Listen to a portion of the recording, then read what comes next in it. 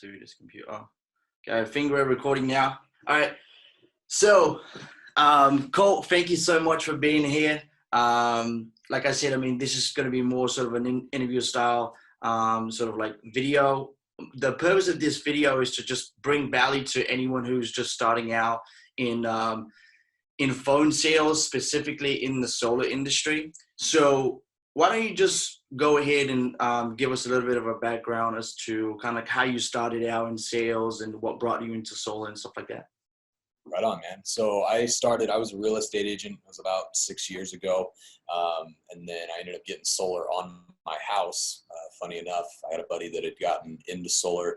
He had been doing door-to-door with alarms for a long time. Decided, hey, I'm going to get into the solar space. Sold me solar on my home. He said, hey, man, let's double dip. You can sell solar to people you sell houses to, whatever else. Ended up just kind of taking off like a wildfire. Saw that like, hey, I can make decent money on solar and solar makes sense. And I don't have to jump through all the hoops that I had to jump through with real estate type commissions. There's a lot of waiting on that game. And so yeah, I ended up putting my real estate license on pause, on hold, and that's how it's been since. So, boom. Noel's just rolled in. Guy. Yeah, this guy. I know that face.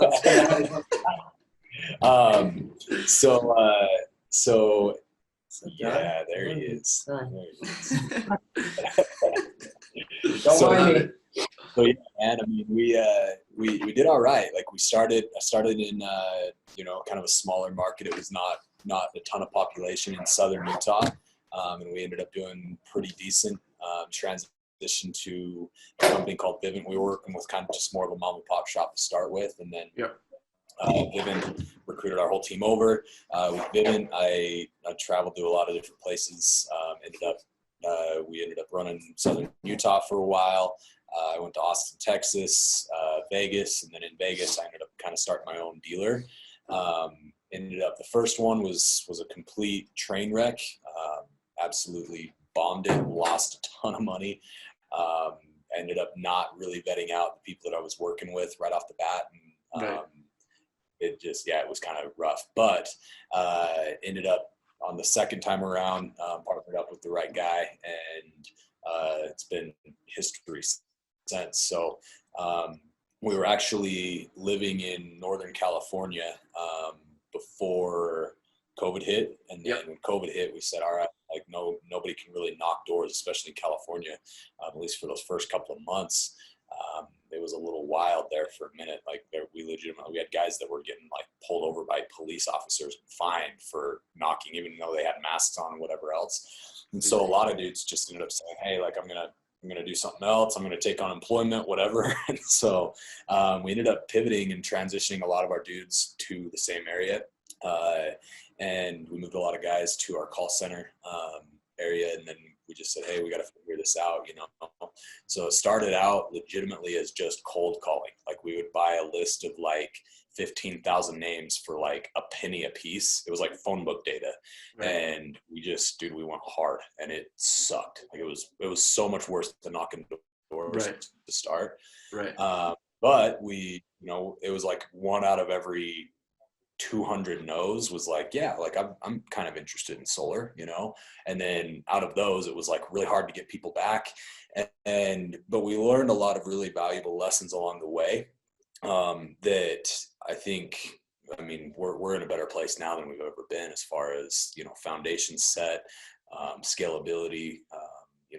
We're launching into markets that we never would have even thought of, which is pretty freaking awesome. And so as far as like sales process and things like that goes, I'm not going to pretend like I know everything, because we're still dialing it in week after week. Like it's something, and I think that's really important, is that you have to like, especially with like phone sales and virtual, you have to like look yourself in the mirror and say, hey, like this week we didn't do it. Like it didn't work, right? Like, cause door to door, like you can kind of fake it till you make it, and like you're going to run into like at least enough people that are like, oh yeah, cool. Like you got a nice face or whatever. Right. Like I'll talk to you. Right. You got like enough of the right people that you can, just by putting in the effort. But it was legitimately like really, really tough to build trust over the phone for the first little while. And that right there, I think, is the biggest thing, is that because we realized this on the doors and stuff too, and that's what we focused all of our effort on, was building trust. Because what we found is like the speed of business is the speed of trust. Like if somebody doesn't trust you, they're not going to do business with you. Right. And so when you break down like human communication, only 10% of it is what you say, 45% is your body language, and 45% is your tonality and how you say things. Yep. And so when we transitioned to phones, it's like we got that really down when we were on doors. We're like, heck yeah, like we got this down, you know, body language is great, like we're mirroring, we're labeling, like everything's going really, really well. Our tonality's good. And then we went to the phones and it was like, holy crap, like all of a sudden body language is out of the equation, right? Right. Like I can't like be like, hey, come follow me, come look at your roof, come look at your meter, right? It's like very, very hard to move somebody emotionally on the phone. And so we had to really focus in on, hey, okay, these are the things that we're doing to build trust. And like I said, we don't have it all figured out. Like we're still dialing it in month over month, week over week. One thing that has helped is making sure that off the get-go, like people are like actually interested. And then you say, hey, like this is who I am. One thing that we've done to add credibility is, and you know, this is the question we're asking ourselves, like, hey, how can we build more trust? How can we build more trust? So like we're sending our customers videos like, hey, like this is me, you know, like because of coronavirus, you don't get to see me in person. So this is what I look like. Right. And it's kind of awkward, but it works, you know? And so we're emailing videos. You know, we're just making sure that, hey, like we've really got the flow down to make sure that people are like actually following over the phone. Because like in person, like you can kind of just like say, hey, all right, cool, this is what we're doing. And people are like, even if they're a little uncomfortable, they're like, okay, cool, we'll do it. But with over the phone, it's like you got to make sure that it's like every single box is checked. Or else they're not going to sign that document when you send it to anything can ruin the sale over the phone. Right. Sure. So which brings me to my next question, man. I mean, look, obviously we know that phone sales is way different than door knocking or just, you know, selling in the home. So what do you think, in your opinion, since you've already done both, and obviously I know your plans for expansion, now you want to start doing a lot more selling over the phone. And so what do you think is the biggest misconception of solar salespeople that have obviously got, you know, sold in the home and now are trying to transition into phone sales? What do you think that is? So I think the biggest thing, and this is where it was for us, like I think everybody's different, but one, we had to check our energy, because it's really, really hard, especially if you take a guy that's done direct sales and door to door. Like it's easy to build energy when you have a good conversation, right? Like your entire day, you can be knocking for 4 or 5 hours and just like have crap and it sucks. And then all of a sudden, like one good conversation and it's like bam, bam, bam, bam, lead after lead after lead after lead. And it's a weird thing because it's an energy thing. And we really dialed that in on the doors, but that was something that it took us a while to realize, like that was a big problem that we had over the phone, was like, hey, I've got to check my energy, right? And so it's like, before I make a call now, like I have a kind of this mental checklist of like, okay, how am I sitting in my chair? Like, do I need to stand up? Do I need to, you know, like how do I sound right now? Yep. Like, that's what it is like, it's a transaction of energy, especially over the phone. And energy is so much, like, it's so much easier to produce like face to face and like in person. Like it's really, really hard to do that over the phone. So, but just realize that like, hey, we bring the storm. So like bring the weather, right? And because the customer, like if you're confident and you're more certain on the phone than they are, then they're going to fall in under whatever it is that you're saying. But you have to be absolutely certain, right? And so that's where like the biggest thing is just checking the energy. And then, I mean, as far as the sales flow and everything like that, like it's pretty similar. Like I use my same flow, the same process to like qualify the leads and whatever else. Like we have kind of the same flow. But the biggest thing that I found was that there were times where it was like, I was like, oh man, like, all right, cool. You know, solar sounds good for you, whatever else. And then it's like, hey, like solar actually is going to freaking work for you guys. Like, I'm excited for you, you know? And so there's like a different energy. And that I think once that clicked for us, like even the cold calls started really going well. Cause it was so draining when we first started, and it was just, it's like, holy cow, no, lose my number. I'm on the do not call list, like just over and over and over. Like, oh my gosh, like freaking slouching down in your chair. You're like, hey, I'm doing solar, you know, no, you're not, okay, well, you're not interested, click. Hey, I'm doing solar. But then, you know, like once we clicked and it was like, hey, solar's going up in your neighborhood. There's a lot of things happening with the incentives right now. Do you have 2 minutes to talk right now? And you're like talking up here rather than down here. Like that's been everything. Right. So another thing I get as well is from new guys that are just trying to, like I said, make the transition to, you know, phone sales. They're having a really hard time to schedule these appointments. Okay, some people, you know, and I've seen a pattern obviously in people that have never really done this before. Like they're like, oh, okay, I've never really done online leads, so don't really know how it, you know, how it all works. So the biggest thing that I get is I cannot get a hold of these leads. Mm-hmm. If somebody comes through, let's say during working hours, usually they call them right away. But if somebody comes in after working hours, I mean, you're not going to be inconsiderate. You're going to call them up the next day, right? So, you know, what's the recipe to get people on the phone? Dude, it's like, it's gotten to the point where I just automatically know I'm going to have to call 10 times as much. Like I'm going to have to call, text. And so what normally was like knocking 20 doors to get a qualified lead that would go through and install, like I would end up getting a few leads with 20 doors knocked, you know, I'd get 4 or 5, and then out of those you have a percentage that's going to close and whatever. It's legitimately 10x. Like I have to send, I've got like a little tally mark that anytime I send a text or a call or an email, I just tally. And my goal is 200 tallies a day. So it's just a different beast but what it is, because when I first started, I was like, freaking man, I should just go back to doors. Like this is so dumb. But what I'm realizing is that what's not happening is I'm not driving like an hour to an appointment. I'm not having somebody no-show me after driving half an hour to an hour to an appointment. Yep. You know, like if somebody no-shows me, I've got 50 other contacts that I can contact right then, and just approaching it with that. And then I think as well, like just saying, hey, like my energy is going to these tallies. Like once I've got this, like, and it's just a numbers game.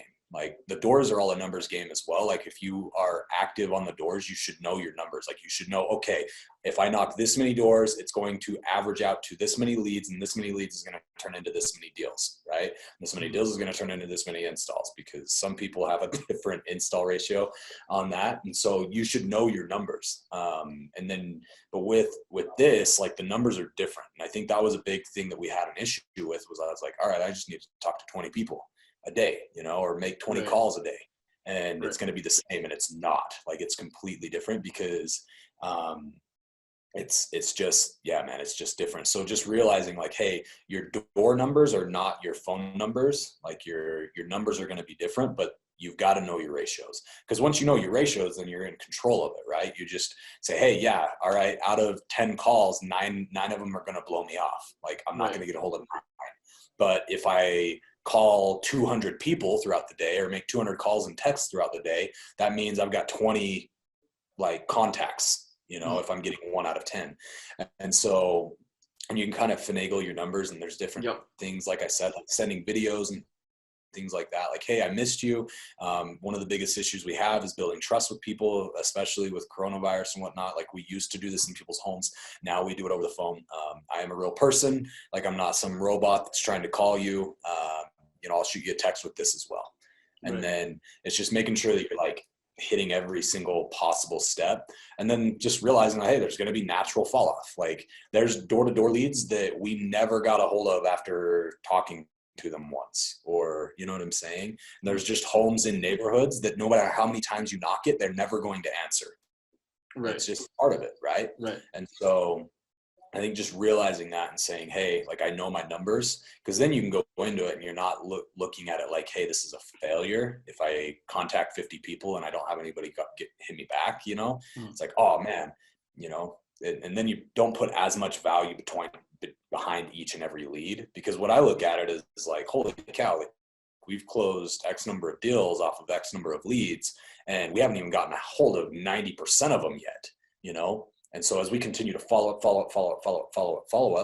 like, I mean, think about how many times like somebody's texted you, you've read it, and then you were busy doing something, you put your phone back in your pocket, and never touched it again. Right. Like, think about how many times like, you had a call come in, you're like, oh frick, I'm busy, boom, ignore. Like, how many times does that happen?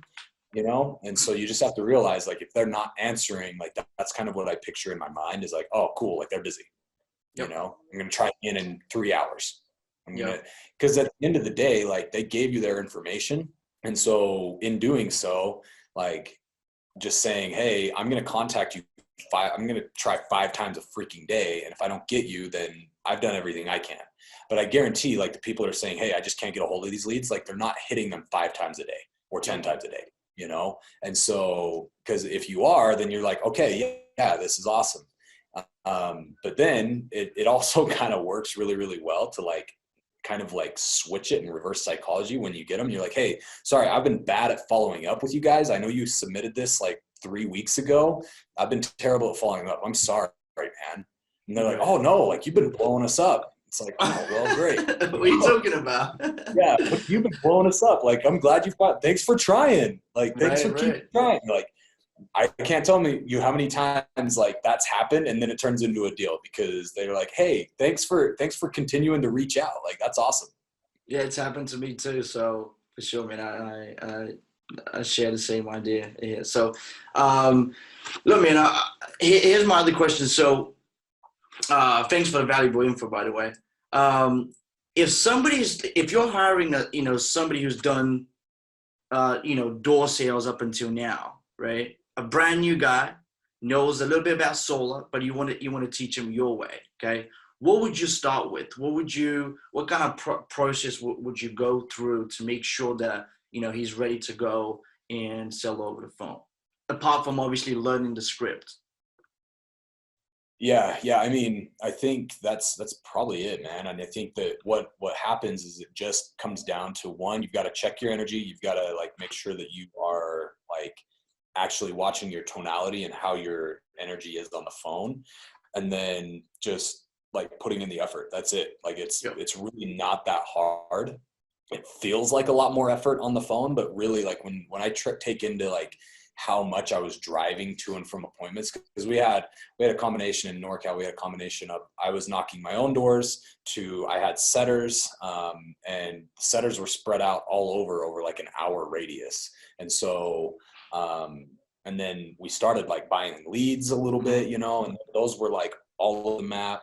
And so it turned into this thing where legitimately I tallied it up after a month, and I was like, holy crap. Like I started keeping track of how many hours I was in the vehicle. I was in the vehicle for an average of 30 hours a week, like driving. It was nuts. I was like, that's not even in people's homes. Right. I was just like, holy crap. Like, you're not even pitching. And so, no, it was insane. This is Ryan, by the way. Hey, Ryan, how you doing? And so that's where I was at. I was just like, man, when I really start to look at it that way, if I just take even that 30 hours a week that I was driving and just make sure that I'm sending out texts and emails and calls, like, holy crap, Right. And so it's actually resulted in like, I'm a little bit more in control of my own life, which is kind of weird because the whole reason that we like got into sales and everything like that was to kind of get out of the whole 9 to 5 thing and whatever, and it's not necessarily that, but it's like, hey, I come in and I work my hours, like, all right, this is my schedule. And it's a little different because it's like when I was knocking doors and stuff, it's like, okay, I'm going to knock from 4 o'clock to 9 o'clock today, and we've got a training at 1:30, and then I'm going to drive to area and I'm going to grab a lunch, and then I'm going to knock from 4 to 5. Right. But that doesn't include the half-hour drive time at each end. And, and so it's actually been like better, like setting my schedule and saying, all right, cool. These are the hours that I'm in the office and that I'm available and that I'm really hitting it hard. Right. Good.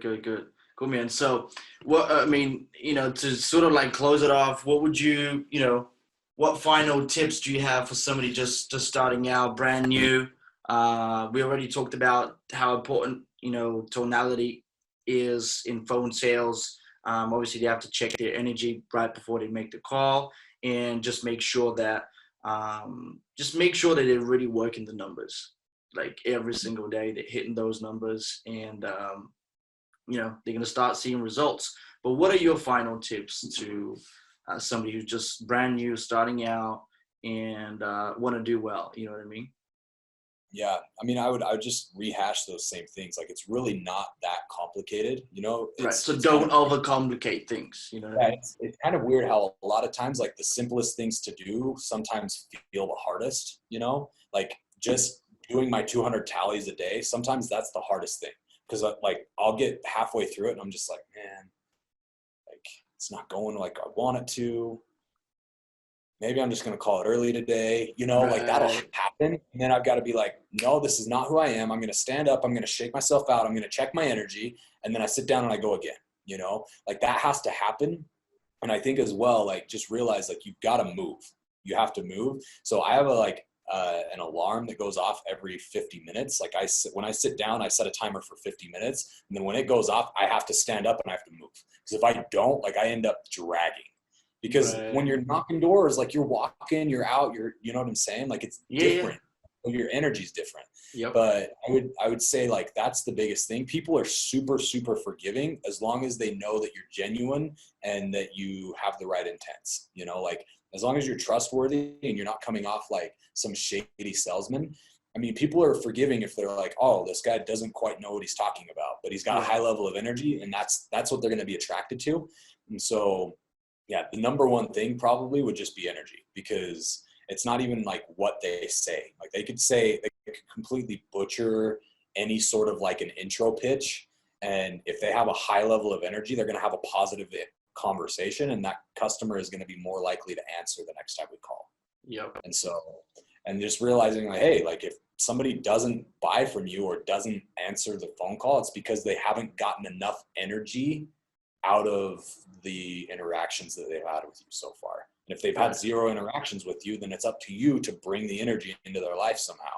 And that's where, like, videos and, just blowing them up texts come in. But yeah, man, energy is freaking everything. Right.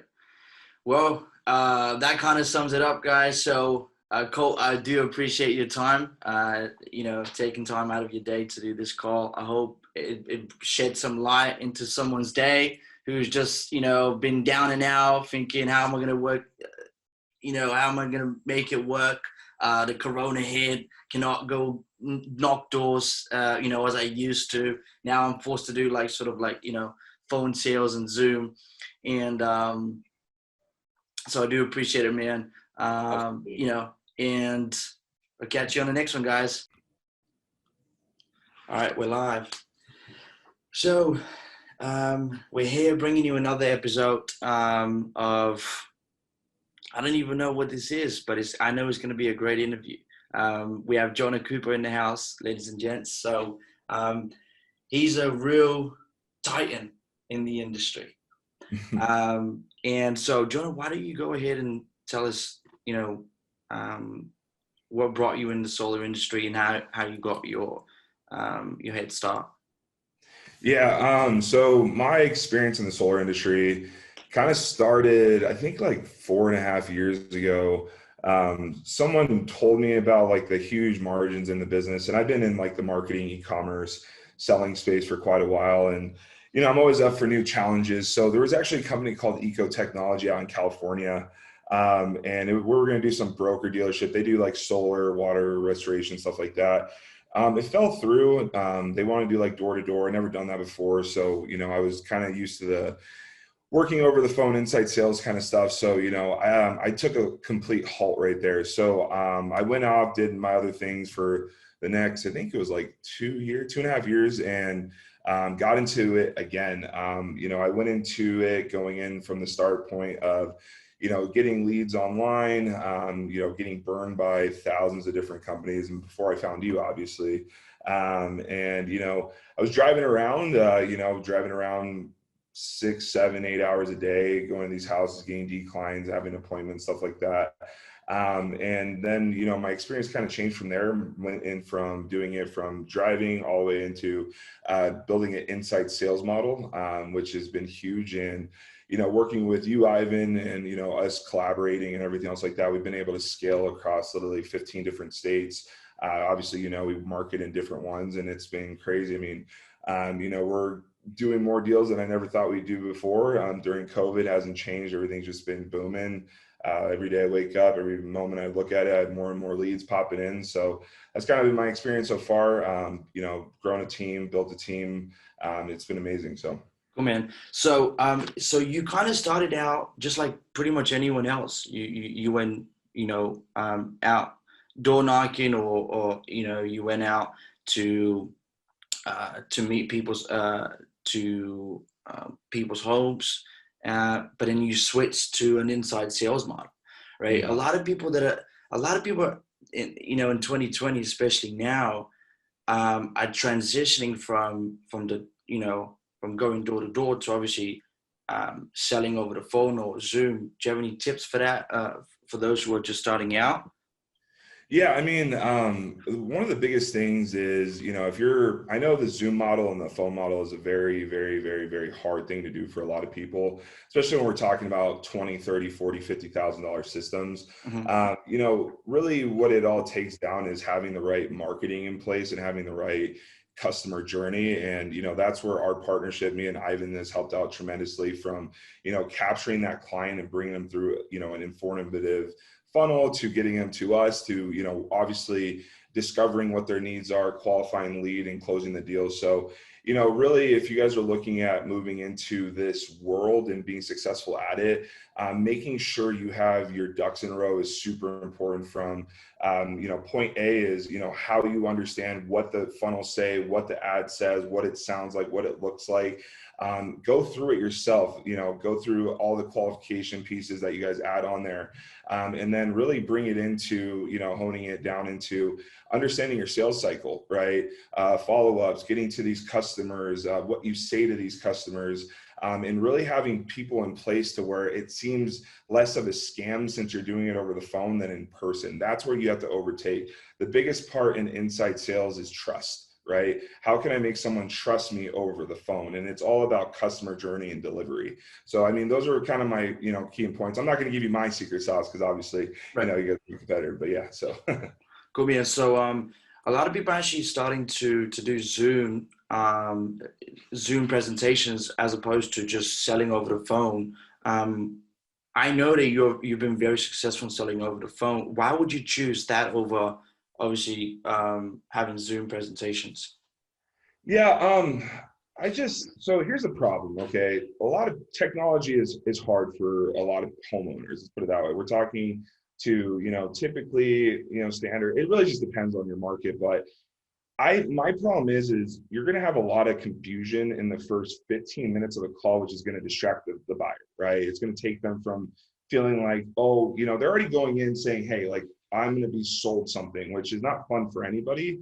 So when you're going to go put 15 minutes in there and say, hey, I got to have you go press this button and find me here, it literally takes the sale away, right? If I can get on the phone and call them and they pick up, I can immediately build rapport with that customer. I can immediately build, a strategy to getting them from point A to point Z. And I don't need to have this whole amazing Zoom presentation or anything else like that. I have my mouth, right? It's a lot quicker, it's a lot faster. And I can make sure the customer is always happy and understands me rather than them being frustrated and confused at the beginning. And it ends up you guys just not working out in the whole end. So, I mean, that's for me, I don't suggest Zoom. I suggest having the right sales process over the phone. So. Right, cool, man. What are your thoughts on the solar industry as a whole? I mean, a lot of leading experts say that in the 3 to 5 years, solar for sales reps is going to be obsolete. Giants like Tesla is going to basically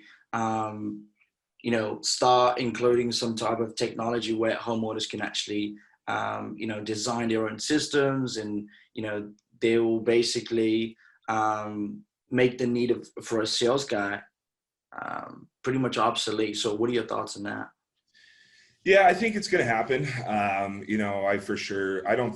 think 3 to 5 years, hey, say yes, it's out there. I don't think all homeowners are going to know how to use it or even see it. That's going to be a big thing. I mean, obviously you're playing with the big ballers out there, but it's not even like that. I mean, if you guys really look at it as a sales rep, I mean, even with these big competitors, we're already playing with them right now. I mean, I'm a very small shop in, Arizona, and I work all over the country, but I'm still producing deals, right? And how I do that is, I'm not Sunrun, I'm not, these massive companies.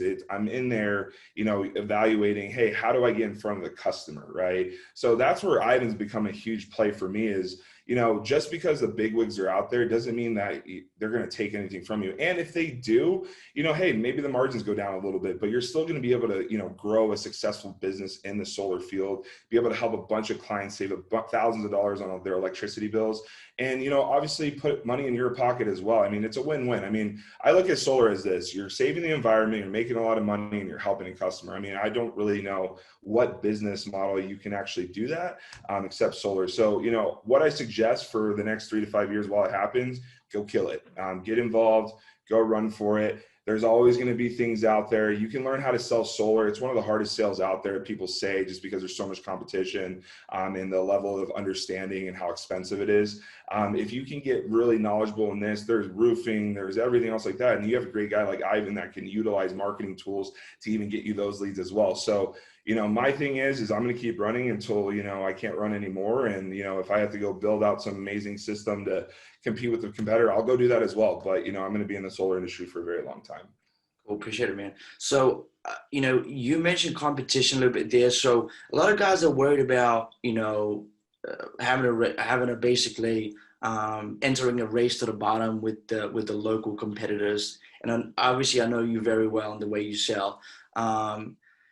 You're definitely not the cheapest guy in the block. So how were you able to maintain such good profit margins, whereas a lot of people are just basically, killing theirs by a lot, and they're barely making ends meet, for the most part. Some guys are just, I mean, you know how the industry is. Some guys are basically, they're killing their margins so much to the point where they just push panels, with no money behind it. Yeah, exactly.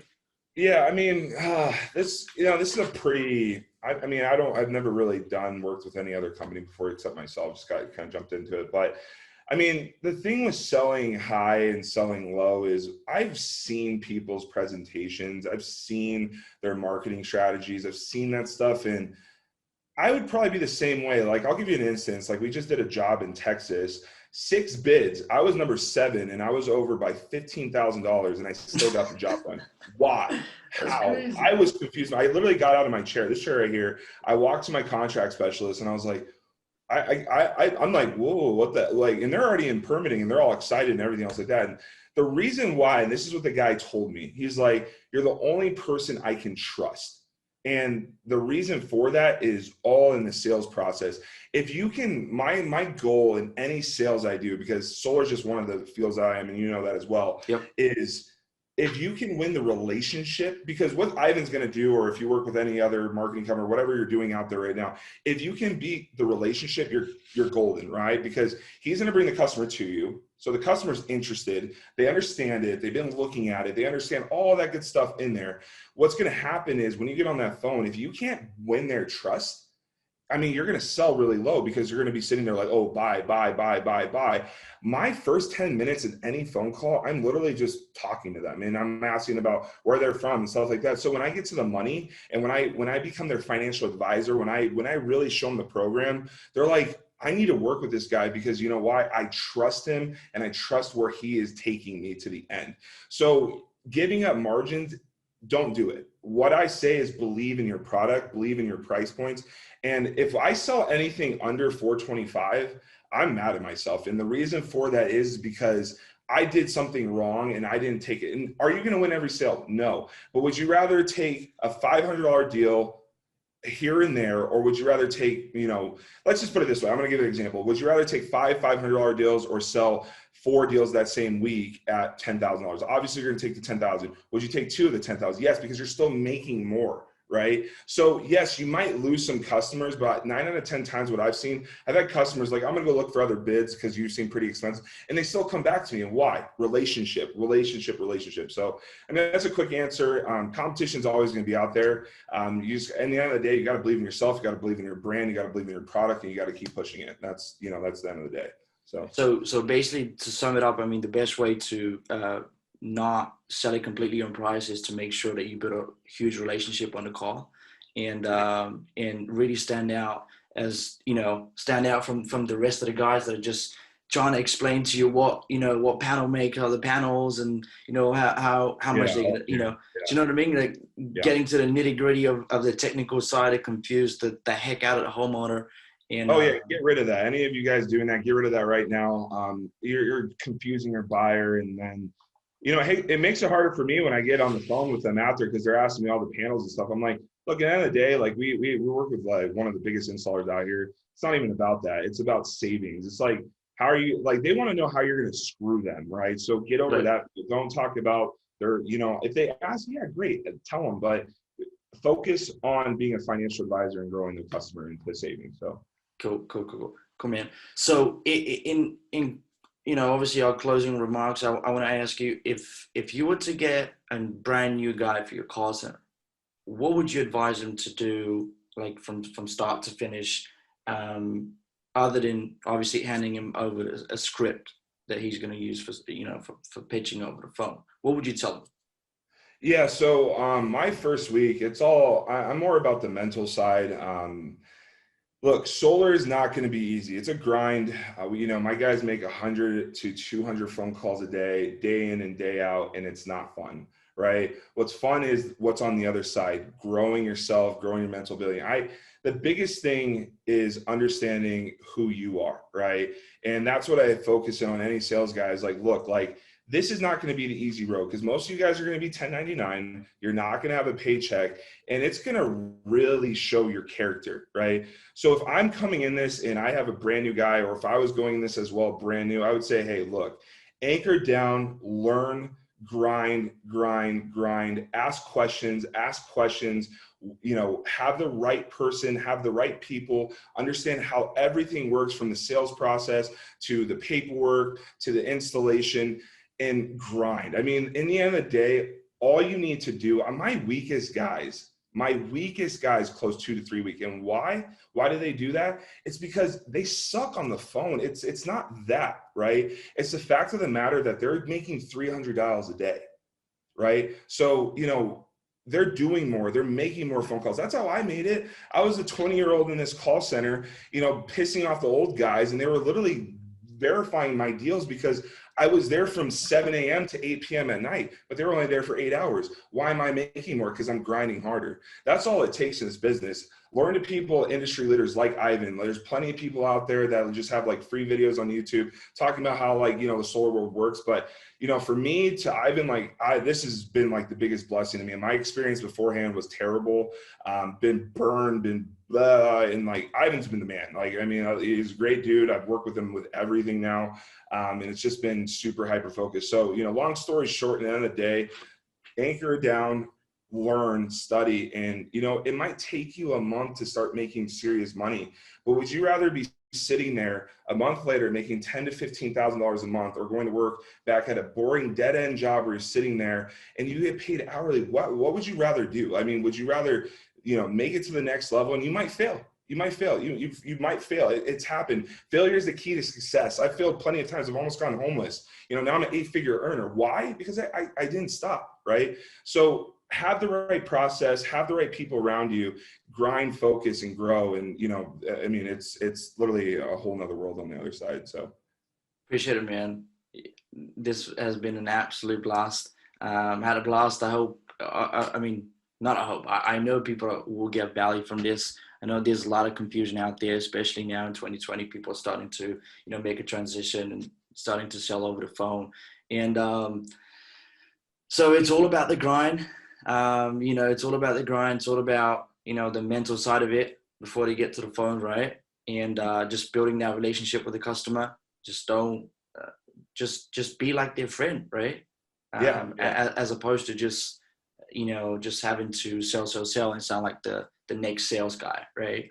Mhm. And that's going to keep, if they do everything right, they'll be able to sell at a price per watt that makes sense for them. They're going to be able to sell more, and it's just, I mean, it will be an overall great experience for everyone, right? Mhm. So appreciate your time, brother. I know your time is very valuable. I know you got to go out there, run your team, close deals. So, maybe we'll get together again for a part 2 video of this. But Yeah, for anytime. now, peace out. I appreciate it, brother. Yeah, see you guys. Have a good one. Hey, welcome to this video. My name's Ivan Pashov, and today we're going to be talking about how to sell solar virtually and be successful at it in 2021. If you've already noticed, and if you've not been living under a rock, you've seen what's been going on in the world, and if you're in solar sales already, you've probably seen that your customers are even more okay at being sold from a distance now more than ever, simply because of the circumstances that we're all in. Now, today I'm going to be going over the 3 different ways of selling from a distance, the pros and cons, and how things are going to be changing even more in 2021 and beyond, and what to do and what you can do to be successful at selling solar from a distance. If you've already been in solar for many, many years and 2020 has forced you to sort of change the way you do things, good, okay? If you're brand new to solar sales and you're just starting out and you've just had a few sales under your belt, and you just want to learn, how to be even better at it in 2021 and beyond, then this video will definitely be of help to you. Now, the 3 different ways of selling from a distance. The first will definitely be the Google Hangout way, okay? Google Hangout. Now, what's the difference between Google Hangout and the other ways of selling that I'm going to be going over, like the phone sales and Zoom, okay? Well, first, Google Hangout is pretty accessible by anyone, okay? Your customers will probably have access to it if they have a Gmail account, and you can simply share a link with them and they'll be able to join, okay? So easily accessible, right?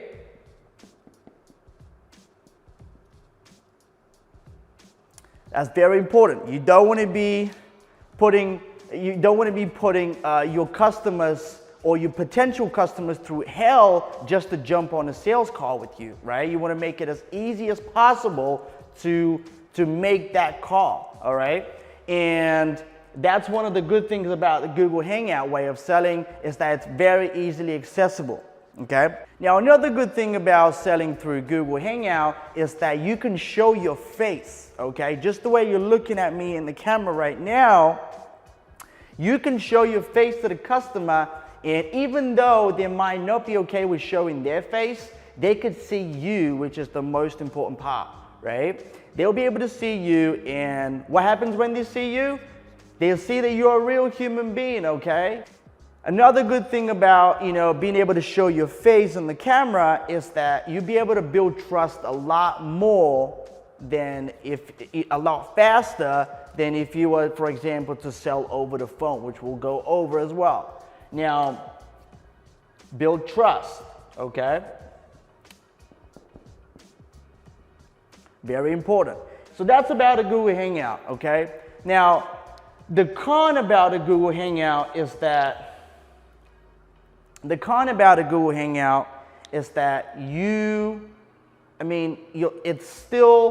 have to understand this, okay? You have to think, you have to be able to put yourself in the customer's shoes, okay? If you're talking to a 75-year-old lady, okay, or a 65-year-old lady, they have no clue how to get a Google Hangout. It doesn't have to be an old lady, actually. I'm giving a bad example here, okay?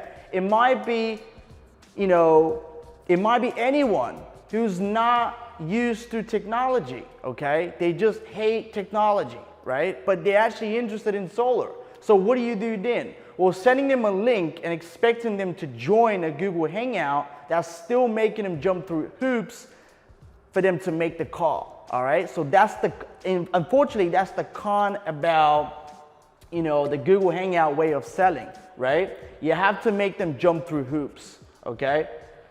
Now, although we already discussed that it's easily accessible, there's still customers out there that you're gonna come across that will still find it difficult, okay, to join the Google Hangout.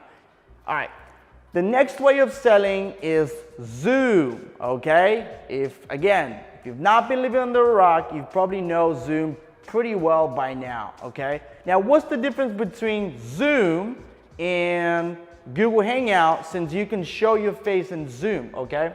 So the Zoom way of selling, you can show your face, means that you can build trust instantly, okay? Trust. Again, that's the good thing about Zoom, that you can build trust pretty easily, just like in the above Google Hangout way of selling. Now, again, you can build trust, and it's also easily accessible, just like in the Google Hangout. However, okay, I don't know if you've noticed, but if you've sent somebody a link to join Zoom, when they go online, it would actually ask them to download the Zoom app. And it's actually a little bit more difficult to join the meeting than it is with Google Hangout. That's what I've noticed, okay?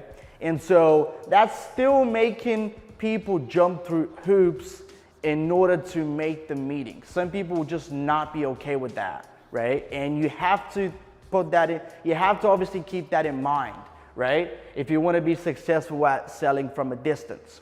Now, you can build trust, it's easily accessible, but again, you have to jump through hoops even in this way of selling, okay?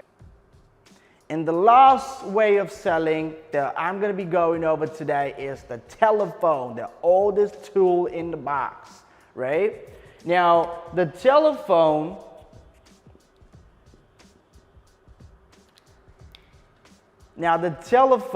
is very, very good if you know how to use it correctly.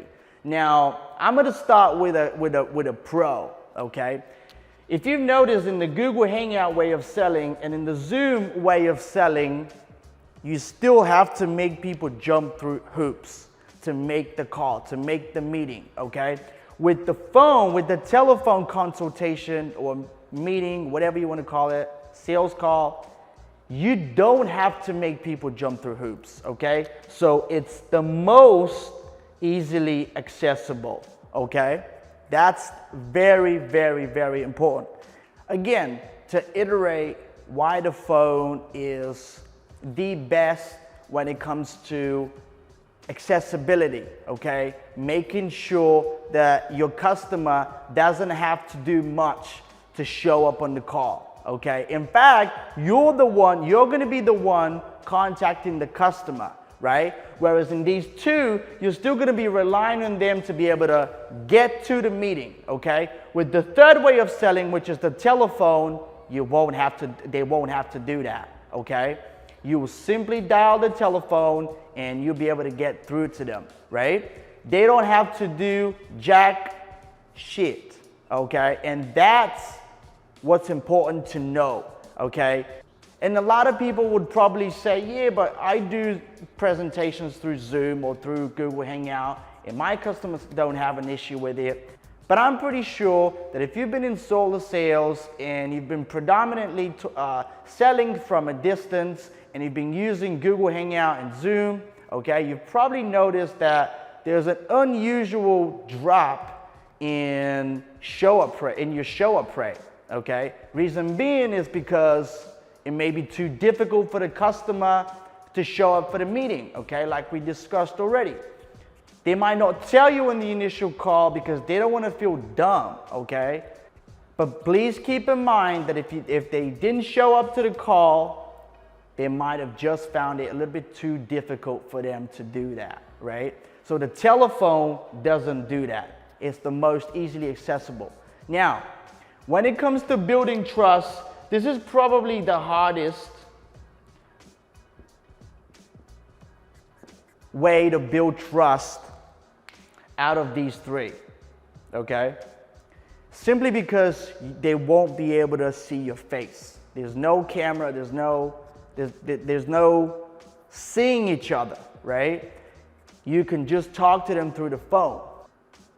Now, if you're using the telephone to build trust, you'll notice that it's obviously a little bit harder than the other methods, simply because they won't be able to see the camera like we already discussed. However, if you know how to take a stranger and turn them into a buyer, and you have a pretty good script that you can work with, that should not be an issue, okay? Now, another pro with the telephone is that you can do it literally from anywhere. You don't have to have a fancy background. You don't have to have a fancy presentation. You can just convey your point while talking to them. You don't have to show them anything. And they'll be the most comfortable talking to you simply because they can be in their pajamas and still talk to you. While if they're on a Zoom or on a Google Hangout, if they don't have their camera on, but you have yours, it's still gonna make them feel like, oh, okay, well, I feel a little bit weird here because, you know, I'm not showing my face, right? Even though they know their situation. Maybe they're wearing I don't know, nothing, right? So again, to recap, the Google Hangout, easily accessible, you can build trust. However, you're still making people jump through hoops, okay? Now, you can have a fancy background, you can have a blurred background, you can have, you know, a green screen. You can do a lot of things with the Google Hangout. However, you need to keep in mind that it's still gonna make some of your customers uncomfortable, and it's a little bit more demanding than, for example, the telephone way of selling.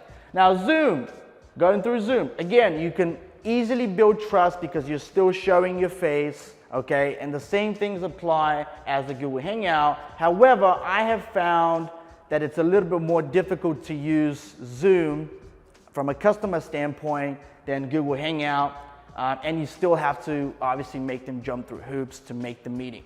The phone sales is by far the hardest way to obviously build trust with the customer, but at the same exact time, here you could make them feel the most comfortable simply because they could literally be in their pajamas while you're selling them, okay? And that's gonna recap again the whole entire video. I hope you found value in this video. On the next video, I'm going to be going over how to sell solar from a distance, step by step, regardless of which way of selling you choose to employ in your arsenal. Okay? I hope you enjoyed this video. My name is Ivan Pashov, and until next time, stay safe. Let's close some more KWs. Hey, welcome to the video. My name is Ivan Pashov, and I'm going to be talking to you today on how to sell solar virtually in 2021, be successful at it step by step. As you've probably already seen my video, if you haven't, you can go to my channel and literally see the last video that I made. It was the 3 ways of selling virtually and from a distance, the Google Hangout way of selling, Zoom, and phone sales, okay? Today, we're gonna be going over how to do it step by step and make sure you're successful at it, okay? So we're gonna start with the Google Hangouts, right? Google Hangouts. Now, the Google Hangout way of selling, like I said in the last video, is pretty good because you can actually show your face, you can build trust with the customer, yada yada, and it's really good. I mean, you can have a nice background, you can show them a presentation that you've prepared for them, right? If that's your way of selling. But I want to go over some things that I think are going to be very useful to you if you decide to employ this method of selling. Now, the first thing is when you're selling over a Google Hangout, you're probably going to have to send them a link to join a meeting. Whether that's going to be, you know, the same day, the next day, right, or next week.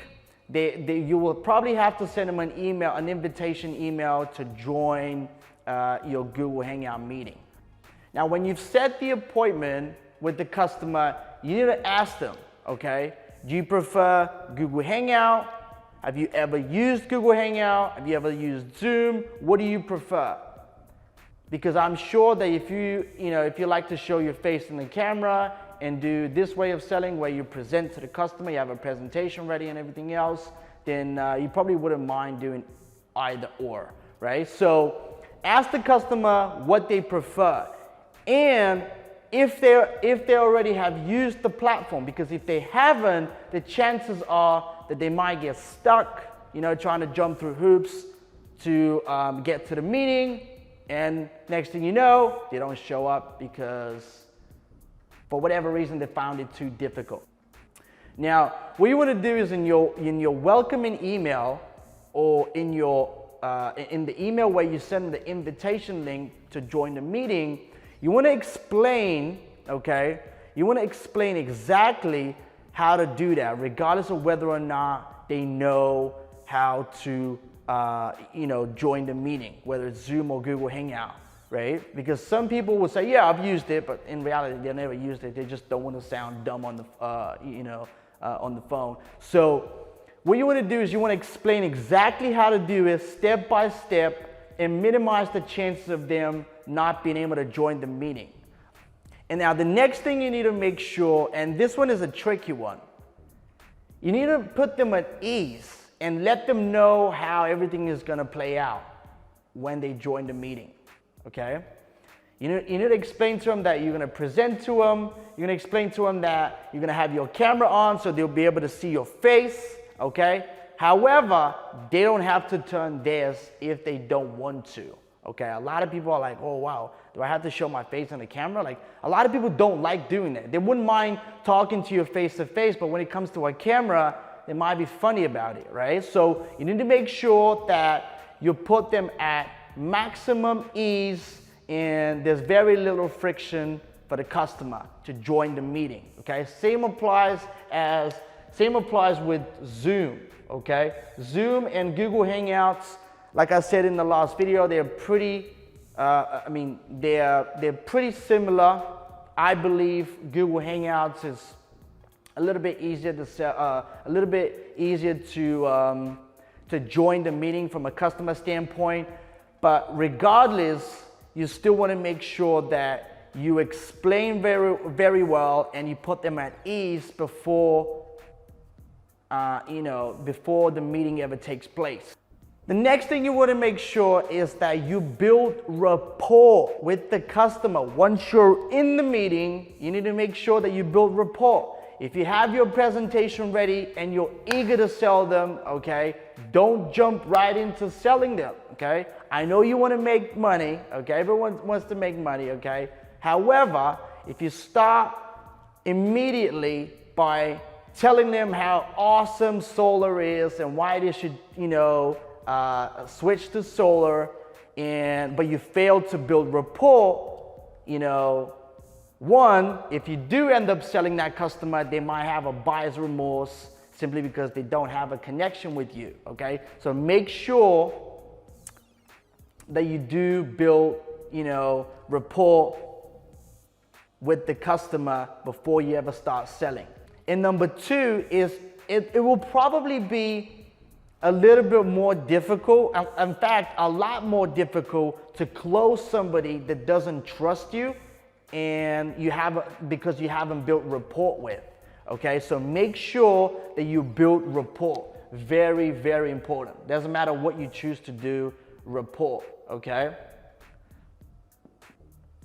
Now, the next thing I want to go over is how your setup needs to be, okay? The good thing about selling through Zoom and Google Hangout is that you can do it from the comfort of your home, okay? You don't have to be in an office like I am right now. You don't have to do that. You can do it at home, okay? You can do it at your desk. And here's the thing that I want you to keep in mind. Make sure your background looks the part, okay? I don't care if you're gonna use green screen, right? I don't care if you're gonna blur your background. I would not suggest you do that. It looks shady. But if you are gonna have a background, make sure it looks clean, okay? You don't have to have a whiteboard, right? You can have a little flower, okay? Actually, that flower is the flower of prosperity. That's what I've been told, so I went and got it. But anyhow, make sure you have something in your background. Books, okay? Books is a good prop to have, right? When you're doing a meeting and when you're showing your face in the camera. You need to make sure your background looks the part, right? I'm sure you can make the difference between a nice looking background and a background that looks, you know, sketchy, okay? So I'm not gonna go into too much detail, but basically you can have a flower in it, you can have, you know, some books in a shelf, right? You can have a lot of things. You can have a poster that is about solar. Maybe you can have, another thing, you can have your company's logo in the background, okay? I've seen a lot of people do that. I feel like that's pretty cool. The next thing you want to take care of is you want to make sure that you have a good lighting. Right now, I have lighting, it's right over my head, and I have lighting, I have a softbox right in front of me. It's actually diagonal, but I have a softbox that's giving me a good light, it's giving that video a good lighting, okay? You don't have to buy a softbox, just make sure that the lighting in the room looks good. Because if I was to turn it off, I mean, look, I'll turn it off. Look, see the difference? It's still not too bad, but look, I mean, that's without lighting.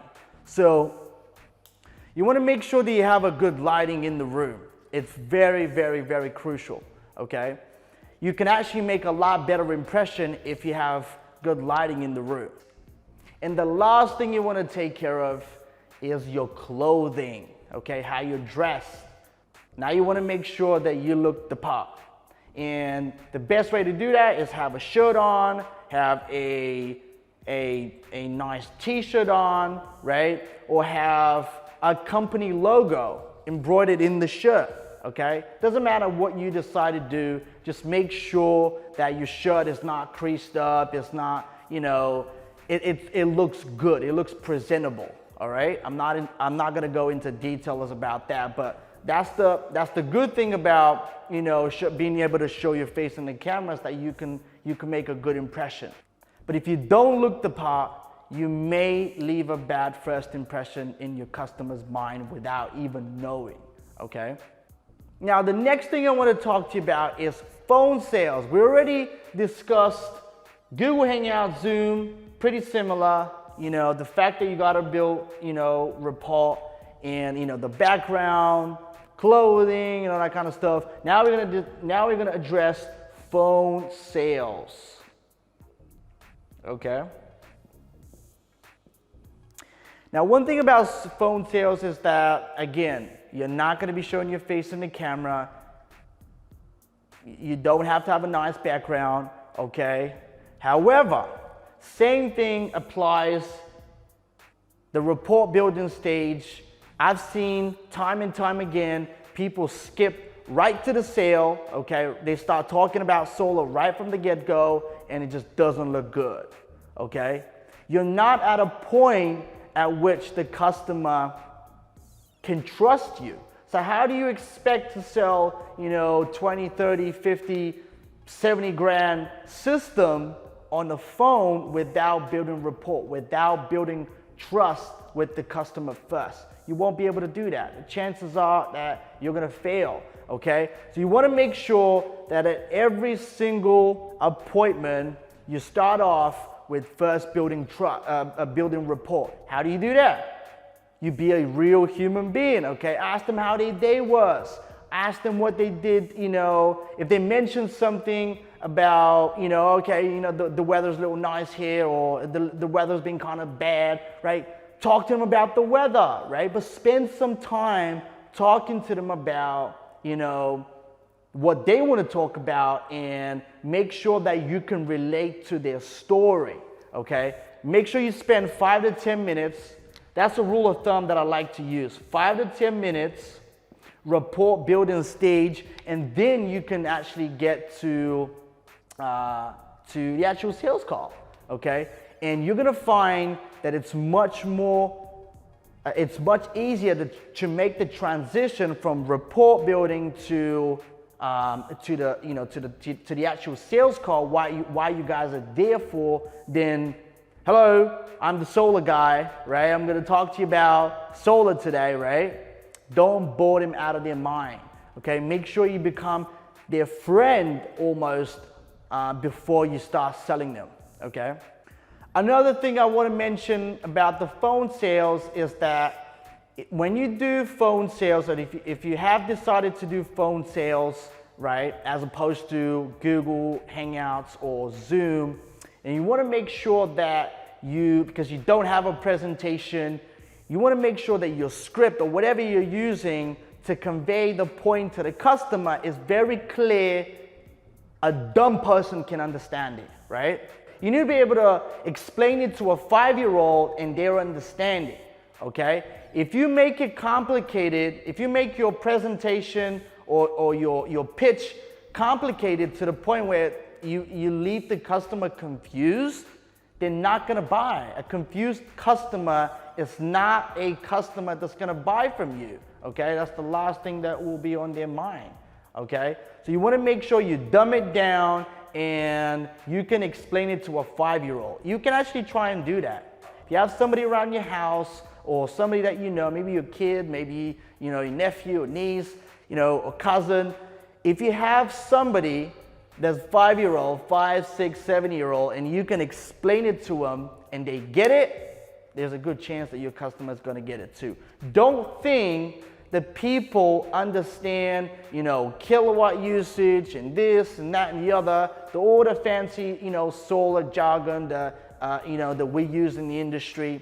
They most likely won't understand it. So we need to always speak to them in layman terms and make sure that they understand everything, okay?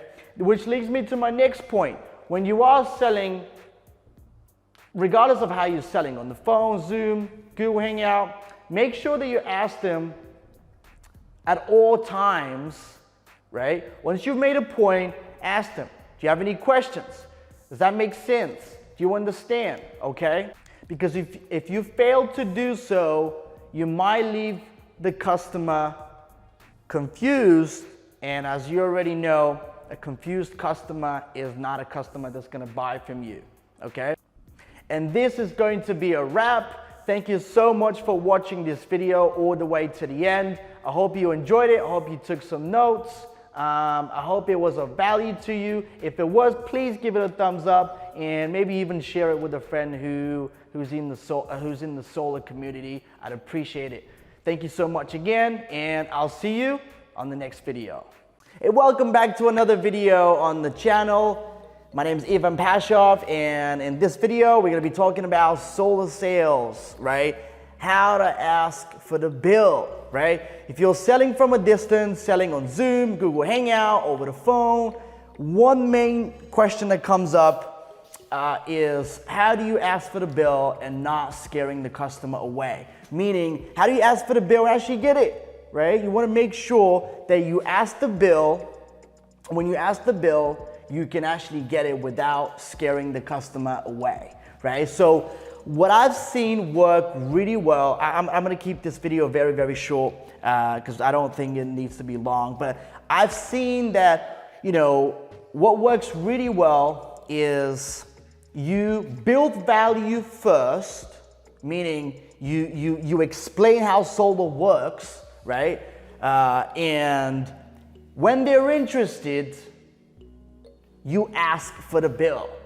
Because when you haven't built enough value, that question might seem like a very normal question to you and me. However, to the customer, they're giving away confidential information, right? Whatever that means, right? So, and simply, even if it's not anything to do with, their private information, they simply want to know, hey, why am I giving this guy or gal, my bill? Like why am I even doing it? I didn't even know that I want solar. I want to find out how solar works. So going back into the value building, you want to make sure you build enough value, right? You want to make sure you've explained to the customer how solar works, right? To where they understand it. And at that point, when they start asking you questions, hey, that sounds great. How do you, what's the next step? They give you clue questions where they start asking you questions, sort of like the closing questions, okay? Sounds good, what's next? Or, how do I find out what my payments are gonna be? They wanna go over financials, right? That is when you or anybody on your team should be asking for the bill, right? At no point, I see a lot of people making this mistake, they basically asking for the bill in the first 2 minutes, okay? Which makes absolutely no sense. You're asking too much, right? And if you start asking too much, without a reason, without a valid reason, you're most likely going to lose, and you're gonna lose the sale, right? So in order to prevent that, you wanna make sure that you've sold the customer or the prospect on how solar works, on why they should go solar, on why solar works for them, and then going to, hey, that is what I need from you to make sure that we get your monthly payments, and you could see whether or not it will make sense for you, right? So you build value, you explain how solar works. The last thing you want to do is ask for the bill, right? If you ask too early, you're shooting yourself in the foot. You could pretty much lose the sale right then and there. So in other words, you want to give them a valid reason as to why you would require such information, right? You want to put them at ease. Unless you get those customers too that ask, hey, what is it gonna cost? Right out of the bat, right? Second or third question they ask you on a phone call, what is it gonna cost? How much, right? Those people, by all means, tell them, okay, if you wanna know how much it's gonna cost, we're gonna need to get you a bill, right? So by all means, but in any other regular sale, wait until you build enough value, wait until the customer doesn't have any questions and is genuinely interested in solar and just wants to find out what's it gonna cost on a month-to-month basis. That is when you ask for the bill, right? So I don't want to make this video longer than it should be, but basically I see a lot of people that are screwing up, so I felt the need to go ahead and record it.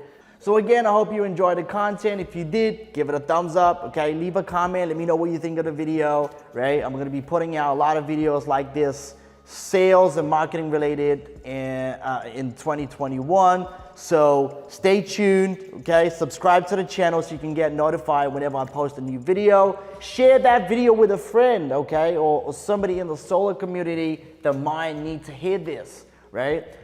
Check out the rest of the videos that I have on the channel related to solar, and I wish you all the best.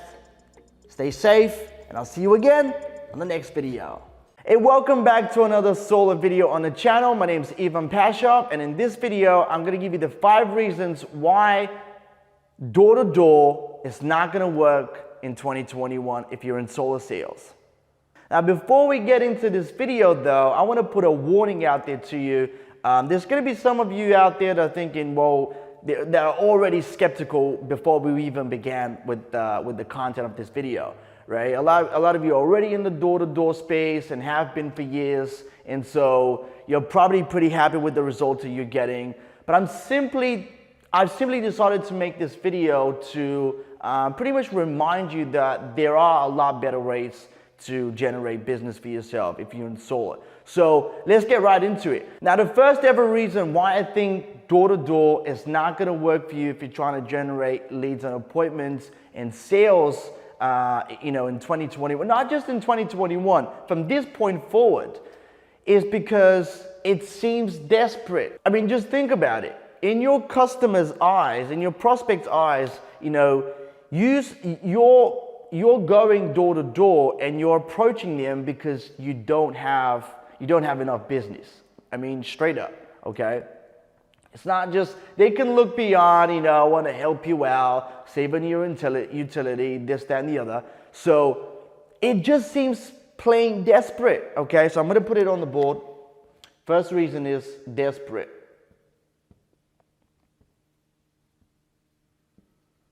Right?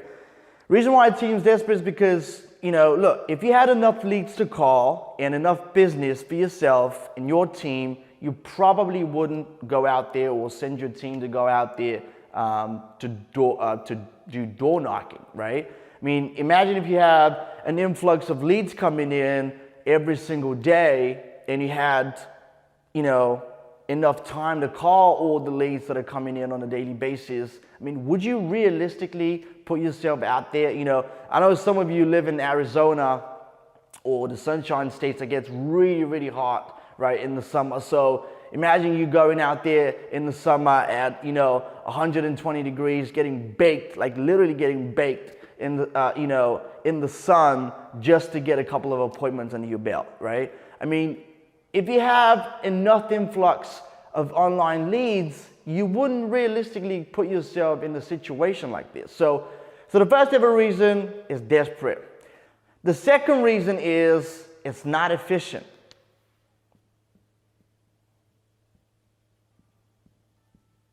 Not efficient. What do I mean by that? I mean, you can go out there, for 3 or 4 hours at a time, schedule a couple of appointments, right? But you have to go through a lot of rejection. And obviously, even if that doesn't faze you, right, there's probably a lot of people on your team that they're gonna have a problem with it, right?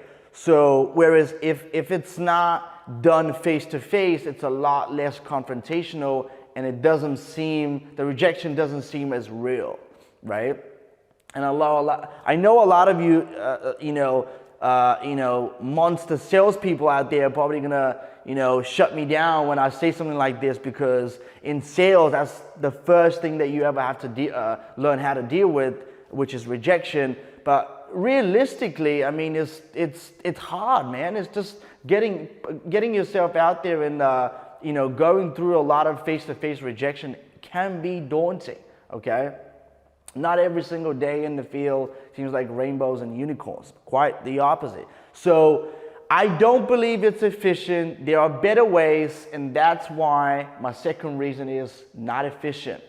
Reason number 3, I know some of you are probably gonna laugh, but it can be dangerous, right? I mean, if you live in Texas, and for example, no pun intended, if you live in Texas, right, and you go door to door, regardless of what you look like, I mean, it can be quite confrontational for your prospect, right? I mean, I've heard horror stories of people releasing their dogs on sales reps.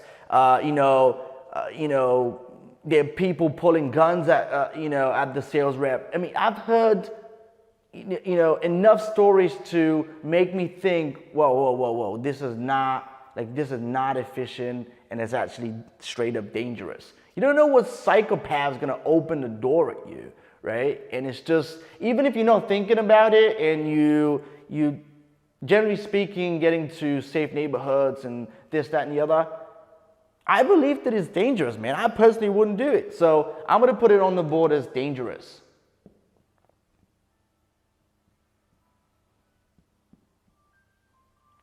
Right, let's get into number 4. It's actually harder to scale. Reason why I say this is because I know a lot of you have seen tremendous companies being built over the past 10 years simply based on, going out there and door knocking, right? And I'm not saying it cannot be done, but I say it's a lot difficult to scale, okay? I personally, wouldn't put myself or my clients through this. And a lot of my clients that have actually done door knocking in the past that have completely switched from door knocking to online leads because it's more efficient, it's not dangerous, it definitely takes less courage and it takes less funds to do so, right? So I'm gonna put it on the board as being difficult to scale. And the reality is that there's a lot of you there that have seen how difficult it can be to motivate any salespeople for that matter, right? Not just the ones that you would send, to door knock and schedule appointments. So it can be quite difficult to scale, right? If you bring somebody, even if it's a good sales rep, if you bring them leads on a day-to-day basis so they can call on these people, I guarantee you're gonna have much easier time scaling your business, right? So that's why I put it on the board as being difficult to scale. Not impossible, but it's definitely more difficult if you're going door to door. And my last final point, number 5, is it's not cost effective. And the reality is that it's a lot more difficult to motivate, a 1099 rep than it is to get somebody who's scheduling appointments for you on the phone all day long from the influx of leads you bring them, right? So it's a lot more difficult. You have to guarantee them, a 1099 position. That means you have to go through, right, a lot of people to find good ones that can actually stick, right? Not just be motivated for a day or two, a week or two, but actually stick with you for the long term. Whereas when you're generating your leads online or in any other way other than door knocking, right, where they don't physically have to, leave the location, the office, their home, right? I mean, it becomes a lot more cost effective simply because you can actually hire somebody and pay them on the back end once you sell a deal, okay? And this is gonna conclude this video. I hope this was of value to you. The reason why I wanted to make this video is because I've seen what's possible if you're not relying on door knocking. I've seen what's possible in the online digital space. And so I've seen my clients literally go from a one-man show to growing their team to 15, 20 people at a time, and to multiple locations, So the possibilities are endless if you're open-minded enough, and most importantly, if you have the right lead generation partner that knows what they're doing. So if you found value in this video, please give it a thumbs up, subscribe to the channel. I'm gonna be posting a lot more content in 2021. And don't forget to download the ebook, the Solar Sales Black Book, right in the description. Download it, tell me what you think about it, write it in the comments, reach out if you have any questions regards to setting appointments, lead generation, sales. And once again, I hope this was of value to you. I'll see you again on the next video. Stay safe. Take care.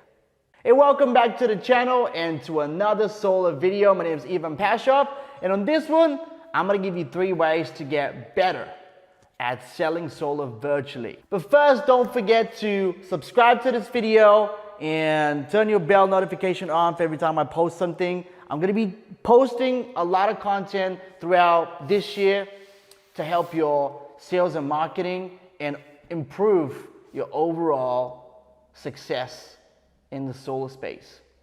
Now, if you haven't yet downloaded the free Sales Solar Black Book that I have, please check it out. You would like it. I'm sure you like it. Download it. It's right in the description. It's the first link. It's free. It doesn't ask for anything. So let me know how you like it, and let me know how you like this video. Okay, but let's get right into it. So in this one, we're gonna be talking about, I'm gonna give you really 3 ways to get better at selling solar from a distance, right? If you've engaged in, if you're already in the space for some time and you consider yourself a killer at closing, more power to you. But if you're new to selling solar from a distance, or if you want to get better at selling solar from a distance, then this video is probably going to be, it's going to serve you well. And I hope it will.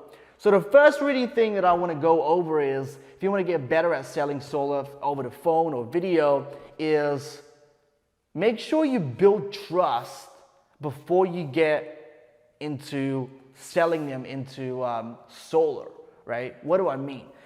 I mean, look, if you have a kitchen table appointment, if you're at the person's home, it's much easier to build trust with the individual and have them trust you, essentially, right? However, when you're selling over the phone or through video, that is definitely not the case. It's one thing I would tell you is it's a little bit harder to build trust when you're not with the individual in the same room or face to face, right? If you're selling, for example, over the phone, what you want to do is, once you pick up the phone, you introduce yourself, you tell them why you're calling, right? If you have, for example, we give our clients a script that they can follow.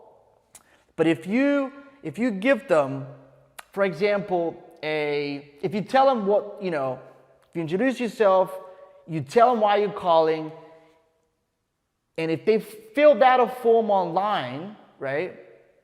You need to make sure you're very distinct, and they can differentiate you from other forms that they might have filled out that day, right? Because some people just get on Facebook or go on YouTube and they're just like Terminators, man. They go through everything, right? They click, and they just bored out of their mind. They would fill out anything that gets their attention a little bit, right? That's how everything works. I mean, we can't be mad about it. That's just how it is, right? We just need to come to terms with that, right? So you want to make sure that you build trust. Once you introduce yourself and you let them know why you're calling, you want to build trust. How you build trust? Ask them about the weather. Ask them about, what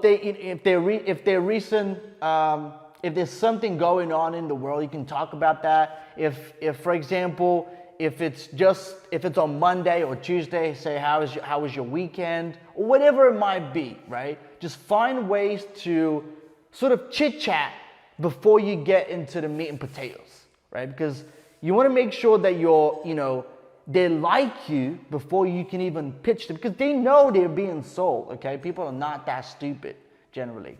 So you want to build trust first before you get into pitching them and selling them on how that works, right? Because they know that this is why the phone call is even happening, right? You're there and you're about to sell them something. So they originally have their guard up like this, and you need to bring it down. And the way to do that is you want to make sure that you build trust right before you get into your pitch. And the next thing I want to say is, you want to make sure you follow up with these people relentlessly. You want to make sure that you're so good, or your team is so good at following up, they cannot forget who you are, right? Or if they haven't answered the phone, you have to always stay top of mind, right? If they have answered the phone, you want to make sure that you always write stuff down about them, right? If they say something that, for example, they're busy because they go to a doctor's appointment, or they go to, they're busy because they're taking the kid to school, whatever it might be, right? Or they have a meeting to go to. Write it down. So next time you call them up, next time you get them on the phone, you can say, how was your meeting? Or how was your kid's play? Or how was, how did it go at the doctor? So you want to make sure you have something to talk about. But more importantly, you want to make sure you're persistent at following up with those people, with that individual, right, in mind. So what do I mean by that is, a lot of people think following up for a week and abandoning that lead is pretty much how you treat a lead. I'm like, no. Listen, if you knew that every single lead that pops into your sheet or your CRM is a guaranteed deal, a guaranteed solar deal, how many times would you follow up? If you know it's gonna happen, how many times would you follow up? Well, I'll follow up as much as I need. Well, that's what I'm saying, right? That's all I'm saying. That's the mindset that you should deploy when you go about following up or when you're training your team to follow up. Every single lead is an install. Every single lead equals an install, right? So you follow up at least 2 to 3 times on a day-to-day basis, and you don't just call once, you call 2 or 3 times. Because most people, usually when they see an unknown number, they don't answer the phone the very first time. If you call them twice, for example, they think it's something urgent, so they might pick up. So make sure that if you're calling up twice a day, you call them 2 to 3 times at once, right? To make sure that you get their attention. Another thing I want to say is make sure you have multiple phone numbers. Don't just rely on one, because people will block you, man. They would straight up block you. So you want to make sure you have at least 2 to 3 phone numbers to rely on when you're calling different people, right? So follow-up will be number 2. And my next point is, I don't know what it is, number 3. My next point is you want to call them up as fast as you can, right? Look, even if the lead is exclusive to you or your company, that's good. It definitely makes the situation better, but it's not the end-all be-all. You still want to make sure that you get through to them as quick as possible, because the way we are designed as human beings, as creatures, is right now we have the attention span of a baby most of the time. So there's people that will fill out your form online. They'll go through the most tedious process. 2 hours later, they forgot about it, right? They've filled out 2 other forms. So you want to make sure you call them up as fast as you can, so they can basically associate that phone number contacting them with what they've just done online, what the form they filled out, for example, right? So you want to make sure you're very quick on the ball and you call them up quickly, right? Quickly. Although you don't have, like I said, anyone else to compete with, it's a good practice to have to call them up in the first 5 minutes, because after that, in the first 3 to 5 minutes, if you don't call them up, 70% drop-off rate, right? That's what you should be expecting, okay? So again, you want to make sure that when you or your team calls up the prospects, you're very quick on the ball and you get it done quickly. As soon as you get it in the CRM, as soon as you get a notification, you call them up, and that's that. During working hours, obviously. Don't go over the top and call them up 11 p.m. at night. Okay, and last but not least, you want to make sure that you can differentiate yourself from everyone else or every other form they might have filled out that same day, right?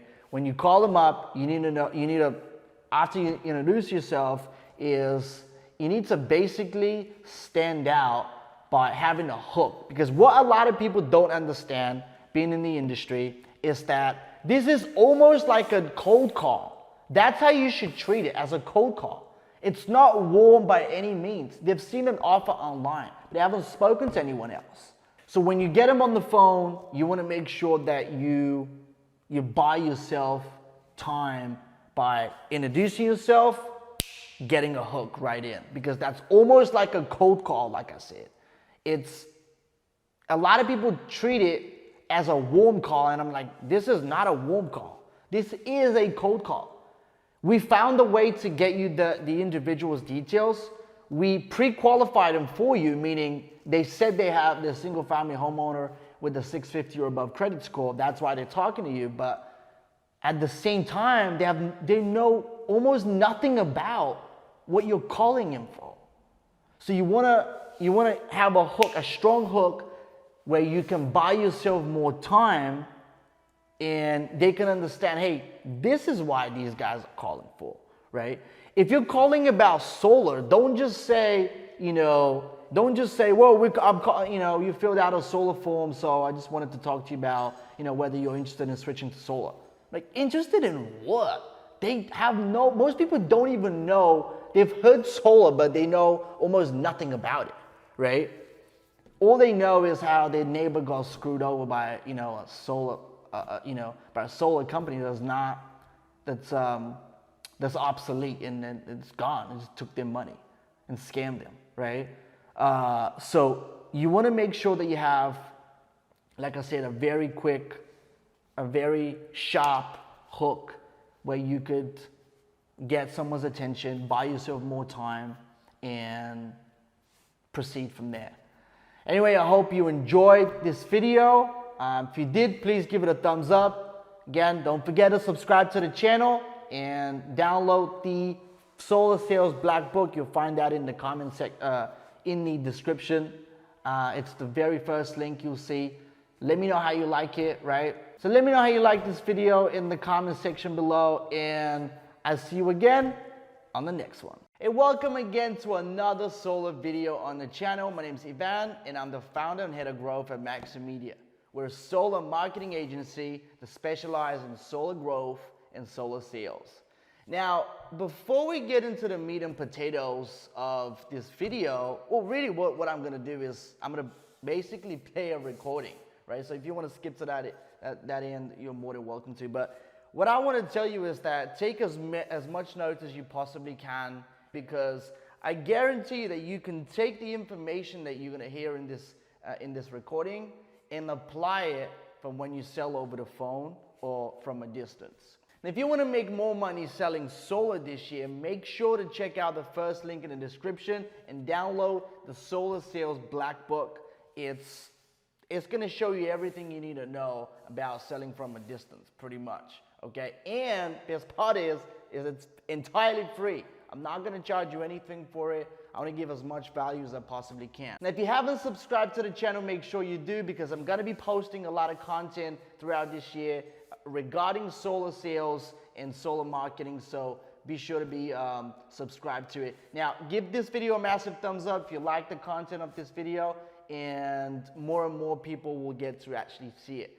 So without further ado, let's get right into it. Hello. Hi, is available? This is she. Hi, this is over with. How are you doing today?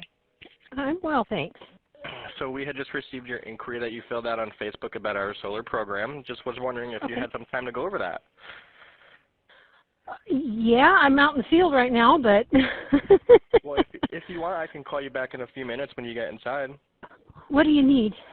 Well, it's just kind of wanted to go over the solar program with you to let you know that we can help you out here really quickly, saving a lot of money and putting $2,000 cash in your pocket for doing so. Okay, let me walk up here. My husband's out in the garage, and I'll put it on speakerphone, and you can talk to him too. Sure, absolutely. Give me just a second. I had to go put a little goat in. She got out. How's your day going so far out there? It's nice. We're supposed to hit 74 today, and Perfect. It's just kind of cloudy and just nice. Yeah, that's perfect. Okay. Let me put you on speakerphone. You there? I'm here, yeah. Okay, this is with that program I was telling you that I put in with the other day, Energy. Okay. This is my husband. Hi, how's it going? My name is. Hi. How are you doing today, sir? Oh, not too bad. I hear the weather is like perfect out there right now. Oh, yeah, it is. Our headquarters is here in Phoenix, and it's 104 degrees today. Oh, last time I was in Phoenix, it was 122, and only time I was ever in Phoenix. Yeah. Went over to my buddy's place where he was staying at an apartment, and I thought, I'm going to jump in the pool and get cooled off. And it was like jumping in a hot tub. That's how the summers get here. But I will say that the other 8 months out of the year are pretty perfect. So you do suffer for 4 to 5 months, but outside of that, it's pretty nice. But yeah, it gets hot. Well, anyways, going forward, so kind of before the COVID-19 hit really hard, there was roughly 10 to 12,000 people that were moving into the state of Idaho each month. With that number being as high as it is, the generation of electricity goes up, and then in turn your utility bill goes up, which I'm sure you may have noticed throughout the last year to 2 years. Who is your guys' current utility company? Right now, it's Perfect. All right. The last 10 years? yeah, 7 years? yeah. We've had pretty much for about the last 12, 14 years. Gotcha. And then how much are you guys paying for your electricity in the winter months? Oh, I put down an average of 120 because I wasn't exactly sure. I think it was a little more than that. It's about 145, 150 maybe. In the 150 in the winter, and how about in the summertime?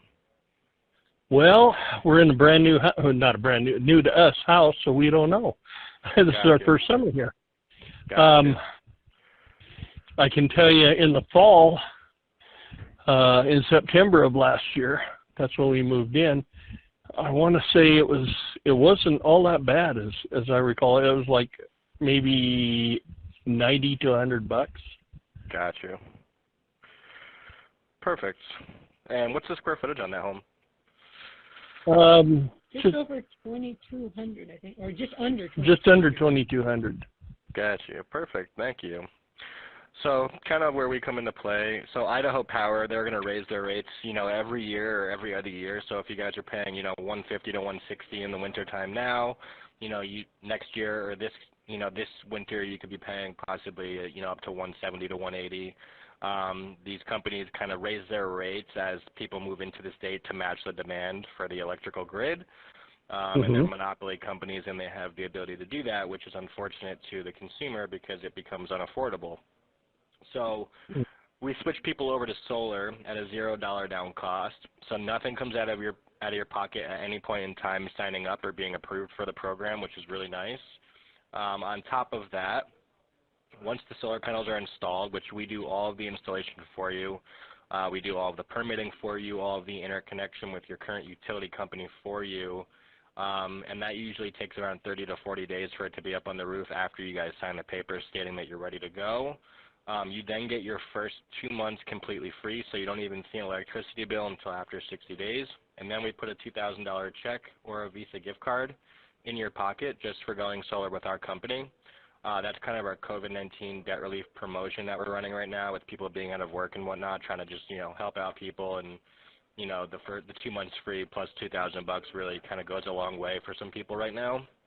Oh, yeah, it would. So that's kind of the promotion that we're running right now. And, if you apply that $2,000 check that we're going to give you into your solar payments, you can have anywhere from like a year to 2 free years of free electricity, which is pretty awesome too.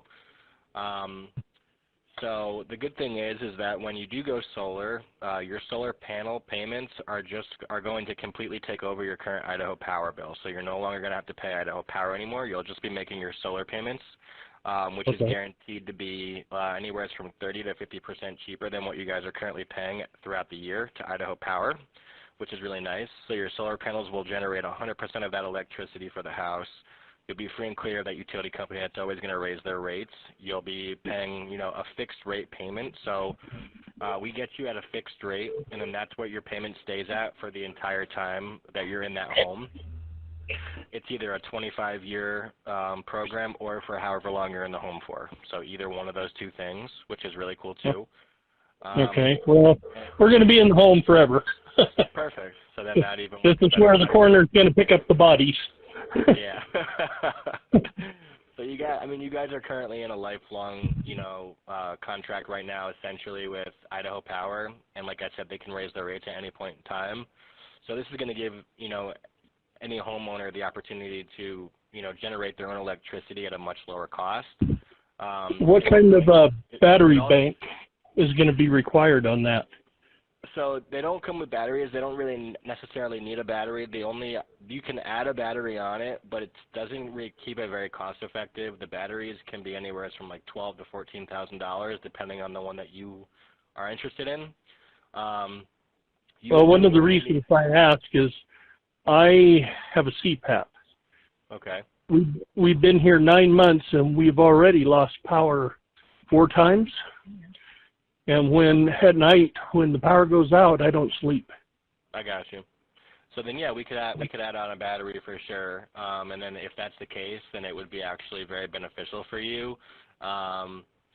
So the good thing is that, well, and I can kind of, and we can address that battery situation kind of towards the end here when I go over some of the pricing with you guys. But if you guys have already lost power in 9 months, then it might be beneficial to just to add on a battery. And then the way that would work is if the electrical grid went out on that street, you guys would obviously still remain power up and running with that battery, which is great. I would like to have, and I've got a friend that is off grid basically.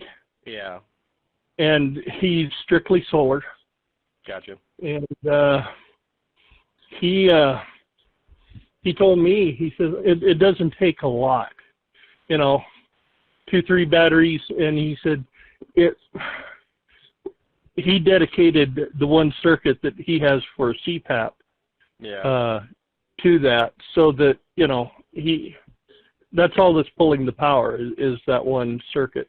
Right. And I don't know that much about electrical. All I know is enough to get shocked.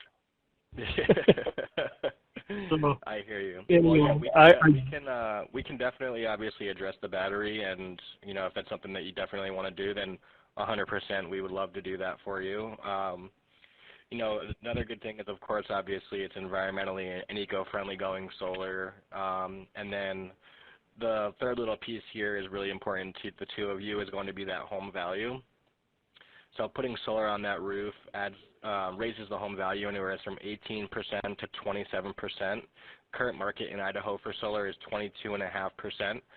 So I know that you guys said that you're going to stay in the house forever, but just know that you guys are covered by the fact that if you ever did move, you now made a huge investment on that home, or if you pass that home on to family, same thing. That home value raises pretty tremendously, which is great.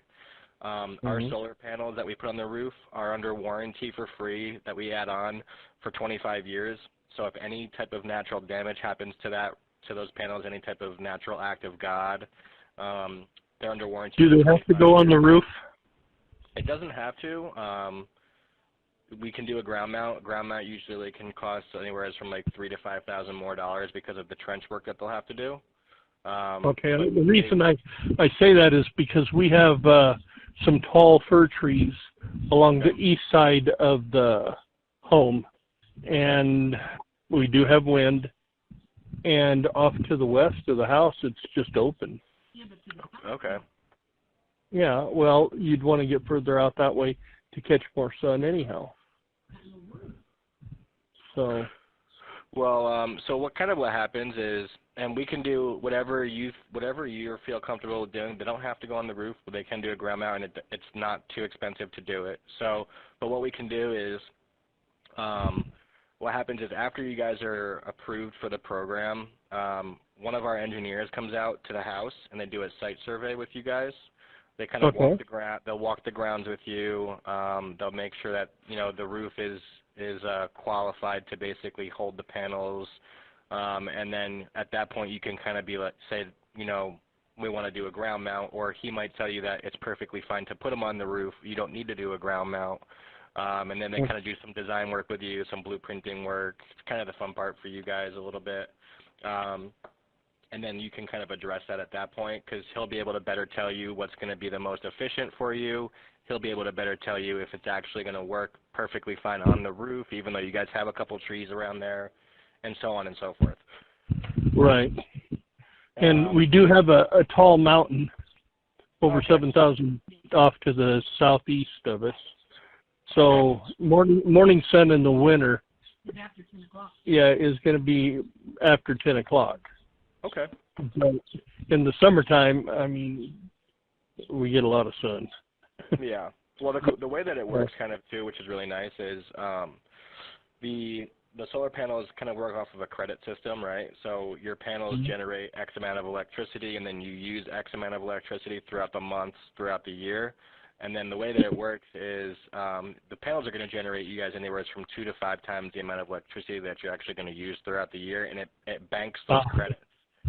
Okay. Yeah, it banks those credits. So on some days where, let's just say it's raining and dark for 3 weeks straight, you guys are still going to have electricity because it's going to just pull from the banked credits that you guys stored on months that you're not using as much electricity rather than to the months that you use more electricity. Okay. Yeah. That So makes it's kind sense. of how that works too. So that's why I was saying, the battery thing doesn't necessarily have to be a thing that you need to do, but if you're telling me that you've lost power 4 times in the last 9 months, maybe it's beneficial to throw a battery on there just so you guys can always have power if it goes out, in the neighborhood.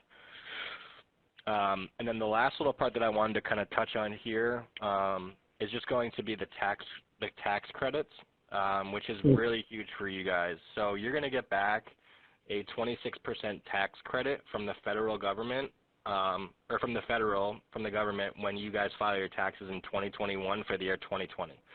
So whatever the total system cost is going to be, when you file your taxes next year, you'll get a 26% refund back of the total cost. And then Idaho actually runs the best state incentives for going solar in the country right now. So because solar is probably, anywhere from 4 to 5 years, somewhat newer in Idaho, they are going to pay you $5,000 a year to go solar for 4 years and a total of $20,000 bucks. So essentially, within the federal tax credit that you're going to get back and the state of Idaho tax credit that you're going to get back within 4 years, right there, just off government incentives, you guys will probably be anywhere from 80 to 100% paid for your system just off of government incentives. Okay. Yeah, so it's, that's huge, obviously. Idaho and the federal just alone are almost going to essentially pay for your system just for going solar, which is awesome, depending on the system size that you're obviously going to need. But, you're going to get anywhere from, $30,000 to $40,000 in government incentives just for going solar. So plus the $2,000 that we give you, and that's it. You don't have to put those things back into the system to pay it off as quick as you may want to. It's your money. But if you were to put that back into the system, it pays it off probably anywhere from 4 to 6 years. Okay. So then that would be nice. Yeah, it's awesome. And then it obviously helps out that, if you guys after wanted to that throw 4 a to battery 6 years, what occurs that the system is paid for? Now what? So then you guys you guys don't make any of your solar payments anymore, and then you just start generating free electricity for the rest of your time being in that home. Okay. Yeah.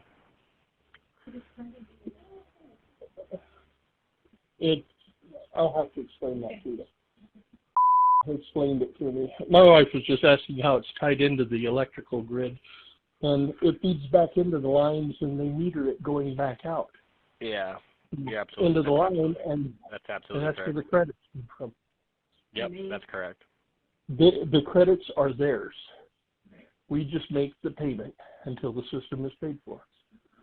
So yeah, you guys are basically generating those credits, right? You know what I mean? And they're your credits, essentially, that you're basically just paying for through the system. You're not actually having to pay Idaho Power. You're going to just be paying your credit, your system. But they're able to, view and see those credits that you guys are generating and so on and so forth because you stay interconnected with them kind of. So that's kind of how that works. Okay. Yeah. I kind of understand a little bit of that because, like I say, I have a few friends that, well, I have one, he is standalone, off-grid, and I have some that have, I call it power assist. They don't have a system that'll take care of everything, but anyhow, it takes care of about 50. Yeah, I got you. Those are cool too. I mean, it's always going to just save you money throughout the long run. You know what I mean? Like obviously, it's not you're going to save a ton of money and still. They didn't go for the whole system. They just went to so it would assist them in the power bill. And gotcha. I don't know why they didn't, but yeah, I would never. Yeah, of course. So then the next little piece that I would just need to kind of get from you guys is just going to be if you guys can kind of send me over any recent utility bill. Okay. And that's the usage that there's gonna be a graph on that bill that's gonna show your guys' usage that you guys have had since you've lived in that house. And that's gonna basically allow me to get the correct system size to make sure you guys are 100% throughout the year. And then I can kind of get some numbers squared away, shoot you a call back, let you know how much your payments are going to be, let you know how much you guys are going to be saving throughout the years, and then kind of and go from there, and then we can kind of get the ball rolling. Okay, now I have an app on my phone. It's called Cam Scanner, and I can take a picture of that bill and send it in a PDF format to you. Yeah. If you want to you could shoot that over to my email address if that works. Yeah, and if you could send me your email address of that. Yeah, if you'd like, I can shoot you an email right now. This way you have my email. Okay. What's your email, sir? My email is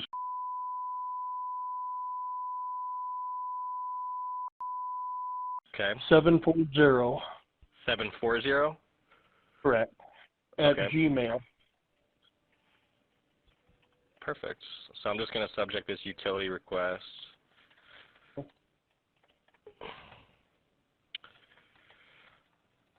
This is something that we just sold a house last year, and this is hopefully our last home. Yeah, awesome. And I just retired, so anyhow, this is something we kind of looked at and wanted to. Yeah, it seems like if this is going to be the house, especially that you guys are going to be in for maybe the rest of your lives, then it couldn't be kind of more perfect of a program for you. Some people that are looking to move out of their house in 3 to 4 years, it still can be beneficial for them within that time. But for people who are going to be there for life, it's kind of a no-brainer because you're just keeping your bills stabilized. You're generating your own electricity rather than, renting electricity from Idaho Power, at a much lower cost. It just kind of makes a lot of sense, Okay. Now, I have a metal roof on this house. Yeah, that's no problem. That should actually be a plus. It is a plus, yeah. Some people think that. Some people think, it's pretty cool too that you kind of know a little bit about it too. Some people think that they can't do it if they have a metal roof, but it works a little bit better. Yeah. Yeah. The only thing, like I say, I was a little concerned about is these. I don't know. We have 7 or 8 larger fir trees along the east side of the house. Okay. I haven't seen. We've had some pretty good winds. Haven't seen limbs that have come down, but I just didn't. I was a little concerned about possible damage and that sort of thing because when there's damage, hey, you don't have your power. Yeah, so, and it's obviously better to be cautious. And like I said, when you guys get approved, within anywhere. So today's Monday, so if we get you guys approved today for it, basically it's probably on Wednesday morning, one of our engineers will come out. They'll walk the house with you, and you can kind of, establish and tell them all these concerns, and they'll be able to really get a better understanding of it. And where is this person going to come out of? Boise? There's 2 different. There's one in Boise, and then there's one a little bit more north of Boise. I forgot the city that he's in, but there's 2. There's one in Boise, and then there's one a little bit more north of Boise. Okay. I was just curious. Is it Coeur d'Alene? Could be Coeur d'Alene. I don't know. That's it. Coeur d'Alene. That's exactly it. Yeah. And we're kind of just about dead center in the middle. Yeah. Okay. Perfect. Either way, it's going to be about a 5-hour drive for them. Okay. Yeah, that's not a problem. No worries. So it's obviously that's the most important part is kind of them going out there and walking those grounds with you. So. Right. Now, as far as let's say there is a limb that comes down and damages a panel in the system. How soon do we get a repair response? Someone will be out in 24 hours of the time that you call in and make that claim. Okay. Yeah. And if it's obviously something that is, affected the entire system and you're out of power, then they'll be there obviously sooner. But it's a 24-hour turnaround time for them to come out and fix that panel. They're pretty quick with it, which is awesome. Yeah, that's kind of important when you live way out like we do. Yeah, absolutely. Salmon is out in the middle of nowhere, and that's why we're here. Yeah. It's about 4,000 people in the entire county and maybe 3,000 in the town of Salmon. So, we had we had one case of COVID up here, by the way. Only one.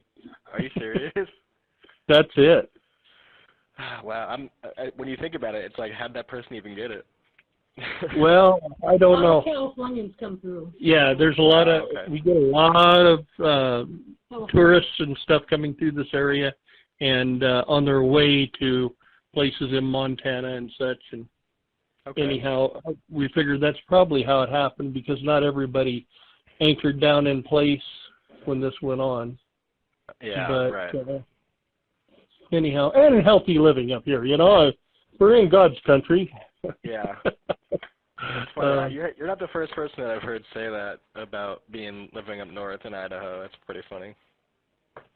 Well, I'll tell you, if you've never been here, you owe it to yourself Yeah. to take a trip. You really do. Yeah, I'm sure it's just absolutely beautiful. I would love to.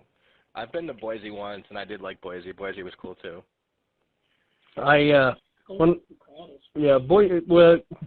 you're out of Phoenix. I mean, Phoenix is big. You've got all those areas around Phoenix and stuff. Yeah. But Yeah. we've never lived in a large town. Right. Probably the biggest we've lived in was maybe 100,000. Okay. And ready. But no, one of the things that I had considered doing when I did retire was if I happened to have a little bit of extra money, I was thinking of starting a solar company up here because there's a lot of people in this area. A friend of mine is a realtor, and you go what they call downriver, and there is no power down there. You either have a propane generator or you have solar. Oh wow! And there's a lot of people live down there because it's even more remote, and they love it. So I thought, gee, you know, that would play right in. We sell in 10 different states, and Idaho has been, within the last year to 2 years, our top seller. Even over Arizona, we've just been selling so much solar in Idaho. And I think that partially becomes because of that state incentive, getting $20,000 back. Obviously, everyone gets the federal incentive, but you know, Idaho pays $20,000 over 4 years just for going solar. So, you know, like I said, depending on your system size, some people who have smaller system sizes, their entire system is completely paid off for free just from government incentives. So at that point, it's a no-brainer. It's like, what are you even thinking about? You know what I mean? It doesn't make sense to say no to that. So I think that's kind of the reason why Idaho has just blown up with, you know, solar sales. It's pretty awesome. Let's move forward. Yeah, Send me your So, email. Yeah, I shot you an email to your email already, so then you should have my email in there. I will send me go up that PDF. And copy that and send it off to you so we can get the ball rolling. All right. I appreciate that. So, yeah, I'll be looking for that in my email, and then I'll get those numbers crunched for the two of you, and then I'll call you guys back in like 20 to 30 minutes after I get that email, okay? Okay, sounds good. I appreciate this. Yeah, absolutely. No problem. And I'll go get this taken care of right now. All right. Yeah, I'll talk to you guys soon. Thank you for your time and patience on letting me go over that program with you. I appreciate it. Thank you. I'll talk to you soon. Okay, bye. Hello guys, welcome back to another video. In this video, we're talking follow-up and what to do when the lead doesn't answer your phone call. So there's a few things that I'd like to address in this video, but the main thing that I want to point out before we get going and dive deep into it is that there's some leads that it just won't answer your phone calls. They're not interested. Those we call tire kickers. Okay, those are the leads that we can never get a hold of. Doesn't matter how much we follow up. Doesn't matter how much we make ourselves available to call the leads as soon as they apply to the offer or fill out their information in the form. Doesn't matter what we do. We just can never get a hold of them. And those are a very, very small percentage of the leads. I mean, around 20 to 25, 30% of any sort of online lead generation, people just generally won't pick up the phone, and that's just that, okay? Now, those are the type of people that we don't stress too much about. We follow the protocol that we have for follow-up, but we just know that, hey, there's that portion of the people that just will never pick up the phone, okay? It doesn't matter what we do with those people. It matters with what we do with the people that do actually pick up the phone and are interested in the offer and service and do want to make the switch to solar. So that's what I want to talk about today. So the first thing that I want to address is that obviously as soon as somebody fills out the information and does want to find out what you have to offer, and are probably interested in solar as well. The time frame is obviously 3 to 5 minutes. I've gone over that in a different video. But the way you do a follow-up, and the smart way you do a follow-up is you follow up at a different time than you call the first time. So let's say if the lead filled out the application at 10:30 a.m. on a Tuesday, you want to follow up with it again tomorrow. Let's say as soon as they've filled out the information and you got notification on your phone or you got an email saying that the leaders come in, you managed to pick up the phone and call the lead as soon as they came in. But for whatever reason, they didn't pick up the phone. They were just not. Maybe they were not available. They're genuinely interested in your offer and going solar, but it's just not available at this point in time. When you're following up, for example, the next day, you follow up at a different time. So you don't follow up at a time when they filled out the application. You follow up 2 hours later, for example, or in the afternoon, because there's some people, in fact, the majority of the people, they will fill out these applications, doing various things, right? They might be in the midst of a meeting. They might be in a bathroom, right? They might be doing various different activities that they won't be able to have a full-blown conversation with you and discuss the opportunities of getting you guys to do an in-home visit for them. And so what you do is you call them at a different time. So let's say you pick up the phone and you call them, you picked up the phone the first day, you called them at 10 a.m. Next day, you're going to call them at 12 or 1. That time frame is going to obviously be different than the first time you called him. And you're going to do that a few times especially in the first week as time goes on.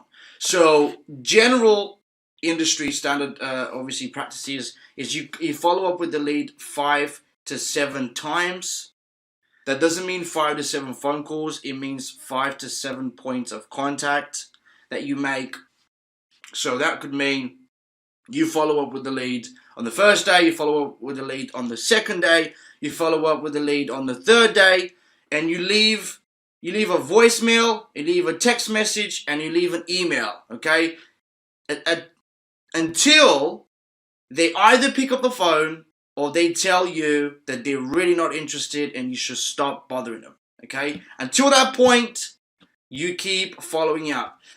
The best practices that we've seen in the industry is that people that do well with online lead generation, they tend to follow up with those leads very relentlessly, about 10 to 15 times. So you get 10 to 15 points of contact, on different days, spread out across a month or 2 months, right?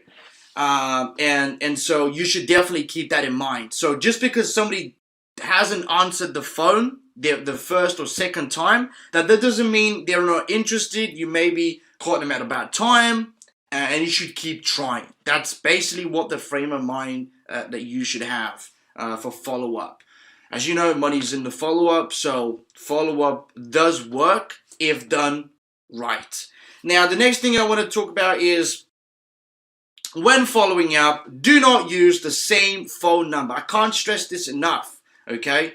Sometimes people are just, it's very bizarre, but sometimes people will just, as soon as they see that it's the same phone number that's trying to call them, maybe they're aware that they filled out an application online, and that same phone number is going to give them a call, because they already know it's in our automation sequence. As soon as they fill out the information, they get a text message letting them know that a certain phone number will give them a call within 24 hours. So I can't stress this enough, that you have 2 to 3 phone numbers at least that you follow up with that lead. Because let's say they're in the meeting again 3 days after they filled out the application, and you try to call back, you try to call from the same number, and they remember that this number is not, it's something that they've applied online. It's probably not the right time, right? But if you call back from a different number, they might think, hey, this might be somebody I know. This might be, my kid. This might be, a close friend or relative. So you increase your chances of actually getting a hold of that person. And even if they do end up picking up the phone and it's not the right time, you can genuinely ask them, hey, when are you available next, so we can actually spend 5 to 10 minutes so I can book you in for an in-home visit. And that's what they're after. Now, the next thing I want to do go over is, when you're following up, do not just call them once or twice and that's that. You leave a voicemail, you leave a text message, and you leave an email. Reason why is because some people just, they might not be able to talk at that given time, but maybe they're able to text. And so they will text you, hey, call me back at 7:50, at 8:30 p.m. or 4:30 p.m. tomorrow. And that's when they'll be available to have that conversation with you. So that's why it's important to not only give them a call, but make sure that you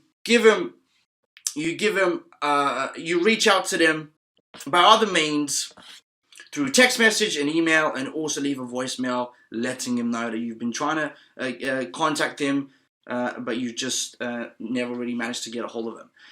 And the last thing that I want to say is that when the leads start to come in, and you already have a decent amount of leads that have come from us, from this system, if you do not update your CRM on a day-to-day basis, as you have conversations with the leads, as the leads come in, you will start forgetting who have said what, who you've managed to actually get a hold of, who went to voicemail, and that sort of stuff. So if you've already done online lead generation, you know how important this is. But if it's your first time, I'm just letting you know that it's very important that you keep track of every single lead that comes in and the exact conversation that you've had with them, or maybe you didn't have with them. But you have to keep track of who comes in and what's the what has the conversation been, and how you should proceed from that point forward. So very, very important. Again, to recap the entire everything that's been said in the entire video, some leads just won't pick up the phone. Okay, that's that. Do not worry about the 20 to 30% that just are tire kickers. They're not interested in what you have to offer. They're not interested in going solar. They're just tire kickers. They like to fill out stuff online, and that's that. Okay, we don't focus on them at all. Okay, number 2 would be to call back at another time. So when you're following up and you've seen that the leaders come in at 10 a.m. on a Tuesday, when you give them a call tomorrow, try calling him back 2 to 3 hours later than the time that they filled out the form the previous day. So also, when you're following up with the lead, make sure that you actually follow up at least the first week, pretty much every single day. Okay. Now, when you're following up, make sure you have different numbers that you can call from. Do not rely on one phone number, because people will actually remember that this is you who's trying to call them, and they just won't pick up the phone altogether. And so have a different phone number, because that will drastically increases your chance of actually getting a hold of somebody. Next thing is leave voicemail, text messages, and emails. Okay, as many points of contact as you possibly can, right? Because maybe they can't pick up the phone right now, but maybe they can text you. They can text you a time when they'll be available, right? So voicemails, text messages, and email. And last thing is keep track of all the leads that have come in and all the conversations you've had with the leads, and just update your spreadsheet, your CRM or spreadsheet, whatever you use, on a day-to-day basis. Ideally, as soon as you've had a conversation, you put everything down in the notes, and you add an opportunity inside your CRM, for example. That's just, you add an opportunity, and you know when to follow up next with that lead. So you can even put a reminder on your CRM to be reminded when you should next follow up with the lead. And so that's that. So again, thank you so much for the time that you spent with me today. I hope that was valuable to you. There's more videos coming to you soon. Speak to you again very soon. Take care. Hello and welcome to another video inside the training portal. And in today's video, I'm going to be addressing how to schedule the leads as they come in, as well as best follow-up practices and what we've seen work in the industry for people that do well with online lead generation. So I want to dive straight into it. There's a few things that differentiate the people that do well with online lead generation versus the people who say that online lead generation doesn't really work. Now, that is calling the lead within a reasonable time frame so they actually answer the phone, okay? No matter, this is one thing that, people fail to realize, but most people actually don't pick up the phone to unknown numbers, which means that if they forget or if it's out of their mind that they're expecting a phone call from a certain phone number, they're most probably not going to pick up. Now, there are going to be obviously instances where people will pick up even a few days later, but the best practices within the industry is that you give them a call as soon as the lead comes in, or 3 to 5 minutes will be obviously best. Now, that will drastically increase your chances of getting a hold of the person and scheduling that person in for an in-home visit, okay? So it doesn't matter what sort of application the person has filled out or how much time they've spent filling out that application, and what they know about your company.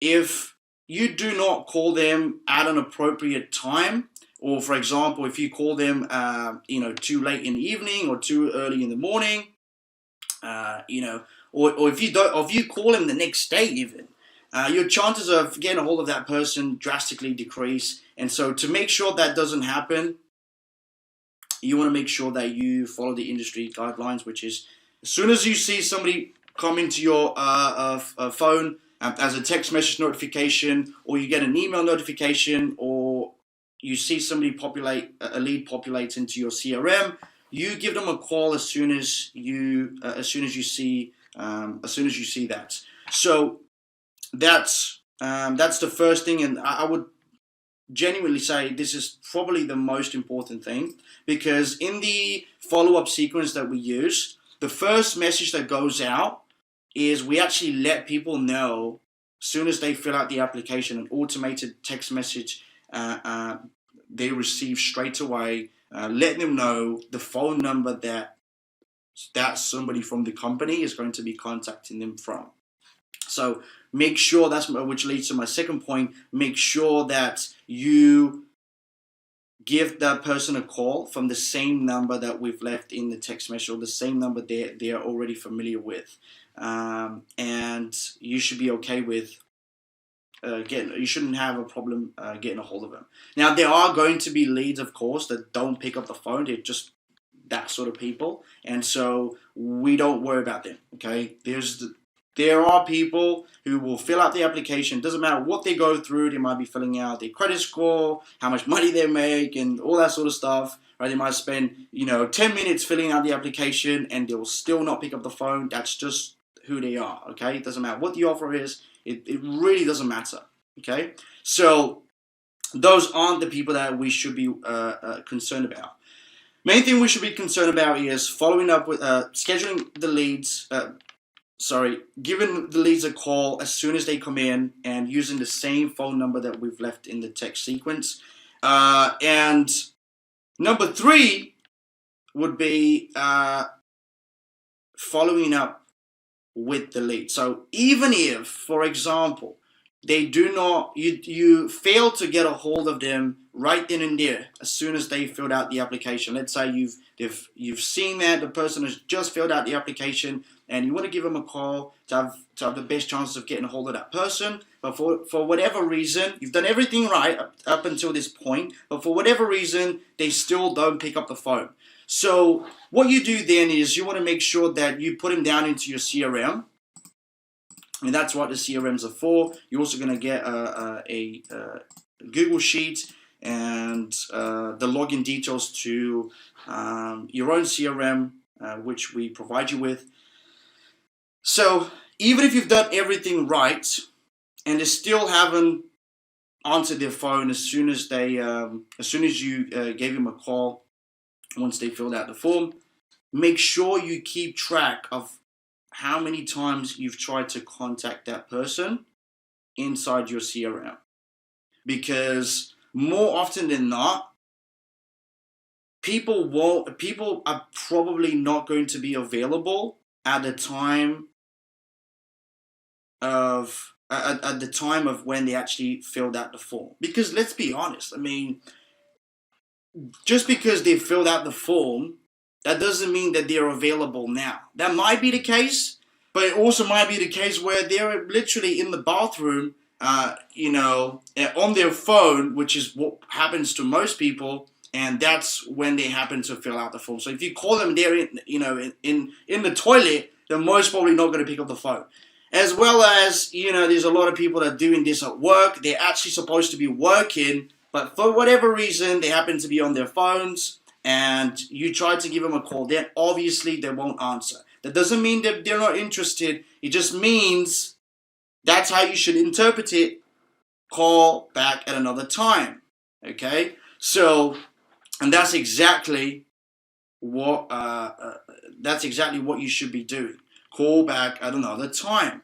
If when they filled out the form, they're not available, then you leave a text message, as well as you send them a text which they might reply to, because once again, if they're at work, they might be able to text but not have a full-blown conversation about whether or not they want to go solar.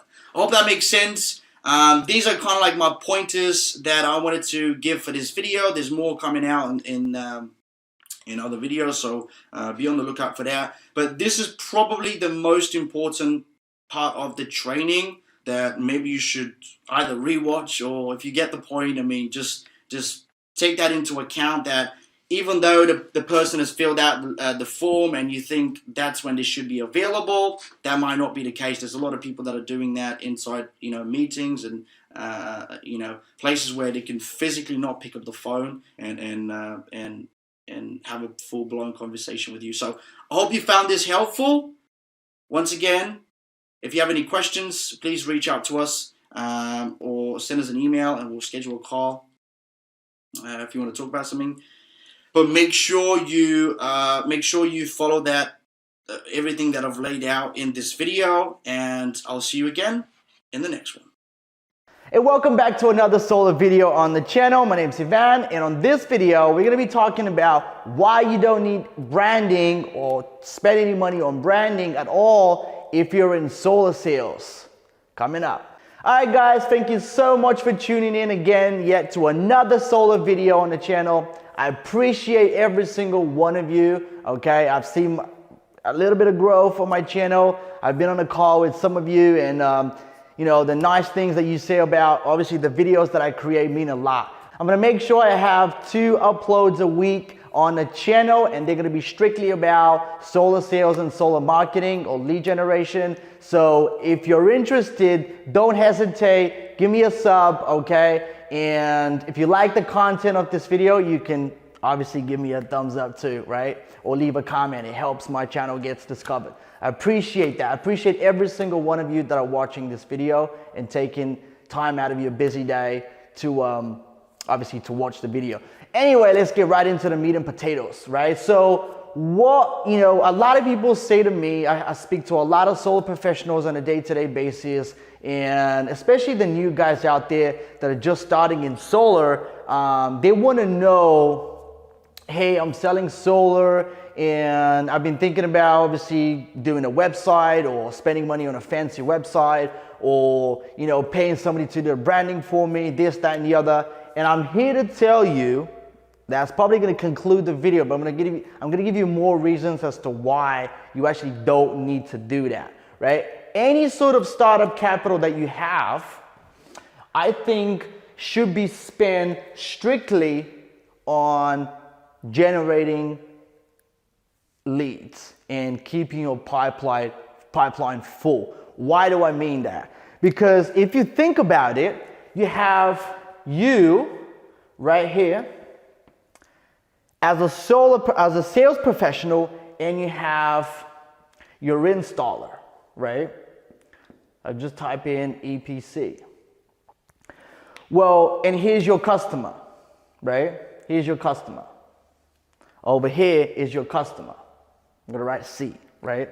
So this is you, and you're selling the panels, you're selling the system to the customer. However, you're not the one delivering the service. You're very dependent on the job that your EPC will do to your customer, which means that you can leverage your brand, you can piggyback, okay, on the branding that your EPC has and the reputation that they have. So let's say you're using somebody that's been in solar for 3, 5, 7, 10, 12 years, okay? You can say that you have been in business, that the installer has been in business for that amount of time, the fact that they're very experienced, because people care about that, okay? They're not gonna care about, you know, how much experience you have. They care about whether they can get, whether, you know, the people that are gonna be installing the system can get the job done. So make sure they have, your EPC has a very good BBB score, because your customer will definitely check them out. And if they suck, that could cost you a sale right there, okay? So look, all in all is that, imagine that you go to, I'll give you an analogy. Imagine if you're buying a laptop and you find, let's say you're searching up on Google a very specific laptop, right? And you go on that third-party website that's not it's not the company that produces the laptop, but it's the one selling it, right? Are you going to be more prone to, you know, obviously look up the company that's selling it, or are you going to be more interested in looking up the actual laptop or computer model, right, to ensure that it's good enough for what you're looking for, right? I don't know if that's a good enough analogy, but it's basically the fact that, look, even if you're not the one who's getting the job done, your EPC or your installer is the one who's going to put up the panels up on your client's or on your customer's roof, okay? So you have to make sure that they have very good BBB score, they have good ratings on Google, and they have a good enough brand, because when your customer looks them up, they look the part, and that way you will look credible in the customer's eyes. And that is something I get asked a lot, and that's why I felt compelled to actually record this video for you all, that I want to spend a ton of money, right, on building up a brand that you wouldn't actually need. And what I mean by that is, you can have a brand, but it wouldn't equate to more sales, if that makes sense. So all you have to worry about is keeping your pipeline full, okay? That's something that every professional should be, thinking about all day long, keeping the pipeline full. So instead of wasting hundreds, even thousands of dollars on building up a brand, you can actually allocate that same amount of money and put it into getting you a big pipeline, because that's the only way you're going to produce a monetary result. Okay?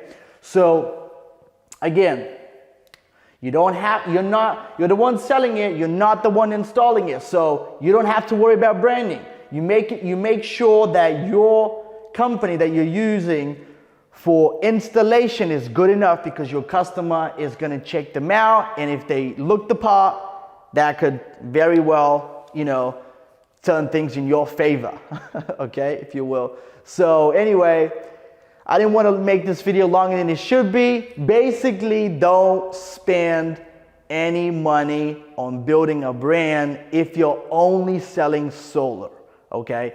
If you're a company, and I have clients like that, if you're a company that is selling and installing, then by all means, you need to have a brand. But if you're building a solar sales organization, or if you have a solar sales organization, or you want to build one, don't worry about spending money on branding. It's honestly worthless, because if your EPC or if your installer doesn't look the part in the customer's eyes, it's not going to work. Because all that matters is that your EPC can do a clean job, and that's that, right? So anyway, I hope you enjoyed this short video. Again, if you haven't subscribed yet to the video, make sure you do by clicking, the button below, and turn your bell notification on to make sure you never miss an upload. Also, if you want to learn how to sell solar, okay, virtually, and be good at it, make sure you download the free Solar Sales Black Book. It's the first link in the description. Make sure you check it out, okay? And check out some of the case studies on the channel too. And again, I hope you stay well. Make sure you're selling a lot of kilowatts, and I'll see you again on the next one. Hey, welcome back to another solar video on the channel. My name's Ivan, and on this video, I'm gonna give you the 3 big reasons why you should start selling solar over the phone. Coming up. Alright guys, thank you so much for joining me to another solar video. And on this one, we're going to be talking sales, okay? I'm actually going to give you some reasons why I believe you should start selling over the phone if you're a solar professional, regardless of whether you're a one-man show or you already have an established sales organization, okay? It doesn't matter, right? We all see what's going on. The tax incentives have been extended for another 2 or 3 years, and it's going to continue to be beautiful. Stay at 26%.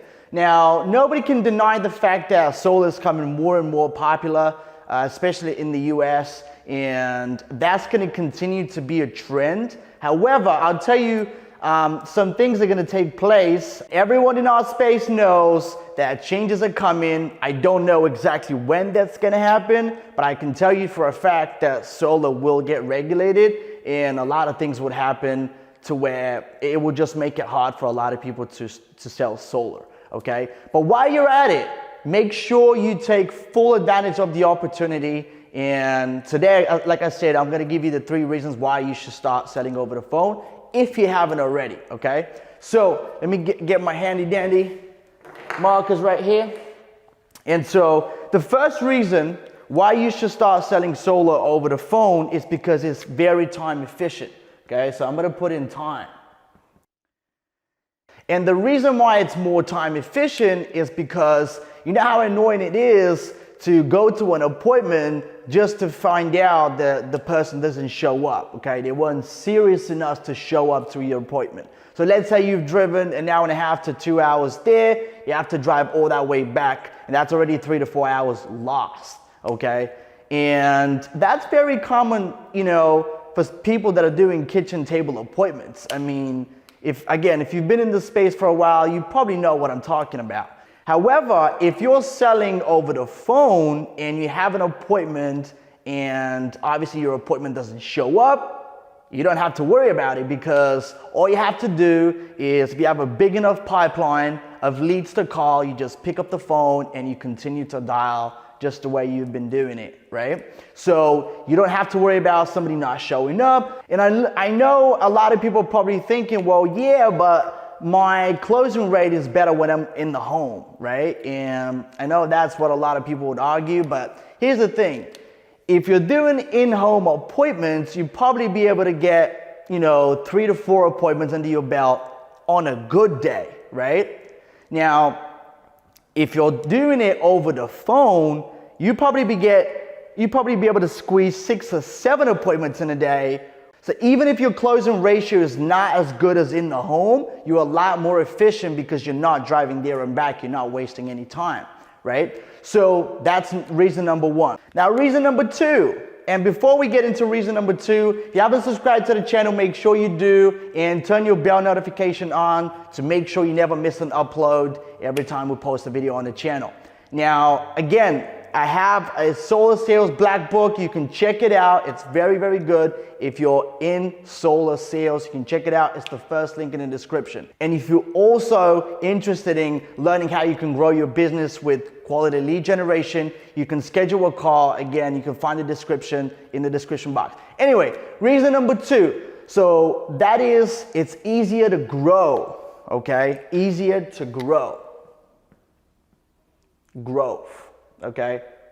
And the reason why it is easier to grow if you're selling over the phone versus doing in-home appointments is you can conduct all your appointments from one location, and you can literally do phone appointments in another state anywhere in the country, which is the beautiful part about selling over the phone, right? You don't have to move to another location, rent an office, right? Start training people there. All the things that would require you to build a successful business, a successful sales organization, you don't have to worry about because you don't have to relocate to another location, rent a space, start hiring people, this, that, and the other. And until obviously that's a self-sustaining place that can operate on its own. You can be in one location, and the beautiful part about this is that you're not confined to a location. So let's say you're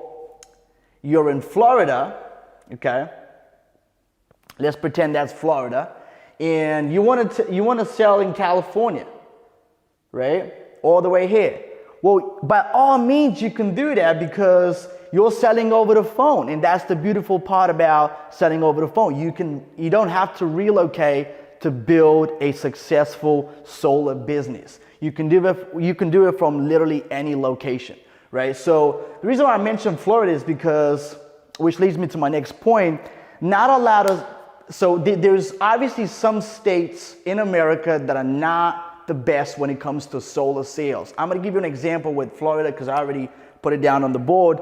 Florida is one of those states that people in South Florida, if you're in South Florida or you have experience selling solar in Florida, you probably know about this. But for example, in South Florida, there's a lot of people with bad credit score, okay? And unfortunately, there are some areas in America that people would just tend to have lower credit score or weird roof shape or a lot of shading issues and stuff like that, where installing the panels would be impossible almost. So I would tell you that, look, if you're in South Florida, for example, and you don't want to sell in South Florida, you can sell in California, you can sell in any state, okay? And that's the beautiful part about selling over the phone.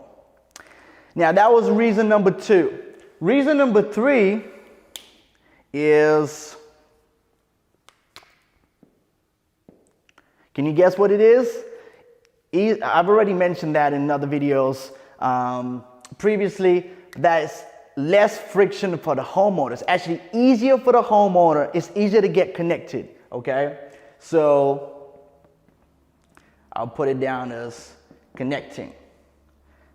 It's a lot easier to get a hold of somebody if you're selling over the phone than it is if you're, for example, doing a Zoom call, or if you're doing a Google Hangout, or whatever other software you use. Simply because it doesn't require the homeowner to do anything on their end, okay? All they have to do is make themselves available for when you call them, okay? So that's one, you know, big reasons for a lot of people to miss their appointments and have a lot of no-shows, okay? So if you wanna minimize your no-shows, you wanna make sure that you remove all friction out of the equation for the homeowner. Make it as easy as possible for them to show up for an appointment.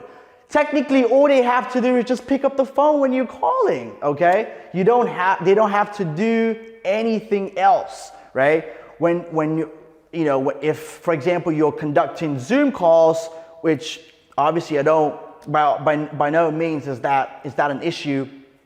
But when you're doing a Zoom call and you get somebody who is 65, nothing against people that are 65, by the way, but let's say somebody who's not tech savvy, okay? And they don't know, they've never used Zoom before, and they don't know that they have to download the app and this, that, and the other, right? And there might be, I call that friction, okay? So, which means they're trying to get to the appointment, they get angry because that makes them feel stupid, you know, for the fact that they cannot use technology, and then they just lash out and say, I'm not doing it, okay? It's happened to many of my clients, it's probably happened to you if you've done Zoom calls in the past, and so that's very common if you're selling through video. But when you're selling over the phone, again, that's not an issue. Again, if you want to learn more about how to sell over the phone, go ahead and check out the Solar Sales Black Book on how to sell solar virtually, or check out some of the case studies in the channel as well. You know, you'll find the link in the description down below, the first link in the description. So anyway, let's recap again all the things that we have on the board so far. The 3 reasons why you should sell solar over the phone as opposed to any other way. Now, first one is time. Obviously, it's very time efficient. You can pick up the phone, you can conduct all your appointments that way, and you save a lot of time. It's easy to grow because you can conduct all your appointments, once again, all your business from one location, and you're not confined by that location. You can sell anywhere in America, right? And number 3 is connecting. It's a lot easier to connect with somebody through when you're calling them versus waiting for them to join the call. And sometimes, as you know, you run into people that obviously are not that, you know, tech savvy, and they just they'll miss the call simply because they're not savvy enough to get it right. And another thing that I actually forgot to put on the board that's pretty obvious is the fact that, you know, take into account the times that we're living through. You know, the fact that it's a pandemic, a lot of people don't feel comfortable or sketchy, you know, for anyone going in their home, let alone selling solar, right? So some people will be okay, obviously, but that could cost you a deal. That could cost you a lot of deals in the future if you don't accommodate to the fact that, you know, you could just sell over the phone or virtually and, you know, and grow your business that way. If you're not sure how to do this, because I know a lot of people will probably say, well, I'm an old school guy, you know, I've never really done over the phone thing, and you know, it's not really for me, right? I'm gonna keep doing what I'm doing, which is obviously selling face to face. I would tell you this, we provide our clients with personalized sales scripts, we give them scheduling scripts, we train their team on how to do exactly. When I say personalized scripts, I mean, we will provide you with scripts that you can literally sell solar over the phone, word for word, when you know nothing about selling solar over the phone, okay? The fact of the matter is that even if you've been in the industry for 10 or 12 years or whatever that time frame might be for you, selling solar over the phone or virtually, it's a different experience for the homeowner. And just keep that in mind that it's a lot easier to build your organization selling over the phone than it is in any other way of selling. So once again, that's a wrap for this video. If you liked the video, give it a massive thumbs up, and you can even leave a comment. It helps me get discovered, and that channel will continue to grow. Hope you enjoy your weekend as I'm recording this, and stay safe, and I'll see you again on the next one. And welcome back to another solar video on the channel. My name is Ivan, and on this one, we're talking about how to start in solar sales if you are brand new or on the budget without door knocking. Alright guys, thank you so much for tuning in on another solar video on the channel. Like you saw in the title of this video, I'm going to give you the 3 holy grail ways of starting even on the budget. What do I mean by starting? Okay, you can start, right? But here's the thing. I'm going to give you the 3 ways to generate leads on a very little budget. What do I mean by very little? I mean under $1,000, okay? Or I can give you ways that you can start for free. It will just require a little bit of sweat equity on your end, okay? Right when you get the ball rolling, I would highly recommend hiring a company like us to help you explode your solar sales. And again, if you like the content of this video, give me a thumbs up and make sure you subscribe to the channel, turn your bell notification on to be notified every time I upload a new video to the channel. Oh, and one last thing. If you haven't downloaded the Solar Sales Black Book, go get yourself a copy. It's right in the first link in the description. It's absolutely free. Trust me, you'll love it. Let me know how you find it in the comment section.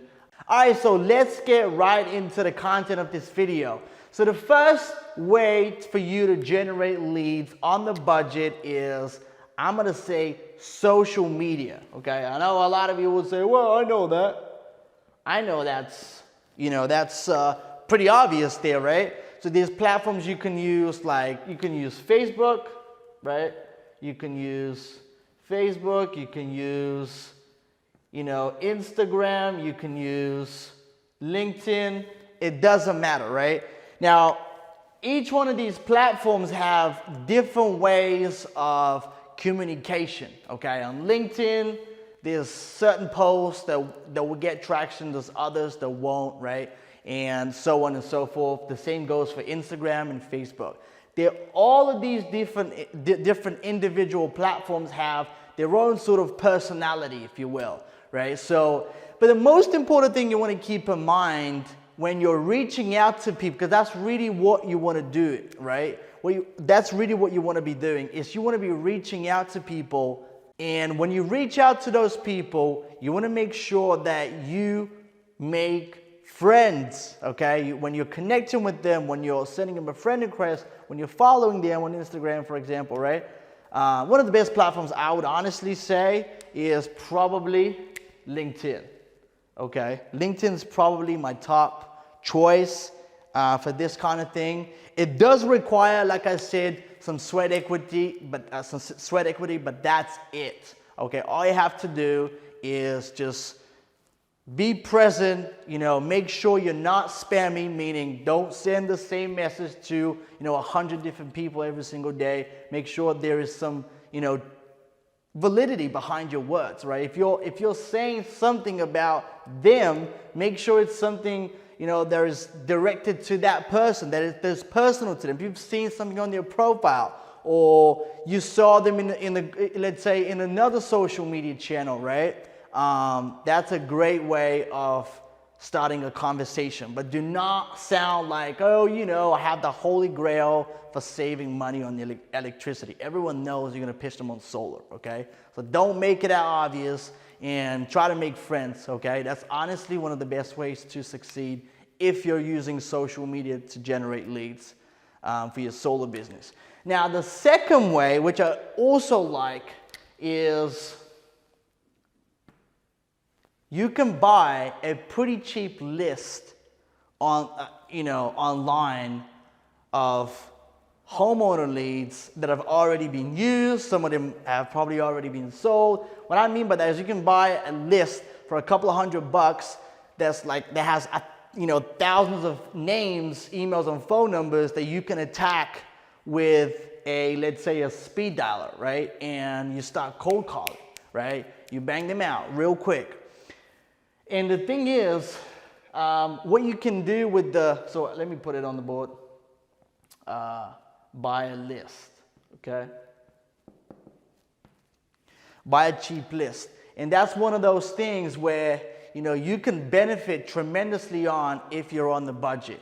Those people, just remember that those people, some of them have already been sold solar. They would have a system on their roof, okay? So that's why you have to sift through a lot of names, and that's why I recommend, you know, you check out some speed dialers. Just, I'm not gonna give any recommendations in this video. Maybe I'll make a, you know, a separate video about this, pretty much reviewing, you know, the different speed dialers out there. But what I would recommend you do is some basic research. Just type in speed dialer if you don't know what that is on Google, and you'll find out, you know, some names will obviously pop up. And what you can do is you can go to then YouTube and check out some, you know, reviews. You can check out some not affiliated, basically, you know, like I said, you know, people giving feedback about the software. So what a speed dialer is, in a sense, in a few words,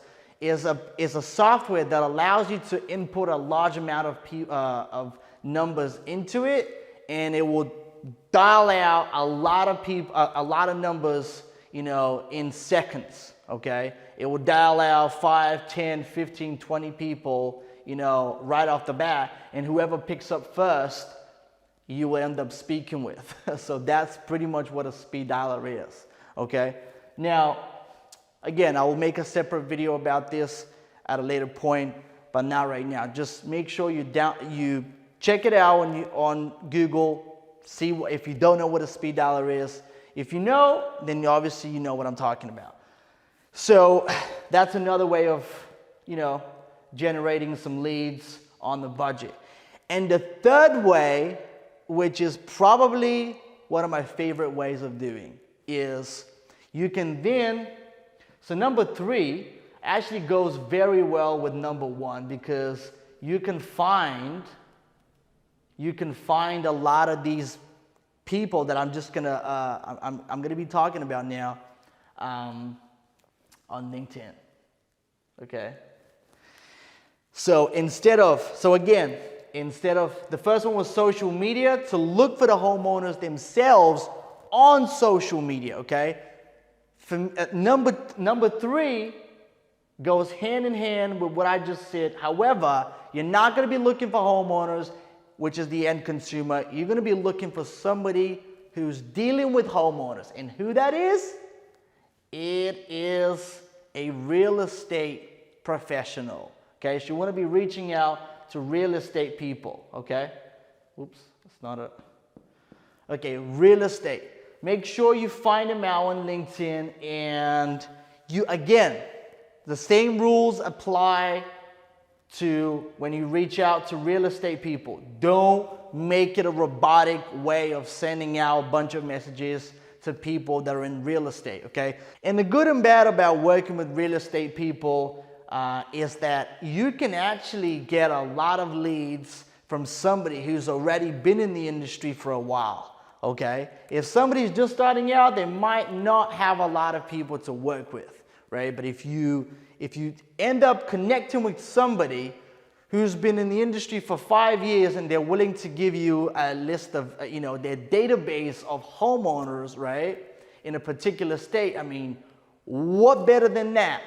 Now, the thing is, you can buy that data, or if you actually, you know, befriend them and you let them know that you're starting out, this, that, and the other, you know, let them know that obviously your closing ability is off the charts and you do really well. What I would suggest is you strike a deal with the real estate professional to where they only get paid once you sell something off their list, okay? Ways you can do that is you can have a CRM, you can give them access to the CRM, or it can be literally just based on trust, okay? But that's one of the best ways I would recommend for you to start out. If you are brand new on the budget, you can start out for literally free. You don't have to pay them anything.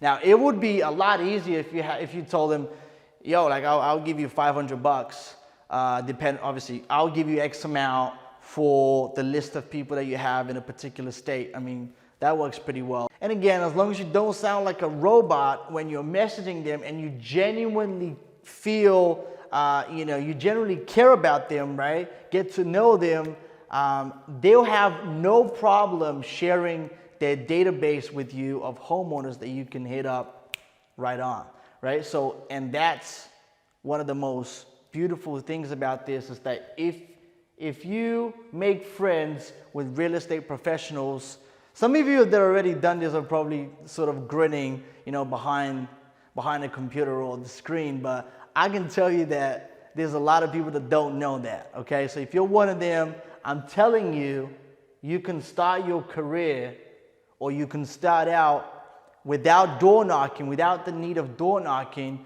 by simply being a little bit more creative, right? And so, again, hit them up. Don't sound robotic. Don't spam people with 100, different messages in a day with no personalization whatsoever. So make sure you sound like a genuine individual who cares about them and wants to make it. Because I'll tell you something about LinkedIn. LinkedIn has become so obnoxious about this type of thing because honestly, I would probably say like 90% of the connections that are being sent out are literally being sent out from softwares and robots. Okay, so there's no human, contact anymore. There's literally people just trying to accumulate leads, and that comes across very, very quickly, and people can pick up on these clues, man. So again, I hope you found value in this video. If you did, please give it a massive thumbs up and make sure you subscribe to the channel. I'm going to be posting a lot of these videos for you all, twice a week for now. At later stage, we can increase it to 3 times. We'll see. But make sure you subscribe, turn your bell notification on so you don't miss any of the uploads that we make. And again, if you like it, give it a thumbs up. If you don't have to give me a thumbs up. And again, if you know somebody who might benefit from the contents of the channel and this video in particular, just share the word, man. Share the word, okay? Now, again, let me know how I'm doing with these videos in the comment section below. Give me some feedback, okay? Again, I see people, messaging me on social media, a few individuals here and there, and I'm very thankful about this, that you're letting me know that the content really does make a difference. But please put it down in the comment section because it actually helps my videos get discovered, and that way we can grow the channel faster.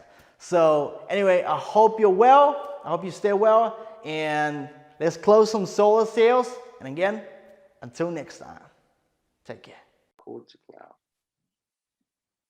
All right, so we've got Eric the John, ladies and gents, in the house. Eric, so thank you so much for being here. So really, the purpose of this interview is to sort of like, I'm going to ask you some questions to find out where you started from, because I know you're selling solar now, but I want to know, because I know your background, but I want you to go ahead and tell people where you started out, and then we're going to get into a little bit of a sort of like a questionnaire and ask you some questions about selling solar.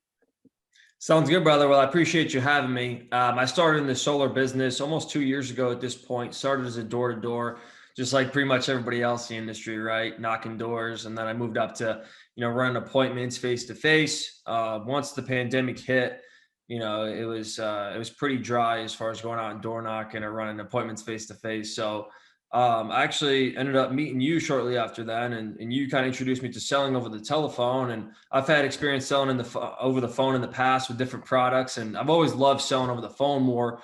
It's just so much easier to hit more people. And once you develop the skills and the techniques to actually close over the phone, it makes life a whole lot easier. So I started that about a year ago at this point. Actually, I think as of this month, it started about a year ago. And just have kind of taken and run with it. And man, it's been a huge game changer. Cool, man. So I know you started out with insurance first. You sold some insurance. So how does that compare to insurance? Like, because I know you probably did some closing over the phone with insurance. How does that compare? How does solar compare to insurance? Yeah, I would say it's very similar. The only difference is with solar, you're selling savings, which I believe, obviously it is a higher end product where, you're selling something that's 40, 50,000 bucks compared to something that's, they're spending 60 bucks a month. And, Right. sometimes people, no matter how much you put in their head, like, look, you're gonna be saving this much money. Even if you tell somebody, with insurance, for example, that you're gonna be spending 60 bucks a month, they only look at 60 bucks a month, right? So it's a little bit easier. But at the same time, it is difficult because nobody wants to buy insurance. So it's one of those things, man, where at the end of the day, it's all about activity, right? Like, you got to put in the activity, you got to be persistent as hell, and you just got to service clients, right? Like, you got to be willing to do whatever it takes, go above and beyond to fully give them what they need, and really just follow up. Follow up is huge, especially over the phone. That's the biggest difference, I would say, with going face to face and then over the phone, is because when you go to face to face, you can just show up at their house if they don't answer, right? Or you're in the neighborhood. Okay, great. Let's go stop by, Betty's house. They didn't answer, right? But over the phone, you have to literally become a hammer with the follow up. Right. But overall, it's very similar, very similar. What do you think is a common misconception of people that have, because I a lot of people that still like the old traditional way of selling, like in home, the traditional kitchen table appointments, seeing people face to face. So what do you think is the biggest misconception of people that are used to the old school way of selling versus obviously the new way, which is over the phone? Yeah, I mean, I think everybody, some people just love that old school way, right? They just want to go out and sit, face to face. And some people, they're much better at that. But I think, if you can adapt to the ability to sell over the phone, you have a lot more potential long term. You might not get the same results right away. If you go out and sell face to face and you can sell, 10 deals a month, you're probably not going to do that right away over the phone, just because it is different. It's a little bit, it does require a lot more follow-up, a lot more persistence. But once you get it rolling, and you can really make a killing. And it's really about, if you're looking to make a difference long-term in the business, then I would say you have more of an opportunity to grow and scale when you're selling over the phone, just because, you can just easily tell your lead guy, right? Hey, just add this state. We want to go into this state, or add these markets. We want to increase budget, right? And you can hit more people. So in the beginning, yeah, face-to-face is easier for sure. But long-term, I would say, building something big and building a business that, you want to be in this industry for a while, over the phone is definitely a scalable solution. Right. So for somebody starting out and they've never done a phone sale, they're like, okay, I've done everything. I'm open to change, and I want to know how to begin. So what do you think? What's your best advice for somebody who's just literally just starting out and getting immersed in phone sales?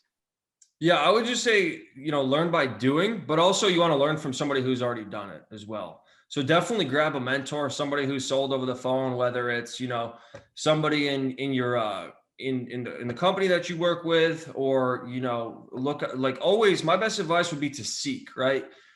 Seeking is, that quote, seek and ye shall find, dude. It's so true, because especially with the way that technology is set up nowadays, there's access to pretty much anything that you want out there. So if you want an opportunity to sell over the phone, go on Facebook and post in groups like, hey, who here is crushing it over the phones? Or, go interview a bunch of local solar companies and ask them, like, what's your guys' model? Does anybody here crush it over the phone? And the more action you take and the more you seek, the more you're going to find.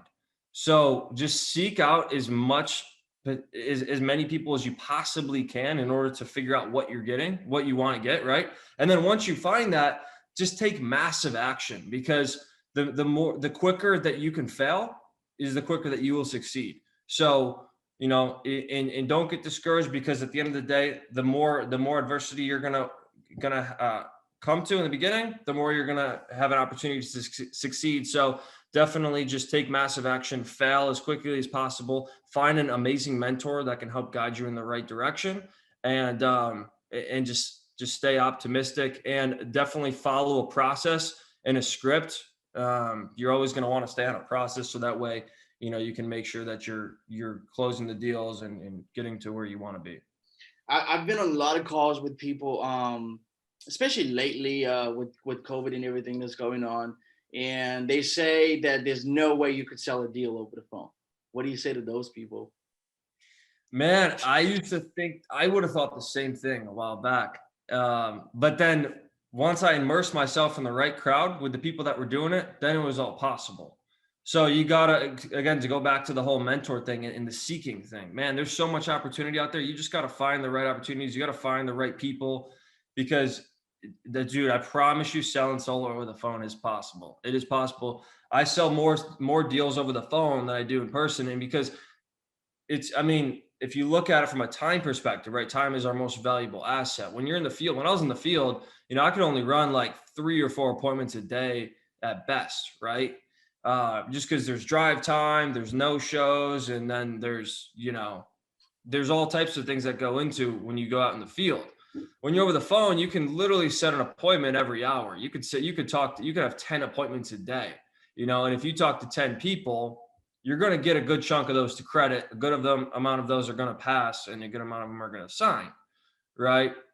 So you're automatically putting yourself at a better advantage. Now, you just have to find that process that actually works, because if you don't have a process that works, then it's going to be really tough to sell over the phone.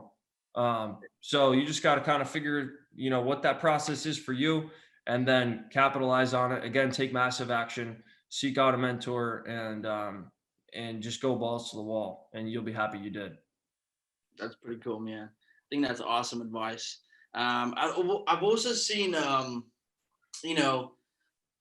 obviously some people like you, really. I mean, some people that live, actually where you live is pretty cool, but some people, let's say, live in a less fortunate areas, meaning not that they're bad areas, but they might not be great for solar.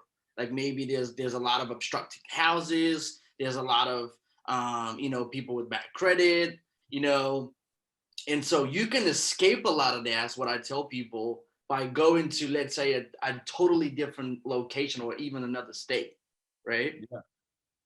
Like you can literally target anyone that you want, right? As long as you can get their contact information, and they willingly tell you, I want to be contacted, right? Yeah. So how long did it take you to fully make the transition, brother? Like what was the time frame for you? Yeah, I mean, overall, it was a pretty quick transition. I started off selling here in Florida, but then once I started selling over the phone, I realized that other markets were a little bit better. That were like you said, maybe they had a better credit, or there was more of an opportunity for people in those neighborhoods. There was already like more established there, right? A lot of times, and if you're in solar, this, right? If someone's looking at solar, a lot of times either their friends or their family have it, or somebody in their neighborhood has it, and it's just growing bigger in their neighborhood. So it did take me a little while to figure out what those markets were, but again, it just took myself some time, some money, and immersing myself with the right people to figure out where those places would be. The best thing that anybody could do to cut down, like the best shortcut anybody could use, if there's a shortcut, is again to find somebody who's already done it, so that way you can get the information from them, so you don't have to bang your head like they did. So that's kind of what I've done. I've always seeked out other people who have already been there and really accomplished where I'm looking to go. So the quicker you can find that, and again, the quicker you can just take massive action, the quicker you're going to figure out, exactly where you're going to want to sell. And then also, obviously finding a convenient installer that's going to provide the utmost service to the clients. Which is huge because, as you know, solar is a service-based product, right? It's a commodity. They can get it anywhere. The only difference that makes, X company from Y company is their service. So find a company that's popping in that specific area, wherever that's going to be, and And yeah, man, that's the beauty of it too, because if you live in an area where, you know, maybe no one is really willing to go solar as much as another area. I mean, you can always make somebody willing to go solar as long as you're there to educate them. But I get what you're saying, right? I get what your question is. So that's the beauty of selling over the phone, right? All you got to do is say, "Hey, Ivan," or "Hey, whoever, whoever's, you're working with, can you turn on this ad in this area?" You know, and that's the beauty of it, is you can expand at will. Yeah, for sure. And if you're actually going to hire salespeople, eventually, it's going to be much easier than, for example, if you were going to go in Texas, for example, or California. You don't have to relocate there and permanently, or even for a short period of time. Like, you don't have to move where you are. You're not confined to your location. You know what I mean? At the end of the day, like, yeah, that's actually a great point you bring up, because a lot of people would be that, well, these people over the phone, they're going to be like, well, you're in Ohio and I'm in Texas, or I'm in Florida, right? But at the end of the day, that's why you got to find an installer that's established in that area. Because where are you guys at? Oh, well, we're at the local, office here in Austin. We've got plenty of crews. We do X amount of installs a month, right? And the next thing you know, the credibility is huge, right? It's right there. And at the end of the day, that's what matters, right? It doesn't matter that you're in Ohio. You can sell anywhere. You just got to have the right process down, and you got to have the right partners that are going to support you and actually live up to the word that you're giving to the clients. Mm-hmm. What would you say is, let's run through the numbers real quick. What does it look like? Like, obviously comparing to, because a lot of people want to know about the numbers. What are the numbers? Okay. And obviously it would vary from company to company, from individual to individual. But what are the numbers that you've seen? Because I know you're pretty good with your numbers, that you've seen in both over the phone and obviously in person. What's the comparison? Like, walk us through that a little bit. Yeah, I would say in person, there's probably a higher closing rate that I've seen. But again, it takes way longer to get to those numbers. So overall, in terms of time efficiency, the numbers are going to be better over the phone, right? Just because you can hit more people. But I mean, even if you break it down, right, the numbers face to face, it's really only, I mean, I've seen probably like 8% close rate face to face, maybe, and then over the phone, anywhere from like 6% to anywhere from 5 to 6%, probably, depending on the salesperson. I know people who sell higher percentages than that, a lot higher. So it really just depends on the salesperson at the end of the day. But the thing is, what I think it's kind of hard to say, like, what is the exact numbers for this person, because it's kind of broad, right? But overall, your numbers won't be that much less over the phone than they will be face to face. But what I can tell you is, if I have like 10 appointments and I get 5 to credit, 2 or 3 of them are going to pass, right? So you can sell about 2 deals, right? But if you go face to face, again, everybody that goes face to face knows this. You can't really run more than 4 or 5 appointments. 4 or 5 is like a lot of appointments face to face. If I had that much, it was like, wow, like that's a lot. Most of the time it's like you're only sitting in front of like 1 or 2 people, or 3 on a great day, right? Yeah. And you spent the whole day driving around by yourself, not talking to as many people.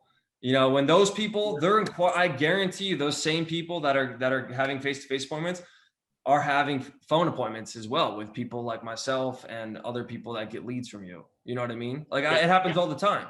So. And another question too, bro, that comes up a lot is, why over the phone? And I speak about that a lot in my videos, but I want to know your take on this. Why over the phone versus something like this, like Zoom or even Google Hangout? What's your point of view? Well, I mean, again, I just feel like, I know some people that will close over like Google Hangout or Zoom. Some people that will just close straight over the phone. It's just obviously you got to find a process that works for you, but the phone is definitely efficient, right? So you want to make sure that time kills deals, right? So you don't want to be like sending if somebody can't open up a link or a Google Chrome link or a Zoom link, that can really kill a deal. That's killed deals Ooh, for me in the that's past. exactly what I'm talking about. Yeah. So over the phone, it's like you just pick it up and you're boom, boom, you're efficient. You provide, and you literally like prove to them that you're a human that just wants to help them. Another way to bridge the gap with that is send them a selfie video to show them like, look, I'm a human. My name's Eric. My name's Ivan. I'm just want to help you out. You know, like I know that you're paying a high bill. I know that this is important to you. You know, this is the program we're running.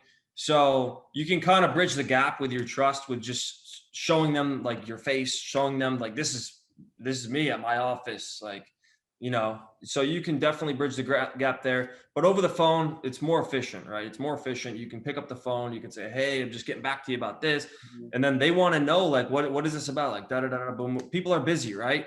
So it gives you the opportunity to actually talk to more people, and be able to meet with more people, because a lot of times it's the information gatherer, right?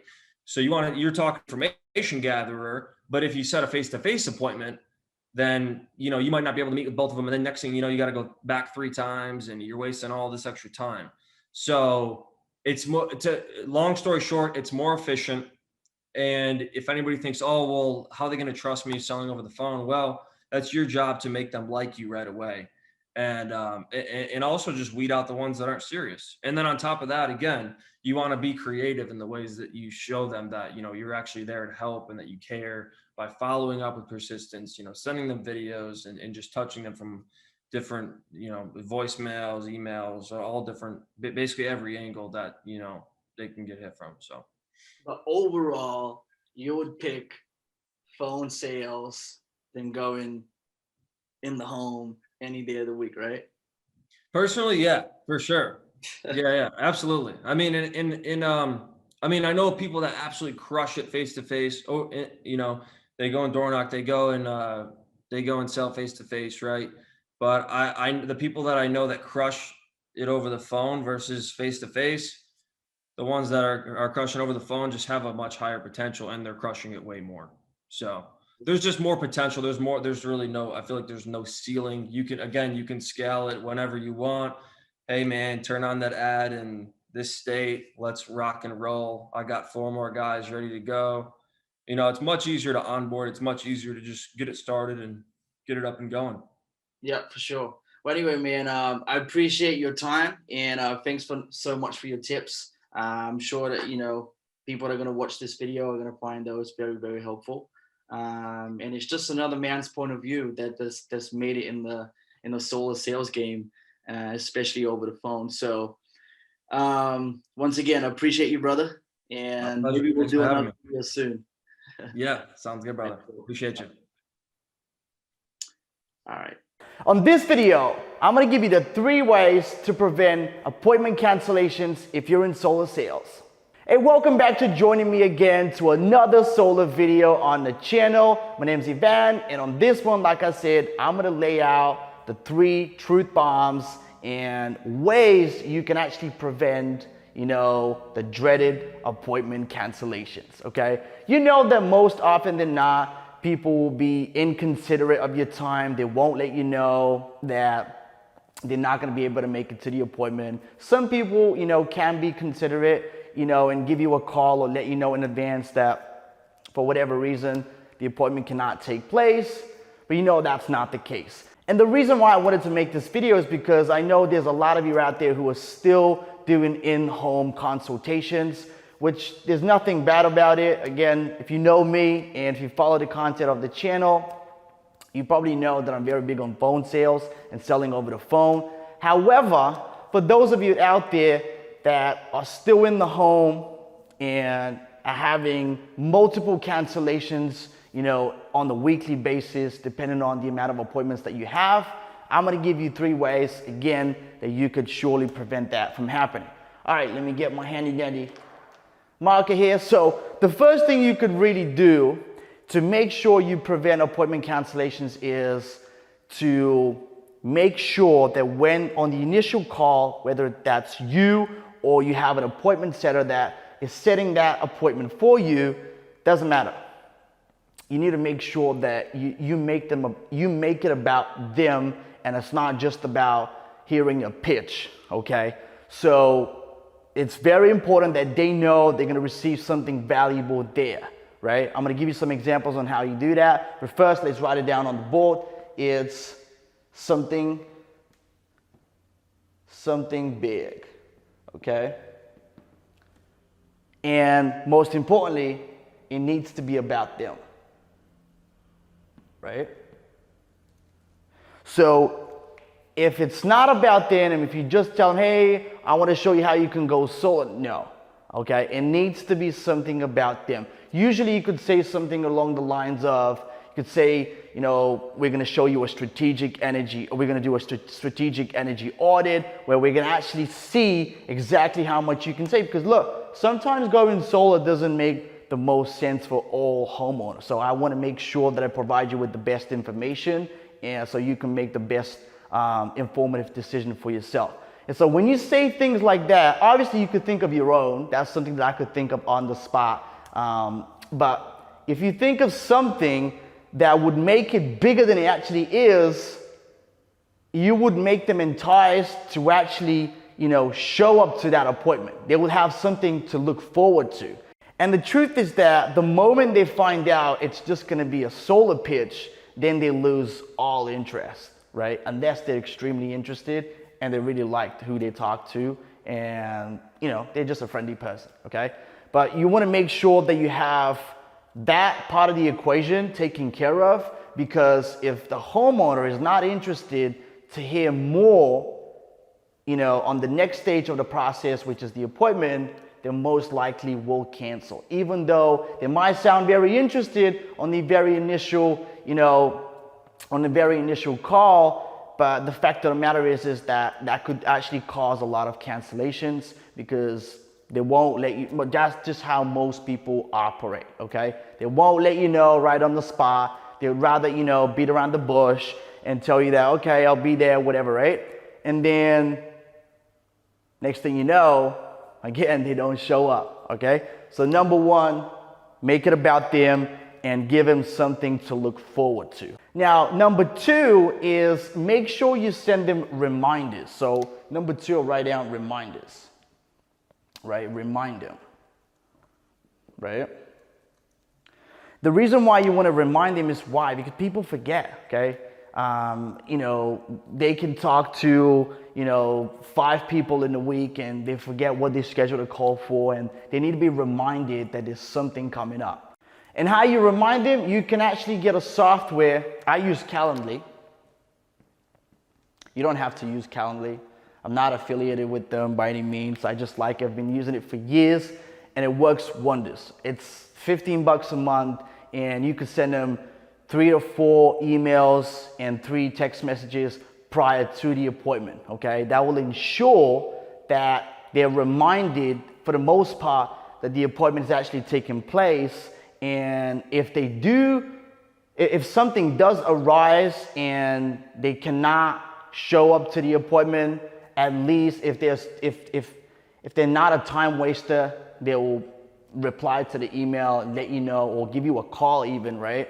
To let you know that they're not going to be able to show up, right? Now that's number two. And I would highly recommend that you use a software and you don't just rely on manpower. So once you've obviously used the automated way of reminding people that the appointment is actually taking place, you know, at a certain time, at a certain date, then what you can do, number 3 for me, will be the human touch, which is somebody on your team will actually reach back out to them and let them know that the appointment is actually taking place, and to make sure they confirm the appointment. So usually we like to do that 24 hours in advance, okay?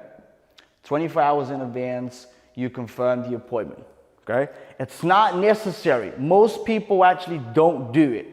But if you have the manpower to ensure the appointment is actually happening, I would highly recommend you schedule a call. That call, by the way, if you're a one-man show, what I would do is I could even send them a video, a personalized video on my phone, shot like this, letting them, showing my face, you know, and letting them know that, I'm looking forward to the appointment, obviously showing them that you're a real human being, and so they have nothing to worry about.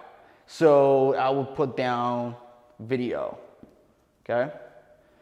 You can send that through email, and it's very different when you actually do it. When you send out an email with a personalized video, who does that? Nobody does that, right?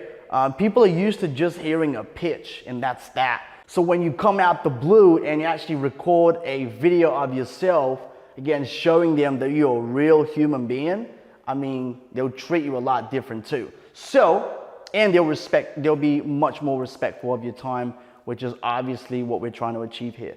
So, again, video through email.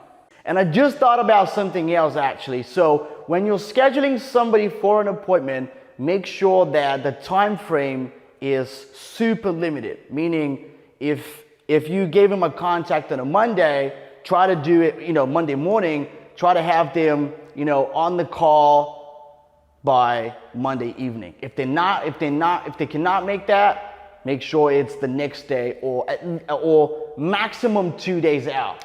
So I would put that as a bonus point. Number 4 is maximum 2 days out, okay? 2 days. Try not to have appointments that are like a week out or 2 weeks out or some crazy stuff like that, because if you do it, you're gonna have a lot more appointment cancellations, and you look at your calendar thinking, wow, I actually have a lot of appointments booked. But the truth is, a lot of things can actually happen, in someone's life in 1 to 2 weeks. So you want to make sure that you minimize the time frame between the initial call and the appointment. So we like to do about maximum of 2 days out. You can do 3 to 4 days if that's an emergency and the homeowner literally lets you know that they're going to be on the road or they're going to be with their family. They're not going to be by themselves and they're not going to be available, for the next 2 to 3 days. That's the only time that you would make an exception to book them in for an appointment. Otherwise, try to rush them in as close as possible, as soon as possible to the initial call, and go for the appointment. And by the way, just so we're clear, it doesn't matter that you're doing in the home or you're selling over the phone, okay? Appointment cancellation is an appointment cancellation. Now, I understand that if you're on the road, if you have to hit the road and literally cost you an hour and a half to 2 hours there and 2 hours back, that's a significant amount of time that you've wasted out of your day for literally nothing, right? You're wasting gas, wasting time, right? And you're driving all alone by yourself, stuck in traffic, that sort of thing. So again, doesn't matter how you're doing it. If you're doing in the home or over the phone, one thing that you can actually do when you're selling over the phone is, if you have an appointment cancellations, what you can do is you can go back to your list and keep dialing. You can make sure that you're getting in touch with other people that are in your pipeline and try and schedule more appointments as opposed to driving there and back. But that's something that I've talked about in my, in other videos on the channel. You can check them out.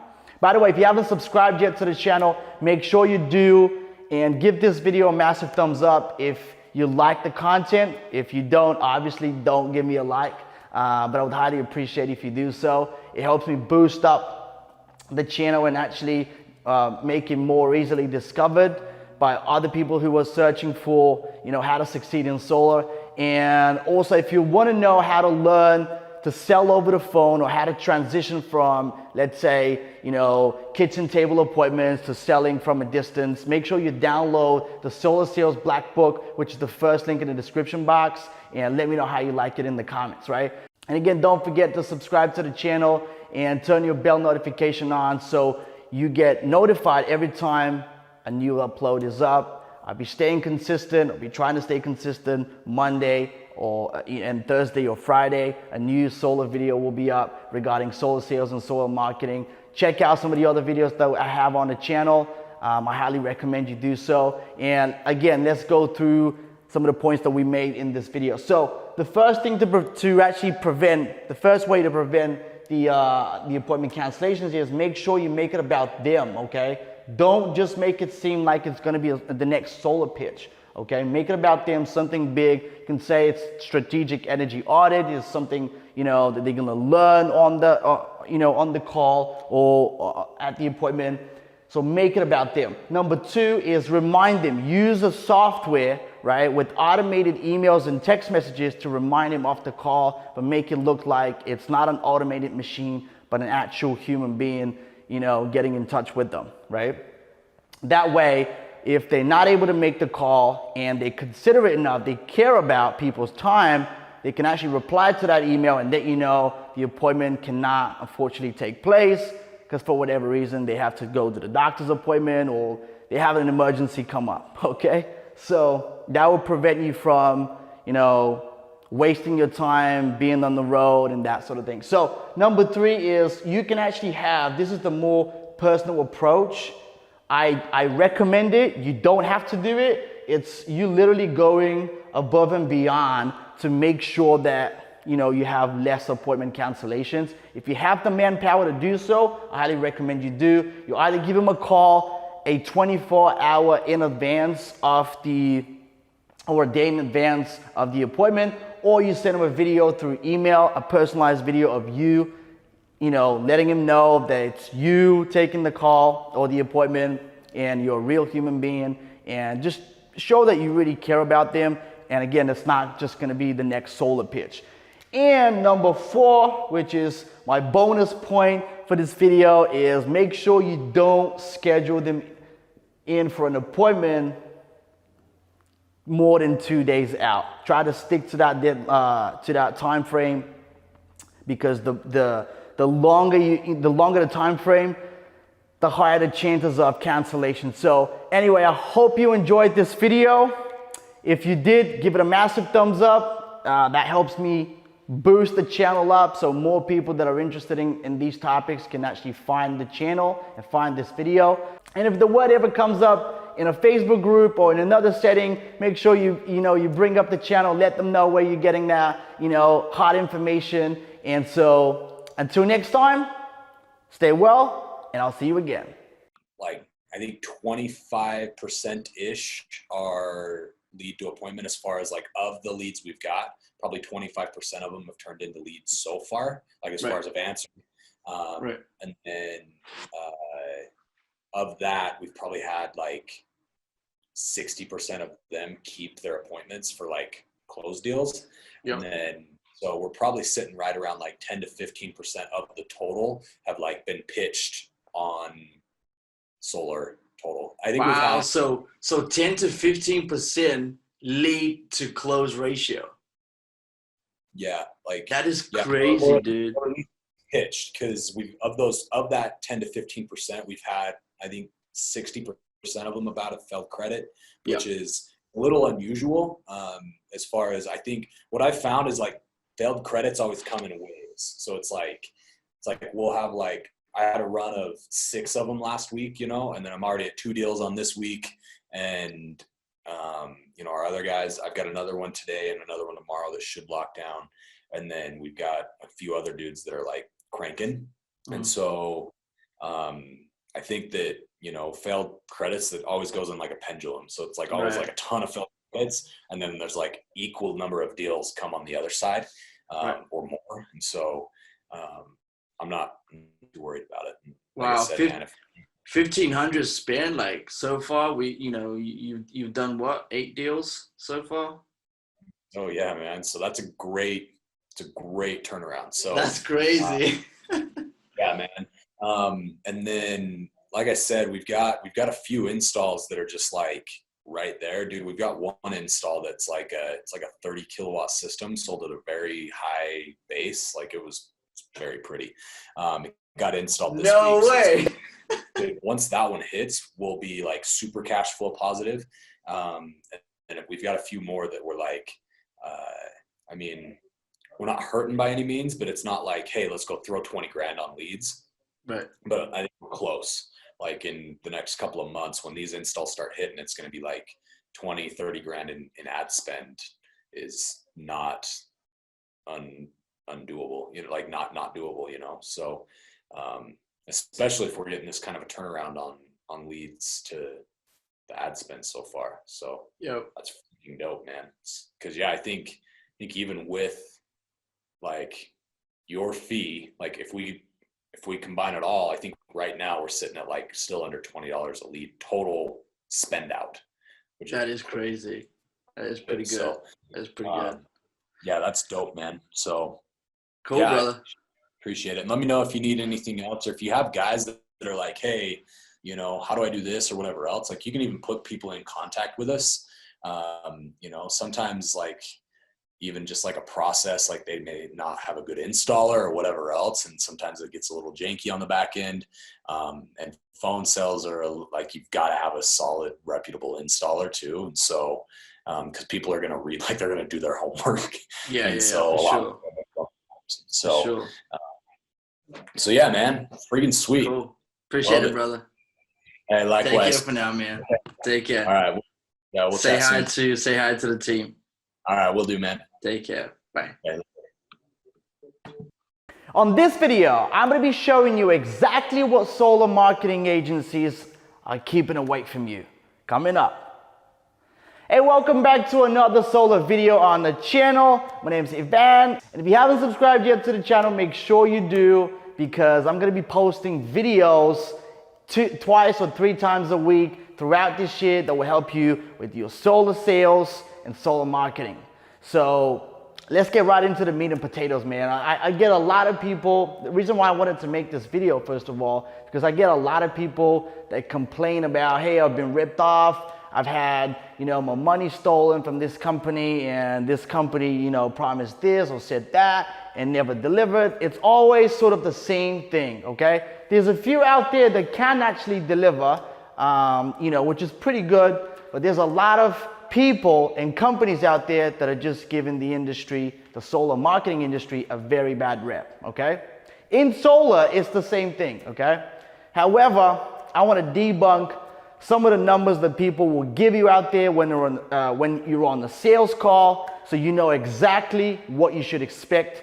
And I've seen, again, time and time again, it doesn't matter what anybody tell you, again, it comes down to delivery, okay? Talk is cheap, results are everything in this game. And so I want to let you in on what are the numbers. What the numbers look like if you hire a marketing agency that knows what they're doing, okay? So what I'm gonna do is I'm gonna lay out some numbers here on the board that will give you sort of an understanding as to what you can be expecting if you invest in a good marketing company. Wink, wink.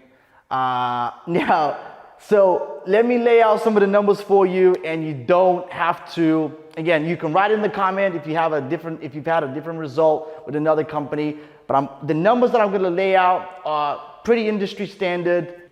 And again, your closing rate comes into play too. That's why in our program, for example, we actually show people how to close solar over the phone. So we remove the sales out of the equation, but that's a topic for another day. So now, numbers, what they look like if you were to start working with a marketing agency that knows what they're doing. So number one is, what are the lead costs, man? Leads, okay? Leads. Now, lead costs. So the lead costs can range somewhere around $5 to around $20, $25, depending on the market, right? The reason why I like to say 5 to 20 is because that's usually the ballpark of what we generate for our clients, okay? That is, again, that is a homeowner, someone who said that they own a home and they have a 650 and above credit score. It will cost us $5 to $20 to generate that.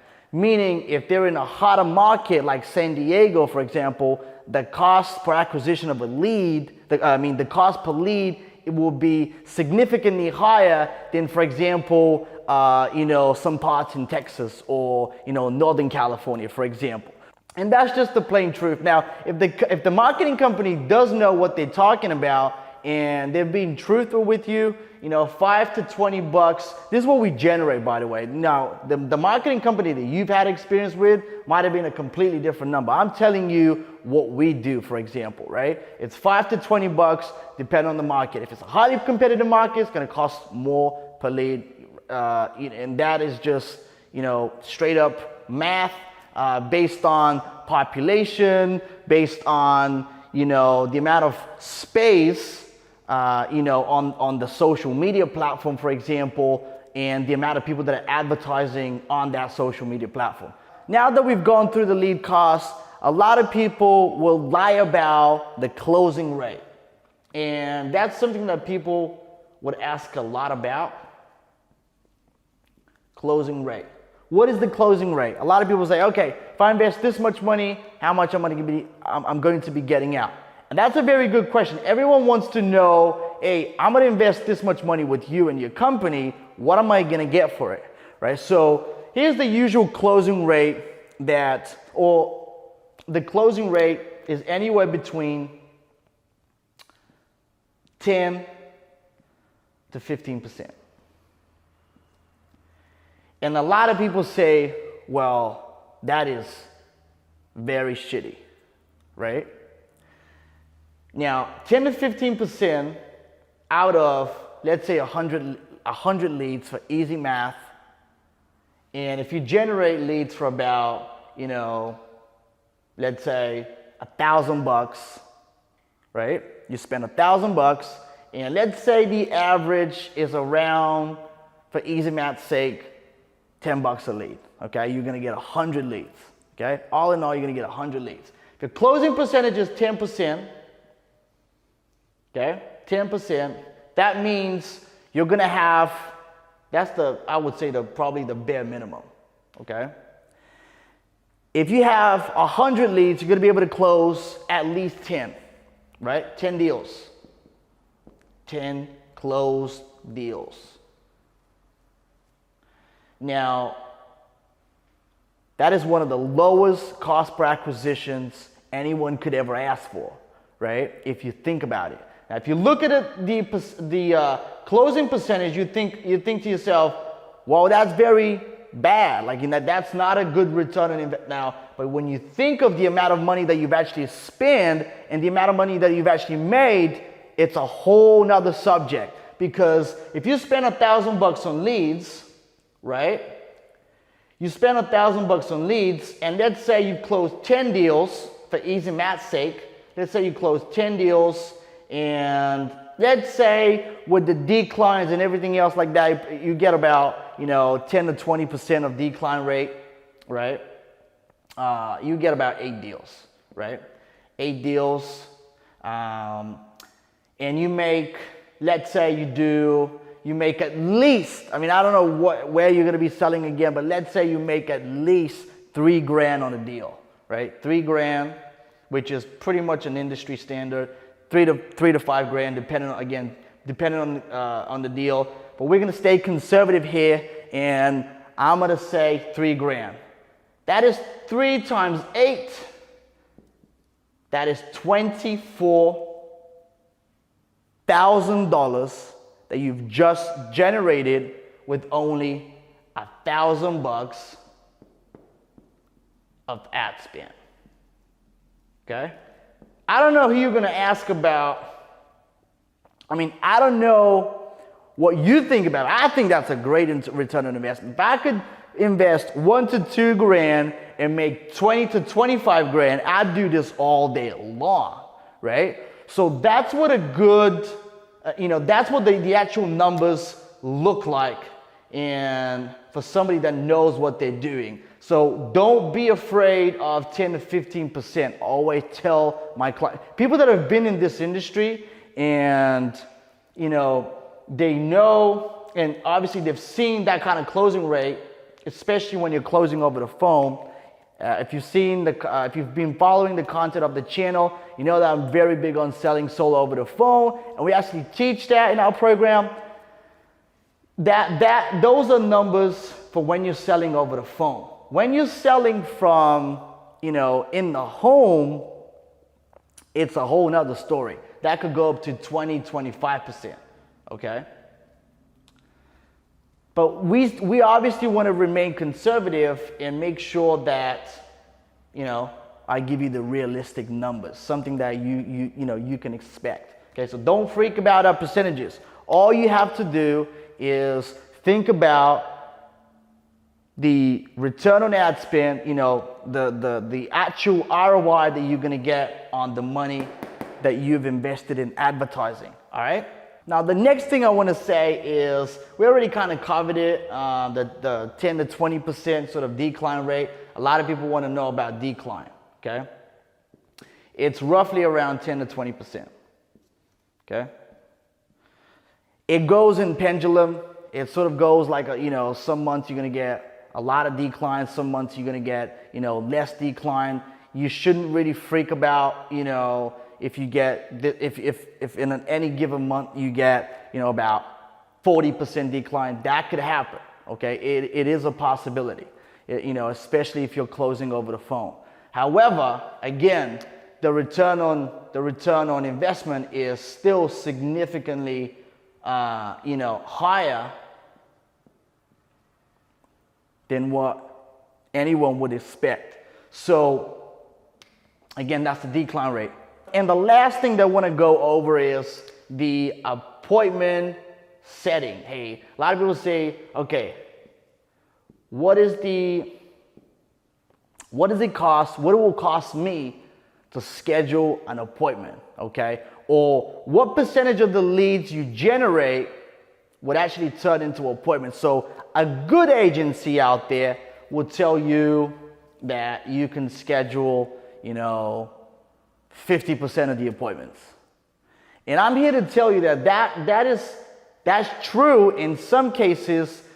However, you're either gonna have to pay, and that doesn't always mean that you're gonna get super qualified leads, but you're probably gonna have to spend a lot more money to generate this many deals if you're paying a high cost per lead, right? So I would say that the appointment ratio is anywhere between 20 to 30%. 20 to 30%, okay? Which means, again, for easy math's sake, if you do, for example, if you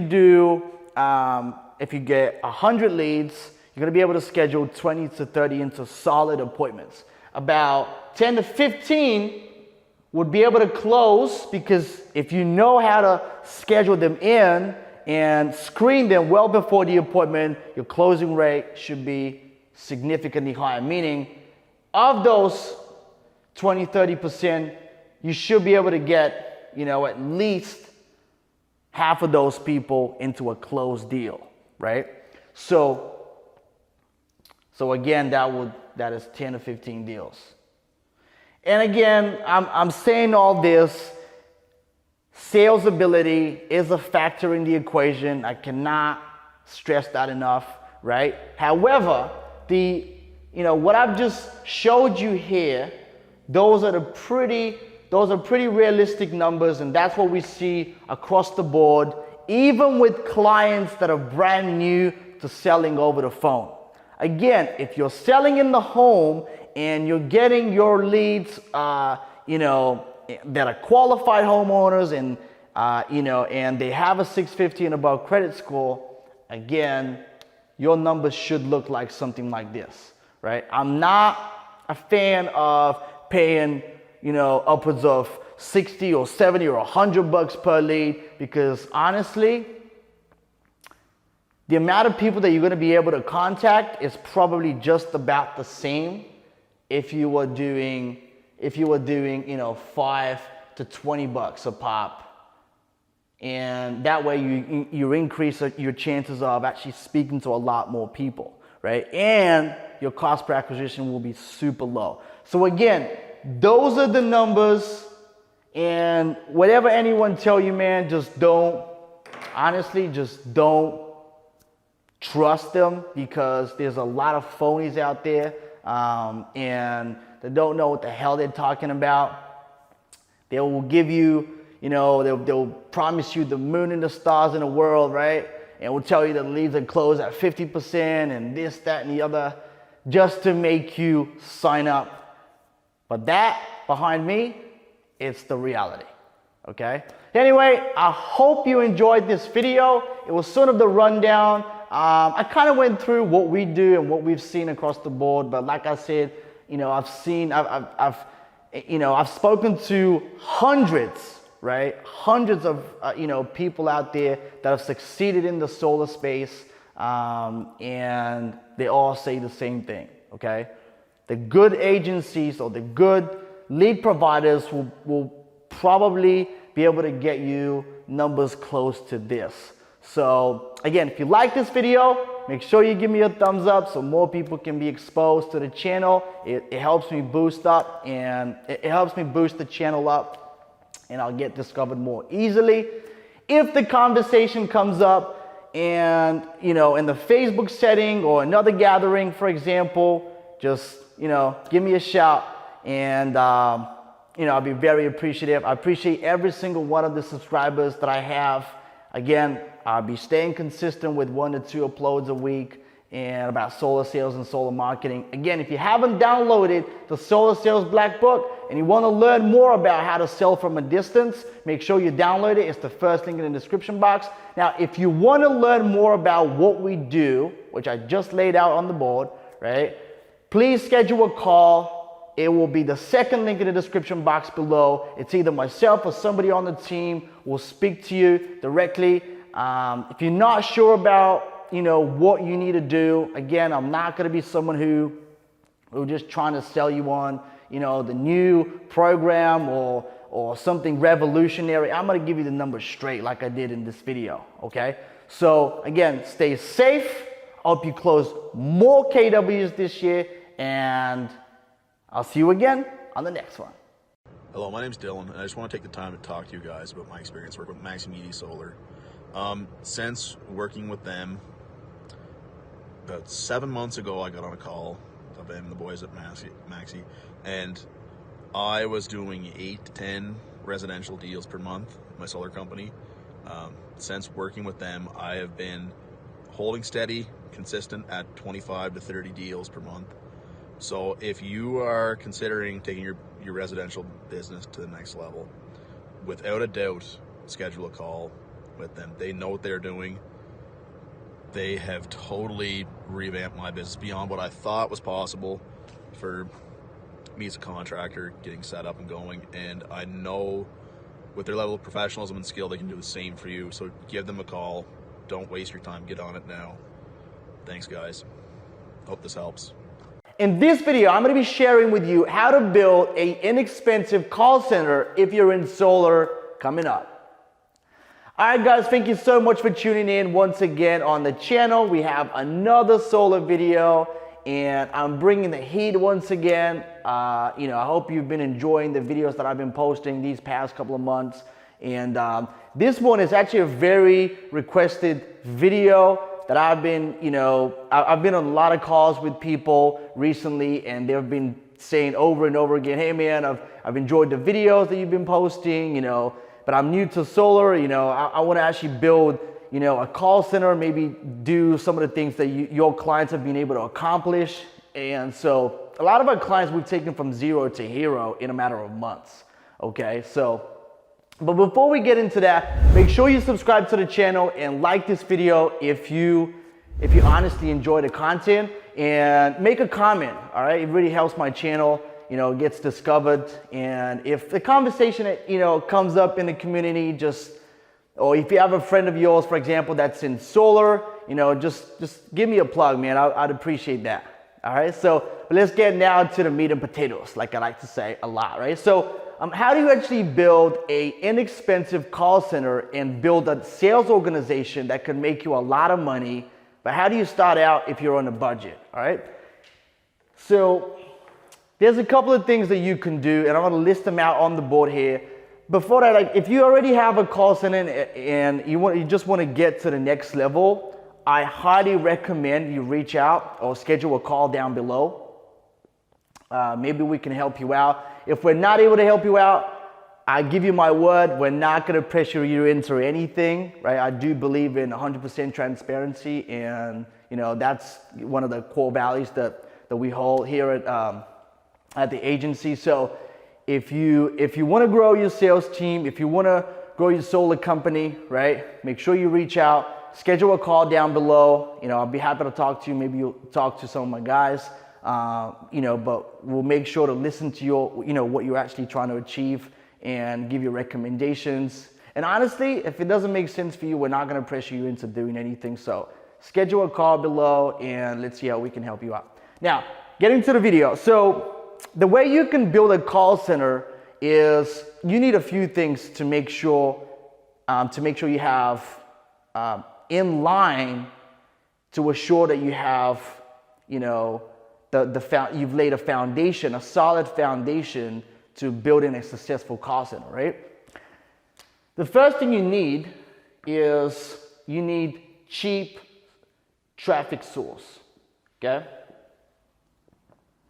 You need cheap traffic. Why do you need cheap traffic? Because when you have a call center, right, you need to make sure that your guys have leads to call every single day. That's one of the things that we do in our agency. When we have guys that come in, they usually have, 2 to 3 people. Some of them have 10 or 15, depending on the size of the company. But it's usually the same thing. I want to make sure my guys have leads to call every single day. I want to make sure my guys are staying busy, okay? So that's where you want to make sure that you have a cheap traffic source, okay? Buying a $50 to $100 leads from questionable companies and lead vendors out there that you don't even know how many companies you're going to be able to compete with once you get on the phone with the customer. You want to make sure that you throw that idea out of the window. If you already tried that, you know exactly what I'm talking about. Now, cheap traffic source. What am I referring to when I say a cheap traffic source? So a cheap traffic source can be Facebook. All right?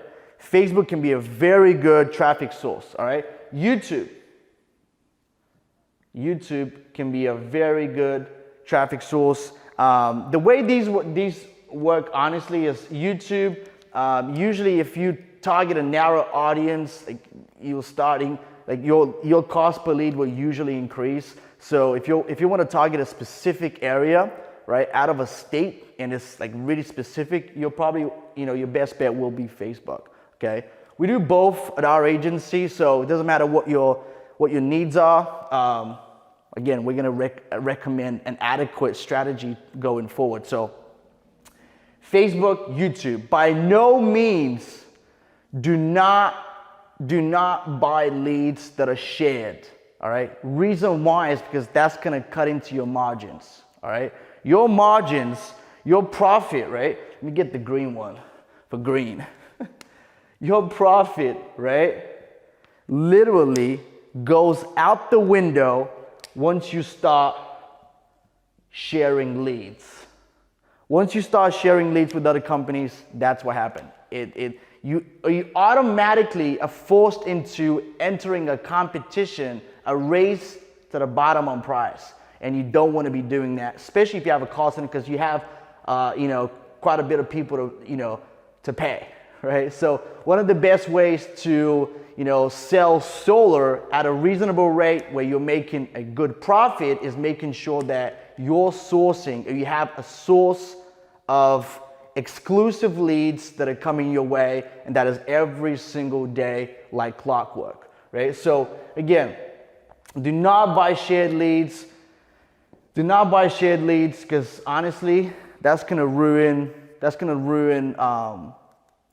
the whole idea of you having a call center and making good margins on it. So the second thing you want to make sure is that you want to make sure that you have somebody, all right, to call these people. If you're a one-man show and you're trying to build a call, you can still do it. But even if I was starting out all over again and I was to want to start my call center, I would probably hire somebody. I would train them, right, on how to pick up the phone and dial and get me appointments scheduled. Okay, because if you're very good at closing, you should preserve that energy of yours and make sure that you put it towards closing as opposed to setting appointments. Setting appointments are very important. It's a very important job, but you want to make sure that you allocate somebody for that job that can, that can help you out, preserve some of the time and energy that you have to actually, close the deal. So make sure you find somebody, okay, find a rep. Make sure you have somebody that will be able to call the leads. And the next question obviously is, where do you find that someone, right? So again, if you're starting out and you're on the budget, one of the best things you can do is go to Indeed, and honestly, you could just post an ad. Obviously, the ad needs to be enticing, because that way you're selling. With a job offer, right? What you're doing is you're selling people on why obviously they should join you into something that is lucrative, right? Something that's going to make them a lot of money. So usually, if you're starting out and you're on the budget, what I would recommend is that you pay them either a minimum wage, or you give them a good profit. You give them a good percentage of the profit when you close a deal. Okay, it's a little bit tough to get good people on board if you're just offering them, a cut of the pay, but it's not impossible. We found, we've filled a lot of spots for clients of ours that we've had in the past doing it that way. Okay, and some people would honestly prefer it. Some people that are, you would find that a lot of people that are, more, go-getters, that take the initiative, that aren't afraid of commission, pay, they are actually the ones that'll be able to produce for you the most, as opposed to people that are just, they're kind of like okay with the fact that they're gonna get $300 a week and that, so on and so forth. But the fact of the matter is that it's not impossible to find good people that are ready to go, that are ready to do the job, and they're not expecting any pay. You only pay them when you close, right? So find a rep, number 2. Number 3 is you want to make sure that you have, again, a good installer, okay? Good installer. Or an EPC. I made a video about this. You could check it out. It will pop up right up there. Exactly what to look for when you look for an EPC or an installer, right? Because there's a lot of companies out there that will blatantly rip you off without batting an eye, right? As I like to call it, without, honestly, with, companies with very low integrity, companies that don't care about long-term business, and these companies would have no issue, right, telling you one thing and doing something completely different. Okay, you would expect you close a few sales, you'd be happy with the initial red line that they give you, just to find out a few weeks later that red line was not the true red line. You've actually had a lot of hidden adders that were then added to the deal, which significantly reduced your profit margin. So again, go back to the video I just pointed out. It's 2 or 3 videos ago from this one, and just watch it all the way throughout. I've actually linked some of the best installers that I know down in the description box. Not this one, the video that I'm referring to. So again, let's recap, and let's see if I've missed anything, but let's recap. How do you actually build an inexpensive call center if you're just starting out, okay? So you find a cheap traffic source. We could already do that for you, right? You could come to us again. Feel free to schedule a call. We'll find out what your needs are, and if we can help you out, we'll let you know. Find a cheap traffic source. Most of the time that will be YouTube and Facebook, all right? And you run an offer, right? The way we do it, I forgot to mention that, but you run an offer, right? And you entice people to basically, go through the process of going to the landing page, through the funnel, right? And making sure that they follow every single step of the process, because it is a process, right? You have an ad, you have a funnel, you have a phone call, and then you have the actual appointment, right? Every single step of that process is designed to get the individual, the lead, the homeowner, right, one step further, right? You're not supposed to sell the system from the ad. You're not supposed to sell the system when somebody gets to the, you know, to the page, right? What you're supposed to do from the ad is get people to click. What you're supposed to do when you get people to the landing page is get people to, you know, fill out their information and actually, you know, be looking out for a phone call from your company. And when you get to the phone call, again, you're not supposed to sell the system. You're supposed to sell them the appointment and why they should show up. And at the appointment is where you actually sell the system. All right. So again, making sure that you have cheap traffic. Do not buy leads. If you're already doing this and you're successful, that's okay.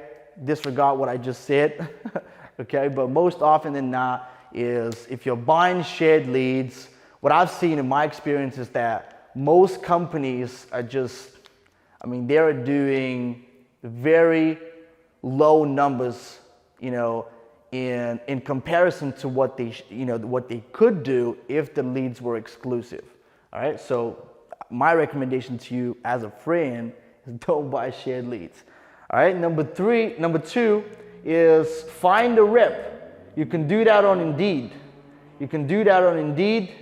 And there's plenty of people that are going to be, you know, searching for a position, for a job, right? And you could get them even if you don't pay them anything. They don't have to be a 1099.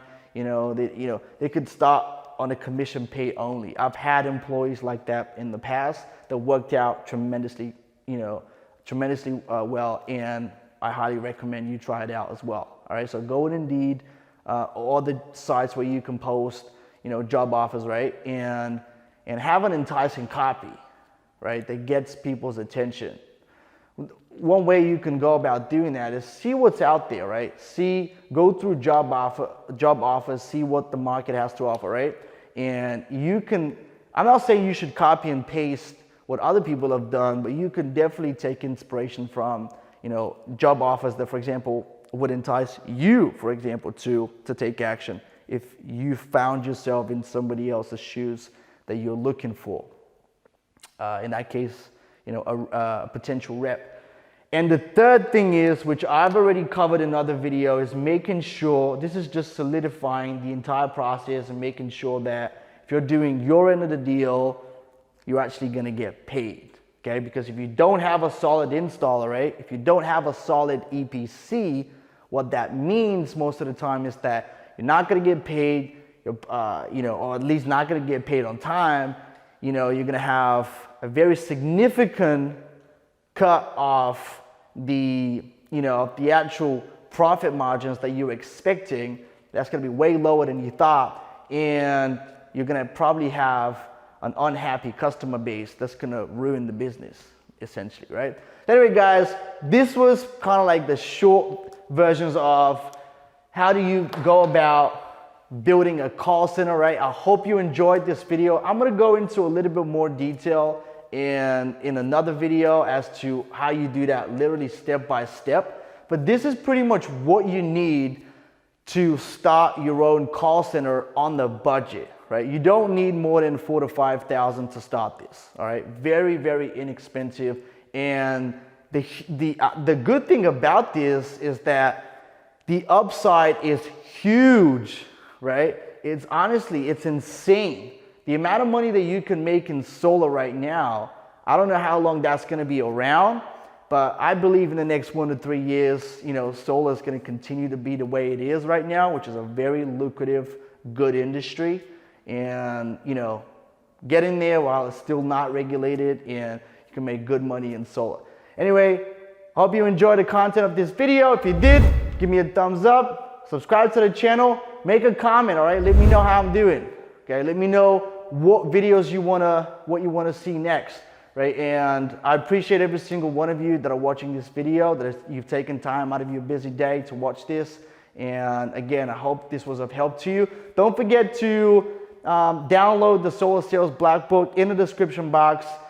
Honestly, this is probably one of the best ways to get into solar sales if you're brand new to this. So don't forget to, just check it out. Link in the description box. And again, until the next video, stay well. See you soon. In this video, we're gonna go through the pros and cons of phone sales and door-to-door if you're in solar. Coming up. All right, guys, thanks for joining me again to another solar video on the channel. My name's Ivan, and if you haven't subscribed to the channel yet, make sure you do, because there's a lot of content coming your way, once or twice a week. That's gonna be very consistent, so be sure to subscribe. Again, if you like the content of this video and you watch it to the very end, make sure you give it a like as well, and make a comment. That helps me get boosted up and helps me get discovered. All right, so again, this is a topic that a lot of people are really butthurt about. Let's be honest, right? Reason why, because people that are doing phone sales are like, oh, door-to-door sucks, man. And people that are doing door-to-door and have grown massive companies that way, or people that have built, stable, 15 to 20 jobs or 25 to 30 jobs a month type companies, in solar, they're going to defend their end of the deal, right? So again, this is not about who, which one's better. It's about putting it all on the line, and this is going to be obviously my opinion. Been in the solar industry for over 3 years now. I've seen a lot of companies honestly just start from nothing and grow massive sales organizations. I've seen them both ways. I've seen them in a door knocking space and in the phone sales space. All right, and so it doesn't matter how you sell. What matters is that it works for you and you make a killing in solar. But in this video, what I'm going to do is I'm going to do a breakdown of pros and cons and that, again, that's strictly my opinion, so you don't have to buy into it.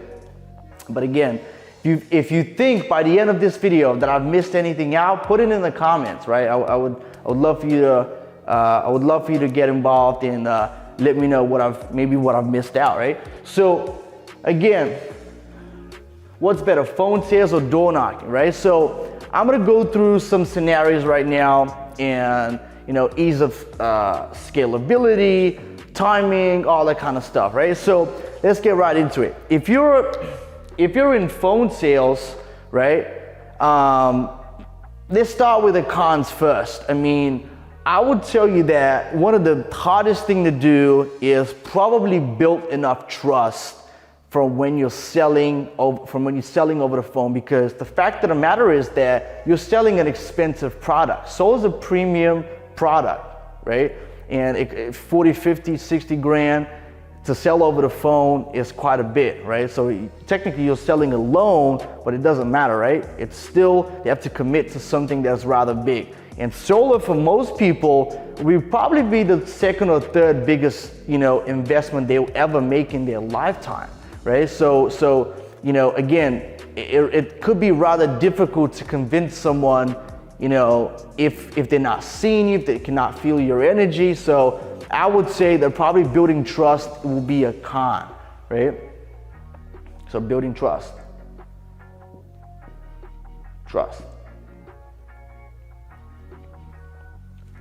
Right? So,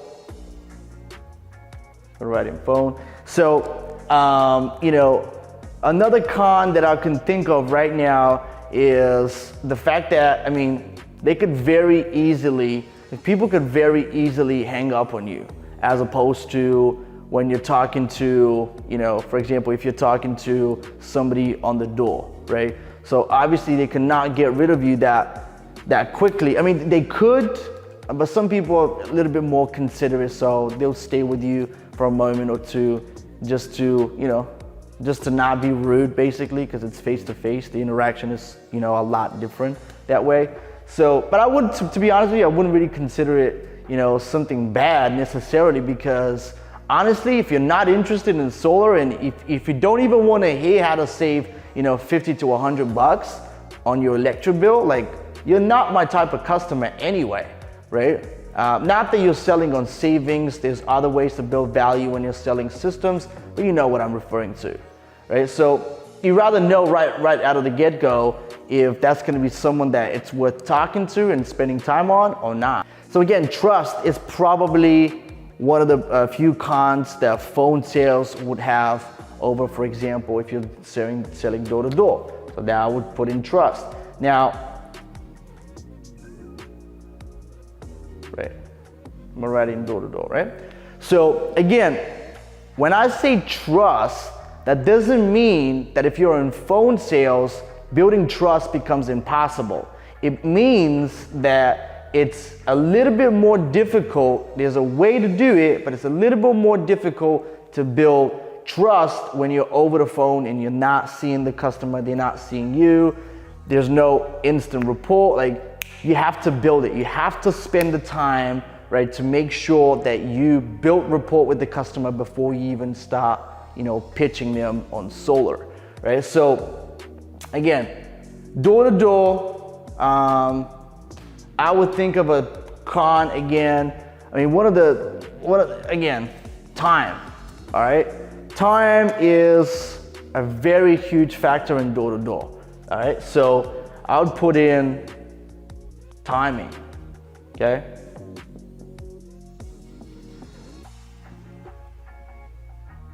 And the reason why it's time is because, look, if you're going door to door, obviously you're gonna have to do some prospecting, so you're gonna have to go out of your way, right, to knock some doors in the neighborhood, right, or whatever whatever field you're in. So, but the thing is, if you live in an area that gets really hot in the summer, and you guys in Arizona and Nevada, you know exactly what I'm talking about.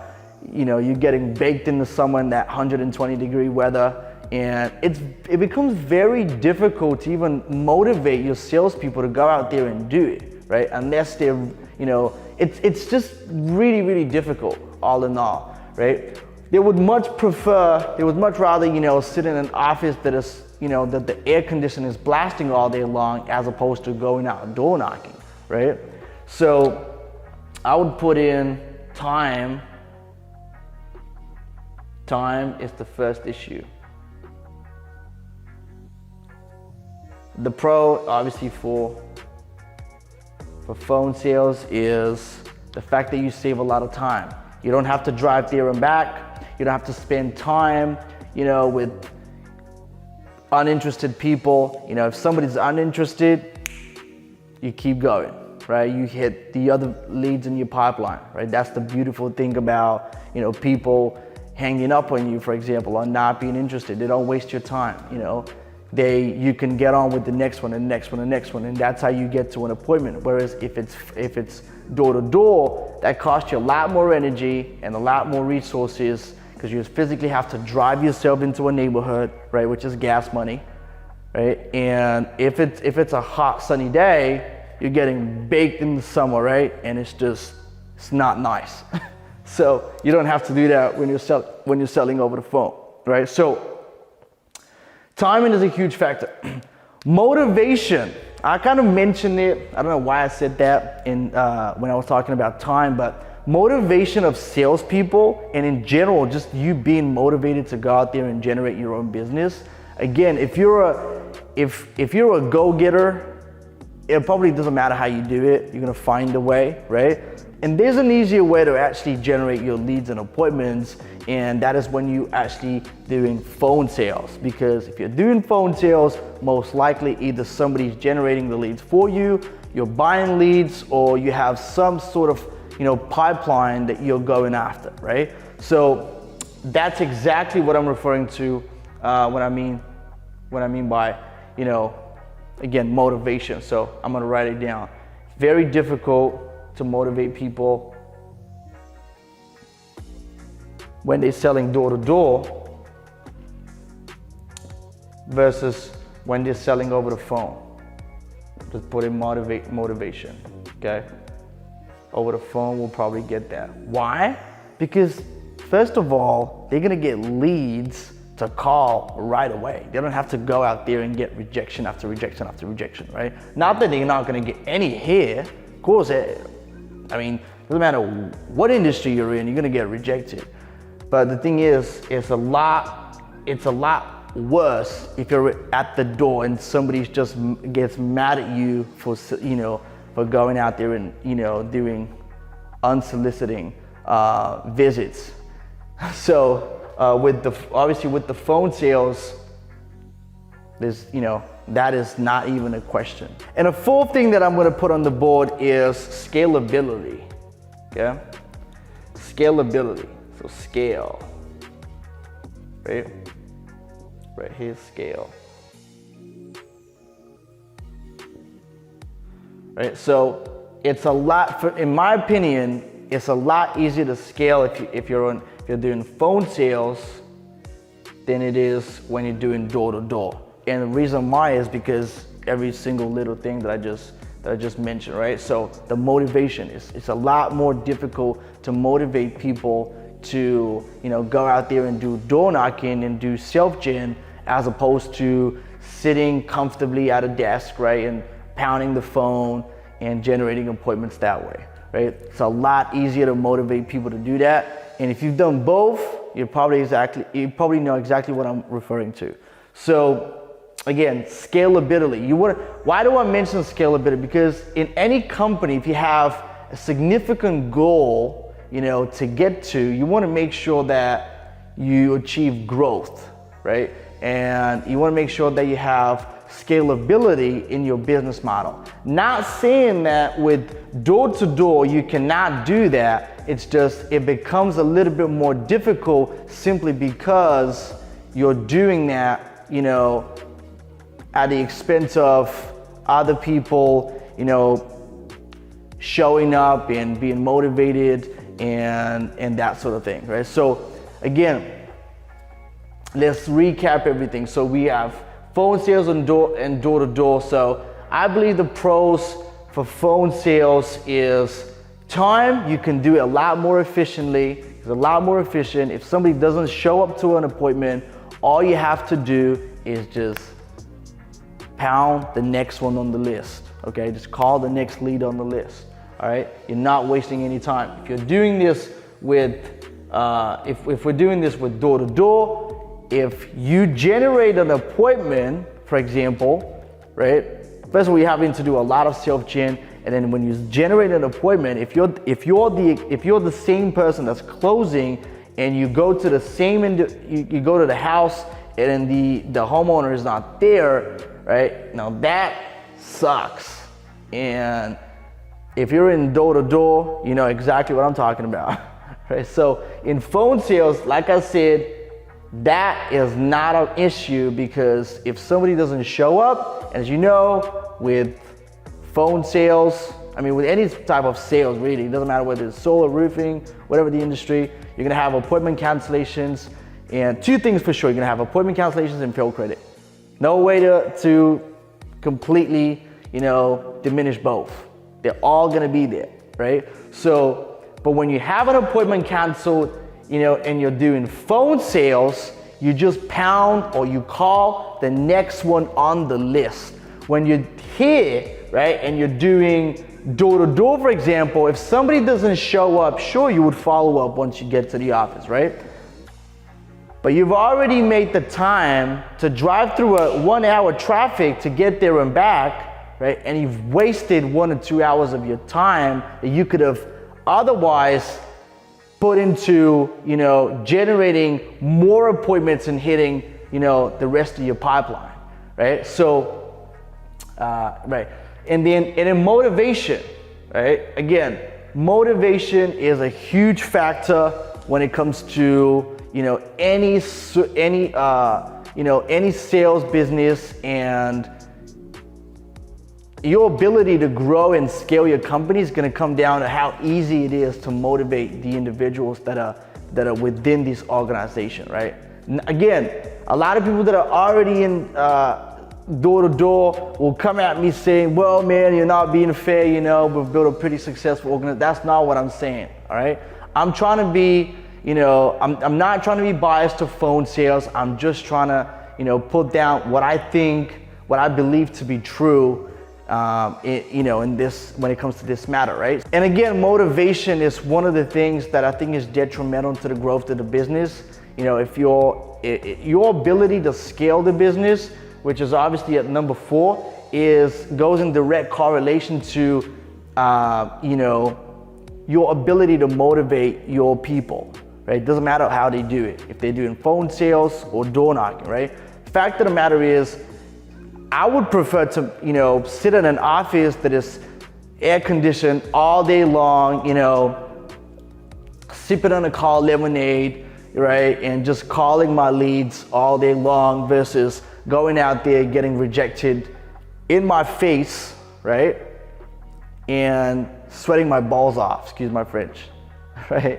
So that goes hand in hand with your ability to scale your business. So I believe that a phone sales, so all in all, again, it sounds like I'm defending the phone sales gang, but that's not what I'm trying to do. I'm trying to be obviously objective when I'm picking these out. And if I'm wrong, let me know in the comments. Just be friendly, because all I'm trying to do is obviously, give you a friendly advice, or honestly, just my opinion, not even advice, just give you my opinion on what I think of these two ways of selling solar. They're both great, okay? I already say, I like saying this a lot, is that if you have something that already works for you, disregard what I'm just saying, okay? Keep doing what you're doing, for sure.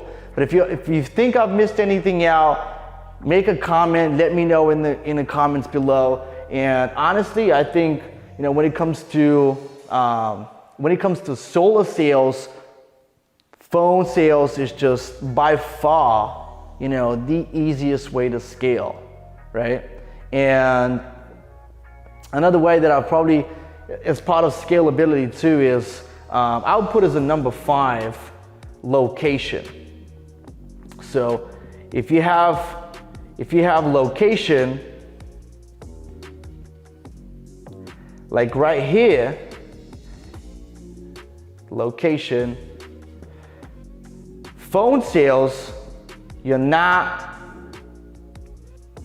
confined to your location. What do I mean by that? If you're in Florida and you live in an area where there's a lot of people with bad credit, a lot of hillbillies, right? So you can get an HIS license, for example, and move to California without physically moving there, right? Whereas if you're selling door to door and you're hitting a bad area, there's very little you can do about it, right? You're just gonna have to expand the radius that you go out, in terms of doing your self-gen, right? So you're not location location independent, and right here you're location dependent. So this is door to door. So all in all, man, like I said, this is my point of view. Right, wrong, right? Let me know in the comments. Again, this is not giving you advice as to how you should grow your business, but simply my opinion. And if you're enjoying the videos on the channel, make sure you subscribe and hit the bell notification so you get notified every time a new upload comes on. And if you want to grow your solar business, don't hesitate, but schedule a call down below. Link is in the description. And don't forget to download the Solar Sales Black Book, especially if you're new in solar.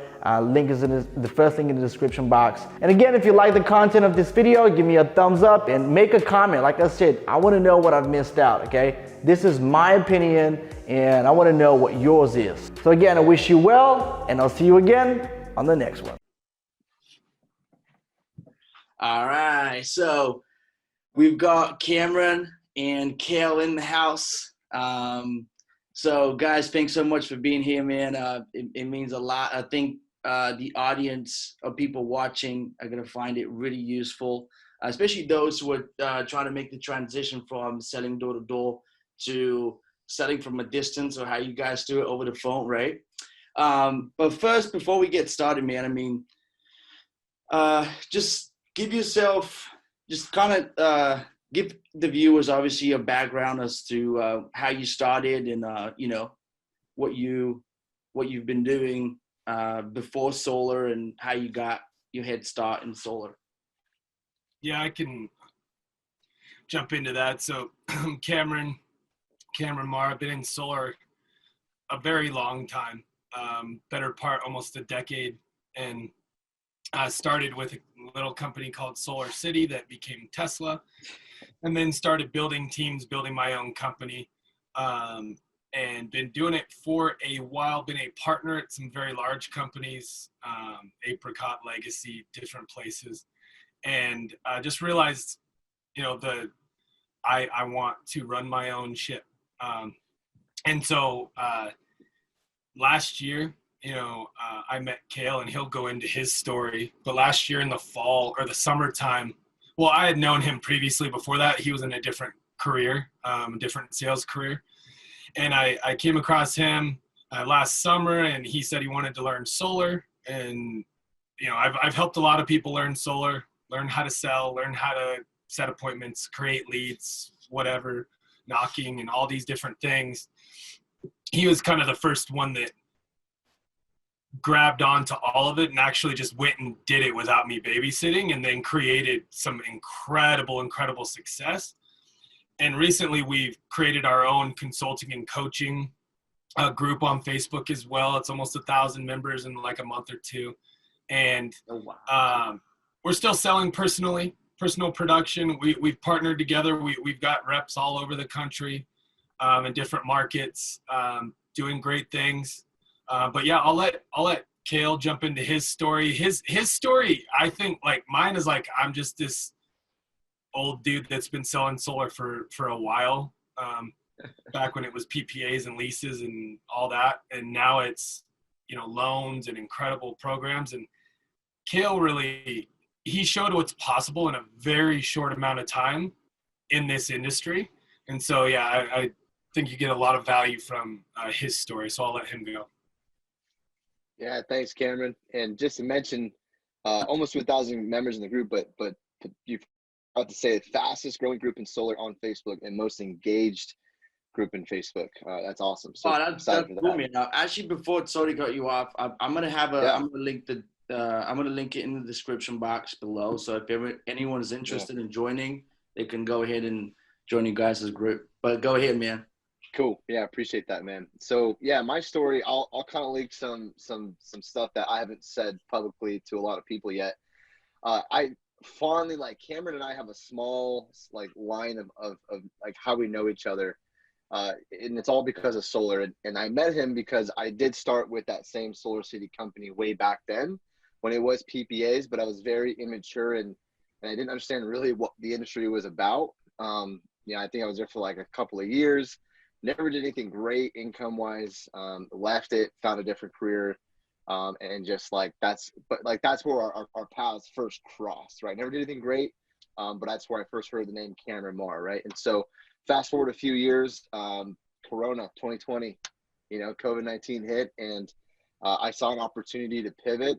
I saw that my income was completely just being erased, and a lot of people were making money in solar, and I was like, they're still knocking doors. They're still able to go to work. Like, they're still able to do great in this time. So I wanted to pursue that. I knew that they were doing good. And I found myself working with a company that had phenomenal training. It's a great company that I personally believe, being my previous knowledge was all PPA and leases, coming into a world where now we are selling loans primarily. And it's a different way that we sell it. Basically I'm coming in green, and I think I came into a great place to really train myself up, but I was taught how to only show savings, how to offer, dog treats like incentives and money and, air conditioning and refrigerators and all these silly things, right? And it limited my income. It limited my ability to produce what I was truly worth, right? And that's the keyword, capable of worth.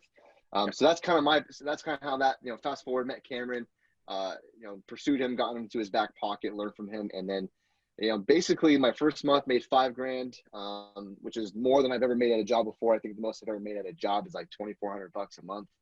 So I made $5,000 my first month. I reinvested all $5,000 when I needed it for bills, when I needed it for my wife to not be upset with me, right? I reinvested all of it into leads. And from those leads, I made around 60,000. My third month around 80,000, and my biggest month that I've done so far was 104,000 in commission. So that's kind of like, and that's all within maybe 4, 5, 6 months, which is amazing. And so I do love this industry very much, and so I hope that inspires anybody that hears that story, that it's, no matter how much you know, just no matter how hard you work and how willing you are. It's mind blowing. It's 104 grand. That's insane. December 2020. Yeah. So if you had to, to both of you guys, so if you had to train somebody from literally not being able to sell to becoming a sales pro in a very specific industry, because I believe solar is very unique in a way. It's not like selling insurance, where people assume it's like this $60-$70 a month, thing that they have to commit to. And that's pretty much it. This is most of the time it's like a 40, 50, 60 grand loan, and so how do you get somebody from being a newbie to, knowing how to sell? Like what are the steps that you take them through? You want me, or you want to go, Cam? Yeah, I can. I mean, the way it worked with Kale and multiple other reps that we've trained, that I've trained in the past, is first you got to let them know that it's very simple, but it's not going to be easy. You're going to have to show up every day and treat this opportunity for the results that it could give you, which is 6 figures a month in income or more, if you duplicate yourself and have more and more people that you're duplicating. But the biggest thing is we have a, right now, if we were to plug somebody into our system, we have a course they can plug into. It's literally an online course teaching them our presentation word for word, the psychology behind it, and the word for word on a PDF, right? Like they could literally robotically duplicate it. And then we have all these different systems. We have everything, but the key is actually utilizing it. It's all theory until someone does it. Like Kale, like that's the reason why he had that success, is we have the systems. McDonald's has a perfect system, and they're a real estate company, not a hamburger store. Like they have the perfect system, but it doesn't work unless you work it. We give you the gym, you pay us. Well, if you work with our company, you don't pay us, but if you pay for consulting, you pay for the gym membership and the 5-figure investment for the personal trainer on the best equipment, the best training in the world. But if you don't show up to the gym, we can't. That's the first step. So that's my mindset. Like it's all mindset. Like show up, and then we can help you execute. I think that's our company's like motto is like keep showing up. I think for my mindset is very similar. Like I would teach somebody that you need to pay a price. Like the only reason why I think I've created the success that I've created in such that short amount of time was that I was just willing to do more than anybody else was willing to do. Like I was willing to put more money on the line. I was willing to put more hours out on the doors when I didn't have any, like most of you, like of the guys watching this probably have a mentor in some way knocking on doors with them if they're doing doors, right? Or have a mentor getting leads for them in some way, showing how I did not really have that, right?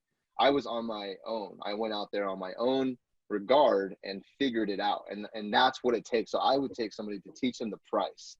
Pay the price, that way you honor and you understand the value that you're asking at that table when you ask someone to sign the deal, and you understand the value that you're worth, that you're bringing to the table because of what it took to create that business, right? So that's just to add on what Cameron said, but it's definitely a mindset of showing up and knowing that the work that you put in today doesn't show up for 90 days down the road when there's momentum, right? When there's momentum. So yeah, I don't know if that answers that question, but that's what I would say to that. Yeah, no, it answers it perfectly. So if you were to take somebody from, I mean, look, there's a lot of people, like you said, watching this, just starting out in solar. They've learned about the great potential to make money, and they just got in.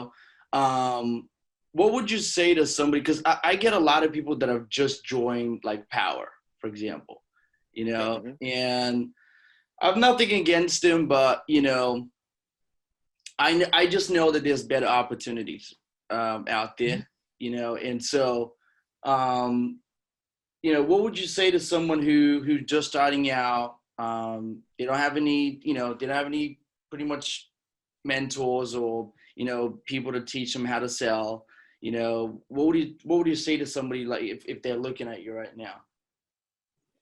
Well, I mean, I would say seek us out. Find us. You can sell in every state that you can sell solar. We have a connection in. And yes, I'm going to self-promote because I believe that we provide the best systems, best opportunity out there. There are a ton of great companies. It's just you're on your own. With us, you're only on your own if you choose to be. You can plug into us. People that have made millions and millions in solar over the years. But what I would say to somebody just plugging if they're at Power or wherever, and like you said, nothing against their system. Their system works for the person off the street. But there are better opportunities, better training, a lot more money, better install time, like all this stuff that the brand new person doesn't even know what that is. They don't even know what a red line is, right? Because Power tells them their red line's 170 when it's a baseline plus splits. These are all the things we can teach them, but the brand newest person, what we would tell them is like you said, they don't have a mentor. Seek out a mentor and then pursue them and prove to them that you're worth their time. That's what Kale did. He showed up and was just texting and calling me. I got another lead. I got another appointment. Can you come help me do this? Can you do this? And then he eventually just started doing it himself once he saw that what I was doing wasn't that hard. But yeah, you got to seek them out, pursue them, and convince them that you're worth their time investment. Because to us, now being where we're at in this industry and this level, our time's worth way more than like you can even quantify money wise. Like you can't even say thousands of dollars because we can make $10,000 in an hour if we decide to do it. So that's the thing, is we don't put the money on it. It's just time. Convince us that you're worth our time and that you'll actually show up every single day. Whether it's on Zoom or whether it's over text or whether it's in the office or on the doors, whatever it is. So yeah, seek out, pursue, and convince. That's awesome. Yeah, and I would even say some of you guys, if you're not reaching out to us, that's fine.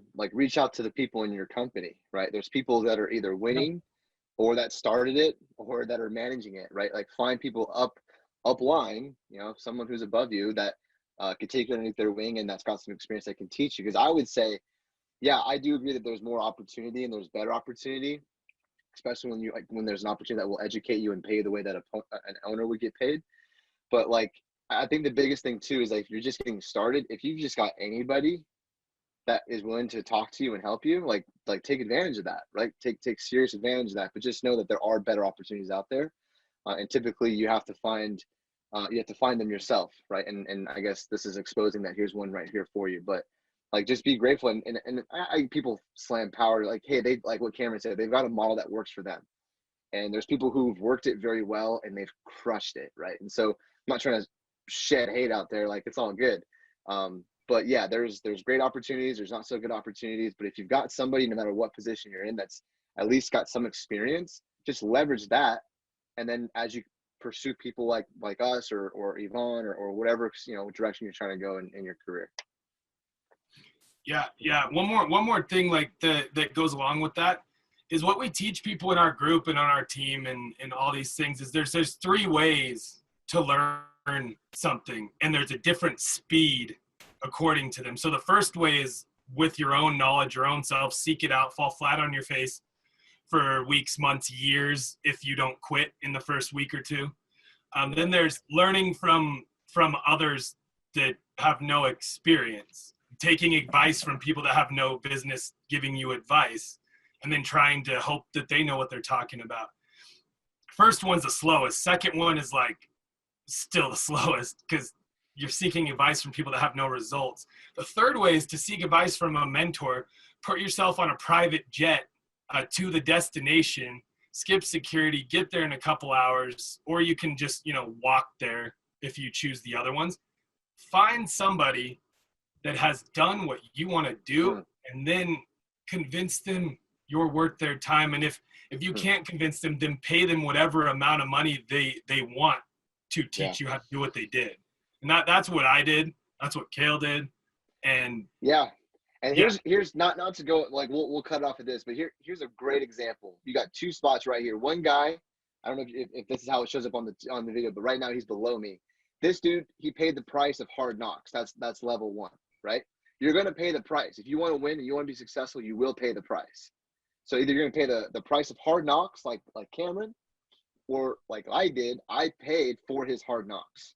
I paid for the time that he spent 10 years of hard knocks. And I just paid for that. And I took a time travel and I went to where I need to go right away. Because I'm 10 years younger than he is. I'm not trying to wait till his age to be where he's at right now. I want to be there now. So we can do more, right? And so you're going to pay the price one way or another. Your choice on how you pay it, but it will come one way or another. That's great, man. So if somebody's starting out, would you start them out at the doors, or it doesn't matter if they have a lead source? Yeah, absolutely. So in my opinion, I would start you out like pay the price. Like, understand, before you can close a deal, you need to get a lead. How do you get a lead? Well, do you have money? No? Okay, great. Like, let's go make money out of thin air then. And so we would teach, like, that's where I would start is, and I'm not a big, like door knocking is not my huge thing. I'm more like, I've got a system. So we've actually built a program. It's very, very affordable program, but it's designed for somebody who doesn't want to go knock on doors, but they don't have enough money to invest into lead generation, so to speak, right? Like, their pipeline isn't juicy enough for them to make that investment into a lead partner like yourself.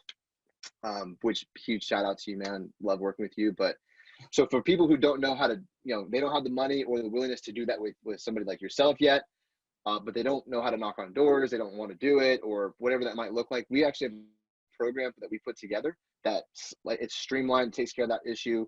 You don't need to go knock on doors. You don't need a lead provider unless you want to when you build a pipeline. And you can get that as well. We'll give you all this information like later, but just so you know, like, that's where I would start them, and we do have that already taken care of and how that would happen. But absolutely, like, you need to know how to get a lead and be self-sufficient. Like, don't ask what the company can do for you. What can you do for the company? How can you go bring money to the company? Right? More money you bring to the company, the more the company can give you to better your ability to make sales, to get access to company leads, to get access to training, recruiting, like all these different things that help grow a business, right? And so that's, for me, starting, whether it's on the doors or our system, how to get a lead, how to get that lead into closing the deal. 100%. That's what I would do. The reason why we would start them with that method, this digital door knocking course that we have, it's not easy. It's not fun. It's cold calling, but it doesn't cost you anything. It cost us a lot to figure it out and develop it. With other people we learned from and different systems, and then we made it better and better and better. But are you willing to sit there and call 100 people a day to try to get one appointment? Because they're not expecting your call. We have all the systems and scripts for that too. But if somebody does it for 20 minutes, 30 minutes, and they talk to 5 people and, they don't want it, I'm like, of course they don't want it. This is door knocking. Go out on the doors and see what it's like. It hurts even more. Right. If someone's willing to do that for like even just a week, 4 hours a day, 5 days a week for 1 week, they doesn't matter if they get a result or not. The willingness to do shows me, okay, I can probably invest in this person. But most people that we give that to, they don't show back up after they do it for a few hours, not even a few days. So that's why, we have all these things, but we'll start them there. The ones that do follow through, they do get some results, we help them close the deal. It's like magic to them. We create it out of thin air, and then that's where we'll run with that person, and then we'll invest in them. It just made me think of a story. It's funny you said that, Ken, because it's like people want, like, we talk to people and they want the results that I got in that short amount of time. and they show for a week and they do half the amount of work that I did in that week, and then they complain that they didn't get a deal, and I did twice as much for 30 days before I saw any results. It's like people, their expectations so funny, right? It's like put in work and expect no results. Welcome to being an entrepreneur. Become valuable, create value in the marketplace. Yep. Put in work and you may go nowhere. Welcome to being an entrepreneur. Let's figure it out. Let's put our big boy pants. Let's get to work, right? Yep. And so, yeah, I believe that beginning step is gonna either build somebody's character or it's gonna get them the heck out. That's a great filtering system right there. Great. That's a great that was a great analogy, as well as, honestly, if somebody's not willing to put in the work, then, you know, they're probably not they're not going to be worth, you know, 6 figures a month or 7 figures a year or whatever it might be. Right. Because think about it, Yvonne. Think about this, man. Like, this is how we, like, Cameron and I, like, this is our mindset. Like, this is a personal development company. Like, we happen to sell solar. That just happens to be the vehicle in which we make money, right? But we're developing men and women in life. We're teaching them how to make millions of dollars. That's a big responsibility, right? And so 100%. Yeah, we need to build character in these and preferably young men and women, but, you know, these are easier to work with. But, you know, we need to instill character and belief and conviction and confidence in these guys, these women, right? And so it starts with that. If that's where we're going to start training somebody, character is the first thing that we need to build in somebody. It's what's the story, Cameron? When it's the marathon, right? There's a guy, you know, the first guy, he wins the marathon, and all the reporters are taking pictures, or paparazzi's going crazy. They're like, man, how'd you do it? You were so fast. How do you feel? Are you excited? He goes, what are you guys doing? This isn't about me. I want you guys to stay here and wait for the last guy to show up. The last guy to show up. I want you, when everyone's gone, when the crowd is left, when there's no one left, and he still that last guy crosses the finish line. I want you guys to be here and capture that moment. They go, okay, we'll be here. What's his name? And his name is character, right?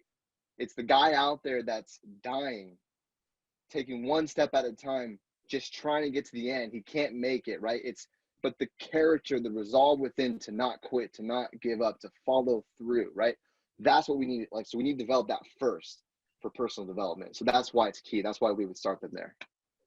Yeah, you're right. I mean, you said it right. I mean, the vehicle happened to be solar, but it could have been anything else, right? So, and a lot of people get into solar without, I mean, to be honest, a lot of people just have unrealistic expectations to begin with, you know? And so whether it comes to the doors or whether it comes to, you know, selling from a distance, the way you guys do it, you know, but which leads me to my next question, man. I mean, if you, for example, if you were to start somebody at the doors, or let's say somebody has already done some door knocking, right? Let's say 5, 6 months, a year of door knocking, right? And that's the only way they know how to generate appointments and close deals, okay? How would you say that differentiates from, you know, selling from a distance, like over the phone, the way you guys do it, for example? It differentiates itself, well, just on the simple fact that it's not the same. But someone who's been door knocking, how it could be better to sell at a distance, to sell over the phone, you can get a lot more done. You can only knock on a door and then give it 15 seconds or whatever if you hear some signs of life, and then go to the next, and then go to the next. And also, if we're promoting this over the phone, online, Zoom, all these different ways, selling at a distance, I know that's what we're doing right now because it works. Let's just be honest, rejection over the phone is a joke compared to in person. Yep. If you can handle it there, like I run into, if I bring someone in and have them call the leads just to test them out, just see where they're at, and they like get butthurt over like 3 people being like, I'm not interested. And then they ask me, what the heck? I thought these leads were good. I'm like, no, like this is not a good fit. But someone who's been on the doors, you know what it takes. Like selling over the phone and in a distance, if you just show up every day will be, I'm not going to say easy. It just will be nothing compared to what you faced on the doors. And I don't want people to always just be looking for, an easier route. But I would say it's a more efficient, emotionally efficient, because you're not getting rejected, and systematically efficient because you can hit more and more and more and more people. And with a couple $1,000 investment, or even on a higher level, more than that, one deal doubles what you invested if you sell the way we do. So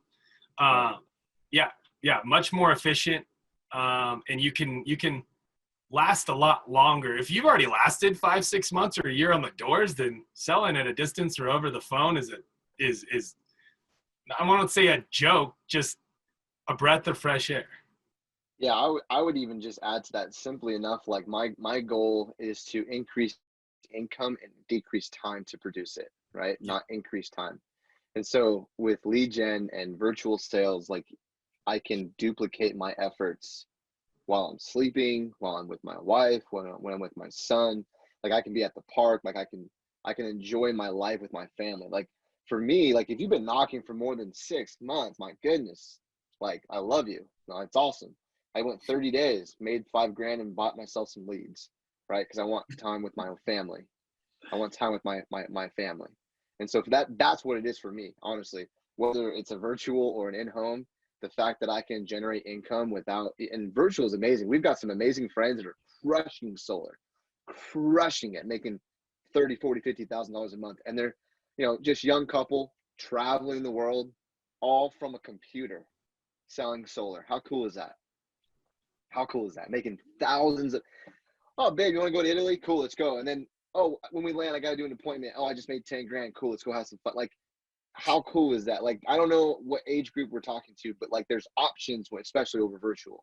So I like it. I love it. Awesome. So on closing, man, I mean, when it comes to closing, I mean, I always say in my videos that the way it's the same product essentially. You're selling the same thing, but because you're not there in front of the customer, and you're not able to build immediate trust. So you need to spend a little bit more time, just so you don't fuck up the sale, right? And before you start pitching, and that's probably one of the ways that it differentiates. That you just need to take that into account. The fact that you're not going to have immediate connection with the customer. You're going to need to spend a little bit more time just so you can buy yourself more time and they can listen to you, right? Because you're selling an expensive premium product. If they see you as the next sales guy, right, and not as their financial advisor, for example, they're not going to buy a $50,000 loan off of you, right? And so, well, on closing, man, I mean, what would you advise both of you guys, Kale and Cameron? What would you advise somebody who's literally just starting out and wants to figure it out? They probably, they've done something else. Now they're getting into solar, right? They're brand new. What would you say? By the way, I am going to link your group in the description box, and to your group. It's a Facebook group, right? Yeah, Facebook group. Yeah. Okay, cool. Yeah, so if they go into the group, they'll get access to, they'll get, first and foremost, they'll put in their phone number, and we'll text them over the ebook that we wrote that basically breaks down how to sell solar at an aggressive price. So they'll get a text message from us to get that book as well. They'll get some text content for if we're going live, and if we put a post up for them to kind of get active and engaged. And then they'll have access to all of our trainings as well. So a lot of the principles that we believe and teach on in our company is all stored in that group, behind the mindset. Like there's a lot of things that you touched on that we couldn't go into a lot of deep detail because we don't have the time for it. But in the group, we have a lot of trainings that go into deep detail on these different topics that are important in sales and psychology and success in general. That would be great for them to check out. So that would be what would happen there as well. The first thing that I would tell them to do, again, I'm going to self-promote as well, because I believe what our program has been designed to do is take somebody who's brand new off the streets and turn them into a seasoned solar pro fast and making a lot of money fast. And so the first thing that I would have them do is I would push them to our online door knocking program, get them set up so they can start paying the price for one, but really so they can getting deals put into the pipeline, so that way they can start looking into conversations with yourself about generating some leads for them to get their time back. That's my thought. Cool. Yeah, man. Cameron, what do you have for somebody who's just starting out? What do you advise to someone who's just like literally they're changing career paths, and they heard about this great commissions in solar, and now they're at it. I'd say, well, one, like actual implementation, what Kale said, we get them going in systems that we know that work if they work them. But the other thing is expectation, the mindset and the expectation of, I'd say, don't expect to make anything your first month and show up at least 5 days a week. I would say your first 3 months. Don't expect any money for 3 months. Yeah, and you got to be able to survive that way. But the whole thing with solar is people want a get rich quick scheme. Everybody wants a get rich quick scheme, but then they find out that, there's work involved, and they go back to what they said they wanted more than. And I believe solar is a get rich quick scheme. With our proven system and the way we can onboard people and bring them in and teach them all the levels to build their own empire under our umbrella, is honestly, you could 10 grand your first month if you actually follow it. If you can invest in leads from the beginning, $1,500, $2,000, something like that, then you just get it going. Yvonne's the guy to do it. But oh my gosh, like 5 figures your first month, if that's not a get rich quick scheme, I don't know what is. But everybody wants a get rich quick scheme that takes no work, that takes buying a lottery ticket. Well, we can show you how to turn this into an empire and make 5 figures your first month, multiple 5 figures, and then in 6 to 12 months, get yourself to a 6-figure month. If that's not get rich quick, I don't know what it is. What is? Because that job that you're at, that career, that whatever, that maybe you were very successful at, that was a get rich never scheme. So which one's better? And my whole thing is expectation. Expect to make nothing, but expect to put in a ton of work, and you'll by default make something. But it's all expectation, and it's all willingness to do. That's all we look for. The mindset of maximum effort, minimum gain, right? Yeah. To begin with.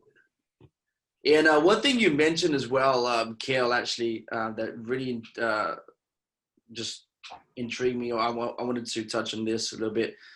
You guys are teaching people on how to sell solar the right way, meaning you're not, because there's a bunch of people out there that are showing people how to sell solar by dropping or lowballing everyone else in the block. And that's not, you know what I mean? Like, like Cameron just laughed because he knows exactly what I'm talking about, right? It's amateur. It's just being an amateur, thinking that, well, you don't value yourself or your time, so you go in and I just want to get this deal. And every time you go in and undercut someone else and you try to beat someone's price, which not saying we don't do that.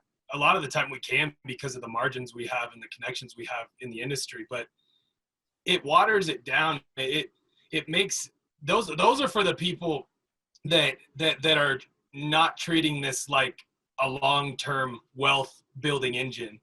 They need to get a quick hit. It's like the addicts of the industry, quick hit and then figure out how to get the next quick hit, but they never can keep it going. So it's just an amateur versus a pro. A pro knows the value that they are and are willing to walk away from someone that's asking them to lower their value.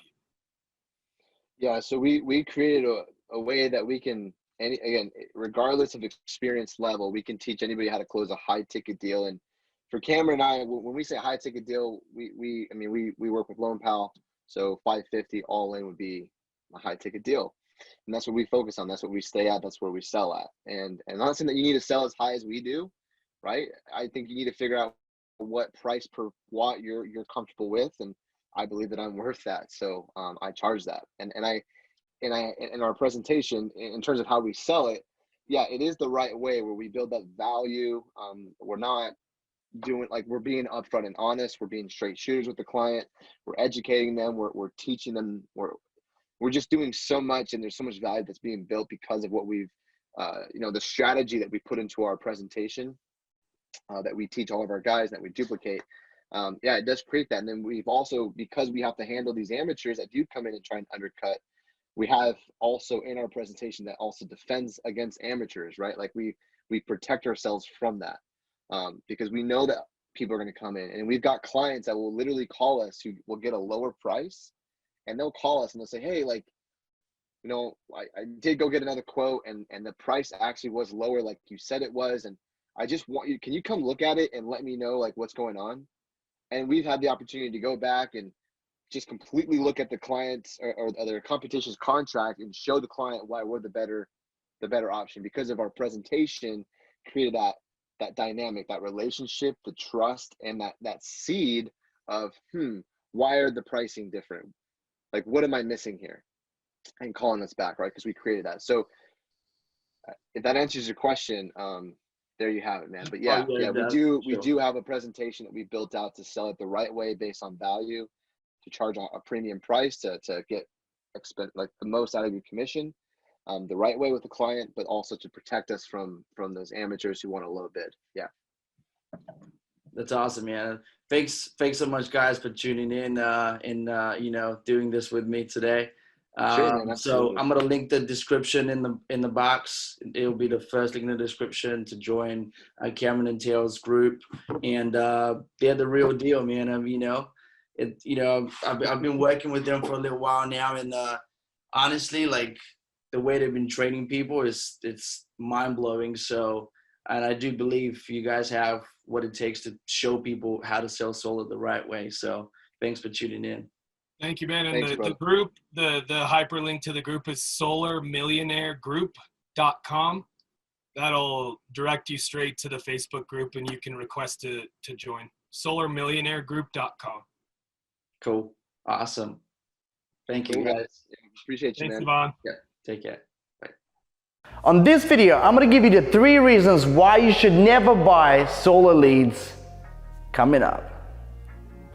All right, guys, thank you so much for tuning in once again to another solar video on the channel. All right, if you haven't subscribed yet, make sure you do by clicking the button down below, and make sure you turn your bell notifications on for every time we upload a new video. Right, we're going to be doing a lot of interviews from now on. We're going to try to get some power players in the solar industry, so you can watch and learn from them. But what I want to do in this video is I'm going to give you the 3 main reasons why you should never even think about buying solar leads, right? That are already, shared, right? I'm talking about buying solar leads from a third-party lead vendor, right? Like Angie's List, Home Advisor, right? Clean Energy Experts. If you're in solar, if you've been in solar for a little bit, you probably know who I'm talking about, right? And if you've bought shared leads in the past and they haven't worked out for you, which is the majority of people that are buying leads from sites like that, right? You know exactly what I'm referring to as well.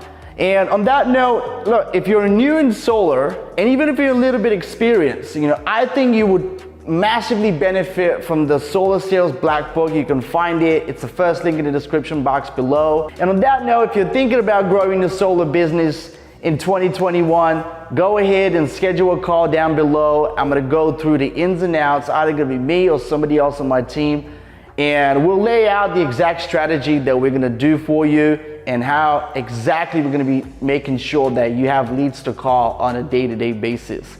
But without further ado, let's get right into it. So this topic of buying solar leads online is very popular within the industry because everyone who hasn't experienced it and hasn't really had experienced, online leads and buying leads online is rather curious and wants to know the truth, all right? So I'm gonna lay out the 3 reasons why I think you shouldn't buy shared leads. Now, a big disclaimer, if you're already buying leads and you're watching this video right now, you're pretty successful at it, by all means, this is what I always say, do not listen to me, right? Disregard what I'm about to say and get on with your life, all right? So I'm gonna give you my 3 reasons for it. The first reason is competition. If you're already buying leads, like I said, from sites like Clean Energy Experts and Home Advisor, right? You're automatically entering a competition and somewhat of a race to the bottom on price, right? And the reason why is because there's a lot of people that'll be purchasing that same lead, right, from the lead vendor. There could be, 4, 5, 7, 8, 10 people, 10 companies that are buying that same lead. And I'm telling you, you're almost sure to win the race to the bottom on price because people are always willing to lowball everyone just to push a few extra panels. Now, I don't believe that's the right way to do business, but there's a lot of people that do that. Not to mention the people that are gonna come in, gonna scam people, right? Tell them something that isn't true and try to sell them an undersized system that is not going to offset the customer's electricity bills at 100%, right? So you're automatically entering a race you almost cannot win unless you're a giant company, right? That can basically do this and massively undercut everyone, right? Which I don't believe that's the right way to do business, but that's on you. If you're that kind of company, then by all means, you can buy shared leads and they're probably gonna work for you, okay? They're not all bad, right? The reason why these companies exist because somebody out there benefits from them, right? The experience that I've had and the experience my clients have had is that when they come to me, they say, man, that's the worst experience that I've ever had, okay? I'm competing with a lot of people. They're like sharks, as soon as a lead comes in, a minute in and I'm talking to the person and to the lead and they're telling me they've already spoken to someone else. They've been given a quote, right? So the competition is fierce and you should know that if you're entering that game. So competition. Number 2 is these people are going to be price shoppers, all right? They're already entering a quote online and they know that they're going to be contacted by multiple companies and will be given different quotes. These people are the closest ones that to do it yourself type people, okay? So they don't care about anything else for the most part. They care about getting it done very, very cheaply and inexpensively without caring about, hey, what's that company gonna do on my roof? Are they gonna do a clean job, right? Can I trust them with the warranty and everything else? They don't think about, most people think about just go cheap, cheap, cheap, all right? So again, price shoppers is a huge one because you're gonna be talking to people they're gonna ultimately speak to, multiple companies in your area, right? I hate price shoppers and I think you do too, and that's number 2. Number 3 is expensive. What do I mean by that? Well, these leads are coming at around, 30, 40, 50 bucks and beyond. When the lead is shared, means you still have to compete with somebody to get that individual's business, but they come in at a pretty expensive cost. Like I'll give an example. At our agency, we generate leads for anywhere between $5 to about $15 to $20 a pop, right? $15 to $20 a lead, right? And that's an exclusive lead that I can assure you nobody else is talking to, right? If you want to know how to generate solar leads, if you want to make sure that you and your team have leads to call every single day, once again, I urge you to schedule a call down below. Do not wait around, okay? It's not going to be a sales call, and I promise I'll actually deliver a lot of value, and I'll tell you what to expect. I'm the type of guy I'm a straight shooter, man. I don't care about if I lose a client. As long as I tell them the truth, they know what to expect. My goal when I'm on a call with a customer is to make sure that they understand 100% what they're getting into and nothing less, right? So let's get on with it. So why expensive? Again, you're paying a lot more than you should be paying realistically for a lead that you're gonna have to enter a race to the bottom on price, and these people are still gonna be price shopping, right? Which means if you're not the cheapest guy in the block, you're most likely gonna lose that race, right? So again, not all companies are bad, right? You can benefit from them only if you're a giant company, or you can allow yourself to sell, or you have a very, very low red line, okay, for example. And again, that's still not the way that I would prefer you as a client to do business, but hey, that's on you, your call, right? So again, I hope you enjoyed this video. This was a short one, and I hope you got some value from it. Again, please subscribe to the channel and like the video. If a conversation comes up in the community, man, just bring my name up. I would appreciate that, right? Just get the word out, and so we can grow this channel. Anyway, stay well. Let's close some more KWs, and I'll see you again on the next video. All right, so we have Cameron and Teal. Cameron and Teal, we've been working together for coming up to a month now. What would you say your experience has been working with us, man? Yeah, Kale's been handling a lot more of the leads and the calling and setting. I have been doing it as well, but I'll let him jump in, and I'll kind of wrap it up. Yeah, cool. I appreciate that. Honestly, man, every lead gen that I've kind of come into, there's always like a ramp up period, and it could take a week or it could take 10 days. I've had a company say, "Oh, just wait 60 days, and there's nothing happens. Give us a call." And what was cool with you, man, was day one, you said, "Hey, bro, if leads don't come day one, the campaign's not working." And so, but day one, leads came. It's been a fountain ever since. And man, some days it seems like I can't keep up with the leads, which is weird to think about with some of the markets that we're advertising in. The fact that I'm investing almost half with you that I've invested in other markets and getting twice the amount of results in terms of leads is pretty cool as well. Like whatever you're doing, you've got something figured out. That's definitely getting more people to opt into that lead form. And I would also just a little tip to your people who are making those phone calls. Just because somebody opts in on a lead form that Yvonne puts out there for you does not mean that they're necessarily going to be ready to go to buy solar right away, right? Still have your sales cap on, still be ready to do some work and pitch them and get them excited and stuff like that, right? But the results, man, has just been amazing. It's been great working with you. The communication's been amazing. So whenever there's something that we have a question on, we hear back from you and your team right away. Having you guys available on Slack has been amazing as well. So it just feels good to know that we can be taken cared for, right? So that's what we look for in a provider, and definitely excited to be partnering up with you, man. Awesome. Appreciate it, brother. Yeah, Yvonne, you and your team, it's like night and day compared to my other.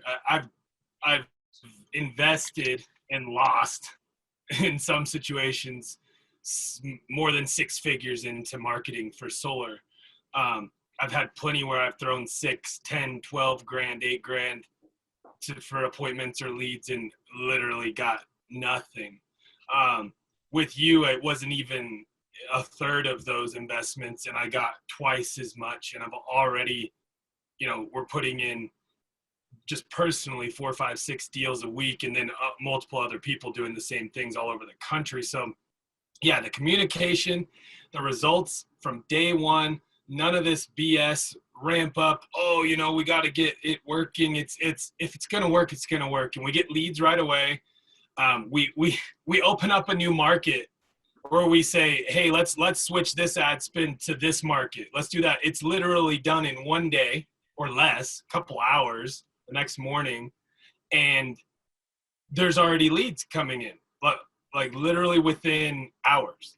I've waited weeks to get something going. So if you're thinking about working with Yvonne, it's the biggest no-brainer in human history. Like whatever he asks you to pay him, and then expand and grow your company nationwide. Oh, that's awesome, man. Actually, it's funny how we met, right? You commented on one of my ads. Do you remember that? Yeah. No, yeah. I commented something like, "What about Vegas, though?" Because nobody can get leads in Vegas for under like $80 a lead. Nobody I've ever worked with. And then you said something back to me, and I was like, I'll jump on a call, whatever. I'm not looking for anything. I've got plenty of leads.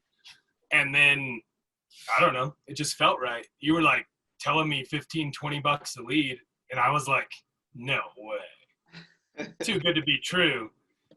I want to try it. So, and it was worth it because it's not $15-20 a lead in any of our markets, anywhere we're investing. So you got something magical. So yeah, we're running with you. Yeah, man, appreciate it very much. Appreciate it. Thank you so much. Should you buy solar leads or learn to do the marketing yourself? Coming up. Hey, thank you so much for tuning in to another solar video on the channel. And on this video, I'm actually going to be going through and laying out all the details of whether or not you should actually, learn to do the marketing yourself if you're in solar, or you should go ahead and buy leads or pay for somebody to do lead generation for you. By the way, if you're not a subscriber and you're watching this video, please do me a solid and subscribe to the channel and turn your bell notifications on so you can be notified every time I upload a new video. Okay, I'm gonna be doing uploads, and from now on, I'm gonna be doing case studies of people, gonna start interviewing people that are power players in the solar industry, and a lot of the videos you're gonna be able to watch and be notified when I put them up. Okay, so, all right. So should you learn to do the marketing yourself or buy leads in short, right? So the answer is actually not that simple. And that's why I felt like I needed to make a video on the subject so I can talk about, my reasoning for it if you're on both sides of the coin, right? If you want to do the marketing yourself, or if doing the marketing yourself is the right thing for you, or buying leads is the right thing for you. All right, so I'm gonna lay some things on the board here real quick. So first of all, I mean, if you're a one-man show, I don't believe you should be doing the marketing yourself. Reasoning for it is because, I mean, look, man, I'll tell you this, right? Reasoning for it is that if you're in solar and you're scheduling your own appointments, right? Closing your own deals and doing your own marketing, I mean, that's already too much of a task to do on a day-to-day basis, right? So once again, I'm gonna put it on the board here. A lot of people don't think about this, but it's a full-time job to be able to deliver on solar leads. By the way, if you're thinking about growing your solar business, I can assure you that you'll benefit from the call that you can schedule down below with either myself or one of my guys on the team. Go ahead, schedule a call if you're serious about growing your solar business. We're gonna give you the ins and outs, and we'll honestly tell you if this is even for you, right? If this is even a good fit. But anyway, going back to the video, so a lot of people don't actually realize, but it's a full-time job. Okay, it's something that you have to do on a day-to-day basis. Like, I've been in solar for over 3 years now, and I can tell you I am still learning every single day. Right? We have a lot of things that are working well for us, but I'm telling you, there's still moments where I'm like, whoa, like what is just happening?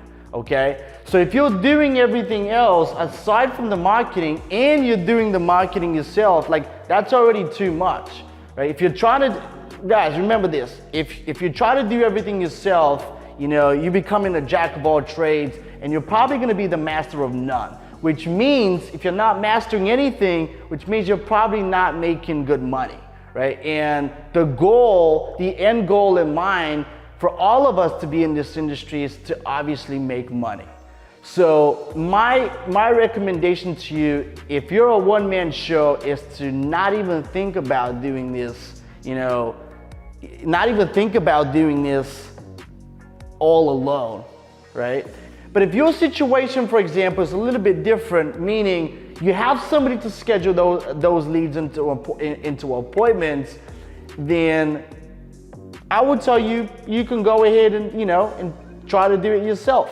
But here's the thing, it took me over 1.5 years to be able to, get to a point where I understand the market and what really makes people buy into solar, right? And it's different selling the click, all right, and selling the system are two entirely different things. And if you see them as one, they're not, okay? What people see online and how you sell them when you're in the home, when you're over the phone, for example, that's an entirely different ball game, okay? Marketing is very, very different when it's done online. And so again, it is a full-time job, and if you're a one-man show, you shouldn't do it. Again, if you have somebody to schedule these leads for you, you can go ahead and purchase a course, for example, and try to do it yourself. Just know that it's probably gonna cost you a lot more than you ever thought. Now again, if you have somebody to schedule those leads into appointments for you, that's great, but is that the thing that you should be focusing on now, is buying a course, and figuring out the marketing yourself? I honestly don't believe so, right? Because I know how much time it took me and my team to figure out what even makes sense to put online, because a lot of what you think is gonna work, right, online will turn out to be a total blow, okay? Which means you're probably gonna waste a lot of money down the drain, you're gonna pour a lot of money down the drain, you're gonna waste marketing dollars that could have been otherwise invested in, and already produced a return for you. All right, and number two is it's not a cookie cutter system, all right? As much as everyone would like to believe so, it is not a cookie cutter system. By saying it's not a cookie cutter system, like, what do I mean? I mean, if you go ahead and buy a course on how to do this yourself, meaning to learn to do the marketing for solar, right? Most often than not, you're gonna find that not only is not a cookie cutter system, but the things that they've taught you in the course that are either outdated, they've already been, done a year or 2 years ago, and they don't work anymore, because a lot of the things that you're gonna find in these courses that have been done in 2016, 2017, things change really fast online, okay? Like something that used to work, we have ads that we cannot even think about running anymore at our agency. They used to do tremendously well a few months back, right? So things change very, very quickly, and you should be aware of it. And it's not a cookie cutter system, right? Believe it or not, like, if you're not in the trenches every single day, there's no way for you to know what works. You just need to plug it in, try it out, and see if it works. But I'm telling you, it is a costly experience, all right? So that's number two. And number three is expensive, right? Expensive. It's like I said, it's gonna cost you a lot of money to do this, right? It's gonna cost you a lot of money to do this without money that you haven't even thought you would be able to spend and just go down a drain. Because like I said previously, what you think would work online is sometimes the opposite of what actually works online, right? So it is a very expensive experience, and it probably will be, okay? Even if you have a coach and somebody's teaching you how to do this, unless you're in the trenches and you're doing this every single day, there's no way for you to know what's gonna work and what's not gonna work, right?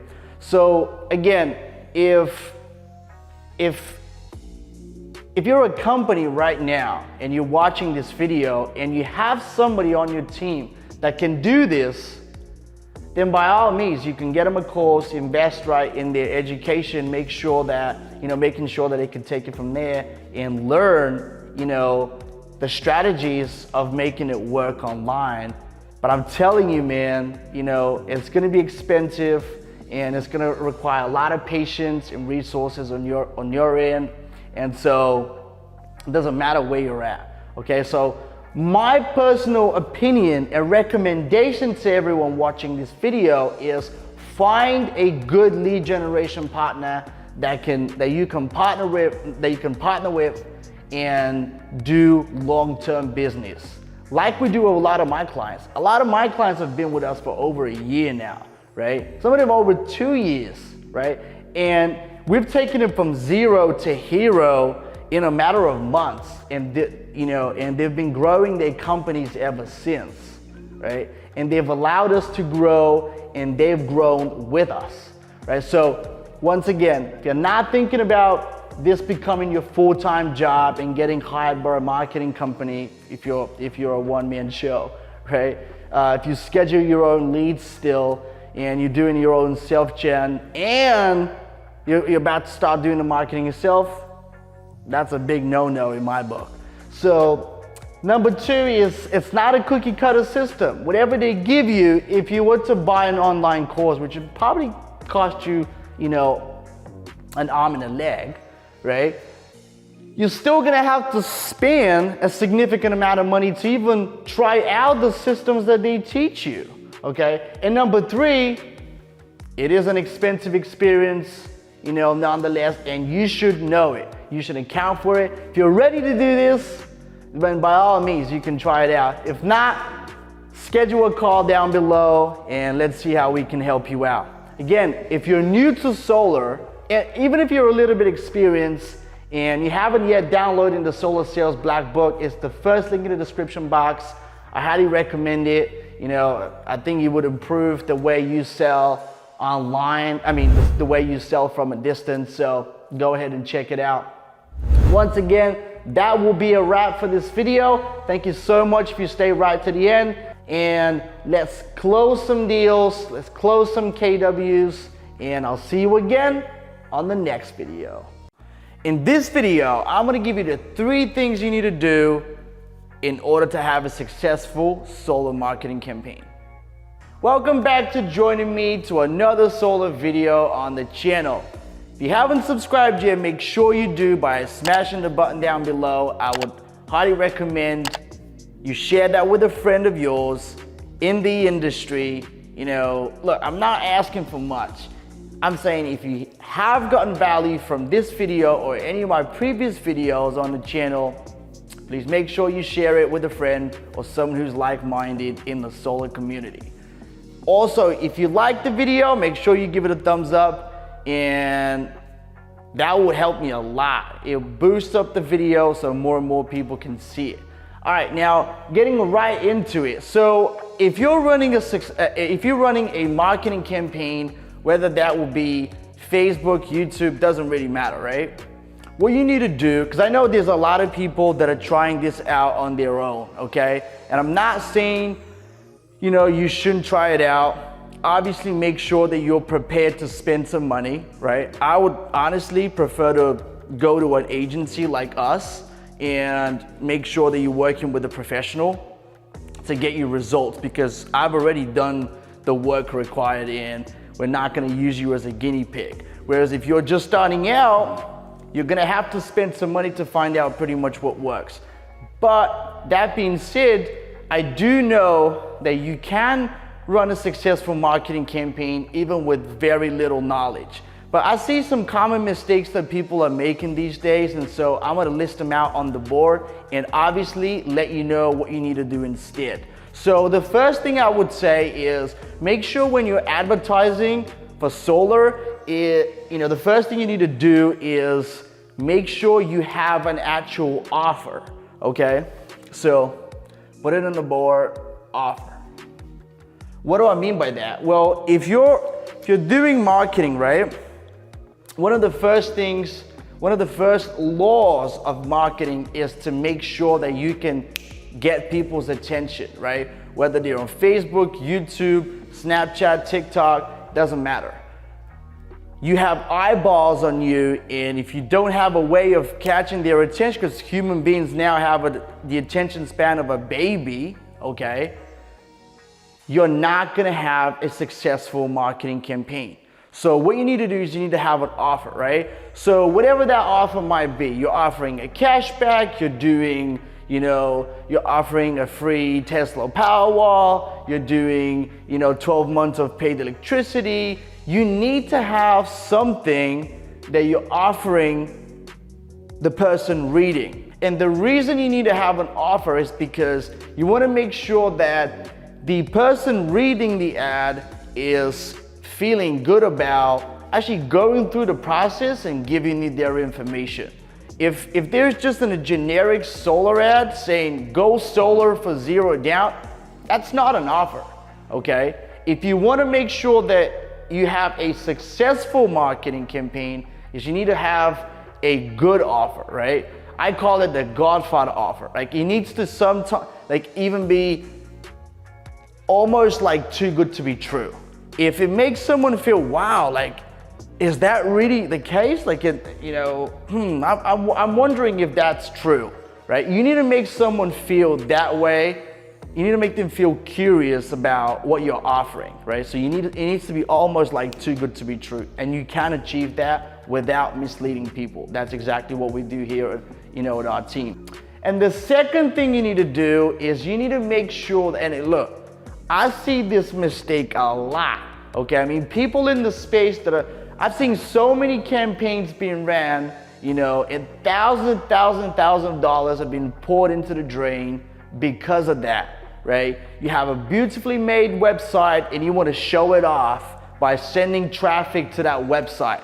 If that's for branding purposes, that's fine. By all means, you can do that, right? But if you want to have a successful lead generation campaign, right, which is what we're talking about in this video, you need to make sure that your website is like a funnel.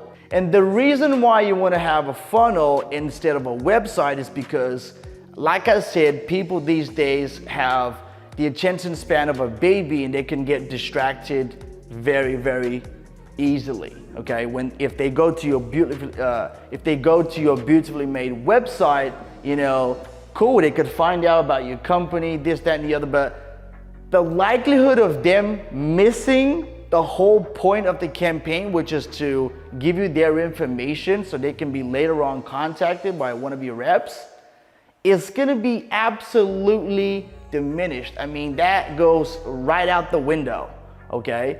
Because you've given them the opportunity to get distracted. So you need to have a funnel, all right? Make sure you have a funnel. And I know for a lot of you that have already done this, it's nothing new, but there's a lot of new guys that are watching this, and I'm telling you, if you're gonna spend money, do it the right way. Make sure you have a funnel and you don't take people to your website unless you're fully aware that that's exactly what you want to achieve, which is, specifically, you're doing this for branding purposes. In that case, absolutely, you can send people whatever you want, right? Funnel. And number 3, right? Making this video quick, right? Number 3 is you want to make sure that you have a sequence, right? Sequence. So I'm talking about a follow-up sequence. I'm not talking about the sequence where, you're gonna get your guys following up with these people, with the leads. I'm talking about an automated sequence, something where it's not a human contact and it could be completely automated. You could send them a text message campaign, like an SMS. You could send them an email campaign, and you can do it for 7 days. You can do it for a month. You can do it for 6 months, right? But it's important to have a follow-up campaign because some people honestly would never answer the phone, and your best chance to get a hold of them will be either through text or email, right? So make sure when you get somebody's information, you capitalize on the opportunity and make sure you send them an automated sequence, right? So those are the 3 things if you want to have a successful solar marketing campaign or lead gen, right? Lead generation. Have an offer, right? Make sure you run into a funnel so it's very streamlined and people cannot get distracted, as opposed to if they go to a website where there's a lot of there's a menu and there's option to choose from and stuff like that, right? You wanna make sure it's very streamlined so they have nothing else to do but click the button and fill out their information. You wanna make it a streamlined process for them to do so. And number 3 is sequence. You wanna make sure that, again, you have an automated sequence that's outside of what your reps are gonna do, right? It's outside of what you're gonna do. It's completely automated. It could be a text message or email, creating urgency to make sure that people actually respond and get back to you, all right? This is gonna conclude the video. I hope you got some value from it. Again, very, very basic stuff, but fundamentals are indeed important. So if you wanna grow your business and you've already tried marketing, but unsuccessfully up until now, or you've tried some marketing agencies for solar, or you bought leads and you never really had good success and some of them even left a bad taste in your mouth, right? Who knows? Make sure you reach out to us by clicking the link down below and scheduling a call with either myself or one of my guys. We're gonna make sure that we give you an exact strategy as to what we're gonna do if we were to ever do business. And if we're not able to do business, if you're not a good fit for us, we're gonna let you know, all right? So again, thank you for spending the time to watch this video. And if you haven't subscribed, once again, please do make sure you subscribe, like this video if you enjoy the content, and I'll see you again on the next one. In this video, I'm gonna be showing you how to generate leads and what are the different ways of generating solar leads coming up. All right, guys, thank you so much for tuning in once again to another solar video on the channel. On this one, like you saw in the title, we're gonna be talking about how to generate leads and how to navigate through the different ways you could implement to generate solar leads depending on where you're at, in your career. So I've listed out some things on the board here, obviously you could see, but I want to start off by saying that the first 3 ways, the first one is cold call, right? You could be cold calling to actually generate leads and appointments for yourself, right? You could do that by buying lists. So the first 3 are pretty much if you're starting out on the budget or you're brand new to the industry, you want to learn more about how to pitch and and how to set appointments the right way. So cold calling, door to door, and buying a list, I would combine them. The 3, you could start simultaneously, okay? Because for example, if you live in a hot state, it's not the best thing to do. Like if you live in Nevada or Arizona or any other state that gets really, really hot, like 100+ degrees in the summer, right? It's probably not favorable to go out there and get baked in the sun, right? So while you're supplementing your door knocking, what you can do is you could buy a list. And you can start cold calling, all right? And as you're cold calling, obviously that's going to generate you. That way you'll be able to generate appointments, all right? And depending on how good the data is, there's different providers out there. You can buy it for very, very cheap.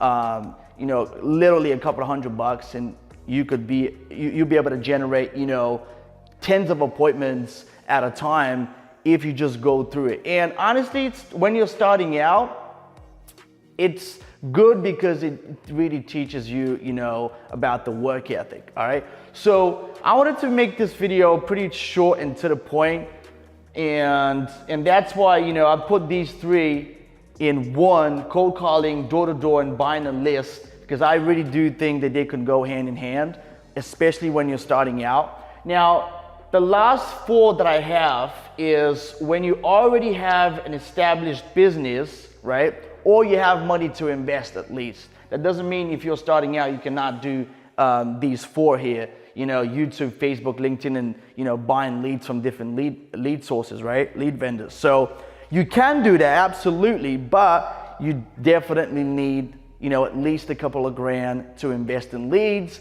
And obviously, if you don't go with the right partner, like us, wink, wink, you can actually waste that money, all right? So there is a risk.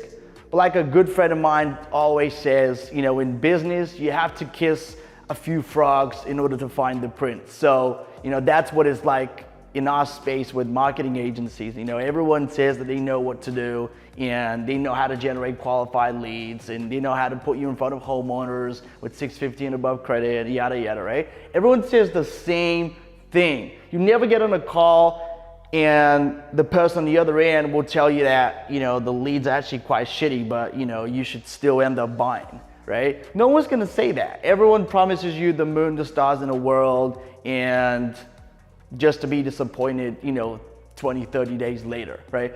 On that note, you can go ahead and schedule a call down below.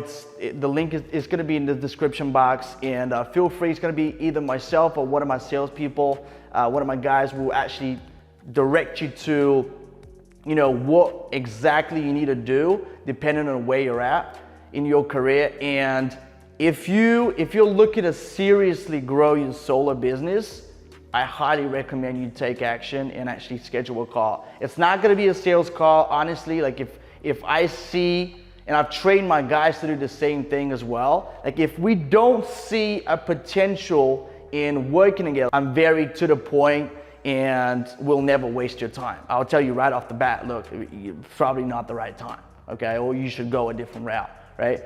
I highly believe in obviously providing value first. So one of the things you're not gonna see if you schedule a call is we're not gonna try to hot sell you on to our service, for example, which is amazing. All right, but back to it. So again, you could start with YouTube, you could start with Facebook, actually LinkedIn. It's part of social media. Very few people run ads on LinkedIn because they're quite expensive, to be honest with you. And you could actually, you know, taking into account the audience that hangs out on the platform, you know, LinkedIn is one of those platforms that you can actually get, you know, pretty high quality commercial leads if you're interested in commercial leads, right? So, but the ad space on LinkedIn is quite pricey, all right? And so, but I would say, you know, YouTube, Facebook, and different lead vendors, you can try it out if you have at least 2,000 to 3,000 to spend starting out, right? At least 2,000 to 3,000, right? I wouldn't, if you have 1,000 to spend, I wouldn't even recommend trying to do either of those 3 because you might end up, you know, wasting that money.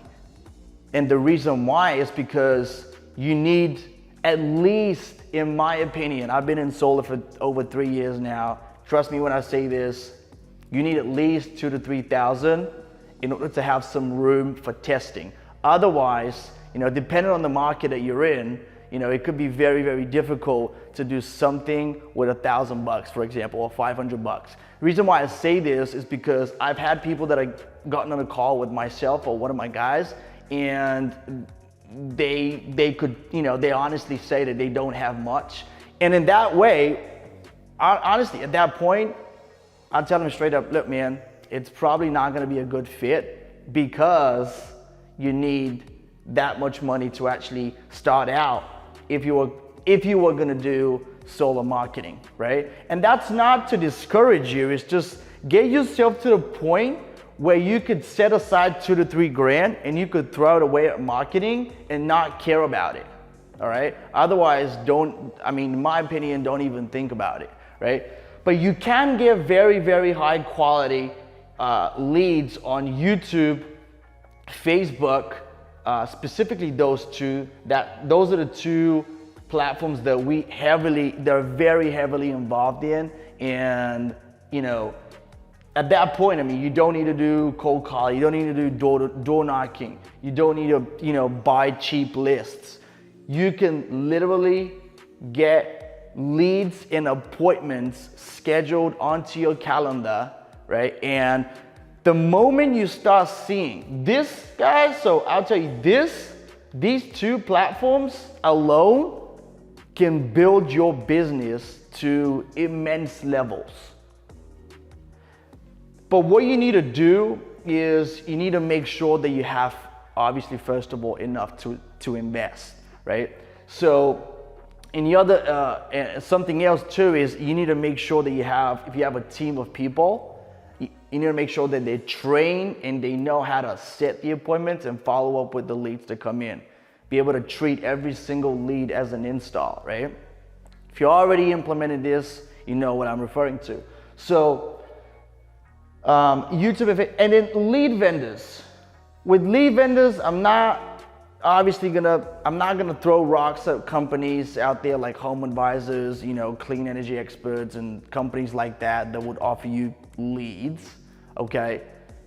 But what I would say is that if you're not looking to compete on price and if you wanna buy exclusivity, right, on these platforms and you choose to work with a lead vendor, you have to come to terms with the fact that if you're obviously buying leads from a lead vendor, they're most probably gonna be resold to multiple different companies. And at that point, it just becomes a massive race to the bottom on price. And there's always somebody in your area that's willing to do it cheaper, right? I'm not saying you shouldn't do it that way. That's just not the way I like to do business. And that's not the way I like my clients to do business. So if you're buying leads from a lead vendor source, that's probably what's gonna be happening, right? Which is not bad. I'm not saying it's bad. You just have to come to terms with the fact that that's what you're gonna see, right? Now, if you want exclusivity, you can absolutely have that, but it's pretty pricey. I mean, you could have leads at around 80, 100, 120, 150 bucks. And at that point, it's honestly just not, it's probably not gonna be even worth it. Again, I do believe in testing out multiple different options. I don't think you should be, short-sighted or tunnel vision and just see one way of generating leads and appointments and growing your business. But if you are gonna try this out, I just want you to have that in mind, right? So again, to recap what we've gone through is we have a few ways of generating solar leads on the board, and we're gonna go through them again. So the cold calling, door-to-door, and buying lists, this is if you're starting out, right? I know companies that are heavily reliant on cold calling and door knocking, and they're doing tremendously well. If that's the way you're currently doing it and you're having massive success and you don't want to change, by all means, keep doing that. But the guys who are just starting out, like guys, you can buy a list. You can buy a pretty insignificant and cheap list, okay, for dirt cheap. I mean, literally for a couple $100, and with thousands of names of homeowners, and you could actually sell them, right? You could, if you put in the work, you will be able to set appointments out of those. Now, so again, cold calling and door knocking, it's not the most favorable, but can you make money that way? Absolutely, right? Now, so those three I would honestly recommend if you don't know what to do, you just want to learn, you just want to learn how to sell solar, really. I would say just going through the motions and, just implementing those methods and just trying it out for yourself. If you have some money set aside, I would absolutely start here. Facebook, YouTube, or even LinkedIn as well, but I would just say, honestly, just stick with Facebook and YouTube. Those are pretty good platforms that you can get a very good bang for your buck. And then LinkedIn, obviously, if you're in commercial solar, if you want to get commercial leads, you can do that as well. Pretty pricey, advertising space on LinkedIn is a lot more expensive, for example, than YouTube and Facebook, but it still works, all right? And then you have the lead vendors. So the lead vendors, obviously, as I already said, you know, if you're looking to enter a race to the bottom on price, you look to, you know, undercut everyone in your area, and you're okay with that. And I know quite a bit of people that honestly wouldn't mind just cutting down their price to, and undercutting everyone to make sure they sell more deals. Absolutely, I just want you to have that in mind. And again, if you want exclusivity with a lead vendor, then you're gonna have to pay an arm and a leg. All right, so I hope you liked this video. If you did, give it a massive thumbs up. Make sure you subscribe to the channel by smashing the button down below. And once again, if a conversation comes up, just bring a friend over, man. Just share the video or tell a friend about this channel so we can grow together. All right, guys, appreciate you guys. Stay safe, sell more KWs, and I'll see you again on the next one. In this video, we're gonna be talking about whether you should buy advertising space in TV, magazine, and radio ads if you're in solar. All right, guys, thank you so much for tuning in once again to another solar video on the channel. Now, if you haven't subscribed, make sure you do by clicking the link down below and turn your bell notification on so you know that you get notified every time a new upload comes on. All right, so I have a lot of people that have been asking about, you know, hey, should I really invest in TV or radio ads? And that predominantly bigger companies and some small ones too, right? And today, the purpose of this video is I want to give you the rundown as to what you're gonna get if you decide to invest in TV, radio, and magazine, okay? Not that it's completely bad, right? Because we live in a social media, age. Not that it's completely bad, but I mean, once again, we're gonna get right into it. So, again, if you are new to solar or you just want to improve the way you sell, click the link, the first link in the description box, and download the Solar Sales Black Book. All right. Now, if we're gonna start out with TV, all right.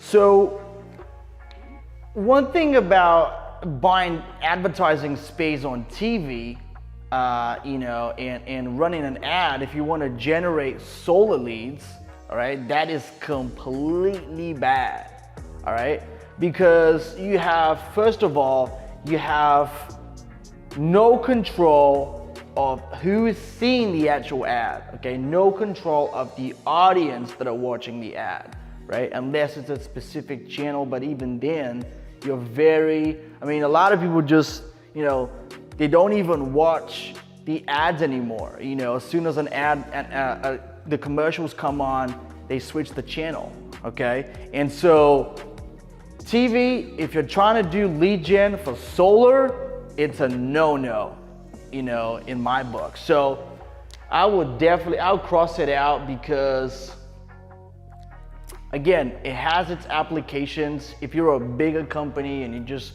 trying to get some more brand awareness, absolutely. But if you're trying to do a lead generation campaign and with the sole purpose of generating qualified solar leads, it's probably not going to be the best bang for buck, and you're not going to get the best ROI out of investing in TV ad space. The second thing is radio, okay? Believe it or not, I know quite a bit of people that don't have, big companies, honestly, like a few guys, and they're buying radio ads, and it's like, man, like it's the same with TV. You have no control for when the ad comes on, right? You have no control of who is exposed to the ad commercial. Right? You have no idea who's listening to it, who's paying attention to it, what demographic you're trying to hit. You have no control whatsoever. All right. And again, if the purpose of the campaign is solely to create brand awareness, absolutely, you can go ahead and do that. But just know that if you're doing radio, I mean, you're not gonna get a lot of leads out of a radio campaign. It doesn't matter where you're located, okay? Maybe back in 1985, you could have gotten a lot of results, you know, with radio and TV, but not, you know, not anymore. If you're buying ad space with the sole purpose of increasing the brand awareness of your company, absolutely, by all means. And another thing I would say as well is that, you know, if you're just in solar and you're selling solar, but you're not installing it, meaning, you know, you're a dealer and you have an EPC partner that they install all your deals, I don't even think you should have a website or, you know, pay for, you know, SEO or buy ad space at radios and, you know, TVs and whatnot. Like, I honestly believe you should invest all your money into lead generation campaigns that can produce the best ROI for your business. And on that note, I would highly recommend you schedule a call down below to see exactly what strategy we're gonna build out for you to massively boost up your solar leads, okay? Again, it's gonna be either myself or one of my salespeople, and it's not gonna be a sales call, but rather an introductory call to what you can expect. Honestly, if we cannot help you in any way, shape, or form, we will tell you right off the bat, we're not gonna waste any time. That's my promise to you. But back to the video. So TV and radio ads, again, if you're trying to obviously generate leads, I would cross it out because you have no control who's seeing it, what demographics and whatnot. So, and they're quite expensive too, right? And the last one is magazine. So the magazine is honestly the same way, probably a little bit, I would say the demographic of the magazine is maybe slightly better than radio and TV, because depending on what kind of magazine you buy, you know, there's very niche magazines that you can get that are homeowner related or home remodeling projects and stuff like that. So if that is the nature of the magazine, then yeah, it's probably a little bit better than those two, okay? But it's still, if you're trying to do, if your sole purpose is again generating leads, I would probably again cross it out, because I mean, that's not the cheapest and the best way to get ROI on your money invested in a magazine ad. Even if you're placed on the first or second page of the magazine, it's still very little control. There's no way to, you know, there's no way to urge the reader to take further action and go ahead and call you up or schedule an appointment or whatnot, right? If you're doing, for example, social media like YouTube, Facebook, you know, other social media platforms, the beauty is that we can target the exact avatar that you're trying to pursue, and the avatar of the perfect client for you, right? And we can pre-qualify them by asking them questions about whether they actually own their home, what their credit score is like, whether they get any shade on their roof, like pretty much like spot on as far as, you know, what you need to know prior to getting on a call with the potential customer. And on top of that, once they do become a lead, we actually give people the opportunity to schedule a call right into your calendar, so they can be contacted at a later stage. So once again, pretty short, concise, and to the point type of video, but I felt like doing it because, again, I know there's a lot of people that say, well, man, you know, that's kind of redundant. We all know we shouldn't do that, but there's still people who waste money, and I hope, you know, someone who was about to waste money on one of these three, you know, and with the sole purpose of generating solar leads, has actually stopped, reconsidered their decision, and went a different route, for example. So again, TV, radio, magazine, very little control as far as who's seeing the ad. There's no way for us to to push the consumer to actually take further action and give you a call. And they're still quite expensive, to be honest with you. So I definitely would not recommend them if that's what you're trying to do. If you're a bigger company and you just have money to spend and you want to create a lot of brand awareness in the area, absolutely go ahead. I'm not against that. So that's going to conclude this video. Again, if you haven't scheduled a call or this is the first time you're seeing this video, make sure you check out some of the other videos on the channel as far as how you sell. Check out the case studies, the testimonials, of people that we've literally taken from zero to hero in a matter of a few short months. And so go ahead and schedule a call at a time of your convenience, and it's going to be either myself or one of my team members that will speak to you, and we'll tell you things exactly as they are, not as you want them to be. So we're pretty straight to the point. I take very, very huge pride in that. So again, I hope you enjoyed the content of this video. If you did, make sure you give it a thumbs up so we boost it up. More and more people can find out about this video and the channel. And honestly, if the conversation comes up in a community and you've been watching some of the videos on the channel and you like them, give me a share, man. Either share the link or verbally tell someone to go ahead and watch the videos on the channel. And so that's going to be a wrap. Thank you so much for watching the video once again, and I'll see you again on the next one. All right, so Dave is in the house. Dave, thank you so much for being here, man. I just thought I get your opinion on, obviously working with us. How do you find working with us? Obviously, what your experience has been so far, and how does it differentiate from experiences you've had in the past with other lead generation companies? Yeah, man. So yeah, I think I just found you, like kind of everybody else does. It's a business owner. You go through and you try as many lead companies as you can afford, I guess, and some of them are good, some of them aren't. Yeah. You were ended up being one of them that I was just really surprised and impressed.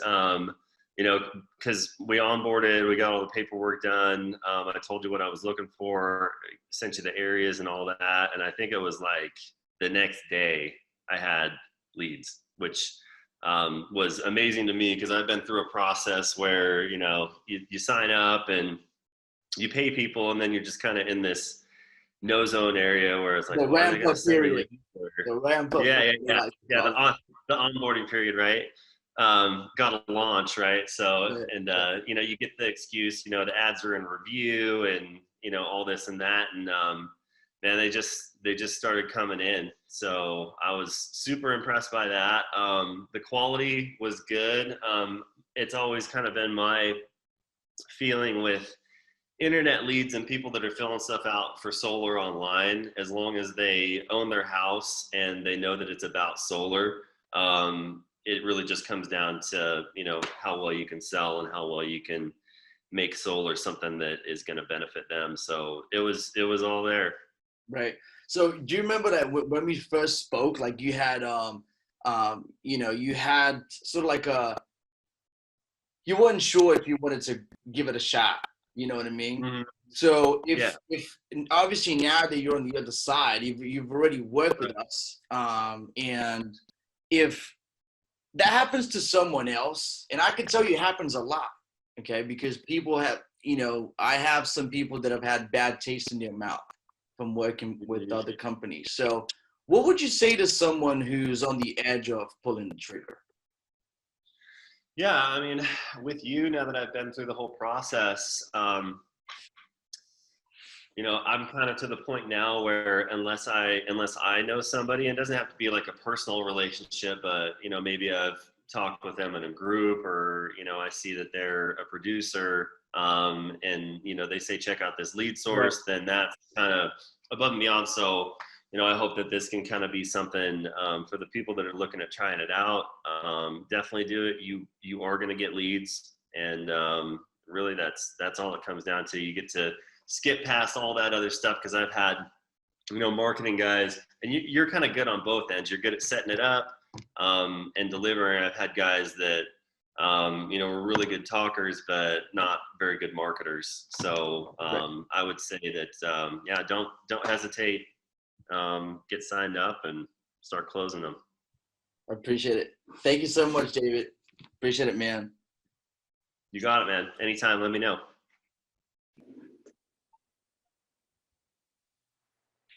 All right, cool, good stuff. All right, so we have Kale in the house, and I'm here with Kale, obviously, to go over a client testimonial journey. It's not really a testimonial, it's sort of like a case study, because we onboarded that client about a month ago, probably a little bit over a month ago, about 40 days.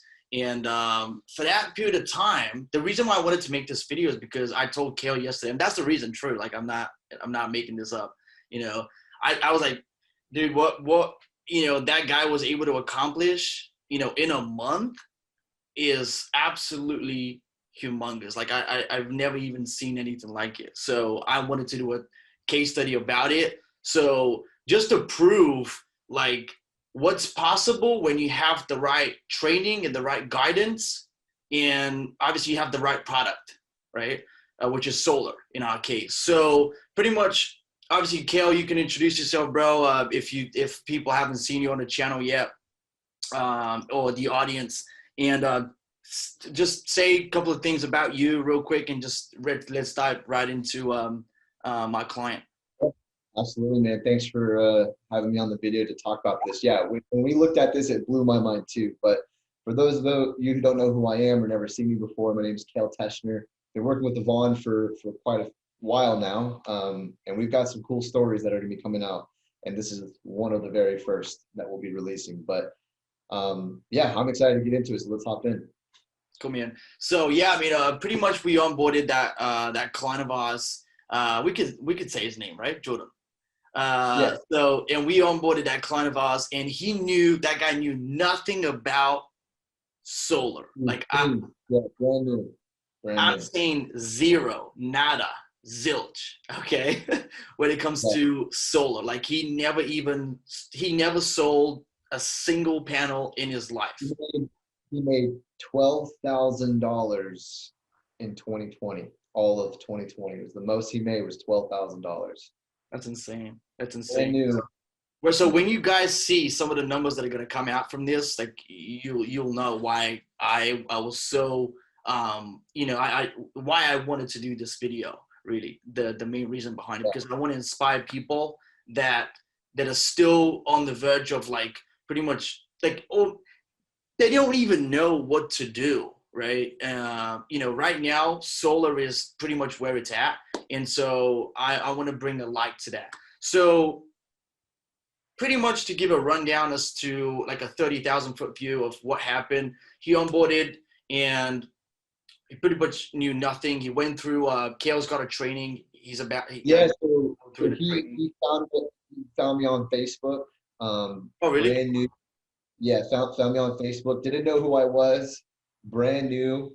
The kid just trusted himself, I guess, that's all I can say. So he just trusted himself, invested into my program, and he just began my program. He started from the beginning, which was obviously the beginning, which is the preparation of what you need to do to become successful. And he went through on how to generate leads, and obviously partnered with Yvonne here. And from there, we trained them to understand how to close, and we helped them close those deals as well. That's what we're going to talk about. That's why these results are crazy, because this guy's brand new and easily just took what we did, and he's watching us do it for him, and he's duplicating that in his own life. And he's having ridiculous results from this program. Yep. So can you share your screen and just show some of the stuff that you know, just to show people that we're not just like making this stuff up. Yeah. Yeah, real quick. We'll be fast. So this is the program Alta Novus that he went through and that he continuously goes through. And there's tons of content between how to lead gen, how to close. Tons of videos in here on different people, different customers being closed live. Just being recorded, different personalities. So this is the training he went through, and from there he generated some leads with Yvonne. He went through my lead gen or my appointment, my lead to appointment training, set the appointments using my scripting, all that good stuff, set quality appointments on my calendar. And then I ran those appointments. In a matter of 3 weeks, he set 6 appointments on my calendar. I closed 5 of them with him. And so that's what we're going to show you guys is the results of what happens when you have a system like this that will help you close upwards of 50%, if not closer to 80 or 90% of your deals, simply because you're just communicating effectively. So we're just going to do a quick run through. So here's Lucas. Lucas is a customer that we got on the phone with, and all of these are recorded as well. So the cool thing about the program is if you come right here to bonus call audios, you can literally see me close these deals live. Or these are the cold calls that we set the appointments with. Hang on. Right here. Or no, one more. Sorry guys. You'll edit this out, right? Right, yeah. Okay, so boom. So you come right here. So all these closed deals that we're about to show you, proof with signed document emails, everything proof. You can also come into this course and you can watch me close Lucas.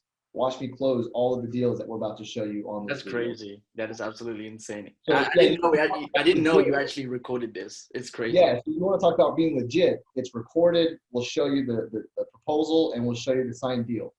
And we'll talk about what we made on the project. So you can see here is a, let's see, 13.3 kilowatt system is the one that we sold.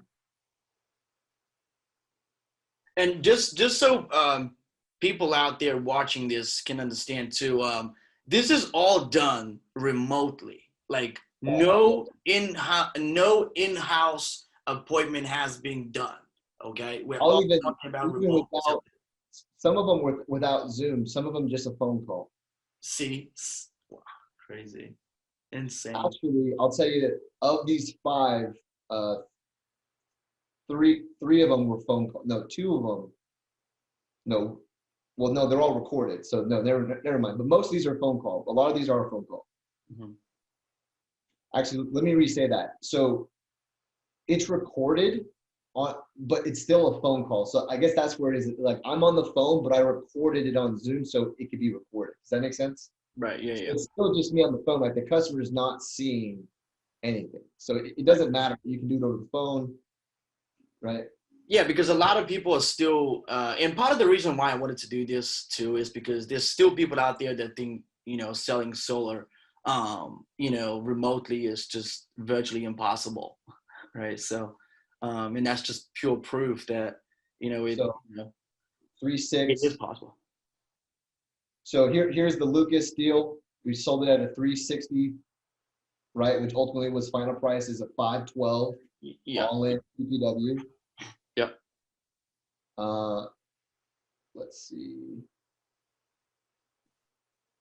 I think this is it. Yeah, Lucas Tilley. Docs completed, right? This is Loan Pal. Mm-hmm. We've actually already got notice to proceed on this one. Mm-hmm. Let's see. Let's go to the next one. We got Mickey Jackson here. Let's do this proposal.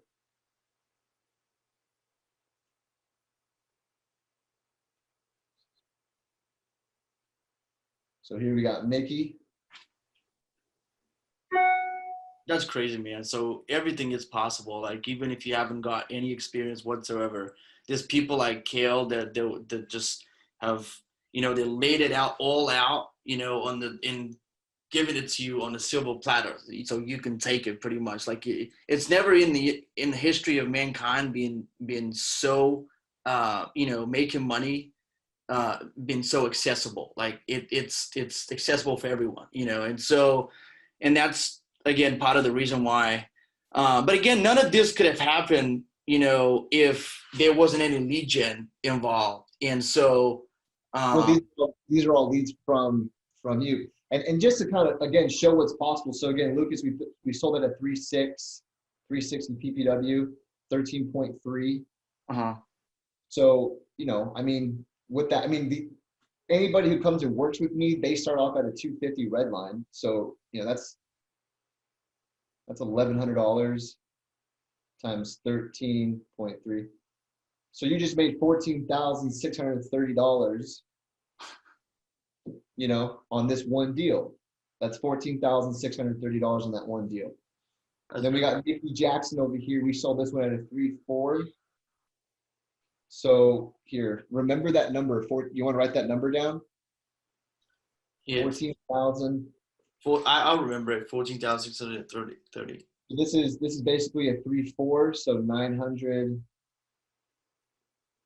times this is another deal that we closed, 10.323. So 900 times 10.23. So this commission is 9207. And this is assuming that you're a 250 red line, right? Like anybody who starts with me is a 250. So this is like Jordan, right?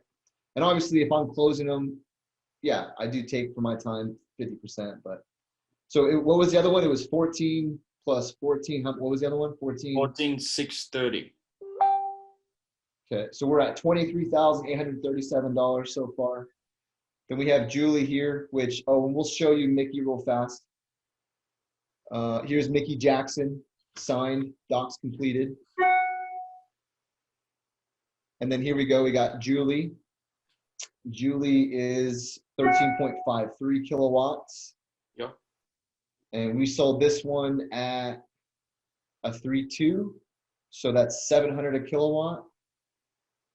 If you're at a 250, 700 times, what was it? 13.53. So another 94.71. That's crazy. Now we're at 33,000. And then we've got Joe Powell. And obviously this is with a different installer. So we sold this guy at a 3.3. There's Julie from the last one we just showed you. Docs complete, Julie. Mm-hmm. Here's Joe Powell. No, this is the other one, Carrie. So let me get Joe up. Here's Joe Powell, docs completed. 3.3. Size of the system, 8.88. So 800 times 8. 7,000. Right. And then the last one, Carrie. Here is Carrie, and we already showed you Carrie, right? There's Joe. So here's Carrie. Carrie, docs completed. We sold this one at a 3.4, so 900 a kilowatt. That's crazy. That is absolutely insane. Times 5.92, 53.28 plus 53.28. What's so the total amount? In total, this is, you know, again, anybody who starts with me starts off at a 250. In total from these deals is $45,740 in personal commission. Wow. And how much did we spend for these leads? I mean, that's what I was like, people won't believe this. And you know what's funny? I couldn't believe it. That's why I reached out to you, you know? And, you know. That's why you said, hey, we need to make sure this is legit. Can you show me signed contracts? Can you show me? Right. Yeah. So yeah, man, just like we spent less than $700 for this to achieve 45,000. What was it? 45? What? 45,000 in personal commissions. You said less than 700. Less than 700. Yes. For the whole month. For the whole month. Yes. We had a problem with Jordan's account because it was brand new. Yeah. And he couldn't spend more than like $25-$30 a day. And it was really frustrating. So we switched it to ours at the end. But anyway, it's crazy, dude. I actually went out. I was at the office today, and I was talking to my team, and I even during the meeting, I made one of the guys, you know, just go and give me the real stats because I don't want to be lying, you know. And it was less than $700. I couldn't believe it. So it's like, so this guy, Jordan, is brand new. I met him a month ago. He made $12,000 for the entire year of 2020. And the first 30 days of him knowing my name and knowing Yvonne's name, he generated $45,000 in commission. And get this, the truth is all he did was go through my program that you're looking at right here. He learned how to set appointments that Yvonne gave him from my program. And then I showed him exactly what I'm showing you here, how to do what he's learning to do. And I closed them for him.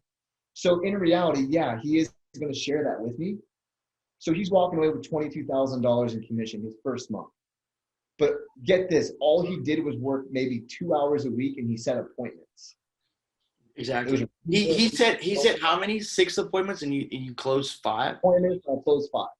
Yeah. Crazy. And the best part about this is all these calls are being recorded and they get into the training. So even if you're brand new, you can see how, you know, Kale is doing it, you know, in real time.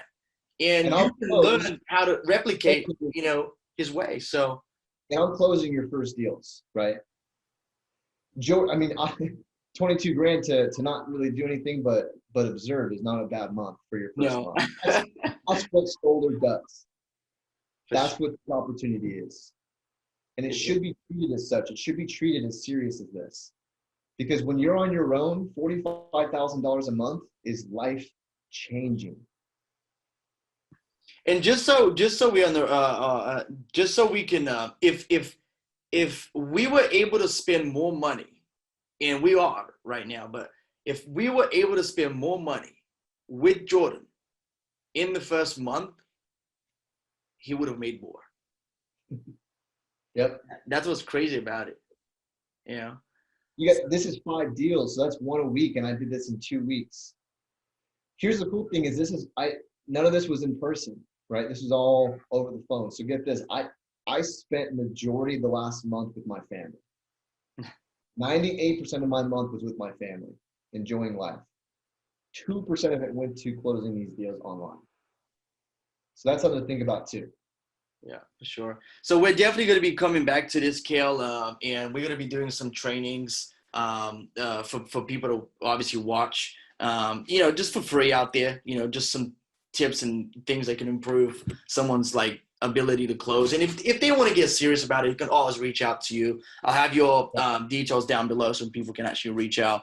But that's what I'm saying. It's the perfect combination, man. If you're brand new to solar, and quite frankly, man, like I've told you this in the past, there's a lot of people that are watching this that are brand new to solar, meaning like they have never sold a system in their life. They just you know or have heard of the great commissions in solar. And so even if you're brand new, you can make it happen because you have someone like Kale and you have someone like myself and we can make it possible. So you're essentially, I don't want to say it's risk free, but you know, with us, with your support team closing your first 5 deals or whatever that number is for you, what is the risk? Right? I've never seen anything like this. We know Vaughn can get the leads. We know my system can close the leads. What's the risk? Right? Yeah. So yeah, I'm excited. This is I think this is huge. I think an entry, this is a way for anybody. Like I think what we just created is like we just eliminated the entry barrier for anybody. Like you can be anyone and come into solar and be successful now with little to no risk and really little to no overhead, honestly. For sure, man. You know, you have to have the desire to do so, but you know, if you do, great things can happen for sure. So I appreciate you being on the call, man. We'll have you on, you know, anytime soon here. So I'll catch you guys later. Thank you so much for watching. Appreciate it. All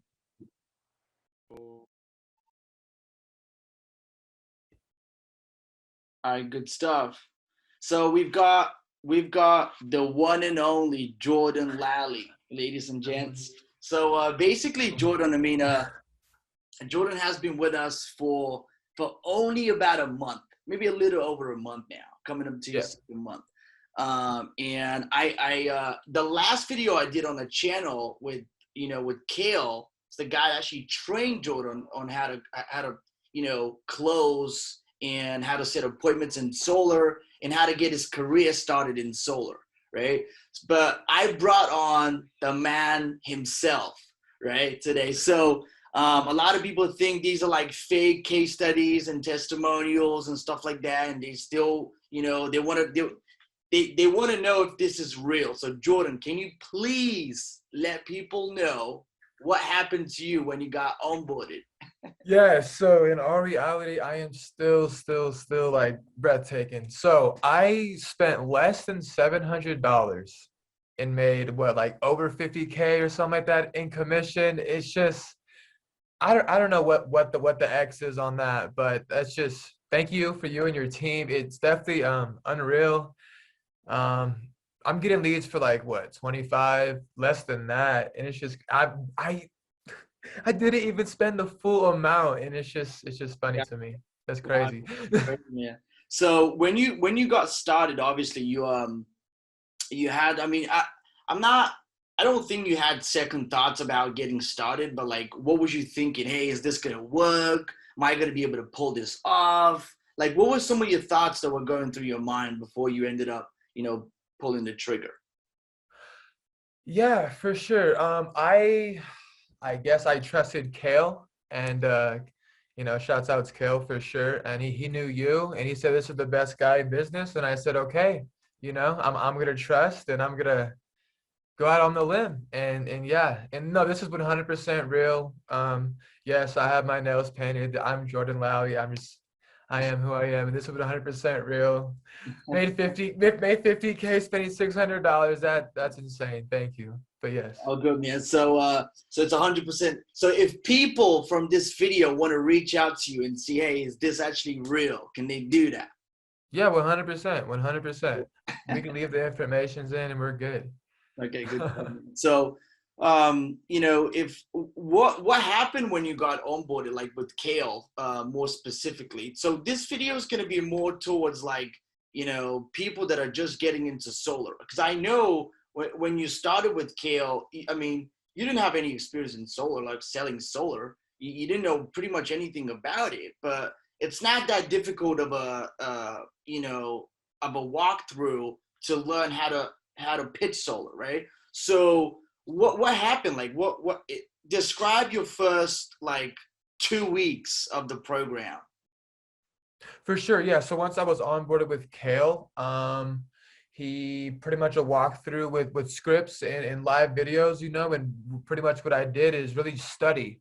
Like I told myself if I want to succeed in this, I'm gonna have to really try. So I did, and he was nice enough to help me close some, right? But I've been rehearsing and whatever. But I feel way more comfortable now to sell, I guess. Right. What you may call it. To pitch for new people, it's not something that's impossible to learn. Like if you put your mind to it or whatever, then you can easily do this. 100%. Right, but it's an easy to follow training. Anybody could do it, right? Yes, 100%. Yes. And so cool, man. I can. So in the first I think in the first couple of weeks he managed to close like a couple of deals or something like that. Like and by the end of the month, I called my guys. I was like, dude, like, is that real? Because Kale is pulling up the numbers and I couldn't believe it myself. You know what I mean? Yeah. Because throughout the whole month, you didn't really say anything to us. So I didn't know. It was because it was Kale the one that was closing the deals, but obviously you set the appointments. He taught you how to set the appointment, how to set appointments. So what would you say to someone who's just starting out, doesn't know anything about solar, or even if they're already an established company but has never worked with us? What would you say about like, how would you describe sort of like, not describe the experience, but like what would you say to them if they're on the verge of, if they're not working with you, Yvonne, they're losing. Like straight up, like if they need to work with you, like it's gonna be life changing, it's gonna be game changing, it's gonna expand your business, recruit more people just simply by working with you, Yvonne. Like you are a solar game changer, and you definitely, more people need to know about you, or keep you a secret. I don't know what will be better, but yeah. Awesome, man. Would you tell your friends about us? Oh, they already know about you, boss. But yes, I definitely would. I know, because you already brought like one or two, so it's pretty cool, man. I got you, yeah. So I appreciate your kind words, man. I appreciate you doing this. I hope more and more people, sort of like, start on this journey, because it's amazing. We can't promise that, every single time it's going to be a home run right out of the gate. But, in your case, it was. And it was an unbelievable home run, Yeah. So awesome, man. Thank you so much for participating in this. And I look forward to having you in future videos. For sure. Thank you so much, Yvonne. Awesome. Have a good one. Awesome. In this video, we're talking about good and bad states when it comes to solar lead generation. Coming up. And welcome back to another solar video on the channel. On this one, we're obviously talking about where should you put your money in if you're thinking about online lead generation, right? So, by the way, if you haven't subscribed to the channel yet and you've just been watching my videos, which I still appreciate, I would appreciate if you smash that button down below and give me a sub, all right? If you like the content of the video, please make sure you give it a like too, because that boosts the YouTube algorithm and actually more and more people can get it discovered, all right? So let's get right into it. What are good and bad states when it comes to solar lead generation? And is that actually a thing? What does it mean, okay? So good and bad states, that simply means, all right, where can I get a better ROI, right? So for example, I'll give you an example. So usually when I start working with a client, we do lead generation, right? And when I start working with a client, the majority of my clients are sales organizations or one-man show people. To where they ask me, hey man, what market should I do, right? And honestly, I love that question, because at that point, I know I can really help that person. Because some people, they come to me with already like secured spots that they want to be in, right? They give me a place in Florida, the Panhandle, or this, that, and the other, right? And I'm like, oh, here we go again, all right? And it's not bad, but I'm like, if you can, we live in 2021, right? If you can afford to have multiple locations open where you can sell, right? Not just in one spot. If you can at least target a whole state, that's gonna put you so much ahead of the curve of everyone else who is advertising across the same audience of where you are currently, right? The only reason I see where people should be, pumping their money in a single location is if they actually live there, right? If they live there, and most importantly, if you're doing door knocking, right? Door to door. If you're not doing that, if you're not doing door knocking, I highly recommend you don't limit yourself to one location. And if you're not actually limited by one location, your ROI could be absolutely off the charts. And you can actually go and watch one of my latest testimonials of Jordan Lally, who made 50 grand with literally just over $600 in ad spend in a space of a month. And the guy had no experience when it comes to solar, right? So you can go and check it out. But now, when it comes to selling solar, if you're a solar sales organization, right? And you're not an EPC, you're not an installer, you shouldn't limit yourself to one location. If anything sticks with you from this one video, it should be that. If you are selling solar and you're not actually installing it, right? You're not the service provider, then you shouldn't limit yourself to one location. So that's actually the second reason. If you're an EPC right? And not a dealer, by all means, I mean, you're limited to where your crew can actually go out and install, right? But if this doesn't apply to you and you can sell anywhere, why? Because you have a national installer, right? Like the ones we recommend in our training. If you have a connection with an installer that can service the whole state, and if you don't have a connection right now, I highly recommend you get partnered up with someone that can actually install at least statewide, right? Because that's where you get a lot less people advertising across that same audience. And so YouTube and Facebook is gonna give you actually a lower cost per lead, which will then make your return on ad spend, return on your money a lot bigger, a lot higher, right? So again, if this doesn't apply to you, you should always think about targeting at least the whole state, right? So again, there's no good or bad states. There's no good and bad states. Some states obviously have, you know, a little bit of a more sort of background of people knowing about solar and being interested about solar, like California, Nevada, Arizona, Florida, whatnot, right? The sunshine states, but all the other states are coming up too. So, I mean, you'd be surprised, like we have campaigns going up in Ohio, we have campaigns going up in Missouri, right? And they're doing tremendously well, right? And those states are not considered like solar states or sunshine states, right? But they're doing tremendously well right now. Idaho too, right? So I would tell you this, if you're thinking about selling solar, right? And I just want to leave you with that. If you're thinking about selling solar, you should always consider going statewide at least, right? At least. Honestly, I love when people come to me and say, usually on the onboarding call when I talk to them, and they ask, hey man, what markets do you think I should do? That's my favorite question out of all, because I know at that point, I can recommend a great state to that individual because I know where, you know, the campaigns for my clients are popping the most, right?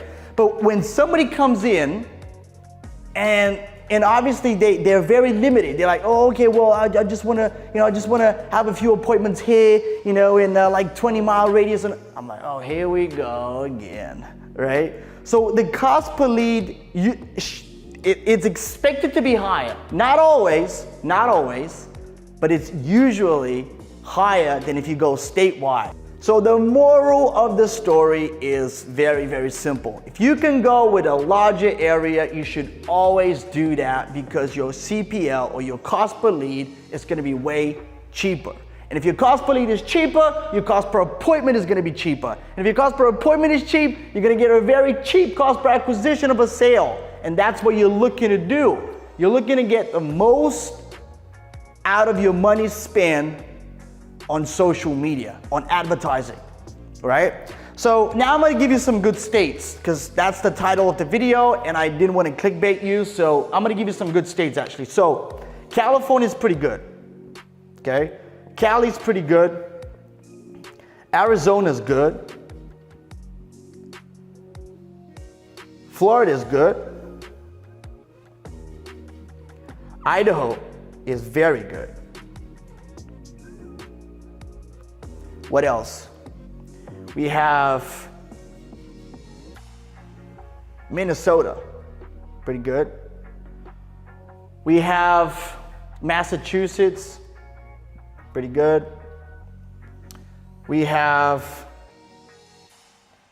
what else? Anyway, that's the ones I can think of on top of my head, but Nevada is good, and as long as you don't target Vegas specifically. And a lot of people are like, whoa, I want my 2-week install. I want my 1-week install, 2-week installs, right? I get a lot of people saying that you can get very, very fast permitting if you're in Vegas. And that, even if that's true, I mean, you're gonna get paid either way. Like, for example, in our program, we actually connect you with an installer, right? So we give you a pretty reasonable red line and you're bound to always get paid, right?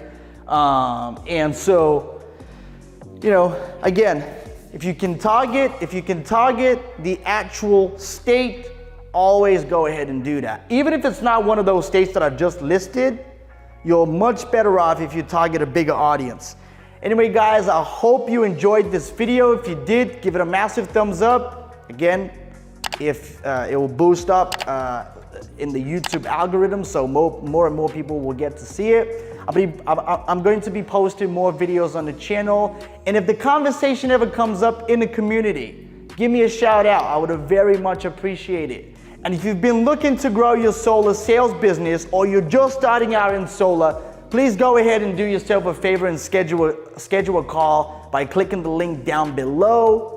And I'll personally talk to you on that call so we can strategize we're gonna grow your business literally step by step. So, and this call is entirely free. So do yourself a favor and schedule a call. And until next time, sell more KWs and see you in the next one. All right, so we've got Gail in the house once again, ladies and gents, and we're back at it with another video on the channel. So today we really wanted to sort of like talk about some of the roadblocks that people will get to once they embark their journey in solar, and what is some of like the mindset tricks you could have once you start in solar, and you want to obviously grow as a solar sales organization, if that's what you want to do. So Kel, I'll pass the ball right to you, bro. I know you're pretty big on mindset too. So for somebody that's starting out, like what would you recommend as a starting point in terms of like the way they should see things right at the beginning? So yeah, man, thanks for that, man. Appreciate it. And for those who don't know who I am, my name is Kel Teschner. And we, been working together for a little while now. And yeah, man, if somebody's brand new, I would encourage, like, mindset wise, like, don't look at it as an employee, right? I think a lot of people do come in just because majority of our society are employees, right? Very few of us are taught to be entrepreneurs, or at least think like, business-minded people, or, as if, think as if ownership is already ours, right? And ultimately, a lot of the times is because that's not the case, because you do work at somebody else's job, right? But when you come into solar, I don't care if somebody owns a dealer, right? If you put deals to that dealer, that's fine. You partner with that dealer, right? You own your 1099 though, right? And I think understanding that and distinguishing that is important in the beginning, because it will allow you to, I think, set higher goals, meet higher net worth kind of individuals and networks. I think it'll push you to do different business ventures within your solar business that maybe you would not have done because you were thinking falsely in the first place, right? Like, employees don't invest in their education, employees don't invest in their future, employees sit there and collect a check, right? But business owners invest in their education, business owners invest in their future, invest in their company, invest in marketing, or whatever it might be. Or, if they're not ready, they create a plan of action, right, to make it happen, right? And so I think, yeah, starting out is just understanding that you own your business, that you may put deals through somebody's dealer, but at the end of the day, there's nothing stopping you from getting the same results as that individual, or having your own dealer, or creating your own network, right? Because as you develop your leadership and you attract people, and people want to follow you and sell with you, and you build an organization, like, you own that loyalty of that sales organization. And now you can become valuable in that marketplace, and you can do different things. But if you stay small-minded, that you work at this company, you're doing this thing, you may make a lot of money, but I don't think you're ever going to really create something that's going to be like cool to look at. But yeah, that's what I would say, man. Yeah, for sure. So now that's a good point, man. I mean, I see a lot of people starting out in solar, and they get onboarded with like other companies, and obviously they try to feed them with leads. And obviously they get, very little of what the potential of their sale could be, right? In terms of commissions. And I always tell people this, like, look, if the only reasons why you should go into and work for a company is if you're absolutely broke, if you don't have a buck to your name, right? Because if you don't want to not, unless you want to go out there and knock doors, I mean, it's gonna require you to put in a little bit of money into like lead gen, for example, or even coaching if you don't know what you're doing. And the second reason is, I mean, again, which probably refers back to the fact that if somebody doesn't have money and they're currently broke, they can't invest in coaching. So that's the only two reasons you would really want to jump in and get onboarded with a company, right? And not be a sole proprietor, for example, and run your own shit, if you will.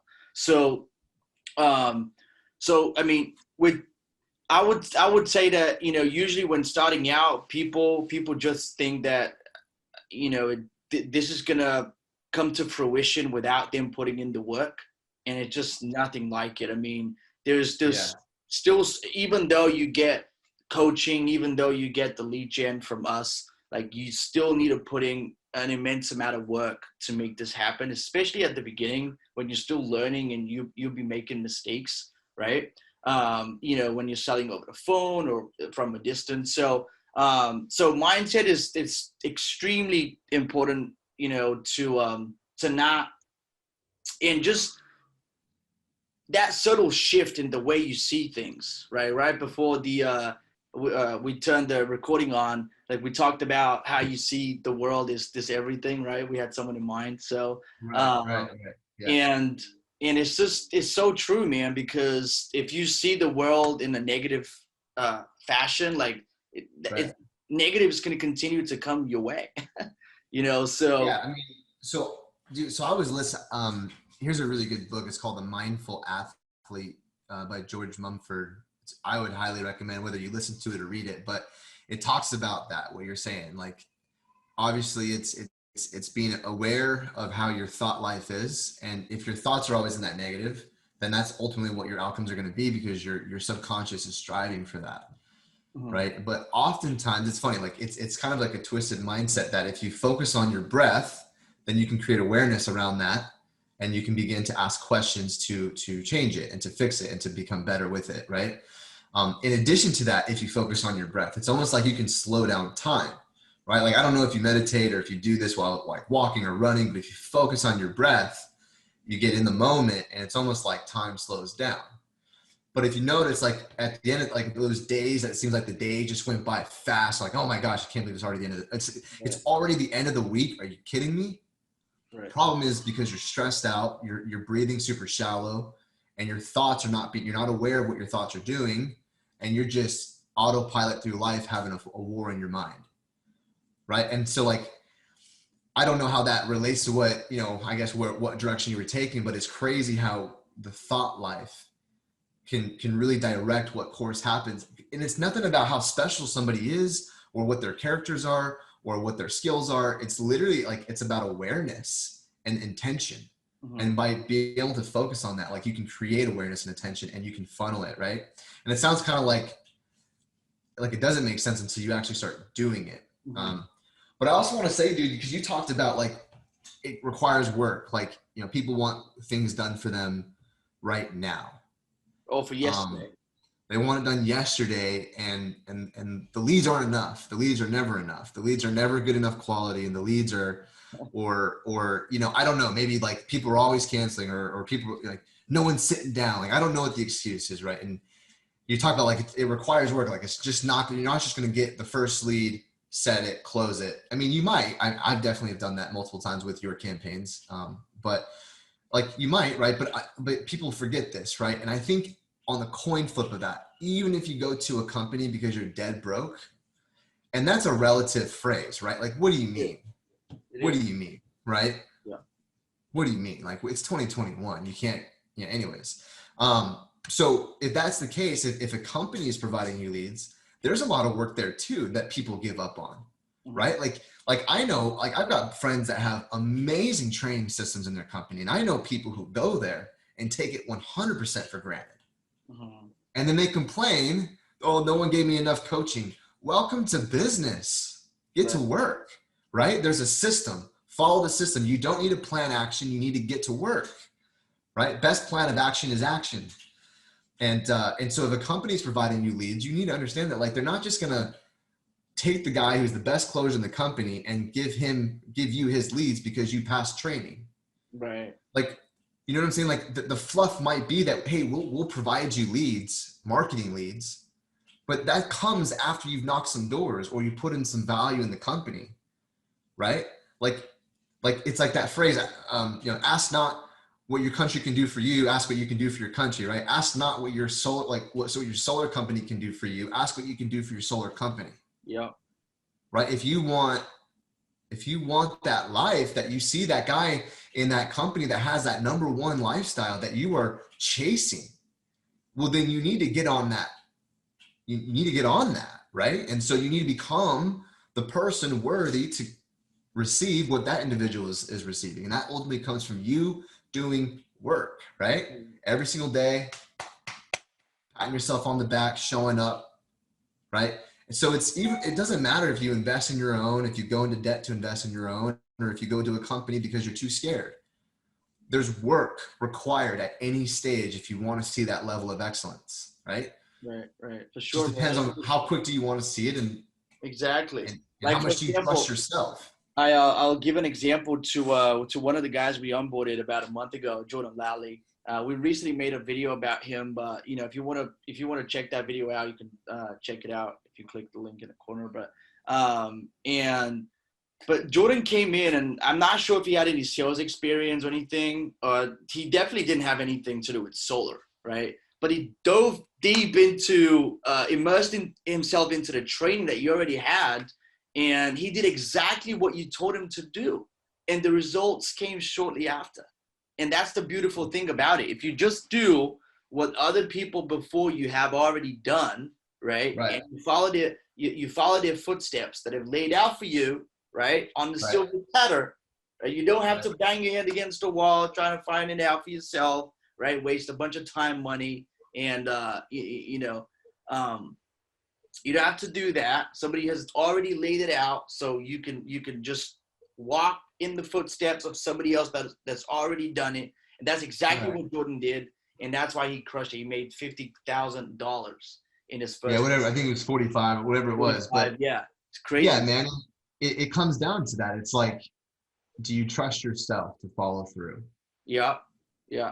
So for somebody who's just starting out, like I would just say a huge mindset shift is to just be like overly positive. I would say it would never, like, positivity will never like go against you, I would say. And another thing too is if you were told what to do by someone who's already experienced what you want to experience, right? Just do it, right? Don't try and create your own way of doing it. Don't try to like don't take that time, right? And be creative right at that moment, because that's not the moment for creativity. If you're being given the footsteps, just walk those footsteps, right? You know what I'm saying? Like, I think it's people it's that self-conquering idealistic thing that we all have individually. Like we all want to climb the mountain, and we all want to drive our own path, you know? Right. I think it's like I honor that. I respect that. But yeah, like I think being able, like what you're saying, if you can just, like we were talking about before we started recording this, like there's people who want to learn all these different kicks, right? 10,000 different types of kicks versus mastering one kick and doing that one kick 10,000 times, right? And it's like, if there's somebody who's created a system or a path that they've got something that's working, maybe not tomorrow, but long term, if we look at it, long term, right? As you should, because that's something I was going to add to that list that you're talking about, is not just optimistic, because like, how do you stay optimistic after rejection, right? So we'll come back to that. But like, what was I saying? I forgot. I lost my spot right there. Yeah, you were just talking about the what you need to do if you're put in that moment, and if you like if you experience rejection. Yeah, we'll just go down that. If that one other comes back to me, we'll go back to it. But yeah, so like, what do you do when you experience rejection, right? It's like, Oh, that's what it is. It's like long-term minded, right? Yeah. It's like if you're going in it to be optimistic, that's great for the day, right? But like, what happens if it's like 5 days, Right. or Right. 6 days? I think that's my point. Is Right. like we want to just like focus, like, okay, 30 days, 2 months, 3 months. Like, what's the outcome of this goal that I'm looking for? And it doesn't matter what happens in the minutiae, right? Like, I'm ultimately going to look for this. And I think long term, if you're following, right, here's how it connects. If you're following a path or a system that's been created for you, it may not happen today, right? But long term, systems work, right? It's the law of large numbers, right? It's law. I mean, we're proving it upon person, upon person, upon person.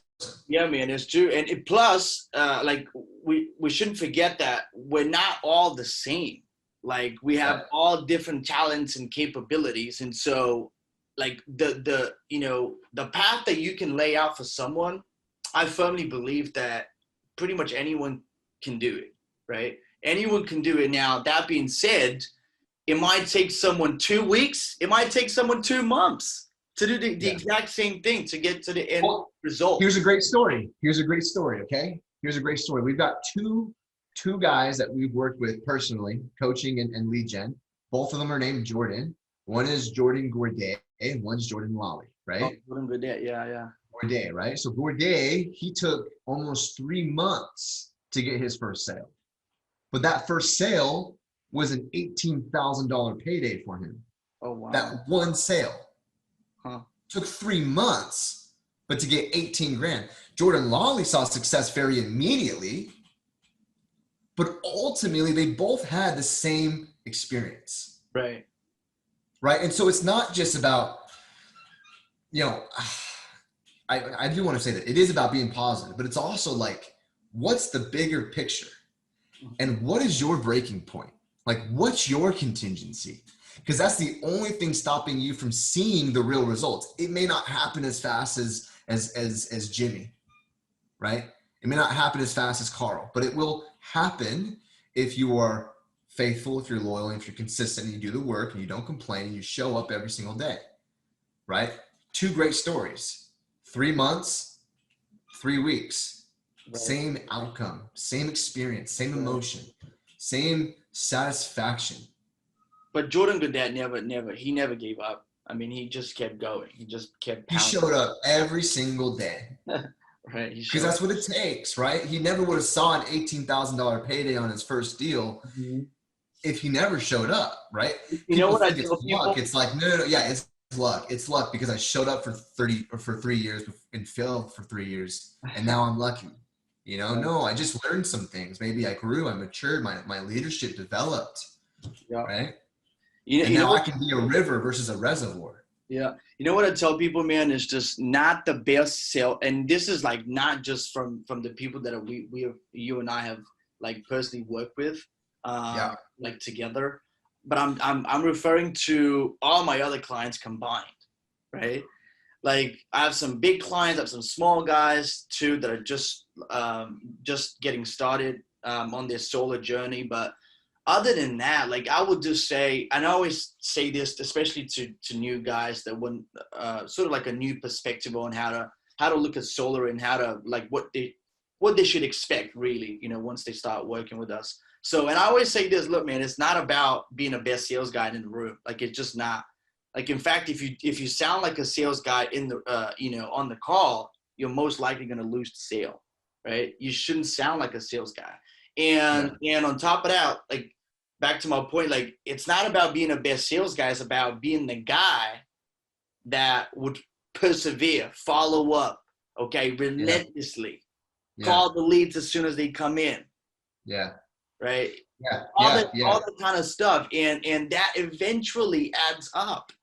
If you have 2 brain cells to put shit together, man, like you will succeed eventually.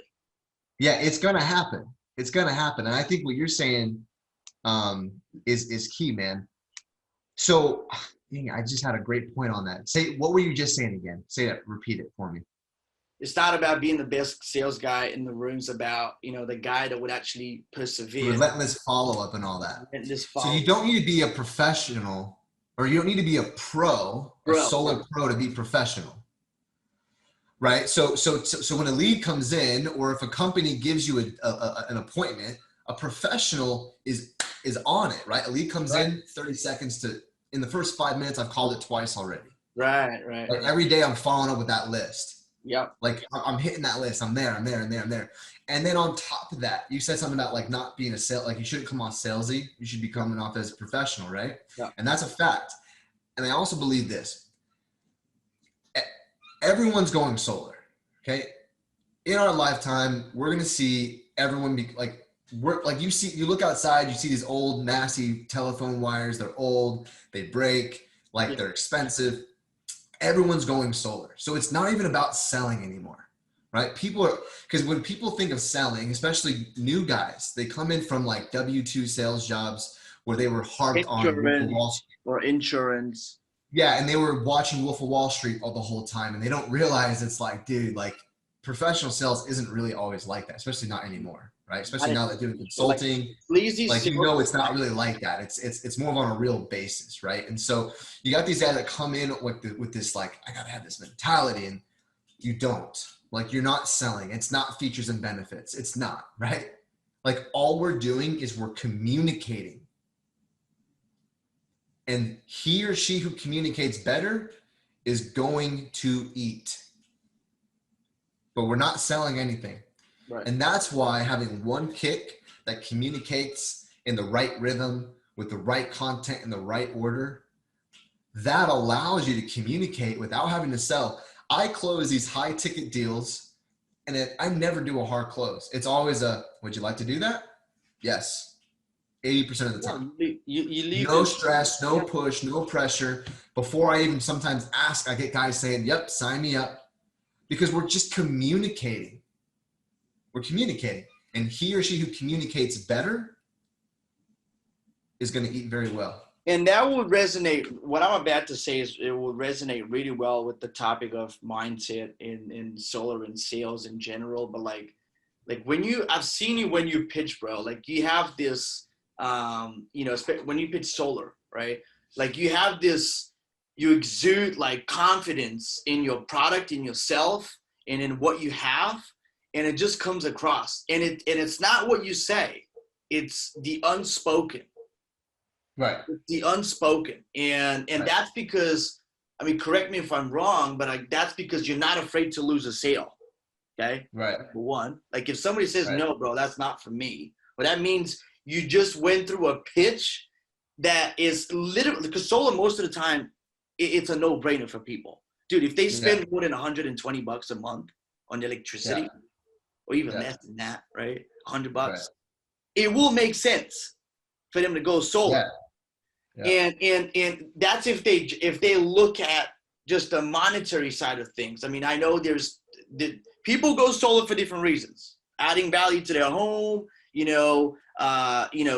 save the planet type of deal, cutting $20 on their electricity bill, saving long term, like all that good stuff. And yeah, I'll tell you, I think here's the 3 reasons people go solar. As long as you do it properly, this is what I do, right? Mm-hmm. I focus on the utility, solar, and then their payment. And those are the 3 reasons I find why people go solar. The utility, the utility company not being reliable. No, man. I actually no. I don't care about that. They'll be reliable. They have to be, right? They're a business. Yeah. I focus on what the customer pays for. So I pick apart the utility company based on their pricing structure, and I incorporate them in a story, and I use that to get a lot of emotion out of them.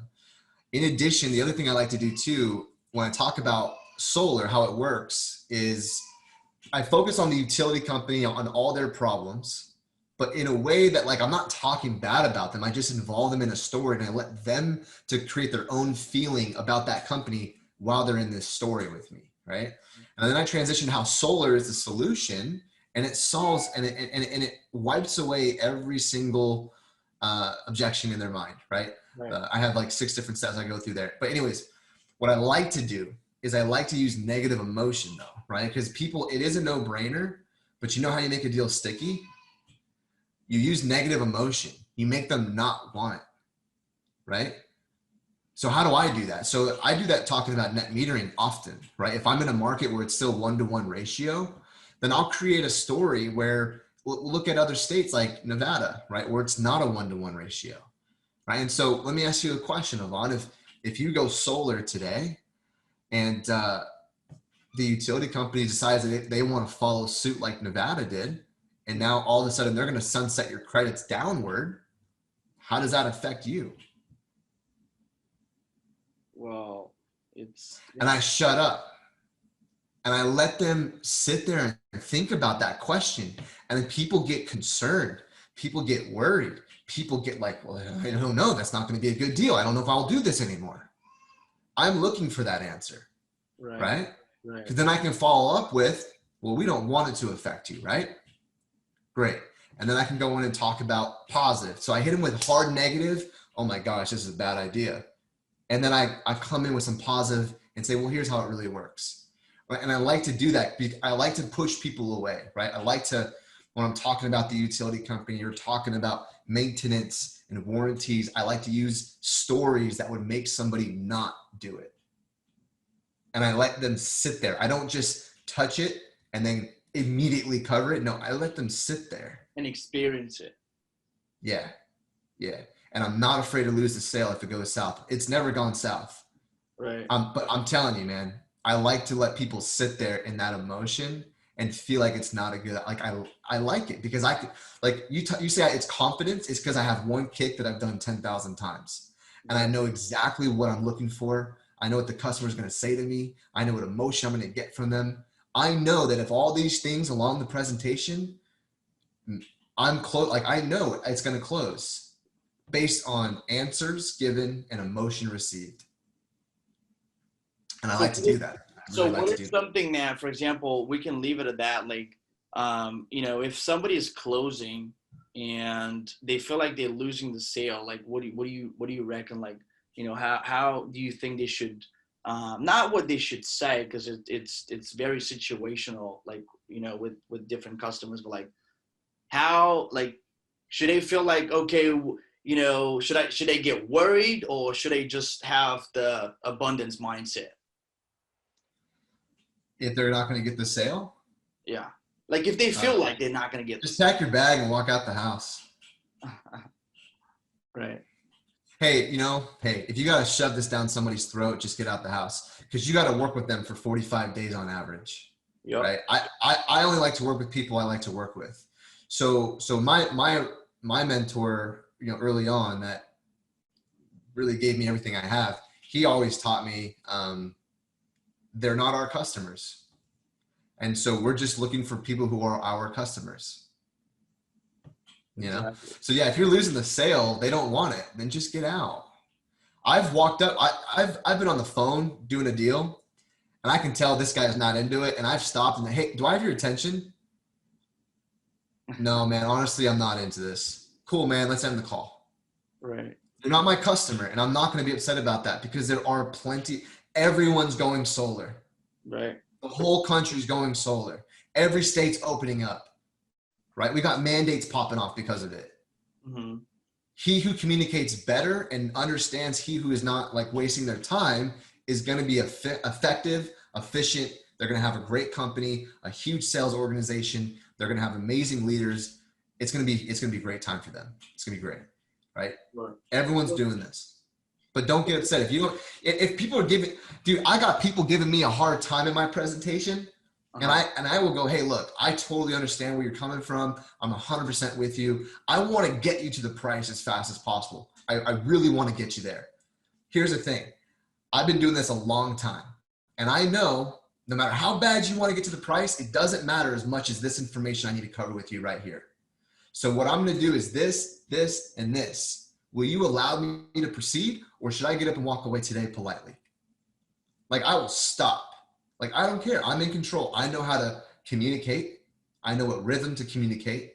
I know what order to communicate because I know when I do these things and I have a system, it's going to lead to a close 80% of the time, right? People fail, systems don't. Right. That's awesome, dude.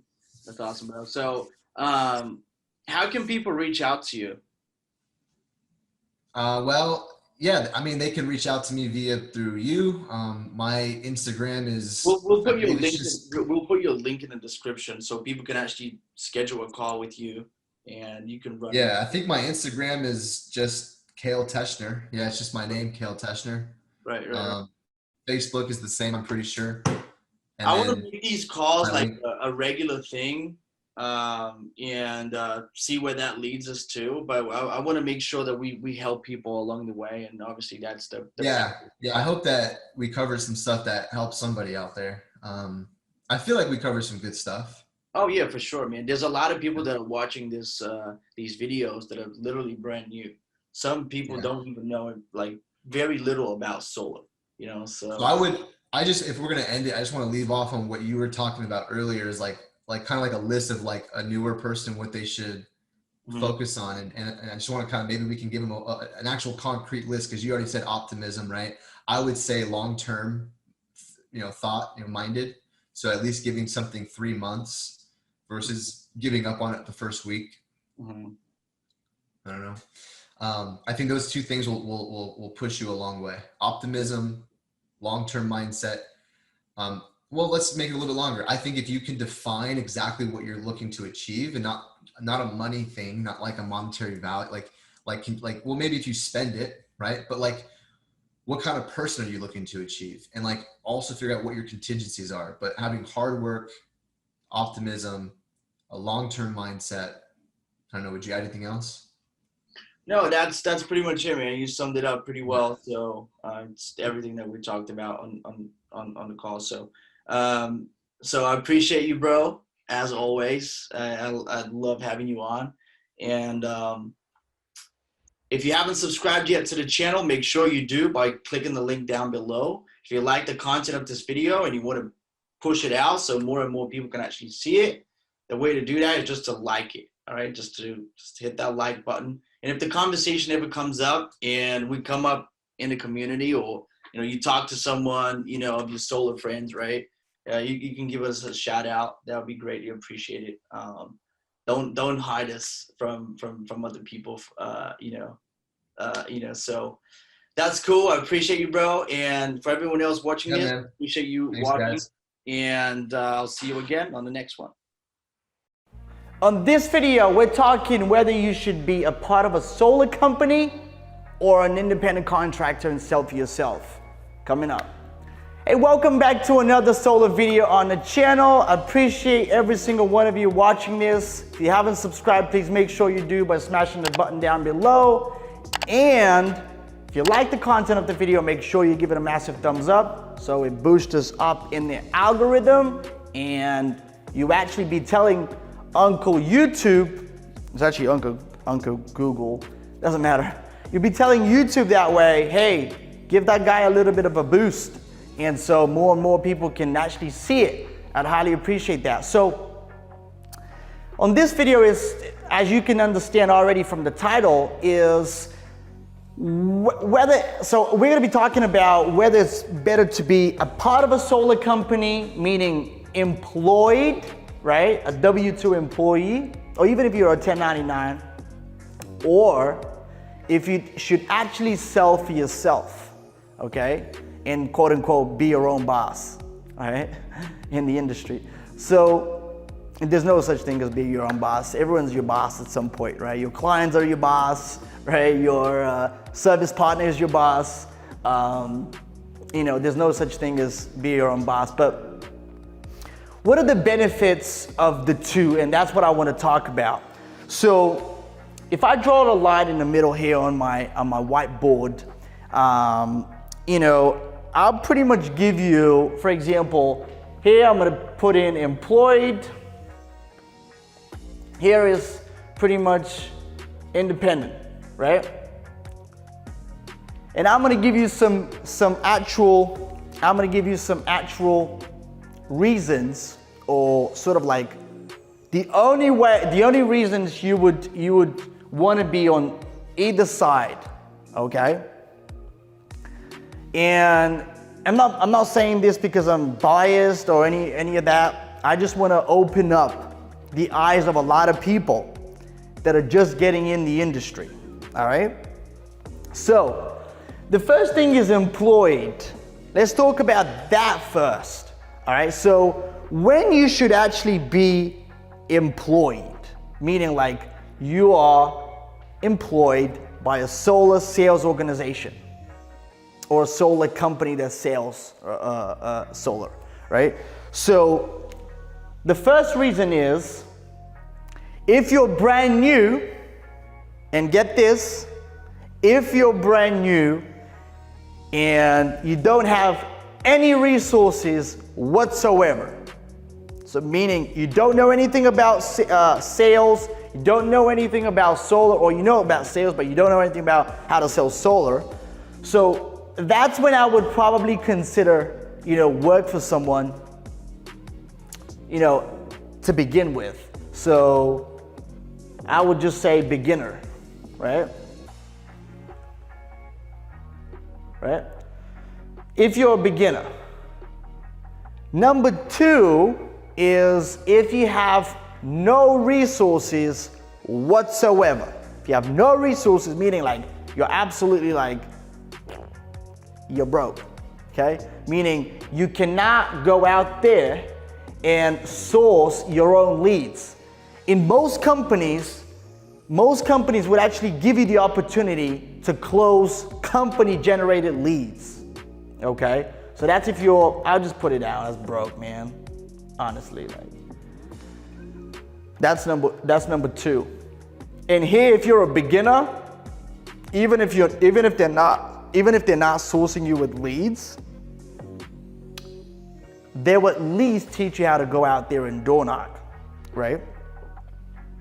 And so you'll be generating your own leads, but you get the training pretty much for free, okay? But what's happening here is pretty much you're getting a lot less than what you could be getting if you were working for yourself and have an EPC or an installer, to install your deals. Okay, I can't think of anything else over here, so I'm just gonna leave it at the two reasons we put on the board for now.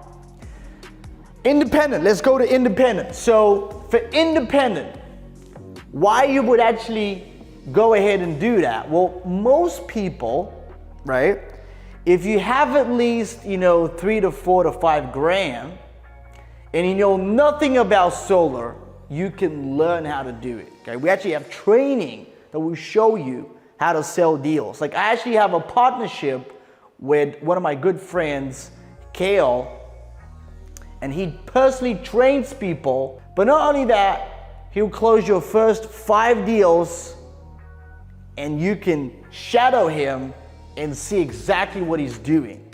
And by the time he's already done that, which means there's no risk. If you're worried about, hey, can I actually go out there and close? Somebody that can do that is gonna help you out and you're gonna have your first 5 deals closed for you, right? So you don't have to do anything. That's if you're coming from a different industry and just wanna know, just heard about the great commissions in solar and wanna jump in, right? So that's what you wanna do. If you're just changing career, right? Career. And if you have, I would say 3 to 5 grand to invest, right? If you have 3 to 5 grand, you're good. Second of all, like I said, the commissions are a lot higher. The commissions are a lot higher, and that would allow you to grow your business a lot faster. Here, you're not employed. You work for yourself, okay? You work for yourself. So honestly, like I would say to you, look, if you're not broke, if you're not starting out, it's always a lot better to go out there and make partnerships with people, with installers, right? That could literally be nationwide, which will then give you the opportunity to close in multiple states, literally as many as you want, right? So that's why if I'm in the shoes of somebody who's just getting started, doesn't know anything about solar, maybe has heard about the great commissions in solar but doesn't know anything, right? I would go ahead and probably become an independent contractor, independent sales person, and do this for myself, okay? Because the commissions you can earn in solar, right? If you're taught right how to sell and how to build value on the sales call, I'd go with the second option every day of the week, all right? So again, if that gives you a lot more freedom, so that gives you a lot more freedom to choose where you want to sell, right? Over here, you're pretty limited. If the solar company you're with can only sell in a certain area, you're pretty limited. And you're gonna get paid a lot less, which makes sense, obviously, right? Even on a company generated, even if you're, if you're a company generated leads, obviously you're gonna get paid less because, somebody else went out there and somebody else paid for that lead, right? Somebody else paid for that appointment or that lead somehow, so you're getting paid a lot less, right? But even if you are generating your own leads, you're still gonna get paid less. Even though I know companies out there that have great structures and whatnot about commission pay, I would still recommend to go out there and become an independent salesperson because that's gonna yield a lot more commission for you. And you'll be like, one of our mentees, Jordan Lally, who you can check out the video, it's like 1 or 2 videos ago. And the guy literally made $50K in a month with like less than $700 in ad spend, right? He spent less than $700 in marketing, and I got him 5 deals closed that yield him $50,000. The whole year of 2020, the guy made only 12 grand.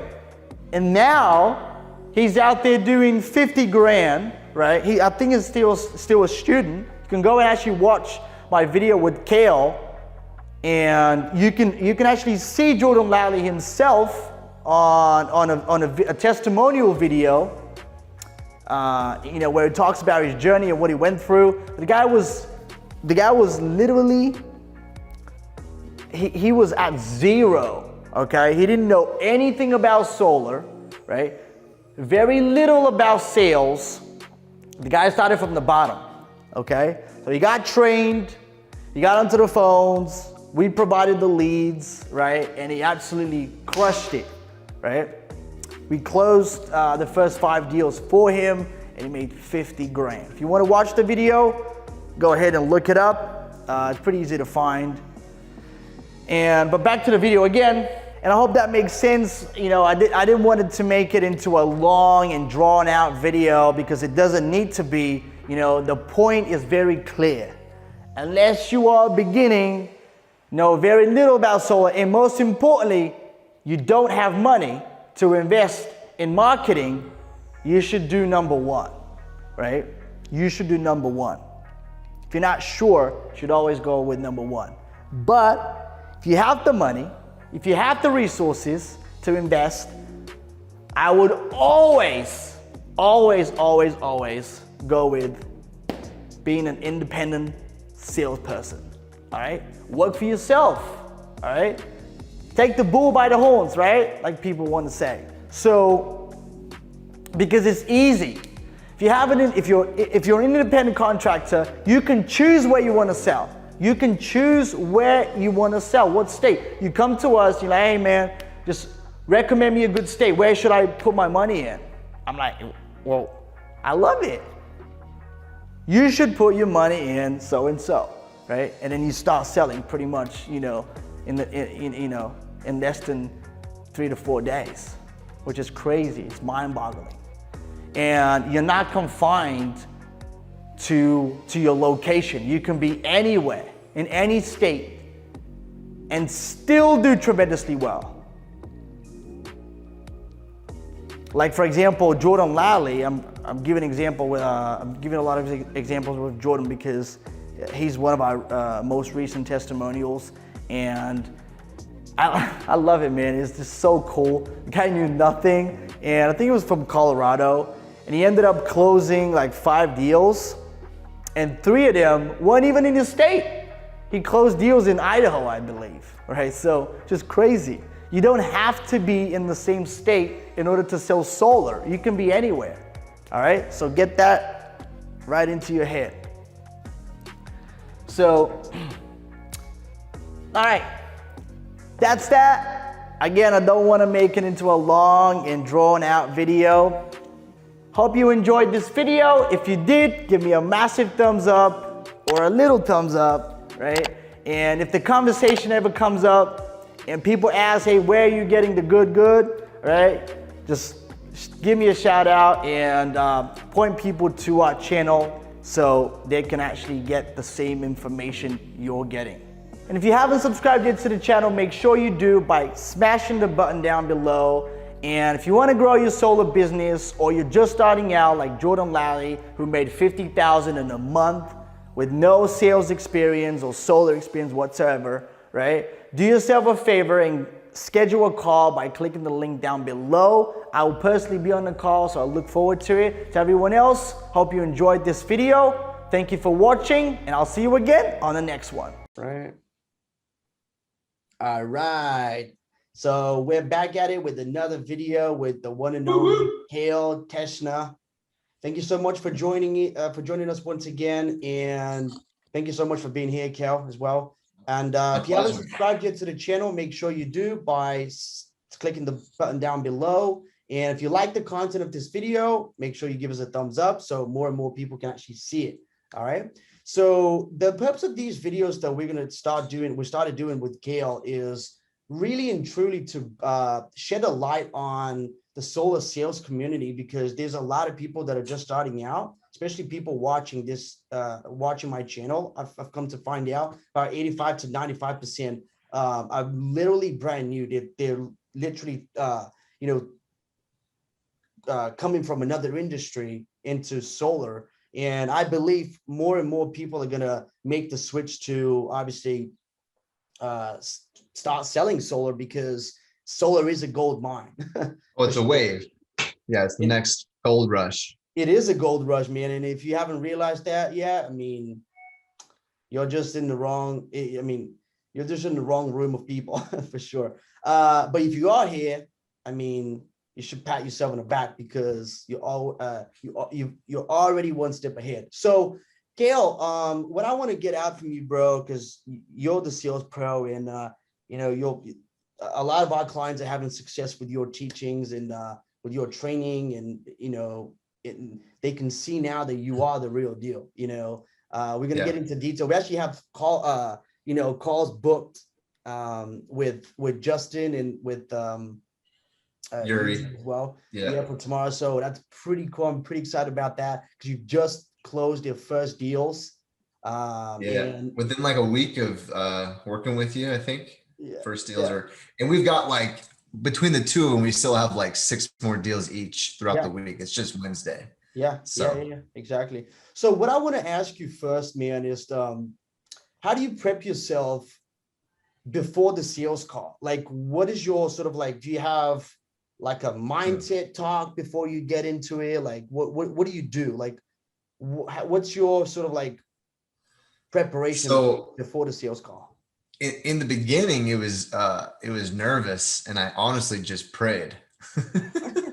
To be honest with you, man, that was the beginning. And then you get to a point where you do it so many times, you find a rhythm, right? It's almost like, why is that singer so good on stage, right? He's in a flow, right? He's flowing. Right. There's actually a really good book that talks about flow, and Shaun White, when he did that crazy trick, and it's like in the world record, and he won the gold, and that's what he's like most known for, was that one crazy, I don't remember what it was, but it was like the hardest trick ever attempted, right? And they asked him, like, what did you do to get into the zone? And this, I can't answer this better for you beforehand. It's like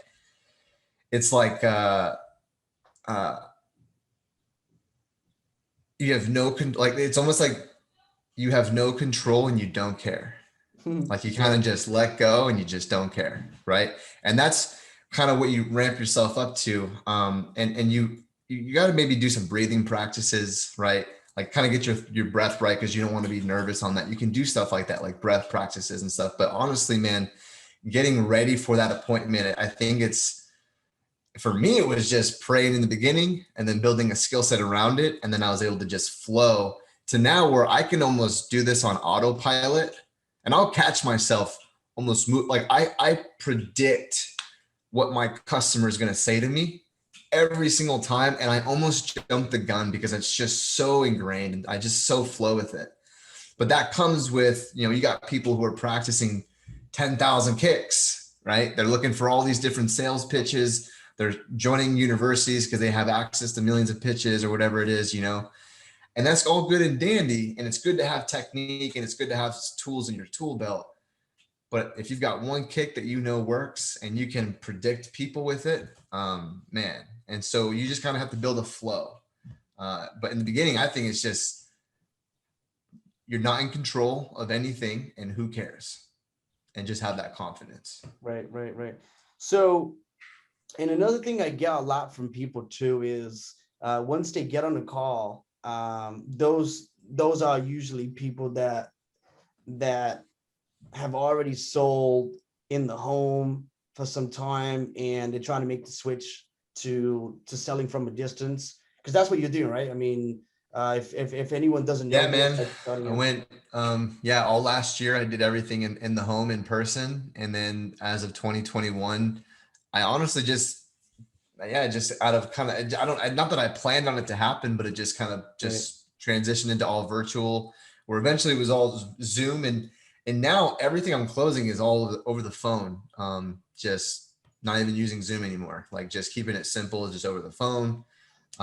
Easy peasy. Right. So what do you, a lot of people that have made the switch from that are asking me about, all right, so how would you ask a customer for the bill? Like, how do you get the bill?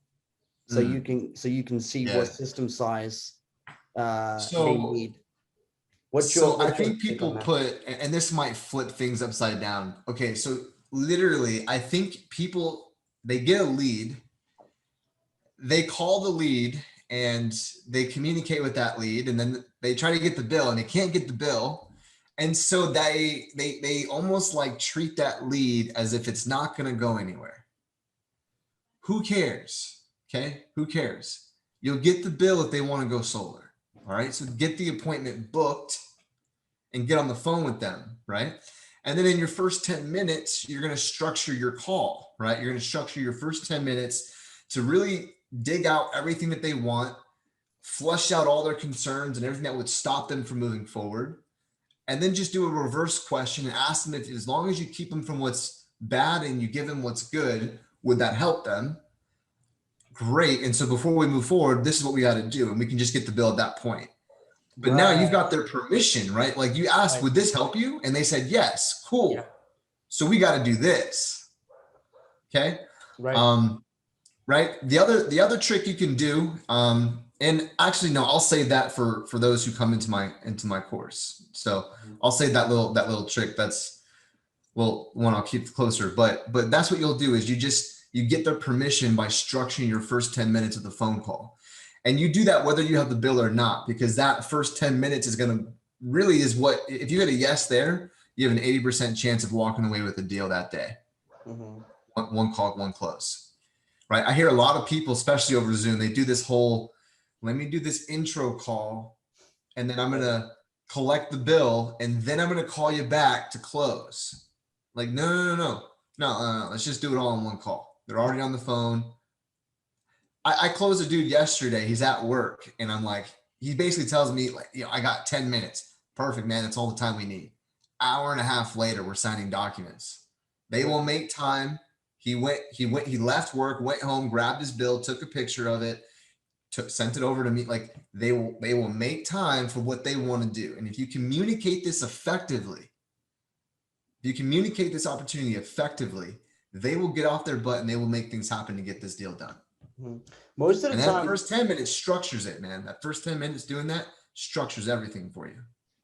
most of the time, that was a great point. Most of the time, what people seem to miss is that you get the bill before even letting people know what this is about, you know? And so what happens is the way I see it is customers just get weirded out and they're like, well, why do I need to give you the bill for?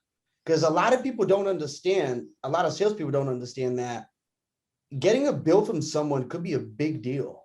They don't know, like it doesn't have Yeah. to be, it doesn't have to be a financial commitment for them to be a big deal. Because some people Right. think, I mean, as funny as that sounds, like I don't know if you've come across people like that. No, but it happens. People feel it's an intrusion of privacy. They do. Exactly. But here's the easy solve. Here's the easy solve. Because you know what? Yvonne, hey, I understand where you're coming from. I would be concerned if there was any, information on the bill that would, kind of put me in a weird position between the two of us.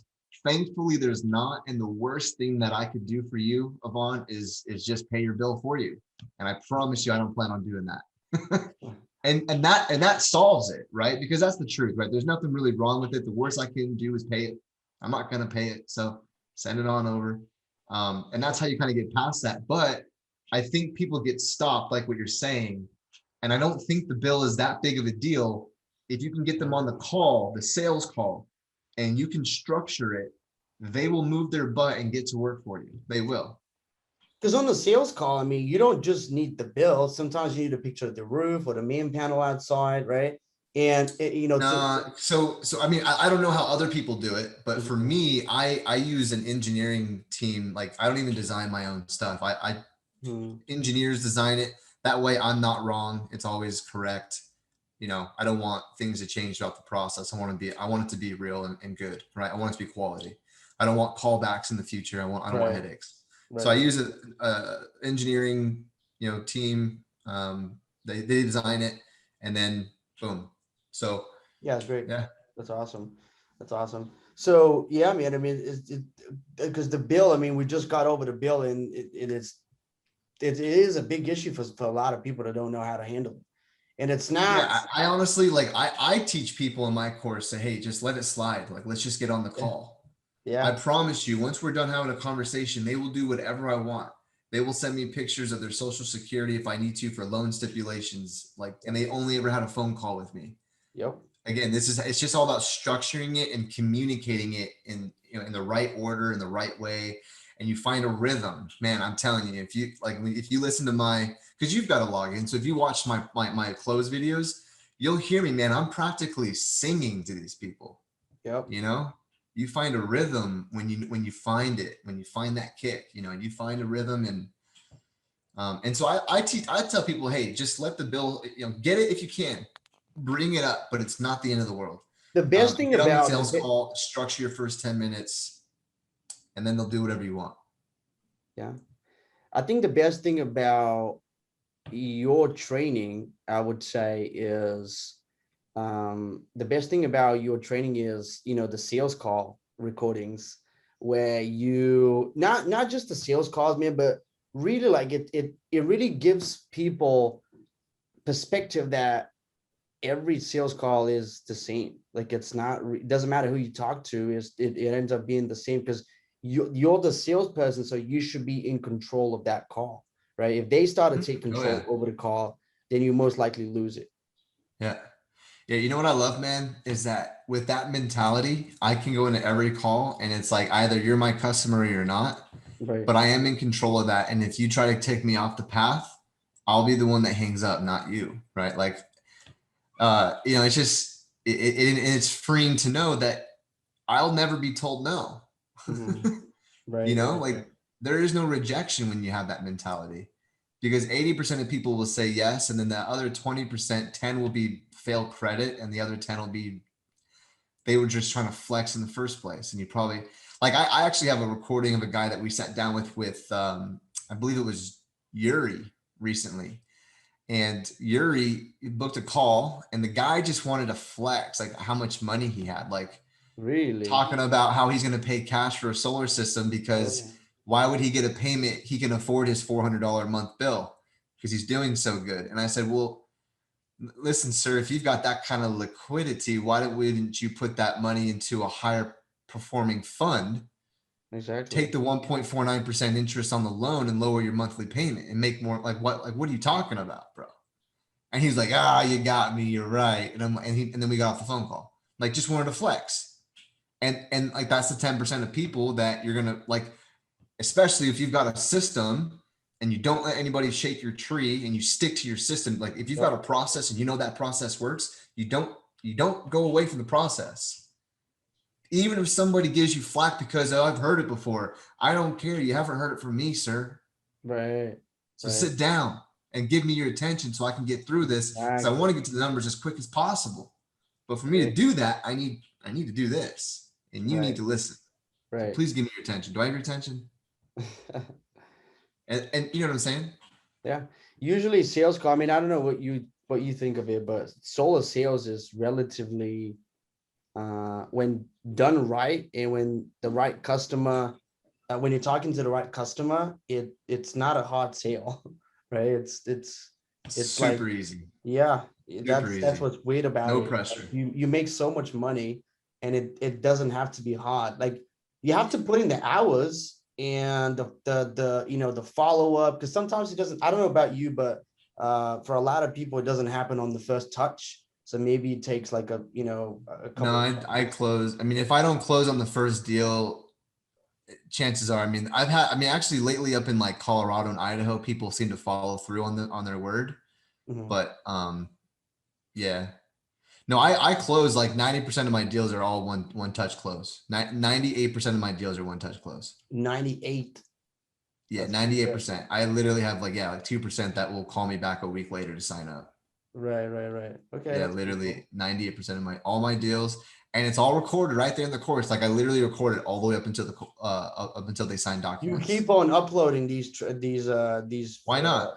Yeah, for sure. Everyone's got like every customer has a different personality. Every customer has different questions. There's tons of great scenarios. The pitch, the presentation, like my kick is the same. But then there's like, obviously you pick up on the sales gestures, right? Where how I'm reading people, how I'm communicating to that person, for sure, how I'm digging at what their wants, needs, and desires, and how I'm getting their concerns and stuff. And I'm communicating to that person on a human level. Like, so like it's individual, even though it's the same process. That's what I'm saying. Like, if you know the process works, you stick to the process. It's kind of like the human body, like our skeleton works, right? Like, obviously that's why we haven't evolved too much lately. Our skeleton works, but around the skeleton, I have the ability to get as small or big as I want, right? I can adjust what the body looks like. So if you have a process that works, a sales process that works, then you just flex or you adjust the body of that process to that customer and you communicate them on a human level, right? Because this is an easy sale. I'm taking you from $180 a month down to 120, right? It's an easy sale. I mean, it's not a big deal. People don't care about the big price tag. That's another thing, Yvonne, man. I think people have a problem closing because of two things. They're scared to ask for credit, and they're scared of the number, the total loan amount. Yeah. People go to leases because they're afraid to talk about loans. People don't give two craps. They will get a loan to get tires on their car if they can, right? Yep. They don't care, man. Show the numbers, say it with confidence, and then it's out in the back door and you focus back on the paint. Like, you have a process that highlights how this works, and don't be afraid of that number. Like, just say it with confidence. People don't care. We're talking about it's an easy sale from taking you from whatever it is to lower. Would you like to do that? Right. Yeah. Yeah, of course. Cool. Awesome. Sign these two documents and we'll rock and roll. Yeah. We haven't really talked about it too much, man, but why don't you dive a little bit into, because just for anyone watching this that is thinking about joining us or Kale, that is brand new, obviously, why don't you just spend the next couple of minutes just really diving deep into your program and what you can offer and why your services and our services work together so well. I think people will appreciate that. So I'll do it. Yeah, I'll do that 100%. I'll say right now that people, I get on the phone. So a lot of times, Yvonne, people will book a call with me thinking that it's you. Right. And I'll be talking to this guy about like what I'm doing. He goes, whoa, wait, I've seen you on all these videos. What are you talking about? You do lead gen. No, you're talking about Yvonne. Like, no, you. Like, no, man, I'm just in one of his videos, you know? So I think, and then once that happens, then they go, well, you know, I really need leads. I don't need coaching. I need leads. Right. And you're right. You're right. Because what good is coaching if you don't have anything to use it with, right? So you do need leads, but what good are leads if you don't know what the heck you're doing? Yep. Right. So it's like a double-edged sword. It's a vortex. Can you confidently invest in somebody if you don't know what you're doing? Yeah. Right. Or can you confidently invest in somebody if you don't have what you need? Right. And so for me, I mean, in my program, as of right now, I mean, as it gets bigger, it's going to become, you know, it's going to have to be a little bit more hands off, right? More boundaries around it. But right now, as it is, I am working very hands on with everyone that's working with me. And I'm working with, I don't know, 8, 9, 10, 11, 12 people now. And I'm working hands on with them day to day. And it's kind of crazy to do that, honestly. I'm experiencing it. And I'm working with these guys day to day, you know, phone calls, text messages, via any kind of communication. I'm literally running 7, 8 appointments a day on my calendar for them. They're on the phone calls or I'm recording them for them. I got some students who are so busy in their first job that I'm even helping them call their leads for them to book the appointment, to then call and record it. So that way it's all done for them and they can just sit back, relax, take a check and hit play and watch it all unfold in front of them. Right? Like I'm doing that. And so that's hands on and that requires like my life. I'm giving these guys my life. Right? Like that's real talk. Like I have a wife and a family and I'm giving them my life. And so I think that that's really valuable because it's confidence to know that you've got somebody in your corner. Now, I think that, you know, people get scared about investing in their, you know, into a program or investing into a coach, or they want to find like a freer source. And here's my thought to that is that you don't have their attention. If you do find somebody who's willing to coach and mentor you for free, you don't have their attention. You don't have it. You only get their attention by 2 ways. You pay for it or you earn it. And if you're brand new, you don't even know how to freaking earn it, right? Right. And I'm just saying, having somebody's attention who is a professional, who knows what they're doing, who has made crazy amounts of money in the solar industry, you want their attention, right? It's worth millions of dollars to you. Ask anybody I'm working with. It is worth millions. But on the flip side, if these guys don't have any leads to bring to the table, I can't help them, right? Yep. I mean, I've got some organic practices that I've done before I was in a position, you know, to do leads or to work with people and stuff like that, that work that I may use from time to time today, right?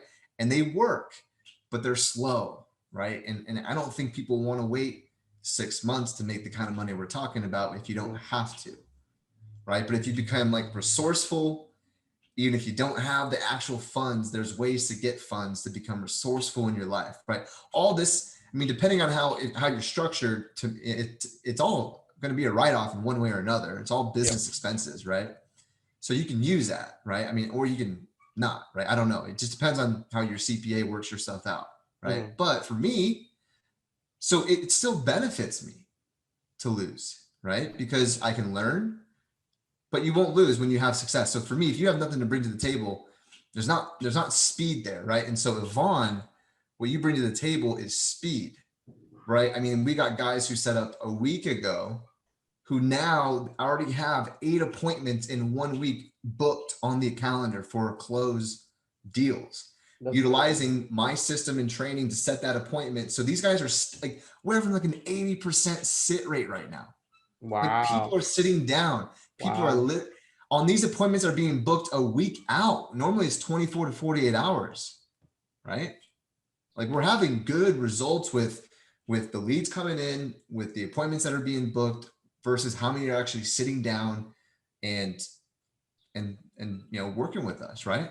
I mean, out of 6 yesterday, yeah, we signed up 2. That's not bad, you know. One of them was a reschedule. Other than that, you know, the rest all sat down.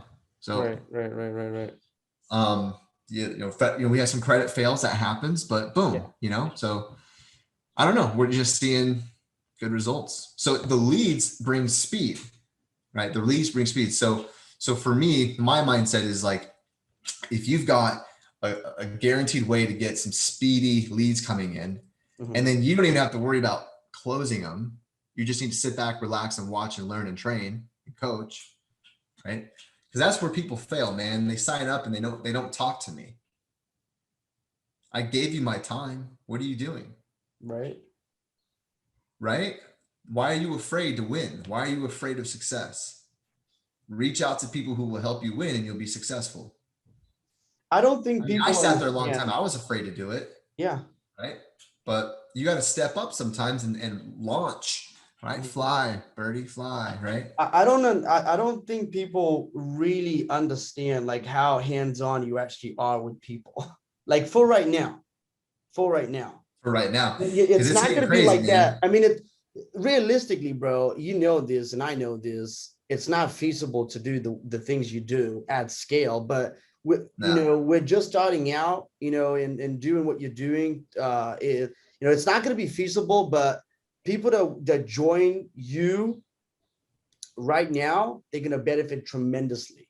I mean, we'll And it figure out doesn't a mean way. that as things do scale, yeah, the quality goes away just because I'm not so hands-on anymore, right? The Right. quality remains. It's the brand that stays. Yeah.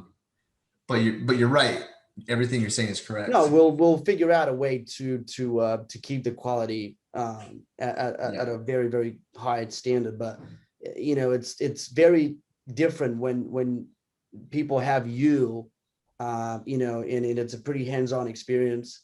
And they can actually have you on the phone, which is crazy. Most guys that offer training programs and stuff like that, like they just want to make money. They don't care about their customers or clients most of the time. I'm definitely So not making money on it, man. yeah, that's what I'm Compared to saying. what So, I could. I know the guys in the space, what they would charge for what I do. That's what I meant by what I meant by that was I know what people charge for what I do. being a friendly.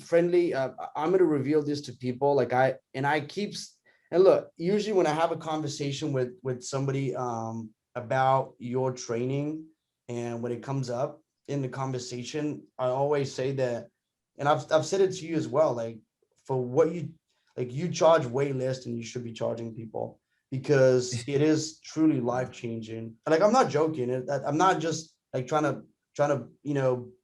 boast about like your services and your training. It's I've seen a lot, and I do believe that yours is the real deal. Yeah, I appreciate that. I mean, Because it's I so agree. consistent. I know. I mean, and I'm not saying it's me, man. I just, I think it's just the system in itself. It just happens that I'm behind it, right? But Yeah. like, I do know what people in my space charge, and I do Yeah. know that I'm way undercharging for everything, like by tens of thousands of dollars. Yeah. But it helps people who are new. Oh right? yeah, for sure. And it's attractive to those who aren't. I don't know, but for sure. it's Awesome, probably going to man. go up So- soon. But it's not sustainable where it's at. But in the beginning, like you said, I'm earning what I'm earning, so we'll see where it goes. And it's pretty cool because I usually tell people, like they ask me how quickly can we get this thing going, and I usually say it's because we set people in under 48 hours. We have a policy to where we set them up literally in 48 hours, like in any market, right? Doesn't matter what state it is, we can set them up pretty quickly, and they start receiving leads that same day. I know. They start getting leads that same day, and if they follow your training for how to schedule these leads into appointments so you can close them, things happen really quickly, like they did for Yuri and Justin. And those are just very, very few examples of what this whole system is truly capable of, right? And it's not about, like your system could be implemented by anyone and they will get very, very similar results, if not the same. Yeah, and the great thing is because they get the lead so quick. Yeah. Like if somebody wanted to, bro, it's like 10 hours of training right now. Okay. So it's not like it's crazy. Like you could take a weekend and you could study and you could one-on-one coaching, you could book a call with me and pitch me if you want to get my approval, right? That you're good to go. And in 48 hours from starting everything, you got the tools and you've already passed a test with somebody who would give you the thumbs up to go pitch a real customer. And in 48 hours, you got leads coming in, you know how to book them, you know how to sit them, you know how to close them. You're from not knowing jack, just other than Sally, all you know is Sally, right? Right. And then 48 hours, yeah, you can have that, man. Especially with how quick the leads and they do come in quick. Another thing I've been asked before is, and I still get asked sometimes, is, do I need to know how the solar system works to be able to explain? I'm like, no. Like, you're not an electrician. Like, if you know how it works, I mean, good for you, but I don't fully understand how it all works. Like, when it comes to how it interconnects with the main. That's where people fail, man. Yeah, like it's people like you're not supposed to. Bro, if you're, let me say this, like if you're showing, in my opinion, like if you're getting into the weeds, it's okay to show designs and all that, but if you're getting into the weeds on spec sheets, panels, inverters, what's being used, if you're getting into the weeds of that, man, you are doing this wrong. Like, this is not like ask me if I know how solar works. No, I don't. No, I don't. But I do know how to communicate effectively. Yeah. That's what matters. Cool, man. Awesome. All right. So that's going to be, do you have something else to say before we wrap it up? I think that was a very, very good call. Good. We're going to keep it on going, and next week we'll have another one coming at you again. So as long as people keep supporting it and keep liking it and everything like that, we'll keep, delivering it. So by the support of the viewers, we will come to you guys. Exactly. I always say to people this, you can always reach out to us. Like if you guys need, training, resources, if you want an actual coach that will guide you through the process of learning how to become a sales pro, I think Kale is the guy to speak to. And if you need obviously lead gen, you already know we can help you out tremendously. And this is not, I'm not saying, it's not BS that we can set you up in under 48 hours. We have the capacity to literally do that. Like you could literally have paperwork signed today and we can have you up and running in less than 2 days, which is insane. Usually lead gen companies, I don't know if you work with lead gen companies, but you probably have, bro. They take a week or two to launch. I've been told after it took a week or two to launch, it takes another week or two to calibrate. The campaign's running. They say, hey, call me in 30 days and we'll let you know. Like if there's no results in 30 days, no way, call us. I'm not surprised. Man, not waiting 30 days. I'm not surprised. But yeah, I've worked with people like that. That's why, Yvonne, when I talk about you and like when people call me and they ask about you and stuff like that, and they want because people think I get paid or something. And just like there is nothing going on between us. Like we just happen to have something that works together, right? But when people call and ask me, and I say, you know what, man, every marketer is going to have their day, and every marketer is going to have a bad day. Okay. They are not God. Okay. They are not in control of that. They do what they do best by getting people to click a button. All right. Now, with that, people will not communicate with you and people will communicate with you. And in my experience, the only one who's willing to talk to me, open up my campaign on a screen share, look at it with me, honestly and authentically, is Vaughn and his team. That's why I recommend them, because they get results and they communicate with you, right? Yeah. And that's huge to me. I would care less if somebody gave me more results, but they sucked at communication, than somebody who was consistent with results and was great with communication. And that's the other thing on that, man. People judge too quick. They look at a campaign, they go, "Oh man, it's been a week." You know, they start freaking out. Okay, give it 3 months. Like, give them 3 months to work.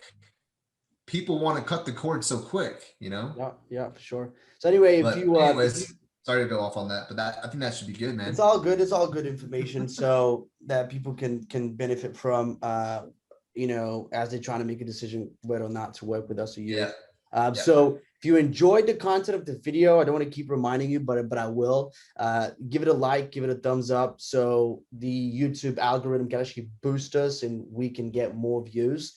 And if the conversation ever comes up in the solar community where you're getting that information from, I would greatly appreciate, Kale, too, if you just share the link of this video with a friend of yours or somebody that wants more information on sales or lead generation, you know, and they're in the solar industry. So till next time, make sure you subscribe to the channel. If you want to speak to myself or Kale, the links will be down below, but please read it, because in the description box, sometimes people get it wrong and they want to call me, but they call Kale and the other way around. So make sure you read who you're scheduling your call with, because I'm going to have 2 links. Okay. So on that note, thank you so much, bro, for being here for another awesome video. And I'll see you guys again on the next one. Thank you so much. See you guys. All right, we're back at it again with the one and only Kale Teschner, ladies and gents. Thank you so much, brother, for being here on the call once again. And for everyone watching this video, please go ahead and subscribe if you haven't yet subscribed to the channel. And if you like the content of this video, make sure you give it a massive like or a thumbs up, so it actually boosts us in the algorithm of Facebook and more people can actually see it, right? So the reason why we even started this series is because we want to provide value to people first and foremost. And me and Kale have a lot to share on the subject. And to be quite fair, like, you know, I've been getting really good feedback. I don't know about you, bro, but I've been getting really good feedback from people saying that we're probably one of the only ones that are putting content like this out there, and that's actually valuable. So I do appreciate every single one of you that brings it up whenever we do a call. So that's cool, man. So no, that's huge, man. Yeah, on today's call, we're gonna talk about a lot of things, but one of the main sort of like subjects of the call is how to make sure you can charge what's right, you know, in solar, like how to make sure you get paid well, because at the end of the day, that's what we're all here for. We're here to get paid, right? If you're moving from another industry to solar to not get paid, I mean, you might not as well make the switch. You might as well just stay where you are, right? But a lot of the people that are watching these videos, they're brand new to solar. They know very little about solar. They don't know like what commissions you could potentially make. And so those are the kind of things that we'll touch on today. So go ahead, bro. I mean, you can take over. Yeah, no, hey, thanks, Yvonne. Appreciate you, man. Really appreciate you having me on here. Yeah, no, I'm excited. So yeah, I think you get more the feedback. I actually just get a lot of people who just kind of schedule appointments, and we kind of help guide them and kind of put them on a good path, which oftentimes leads just right back to you, right? But yeah, so I think what a good topic to talk about is like earning more money per deal. And I think there's some things that we could, I don't like, it's not from a point of like, oh, we should make more money, but I think there's reasons behind making more money per deal that allows you, the sales consultant, to provide the utmost experience for that client, right? Where you actually are worth what you're charging. So I think we're going to talk a little bit about that today. I think that kind of fits kind of right, you know. So I got a few questions for you, Yvonne, because I think you sitting on the other perspective of, you know, from what we see, you can kind of see maybe from like a 10,000 view, you know, because obviously you're managing the campaigns. You see what we, you know, working on a day to day, right? So I don't know what your average for your client base, what people make on average, per commission. Do you have an idea? Do people talk to you about that? Is that part of your questions when you Oh of your yeah. process? I mean, I don't what would you ask. say?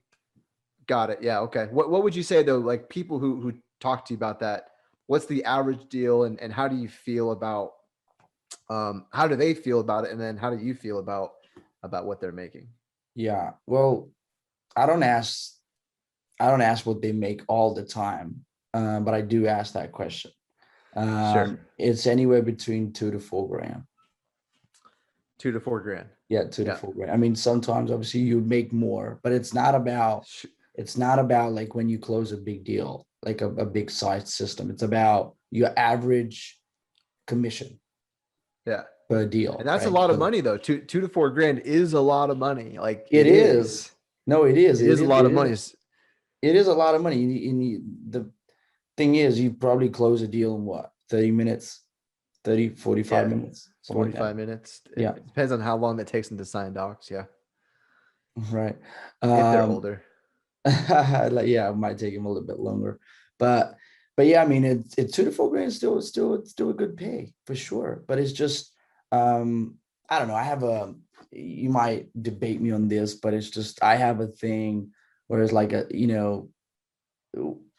we're in this industry because we have the capability to make, very, very good money.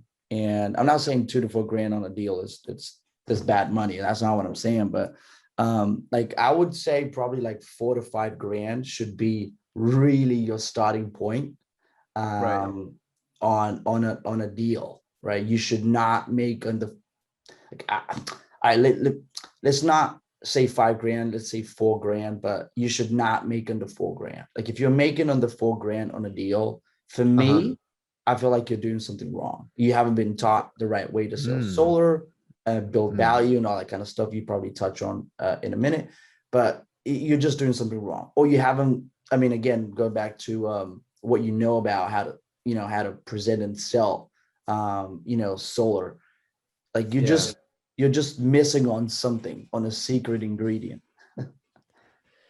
Yeah, no, absolutely, man. I feel like I do see where you're coming from, and I agree, and I've got different reasons why I agree. And I'll share with them if it comes up. But yeah, I think if other than the fact that maybe it's a super small deal and you're, I don't know what other would constitute it, because here's the thing that I've picked up on in my experience is that things come up in projects, right?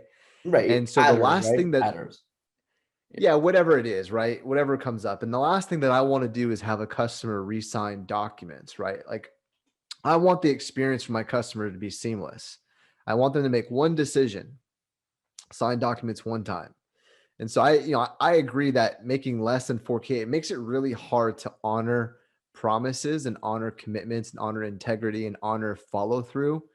If you're not packing enough in the deal, because you're not able to take care of what needs to be taken care of. Right. Yeah. So I agree 100%. Right. Like I mean, I would even, I think you even said before that making 5,000, is where you should be at. I kind of think that that's a good place to be per deal. I think the average commission that guys that work with me see is going to be 6,000 to 8,000. Yeah. Right. And because that's just the based on system sizes and how they're pricing it. But I agree. You need to have some kind of value built into your pricing in order to deliver an utmost experience for your customers, Yeah. But here's the thing, right? Because a lot of people might say, well, what about the guy that comes over and he's competitive? Well, what would you say, Yvonne? What would you say about being competitive with other people? I mean, look, there's always someone out there that if you enter the vicious race to the bottom on price, like you could never win. You can almost never win. There's always someone out there that will be willing to like undermine completely. I'm talking about completely undermining their own profit margins just to push a few extra panels. And for me, that's not the right way to do business. And I would never do it. I would never do it because of the other guys in the industry. I would, I wouldn't, I mean, look, that's what we're here for at the end of the day. We're here to help homeowners and make money. Okay. And if I completely undermine my own value and my own profit, right? What's happening is I'm doing the whole industry without even realizing, because one deal is not one deal. One deal turns into 2 deals, 3 deals, 4 deals, 10 deals, 100 deals, And if you've got a team, right? Exactly. It And the next spreads. thing you know, the whole industry suffers because of it. And I don't want to do that. I think solar is a great industry, and I think we should be proud to be in it. And a good way to do that is to not to just have a set standard that we're not willing we're not willing to break under any circumstances. Yeah. So let me ask you this. Why do you think it is people would make less than $5,000 per deal? Most of it, I do believe that they're being taught wrong. Like they don't know how to build value, like I said previously. And number two, they haven't been taught the right way to sell solar. They don't build value. They just explain to people, what happens next. And, and nothing really happens throughout that call. There's no value built. There's no nothing. I mean, Right. It's mainly built around numbers or exactly. Something that's honestly meaningless. Yep. And on top of that, they think, well, if I'm competitive on the pricing aspect, I'm going to be able to close more deals. And that's just, I believe that to be a myth. Because the way to close deals now, and here's the thing, a lot of people think it's just solar. No, it's not just solar. It's any industry. If you try to be the cheapest guy in the block, you will almost always lose the entire race. Why is that? Is there a story behind that, or? Yeah, I think you just, first of all, you're not setting up yourself and your company for success by taking very little profit, by making very little profit on a deal sold.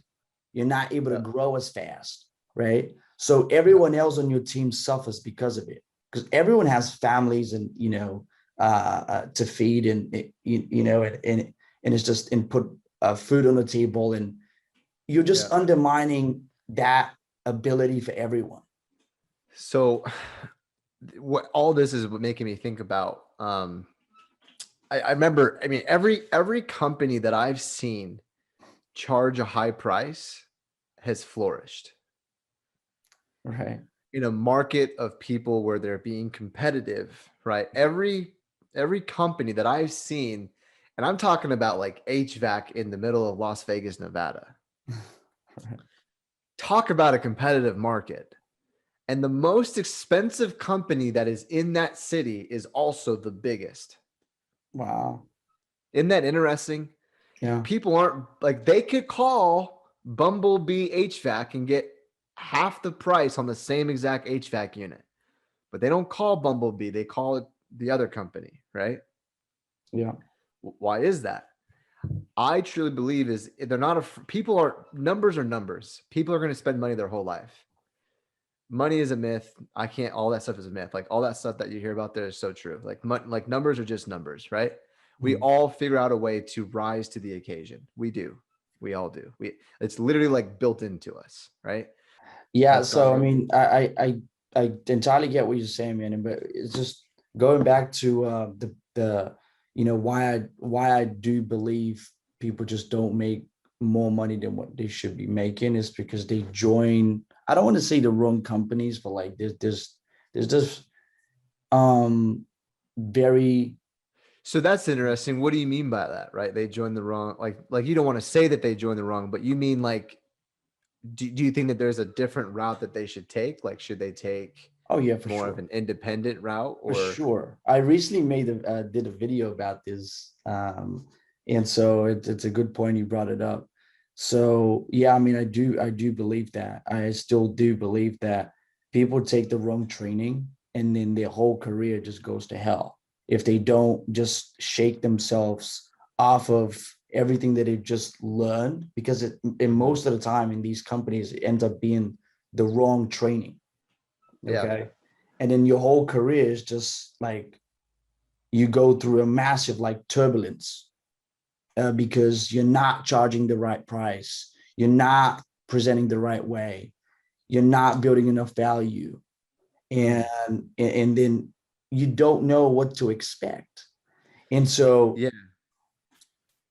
I do believe that if people have a little bit of understanding of how this industry works, they would know that it's not that difficult to actually be an independent sales rep and own your own business in a sense, right? You don't Right. have to go out there and work for a company. Fact of the matter is, look, if you work for a company, you'll be selling the greatest commodity of your life, right?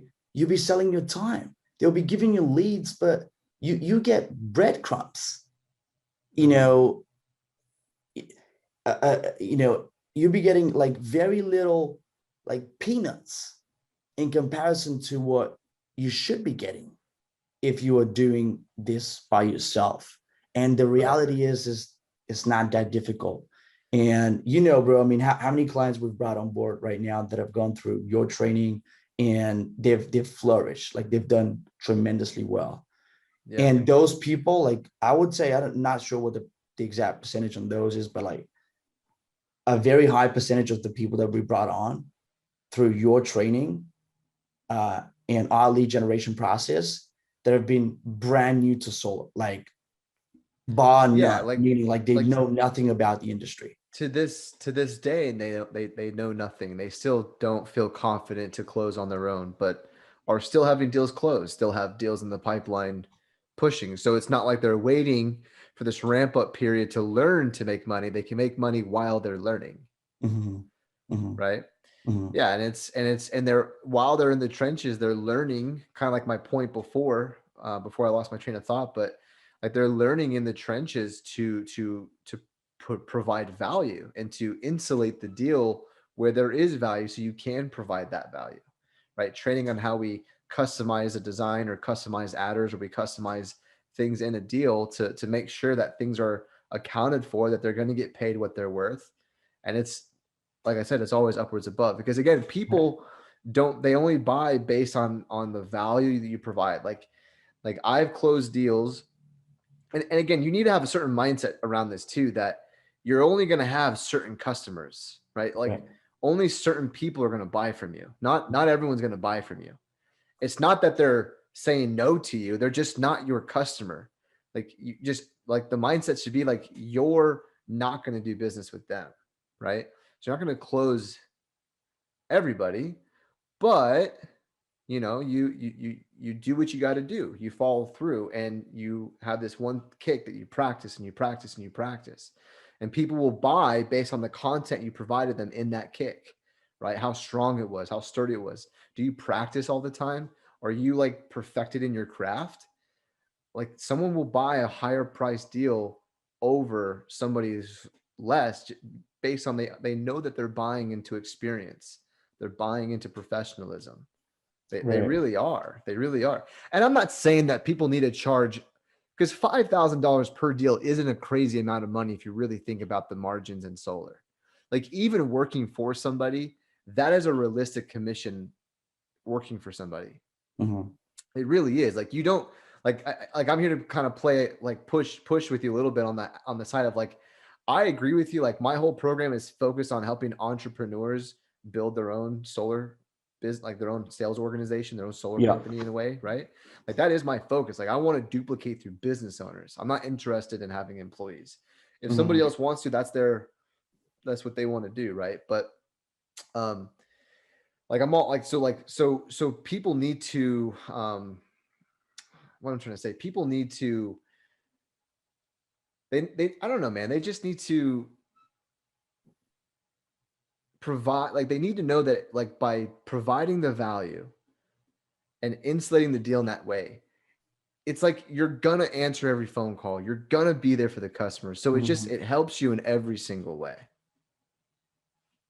It helps you, Right. helps them, helps everything, right?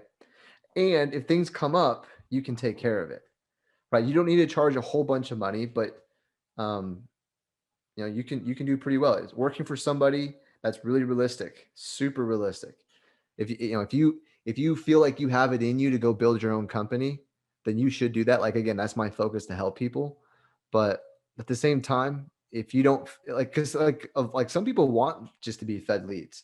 Like a lot of people are not prepared to live on the edge of their seat. Like, like people want to know that there's like security. A lot of people do. And so I Right. think they get into 1099 sales because there's a lot of money to make, but then they end up going to somebody else's dealer or working for somebody else because ultimately they want to make the money that 1099 provides, but they don't want to do it on their own because there's security when someone else provides the leads. Right? When someone else provides the training, someone else provides the platform. Like that's why the hottest thing in the world is a franchise business model. Like you don't recreate the wheel, just plug in and go, right? People like a lot of times people are not built for building something. A lot of people are built for supporting something. So I Right. think, Right. but that's why I think 5K a deal is a very fair price, man. I really do, because it does insulate a deal enough to allow you to pay for some things or to provide value. It definitely gets your attention. You want to make sure you get paid that. Right. So I think it helps a lot of people, and it helps you, it helps your customer. And like you said, it helps the industry. Because if you're right, if I lower my prices because this guy's lowering his prices and we all lower our prices, then that means that eventually like we're going to be giving away nothing. We're giving away dog treats. We're giving away all the margins, and the banks are going to lower the max prices. And I don't know if they would ever do that, but yeah, I do think about that long term. Like I do feel like there would be a pretty big effect. I do. I think we should honor ourselves. Yeah. Respect ourselves. Yeah, for sure. And then there will be, the ripple effect of more and more people finding out about the great commissions in solar. It just makes it more tempting for other people to get in the industry. And the more and more people you get in the industry, the more you're going to see like people just lowballing local companies and just underselling everyone, and just pretty much trying to make a quick buck. Yeah, shoot, it happened to me the other day, man. We had a deal closed with one of the guys that's signed up through my program that's working with you. We closed him at a pretty, at a decent price, right? It was a good price. And then the guy finds somebody who literally charges him like 281 a watt. Oh shoot. And it was like, what the heck? So it happens. And 281 is that's before dealer fees, right? No, like that was after. Like that was just straight up. Like like it was a terribly priced deal. Wow. Yeah, very bad price deal. That's crazy. That is insane. It was just such a low price deal that you're just kind of almost dumbfounded by and how that again, was even possible. And again, a lot of people are asking me about one thing about the pricing as well, as I like to bring up, which is I think very, very important, is that in order for you to be able to sell at a higher rate, you need to understand that it matters where you generate your leads from. Meaning, like if you go to a third-party website or like a lead gen provider, right? Like what? Like Clean Energy Experts, Home Advisor, right? Solar Reviews, right? Like if you go to a site like that, if you go to a lead gen provider like that, and you're going to get leads from them, right? And let's say you don't buy exclusivity, which is like they charge you premium prices for it, right? Like you will be competing with other people. And the premise of regular people going on the website to leave their information so they can be contacted by multiple companies. So what happens is people enter their information expecting more than one company to call. And at that point, you want it or not, you're entering a race to the bottom most of the time.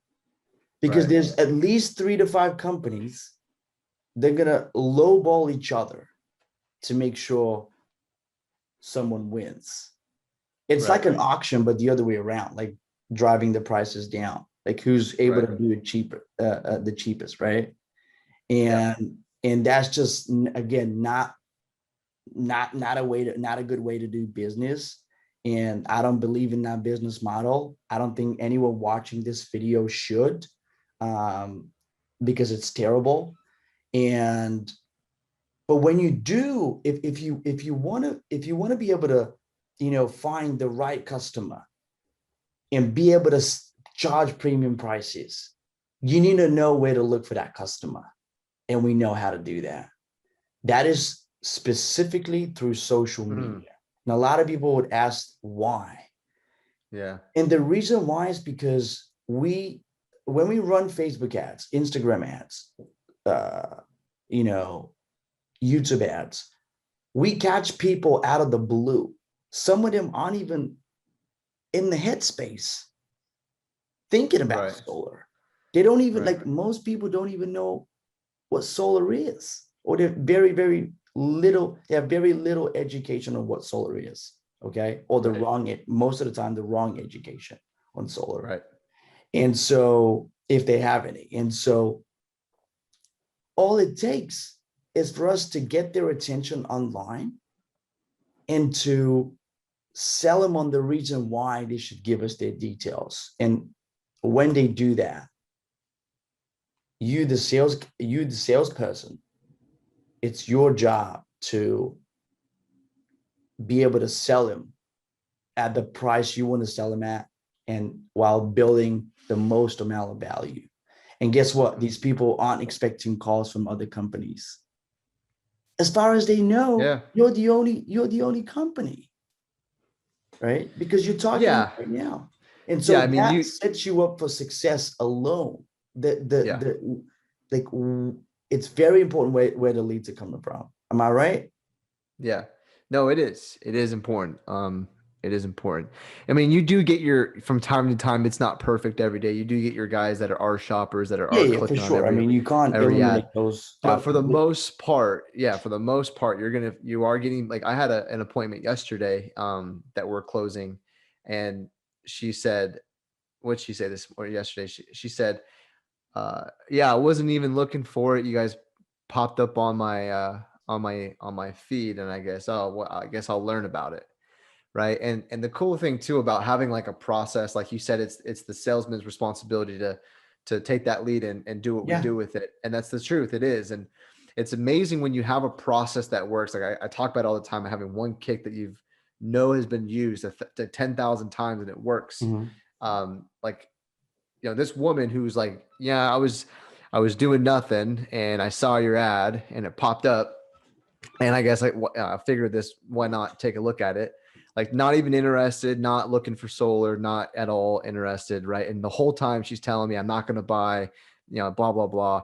I've actually had 2 people, I just uploaded a new close video to my program of a guy that we just closed on Monday, who the whole way through, you're not going to close me. You're not going to sign me up. I don't want like, these guys talk this way because they're not looking for solar. They really aren't. They just popped up on their Facebook ad.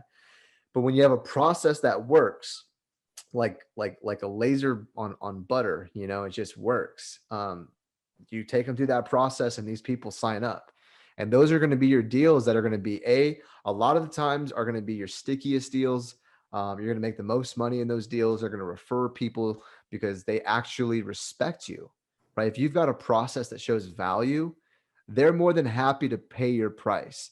These are people who pay for quality, right? If you find somebody who's clicking every ad, shopping around, that's probably not your customer. Probably not. You're probably looking for the person who's not looking for you. And they need you to not be a salesman, but to be a professional and have a solid process in how you communicate this opportunity to them so they can make a good decision for their home and their family. Right? Like what we do is not salesmen at all, to be honest with you. Like we don't get paid to be salesmen. We get paid to be communicators. I completely believe with all my heart that everyone's going solar, right? Because everything that we're using today is old. I think it's just going to take a long time because we have to build a whole infrastructure around it. But eventually there's going to be a way bigger volume of solar than the 1% we have today or whatever it is, right? It's very, very small, very minute. You know, that's the crazy thing is like, it's so like the percentage of solar in America and the world is so low, right? The opportunity is so huge. There's still 74 million homes that need to go solar. It's huge. The opportunity is huge, you know, and we need to It's insane. capitalize on that. You know, we need to earn what we're worth and we need to capitalize on that. Yeah, for sure. So I think that will I mean, I don't know what else needs to be said on the pricing aspect, but I think that really sums it up. And Yeah, man. I think people don't need to get confused from, you know, like you don't need to gouge people. Like I don't believe in doing that. I believe in providing quality service to the customer. And if I know that this customer is going to need certain things, I'm going to include that so the deal is paid for. right. I don't want this customer having multiple decisions to make. I don't want them to be corrections. It should be just like when you sit down with them at the table, you promise them, hey, I'm your guy. I'm gonna take care of this. This is how the process is gonna work. It's gonna be smooth. The second it's not smooth, people don't like bumpy. Exactly. Right? People will look. I've got a guy right now, been going through a company for 6 months. Wow. And it's been bumpy the whole way, and he's looking to relocate. Right. And I'm not looking to just take somebody. I'm saying, hey, talk to them, exhaust all options before coming to me. Right. Because he's been with them for so long, they've worked his account. Right. If he leaves, I'm sure they spent money on his account already. You know, like, so he needs to figure it out. But companies do that. It's bumpy. And the reason why is because you've got people who are just selling price. Right. This is all about price.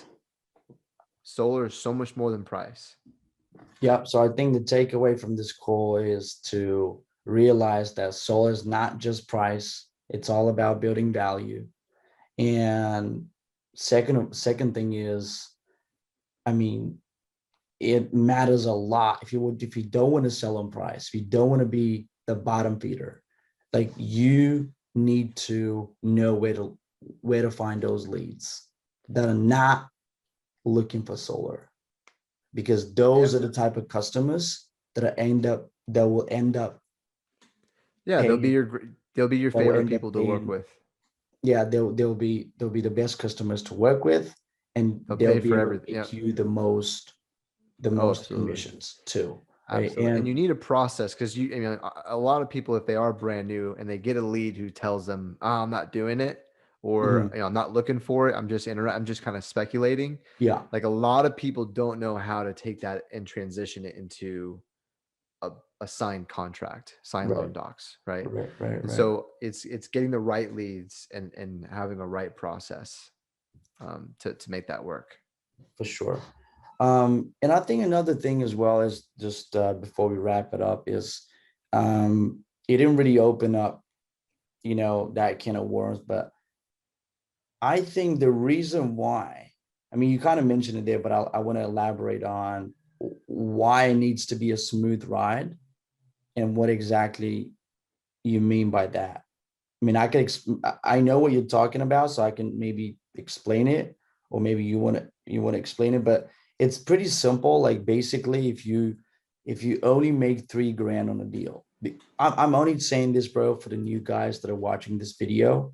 Like if you're only making $3,000 on a deal, for example, only $3,000, and you have to change the main panel or some other stupid adder that comes out of the blue you know, Yep. in 2 months from now, if you're only getting $3,000, for example, okay, and your adder is like 2,500, you're left there with literally a decision to send the customer a second agreement to sign, which will bump up their total amount of the loan, right?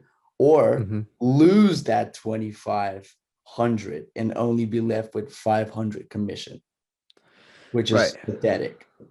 Right. And Right. that's the whole Meanwhile, thing. if you insulated it, if you charge a higher price, whatever it was that you did, right? Because you can either insulate or charge a higher price than to be Exactly. paid for.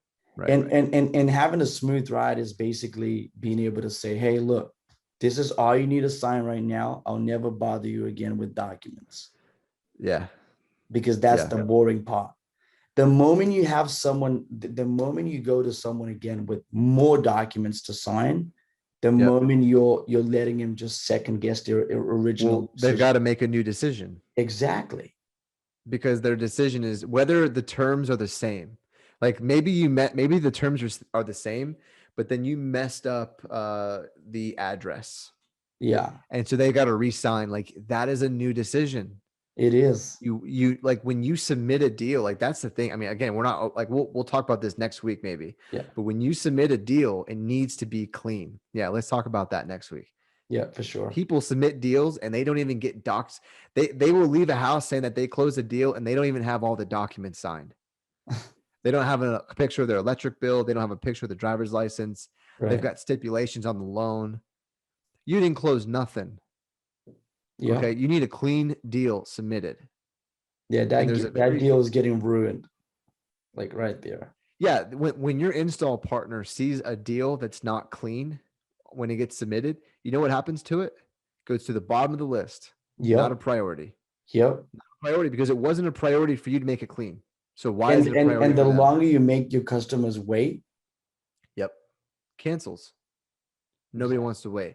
Look, Yep. you can build yourself a 70-day timeline, right? Depending on, depending on where you're at. But if you don't have a smooth process, people will leave. Like 70 days will come and go quicker than you think. Yep. I agree with that. So cool, man. I appreciate you being on the call, bro. Once again, to do this video with me again. So we'll probably be back at it again for another one next week. And we'll have a different topic for you all. Obviously, sales and lead generation related. Maybe next week we'll talk about more on, phone sales and selling from a distance, that kind of stuff. I think will be interesting for people to touch on the subject. But I appreciate every single one of you that are watching this video right now and have obviously watched it all the way through. If you like the content of the video, again, give it a thumbs up. And if you want to know about our lead generation process, there will be a link in the description down below to schedule a call with myself. And if you want to know about, Kale's system for closing from a distance, which I believe is genius, we'll leave a link in the description as well. So you can schedule a call with Kale. I believe that will be the second link in the description. So watch out where it says Kale, schedule a call with Kale, right? So again, if you haven't subscribed, make sure you do by clicking the link down below, and we'll see you again. We'll keep coming to you guys, keep supporting it, but appreciate you. Really do. Thanks. See you. Hey, welcome back to another solar video on the channel. And on this video, we're actually going to go over how to sell from a distance. So I have prepared an entire sales call recording for you so you can listen. It's my advice for you to listen to it all the way through and let me know how you find it in the comments. But if you've been struggling to sell from a distance or sell over the phone, residential solar, you're going to find this video extremely useful. So make sure you watch it all the way throughout. It's not going to be anything to see, but you will be able to listen to it. So we've blurred out some of the personal information, so just so we can keep our customers' information private. But the purpose of this video is to shed a light to the solar sales community. And obviously, if you're watching this video, my hopes are that you extremely benefit from it. So if you haven't yet subscribed to the channel, make sure you do by clicking the link down below. And if you wanna like this video or give it a thumbs up, that will greatly help us grow the channel, and it will massively contribute to the growth of the channel. So, and if the conversation ever comes up, please bring it up. I already have one video like this on the channel.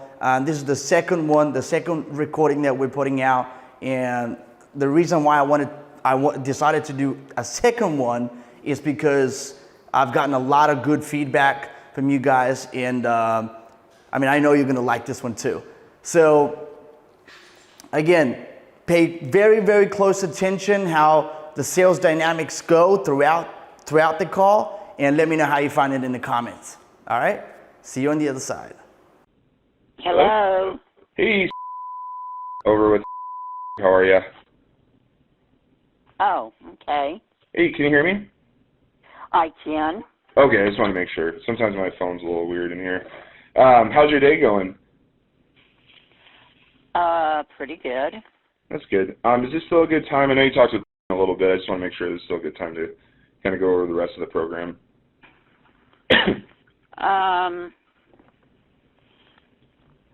I just want to know how much it's going to cost me. Yeah, it's really just dependent on obviously your system size. So, do you have an electric bill by you by chance? No, I don't. You don't? Okay. And yeah. I send it to my computer to send it, so that's why you don't have it. Oh, okay. Yeah. It's running around $200 right now. It was $300, between $300 and $350 during the winter. $300 to $350 in the winter, and then you said $200 in the summertime. Right now, I don't have my air conditioner. Right now, okay, cool. Yeah, and then do you have like a pool or anything else like that in the house? No. What about No. jacuzzi? No. Okay, do you have any plans of more people moving in the house anytime soon? Oh, I hope not. I hope not. And then what about laundry? Are you doing laundry whenever you want, or do you kind of just do the energy saving plan where they suggest you do it at night? No. No, just whenever. Do that. Okay. Yeah, let me just pull up my thing, and I'll run these numbers in there without it, so you can get you some type of idea. It's always best to have the electric bill, you know, obviously to just confirm it, but our system's pretty spot on. I just always like to make sure we're accurate. So, give me 1 second here. Let me pull it up. How's your week been so far? Well, it's not raining and it's not snowing. So is that a good thing? That's good. Yeah, no, it's definitely hot where we're at, because we're based out of Arizona, but we work in 25 states. Yeah, so I mean, it's hot, right? I don't know. Have you ever been down here before? Yes. What time of the year did you come? I probably would have been summer. Yeah. So, we did our traveling in the summer, so. Nice. That's awesome. So we could feel all that heat. Yeah, it gets really, really, really, really hot here. I don't like it, honestly. I don't know why I live here still, but, you know, I do. I've been to our Idaho base before. It's nice up there. I love it up there. I love Boise. It's changing, though. I go at least twice a year just to check in with the project managers up there, and it's just grown so much over the years. It's crazy. Yeah, it has. Okay, so I'm running these numbers right here. So there's a couple things with Idaho, and I'll just kind of explain them to you real quick. So are you still employed? Are you retired? I'm retired. You're retired. Okay, perfect. So basically in Idaho, you get, for going solar, you get two types of tax incentives, but it works for employed people and people that are retired because you had physical work. You guys are guaranteed to get it. So you get 26% from the federal government for like the entirety of the loan, and then you also get $5,000 times 4 years which equates to $20,000 from the state of Idaho for going solar because it helps out keep everything green up there. So they have huge incentives in Idaho, which is really nice. Probably just a tax write-off. It's not a tax write-off. Basically what it is they, all it is, it's based on income, but you're retired, so they don't base it off your income. They just give it to you. They base it off basically everything else from your history. But if you were employed, you just have to have taxable income, and then they give it to you, meaning that you have to make as much as the system costs if you're employed. But if you're on Social Security and retired, it's just basically based on your retirement and you're good to go because they know that's not fair. It's basically just keeping it fair for both parties. But people that don't work or own their own business, per se, if they owe a bunch of money or they just don't work and they're just kind of sitting there and they've never had a job, they're not retired, anything else like that, then those are the people that obviously wouldn't get that. So basically, you get the 26% from the federal government, and then it's $5,000 for 4 years, which equates to $20,000. So your system it's spitting out is a little bit bigger than I thought, but I think it's just adjusting to that. So when we get the electric bill, obviously I can look at that and make sure it's right. It might be a little bit cheaper, but to start out, the payment would be $168 a month, right? And that would be your payment. So how it works on paper is obviously you're saving money immediately. It's cheaper than your lowest payment right now by $18, and then it's basically $168 in your biggest payment. But how it works is basically you're financing the panels, and the panels cover your whole electricity costs, right? So basically, I think you have Rocky Mountain, is that correct, as your utility company? Yeah. Yeah, so you would eliminate your Rocky Mountain power bill completely, and you'd be 100% solar, and all you're doing is you're financing the panels, and it's just like buying a car. It's at a fixed rate.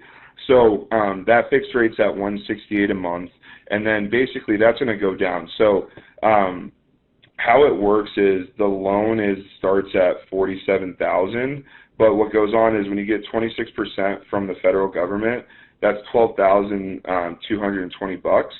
So that goes from $47,000 down to $12,220, which equates to $34,780.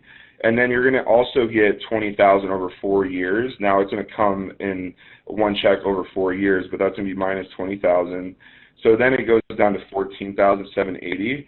So your payments at that point after 4 years in Idaho, since as long as you apply that money towards it, your payments go from $168 all the way down to let's see here, $72 a month.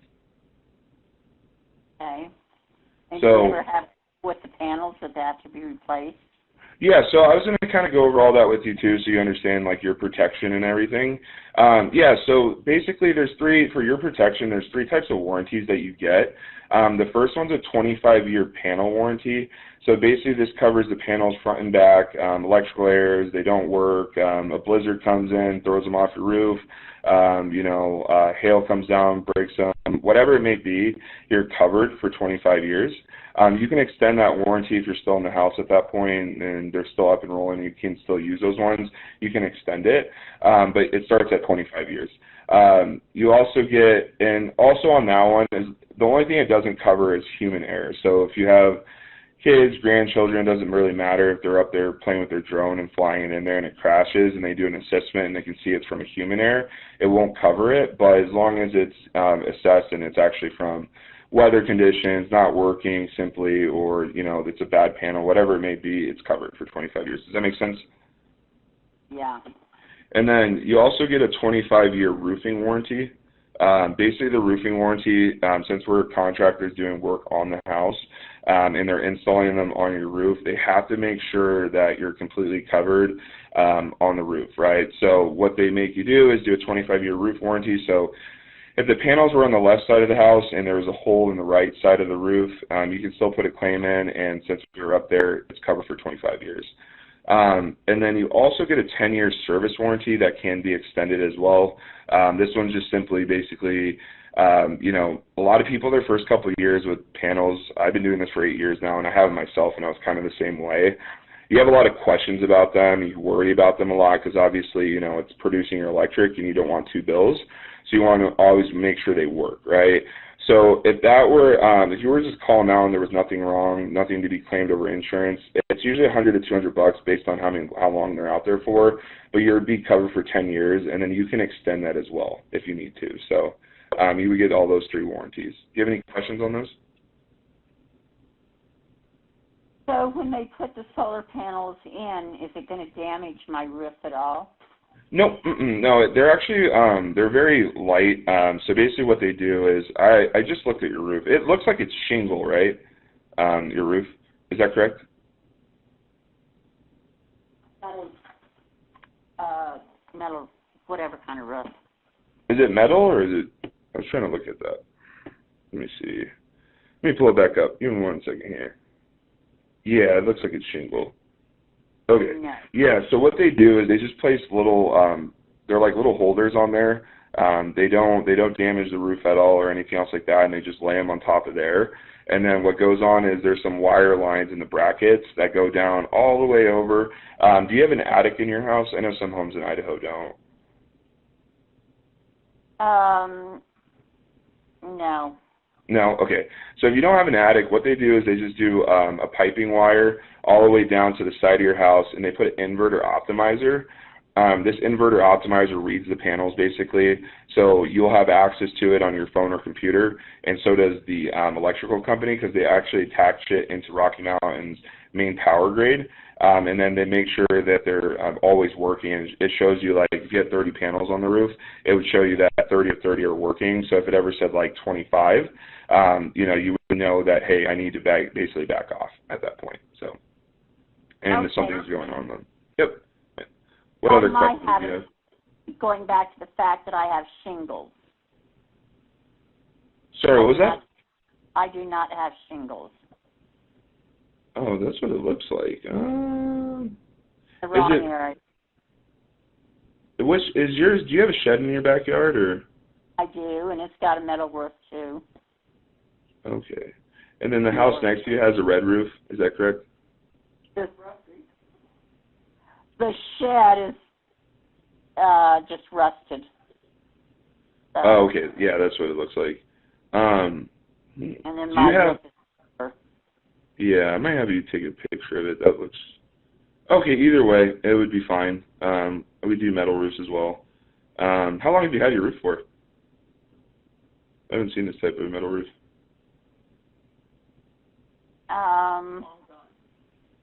Yeah, probably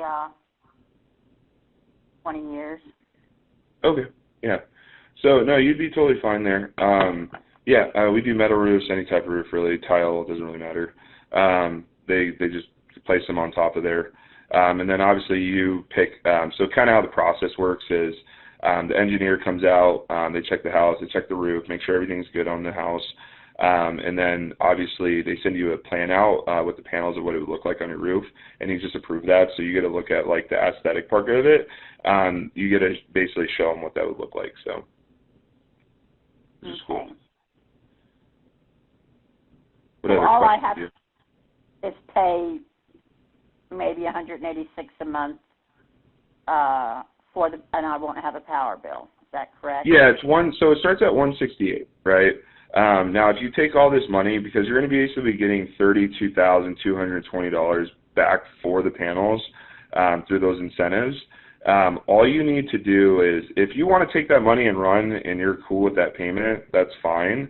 But I always tell my customers the whole point of solar is to not have an electric bill from your utility company, because that one raises, and then basically go ahead and obviously have the cheapest payment you possibly can, because once it's paid off in full, you have free electricity, right? It's just basically just running, and you know, it's your system, right? That's what I tell everybody. So basically, you know, it's up to you how you want to do that, but your payment is going to be $168. So, and then my shed is hooked into the house. Mm-hmm. So is that going to incorporate? Do you have two bills or one bill for the house for the electricity?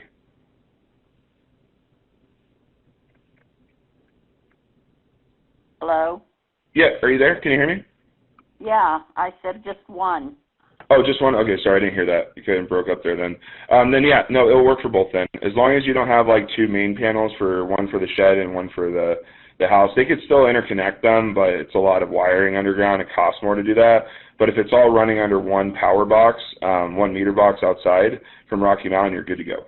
It's already done. So if I want to run 20 line out to my shed, how does it hook into the solar? So your shed's connected to your meter right now, correct? Right. Right. Okay. So that's already producing. So basically, somewhere in there, the wiring is connected to that the main power, right? To the main grid, somewhere in there, right? It's probably underground, I'm assuming. So as long as that's already done, your solar will produce both, because your bill that you're getting is one bill, meaning that it's doing power for the shed and it's doing power for the house, right? So it'll all be covered by the same solar. Okay.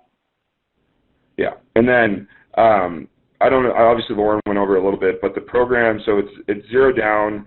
You guys get your first 2 months free, and then for the debt relief program, you guys are getting the $2,000. We just send that as a check, or we can wire it to you. Just some type of verifiable saying that we sent it to you, since it's an incentive we give. And then your bill will be $168 a month. And then if you put all the incentives in, it'll go down to $72 a month. All right. And that's for how many years?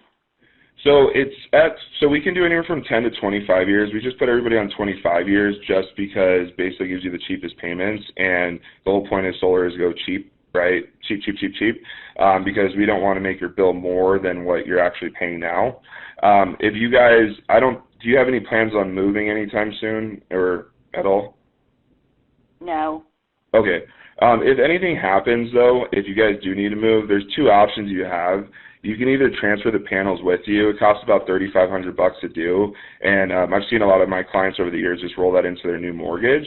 Or your home value goes up anywhere from 17 to 25%, and then you can read on this at environmental.gov.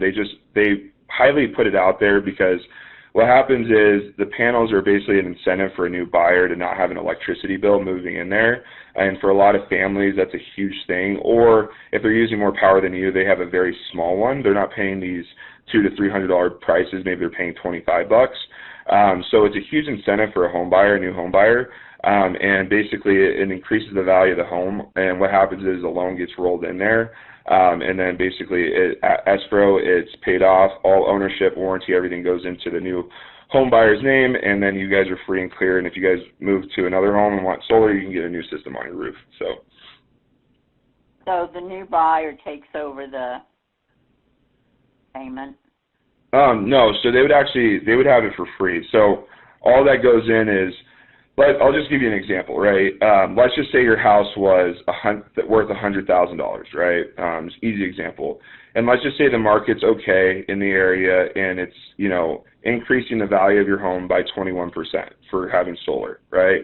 So now your home is now worth, rather than $100,000, it's worth $121,000, right? And the reason for that is the new buyer basically gets to come in the home and have either zero electric bill or has a very small one, like $15, $20, right? And what goes on from there is basically at escrow, that extra $21,000 goes towards the loan for the panels, right? Pays that off, and then you guys are free and clear, right? This situation works best if you have plans on moving in the next 5 years, right? Just because you guys are going to get basically your panels are going to be, the only thing you'll have left on the loan is $14,000. Right, and then basically, you'll make some extra money on top of there, right? And I'm sure your home's worth a little bit, if not a lot more, a little bit more than that. So, or you guys can take the panels with you, right? So either way, you guys are protected if you guys have to leave the house. Okay. Yep. What other questions can I answer for you? So who comes out and takes a look at the house? Yeah, so kind of how next steps work is how we do this is we just get you pre-qualified. So we just make sure the credit's good and you guys can get approved. And then what we do from there is we go over paperwork. You guys have the right to cancel at any time. The only reason we do paperwork is we have to use our engineers and our site survey team, and the engineers in solar get paid around 120 to 350,000 based on their level of experience. So what we do is they sign papers. You have the right to cancel at any time, but they come out, they check the house, they qualify the house too. Because if the house is not qualified, let's just say you needed something that cost more money and you didn't want to do it, they just cancel it right there, right? But if everything's still golden from that point, they go ahead and basically get the permitting started, design started, and then interconnection with Rocky Mountain. And then basically it takes about 3 to 6 weeks and it's on your roof, and it's pretty quick. So it'll be way, way, way installed before the harsh winter months where you guys are paying those big $300 bills. Okay, so what if the power usage goes up? Yeah, so that's a super, that's the most important part about solar, right? So the only thing that I say that negative, because I'm a very transparent person, the only negative thing about solar is if you add more electricity than you guys have already been doing, right? I'm going to get a bill from you and just make sure I have 115% offset on your house, right? Because that's where we're set at right now. It's actually 120 on my system. But I need to make sure that I am verifying that I have 115% since I don't have your bill right now, right? And I'll have you send that to me. But we have you at 120%. So what that means is you'll be 15 to 20% over what you're currently using right now, last year, the year before that, right? You're basically the highest peaks on the usage graph. So what happens is, let's just say you had to have someone move into the house or 2 people move in the house. Now you're producing more electricity. If you guys are producing more than that 15 to 20% extra than what you guys are using now, you will receive a bill from Rocky Mountain, right? So that's the only negative part, is because people's lives do change, right? But, you know, if you guys do get a bill, it might be for $5, right? If you guys have more people move in. But if you guys are consistently doing what you guys have normally done in that house for the last, I don't know how many years you've been there, and if that stays the same, you guys will never receive a bill. But if something life dramatic happens where you guys add a jacuzzi or you add a new AC system or people move into the house, yes, that's obviously going to create more electricity usage, and then you guys could see a bill. If you guys have that happen and you want more panels to cover that, like if it was a $5 bill and we need to throw one more panel up there, we could do that, right? If you just don't want that bill. But as long as your life stays consistent, you guys will be okay. All right.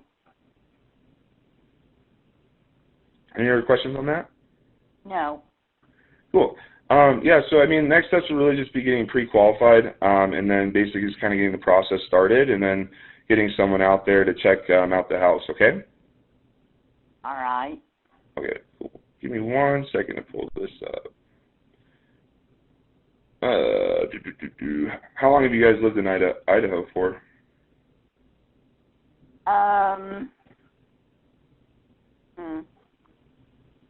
50, 60 years. Oh, wow. That's a long time.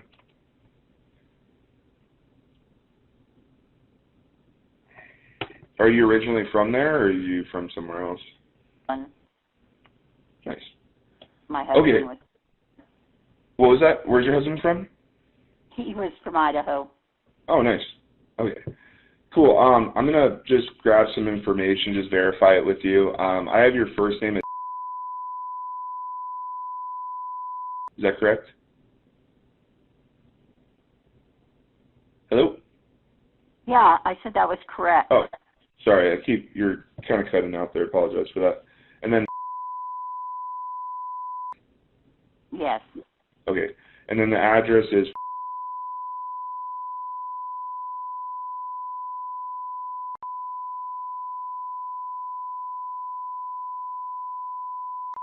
You're in Preston, Idaho, correct? No, I'm in Teton, Idaho. Teton. Oh, okay. Can you, because she put your address in a little weird. Actually, you know what? I found you right here. I have you on my phone. Give me 1 second. Let me just pull this address back up. Sorry about that. I just want to make sure I have the right address. Okay, so it's. Is that correct? Yeah, the W is west. Okay, west. Okay. There you are, Teton. This says on my, have you ever heard of Sugar City before? Well, no, we didn't live in Sugar City. Oh, yeah, I think there's one for Sugar City, too. That's cool. Sugar City.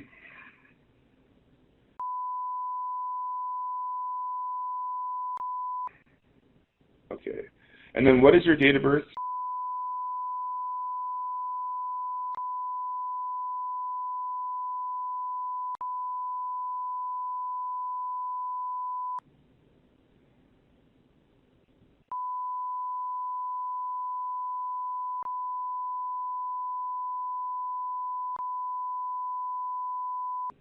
Okay. And then the last four of your social?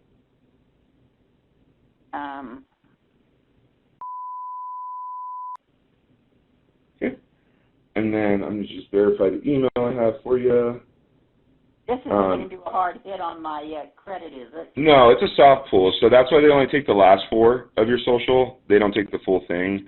It's just a soft pull. They're trying to switch it to where they don't even need the actual last four on there because there's a new soft pull AI technology that you actually don't need it. But the only problem with it is it's basically not, if they can't verify you, then it has to do a hard pull, so that's the only reason they haven't switched to it yet. The company's called Loan Pal. They're massive. They're kind of like a Rocket mortgage company. They do solar and mortgages all over the country. So, but it will be a soft one. And then the email I have for you is that correct? That's correct. Okay.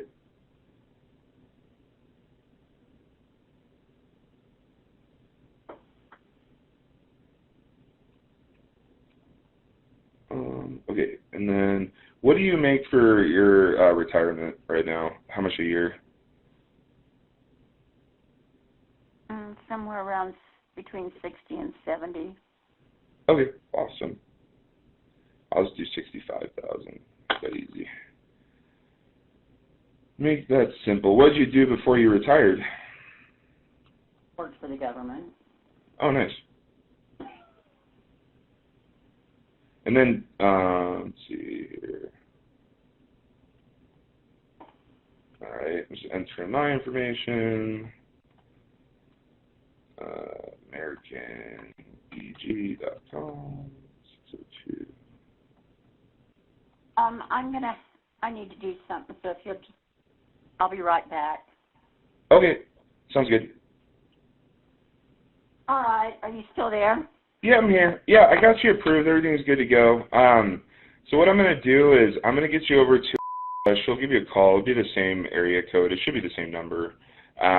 She'll walk you through everything with you, and she's a sweet little girl, and then just go everything with you. And she'll get that site survey set up as well so they can come out to your house and make sure everything's good there. So give her like... Give me the number just in case. Yeah. Let me grab. Where's that sheet? I always forget everybody's number in here. There's so many people here. Dell, give me 1 second. Just make sure this is hers. Hey, what line is that one? Okay. All right. So it's gonna be. Are you ready? Yeah. It's gonna be 480.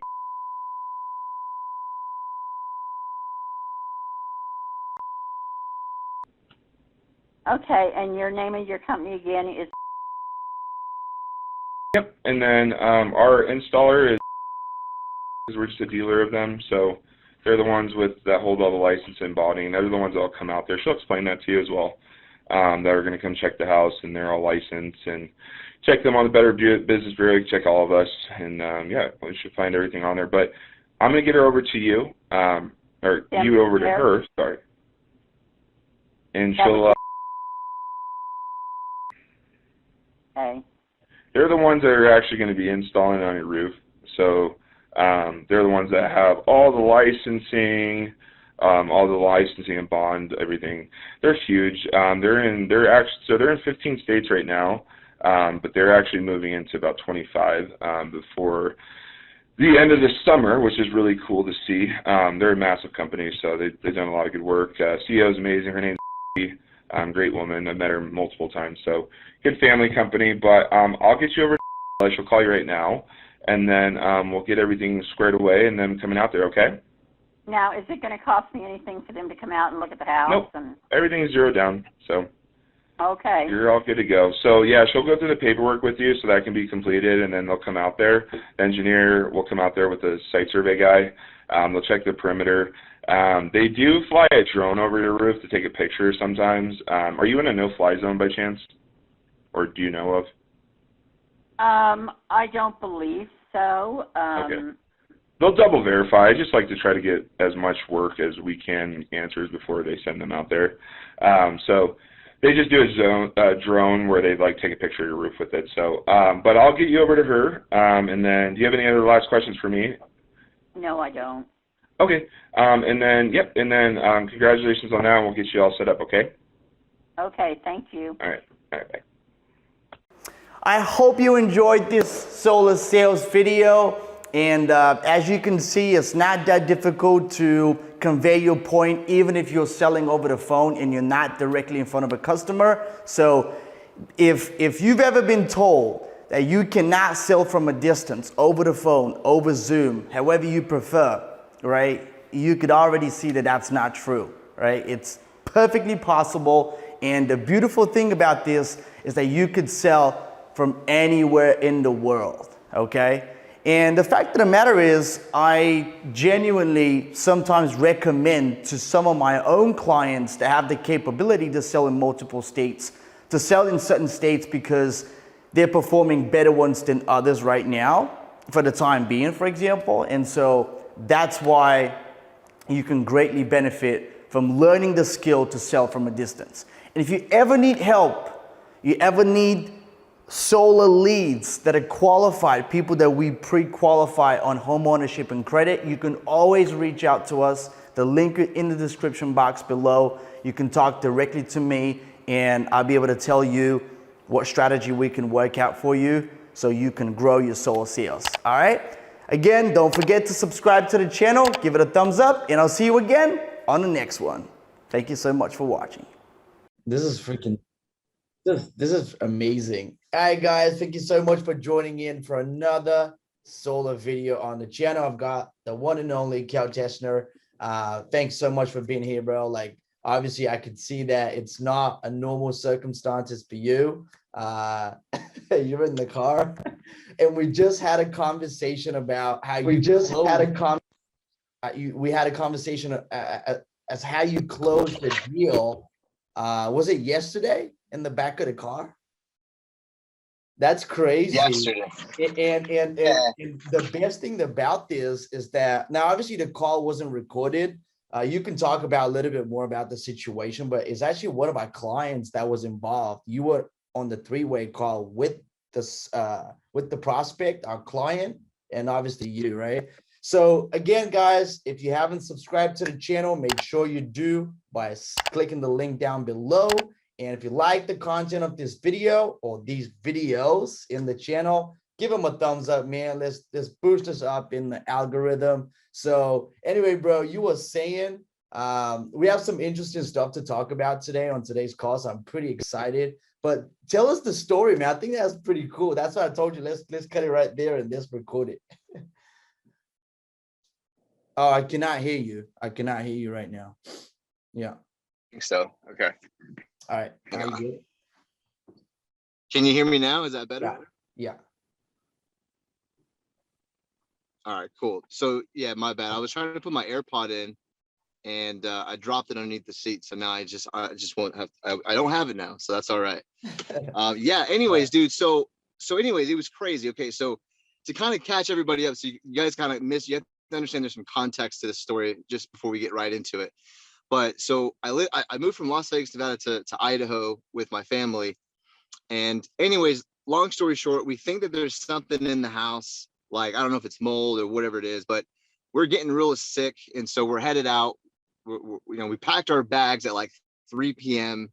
Yeah, and we headed out, right? And we had to leave the house because we're tired of being sick. And so we headed to Vegas to get, find a place to stay while we get, like, obviously stay at our in-laws, and then, get the house inspected. So now you guys understand the context why I'm on the road. We left early. I had a 5:30 appointment and we left at 5 p.m. And what happened is I'm sitting, I don't know if you guys can see way back there, but I've got a third row I'm in a Traverse and my wife is driving. I'm like, babe, I've got a 5:30. I know we got to go. She's like, okay, I'm going to drive. Paxton's going to sit right here. So I'm sitting in the third row. My son's sitting right here. My wife's driving right here. She's headed over to Las Vegas, Nevada. And we leave about at 5 o'clock. So we have a half an hour drive. It's about 2 hours to Twin Falls. So about 45 minutes into the drive, I get on the call with the customer. Justin calls me, right? That's your client, right? Justin works with you and he is working with me. He's obviously he's in my program where I'm helping him build his business, right? And so he calls me, he goes, hey, Kale, I got the customer on the phone. Are you ready for him? I go, yes. Hey, can you hear me okay, Justin? Blah, blah, blah. I just so you know, I'm in the back of my car. Actually, I didn't tell him this until after we closed the deal. I didn't want him to freak out. I just kept it to myself. I was like, okay, yeah, I'm good to go. And then, so he crushes me on the phone. I take over, make sure he can hear me okay. About 20 minutes into the phone call, because we're on the road. So this isn't necessarily ideal, but we're on the road driving through and I lose a little bit of service.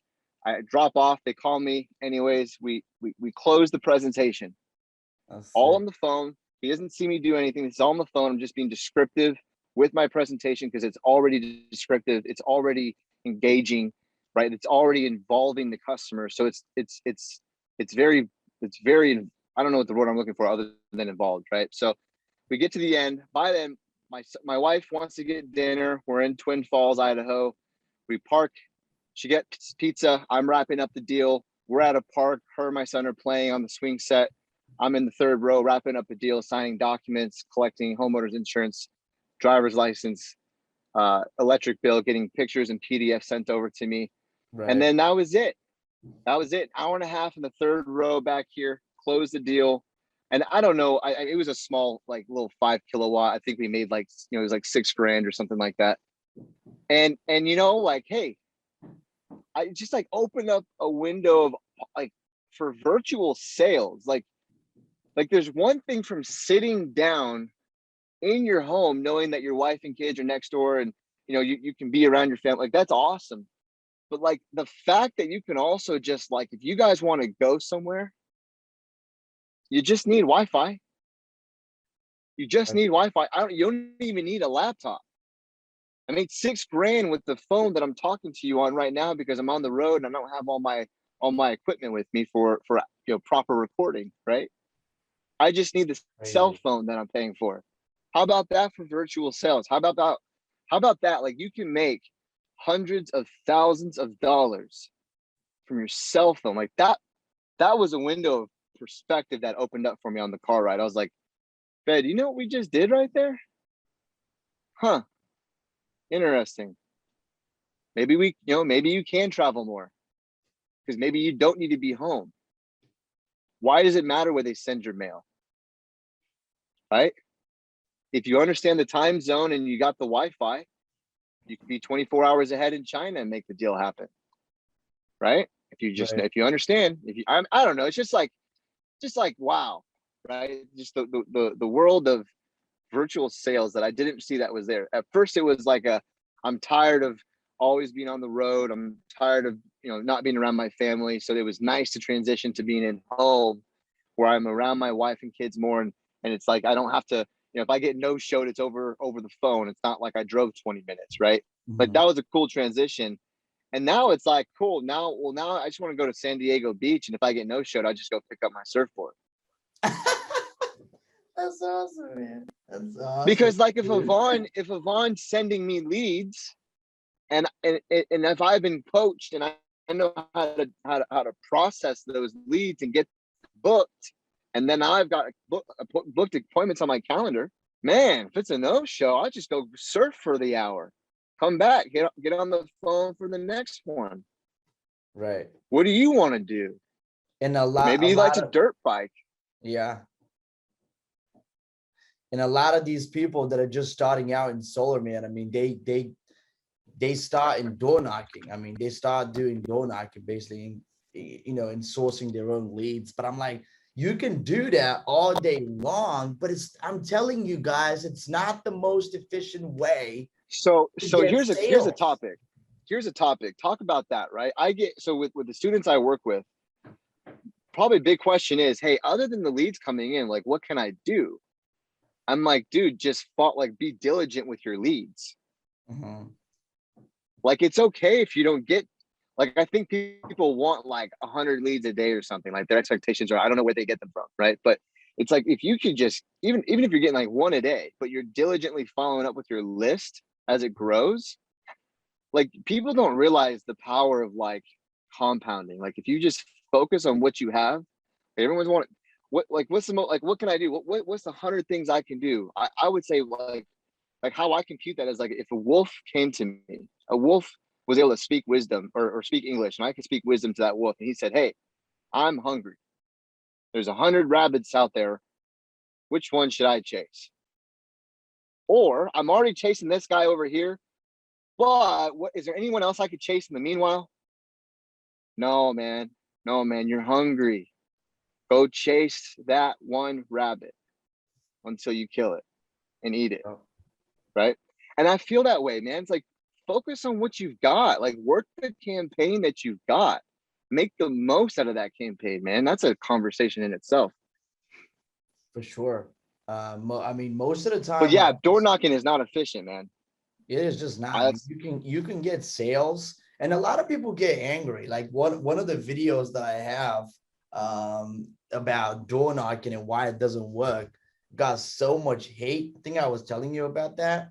And a lot of people, yeah, a lot of people that are in door knocking, they're already doing that. They're getting butthurt about it. I'm like, dude, I'm not saying anything wrong. You can do door knocking all day long, but if the chances are, dude, if you're in Vegas, if you're in Nevada, if you're in Texas, if you're in Florida, if you're in Arizona, getting freaking baked in the sun in 120-degree weather, are you kidding me? And you prefer that than to work from the comfort of your own home in you know why though? Air-conditioned place. You know why though? Is as maddening and backwards as it sounds, I feel like people feel like there's safety behind it because it's usually you're part of a team. It's a team thing. Yeah. Like for me, like I'm very much on my own. I'm very much independent, very much on my own. I don't like, I mean, the guys that I work with, I teach how to do what I do and I encourage them to do what I do. But I think people need that camaraderie, and I think people get limited to what they can actually achieve because of that safety net, that safety zone. Right. I don't know. I think that might be why. Because, you know, I mean, also, you know, because if you think about if you were to build a dealership or you're building something, it is a great way to build a foundation, because if you've got solid dudes, you know, hey, this amount of time I can do this, right?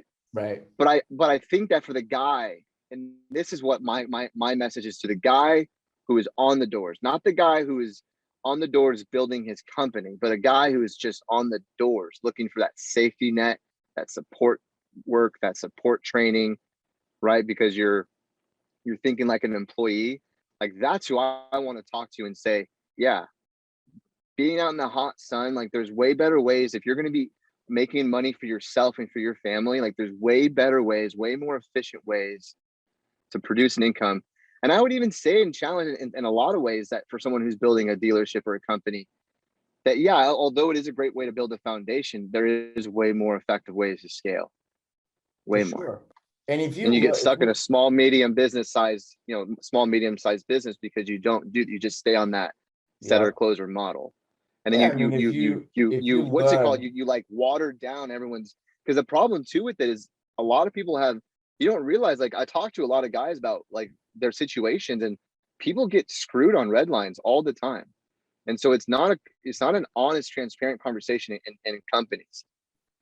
Even, you know, it's watered down. It's misleading. It's like people don't honestly conversations with guys all the time. I'm not saying it's not everybody, but a lot of the time people don't have that real conversation.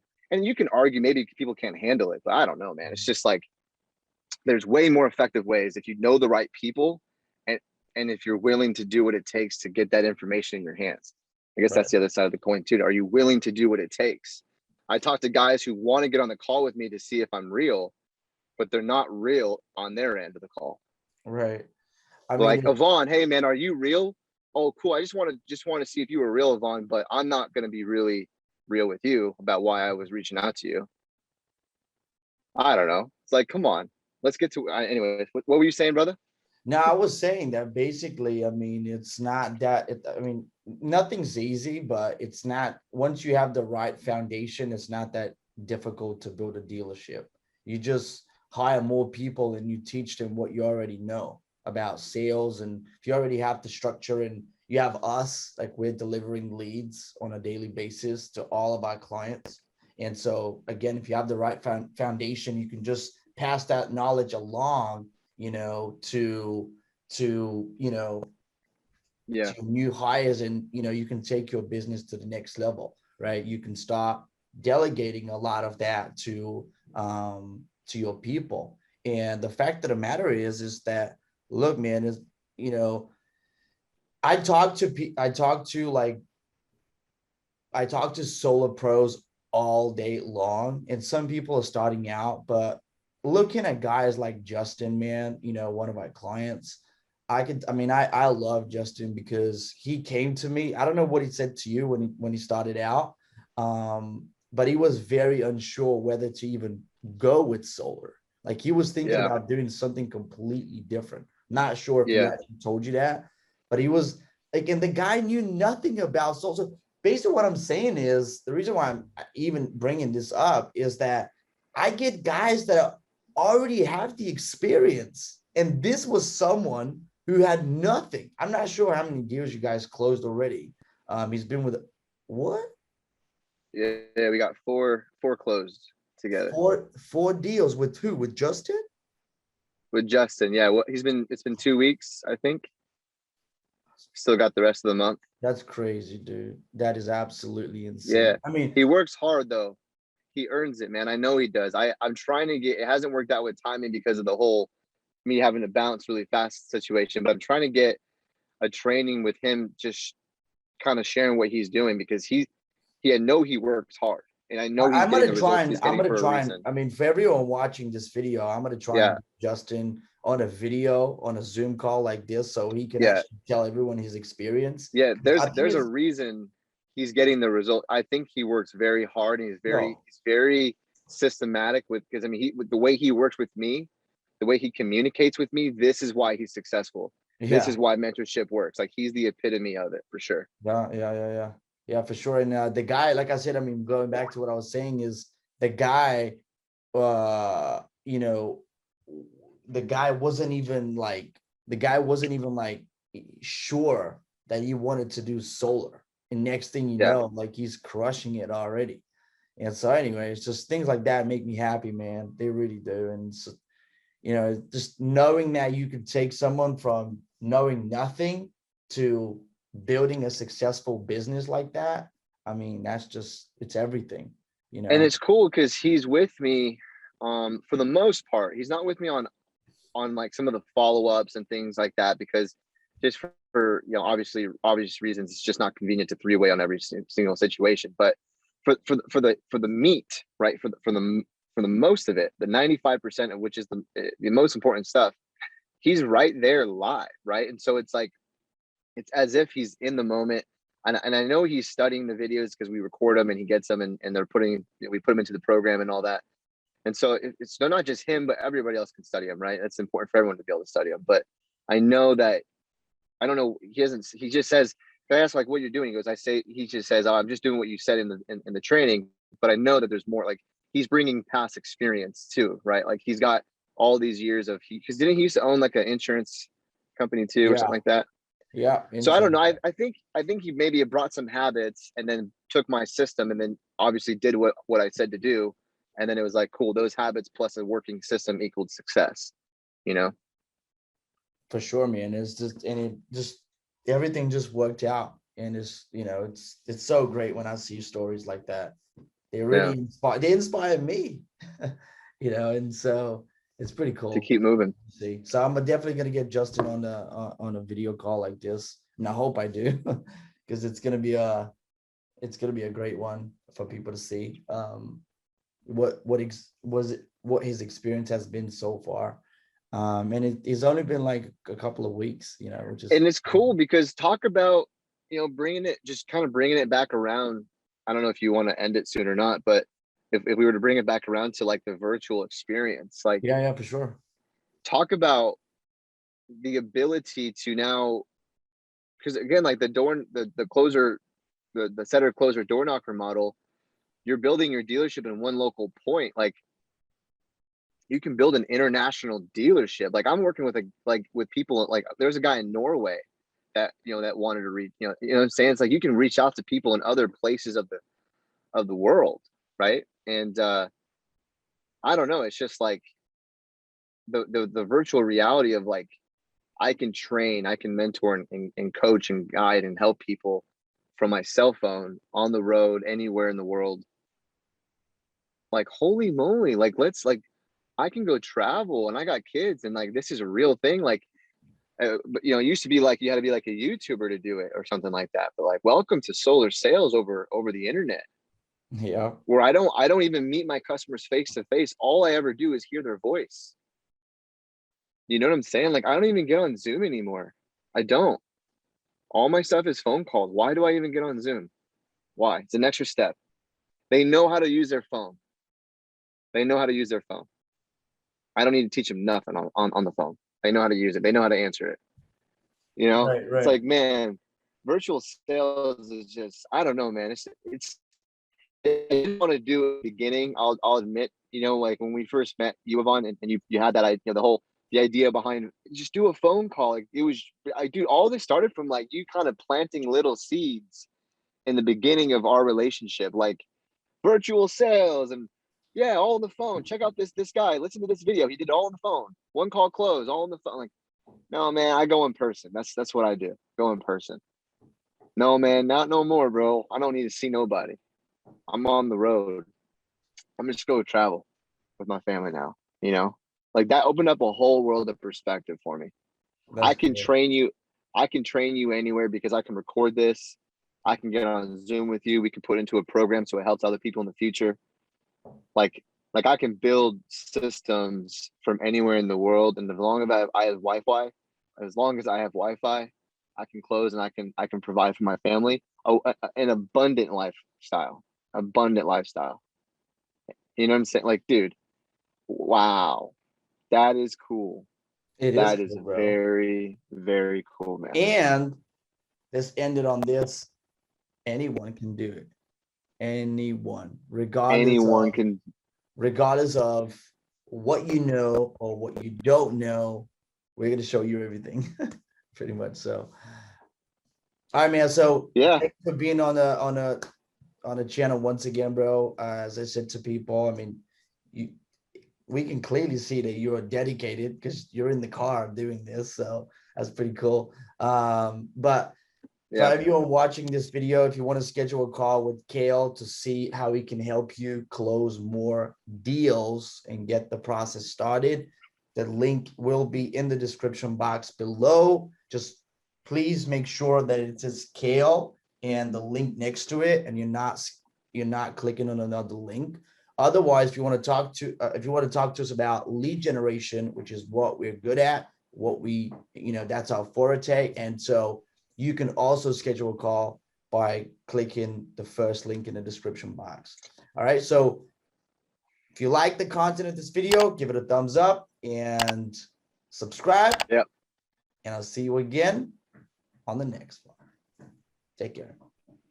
Later, guys.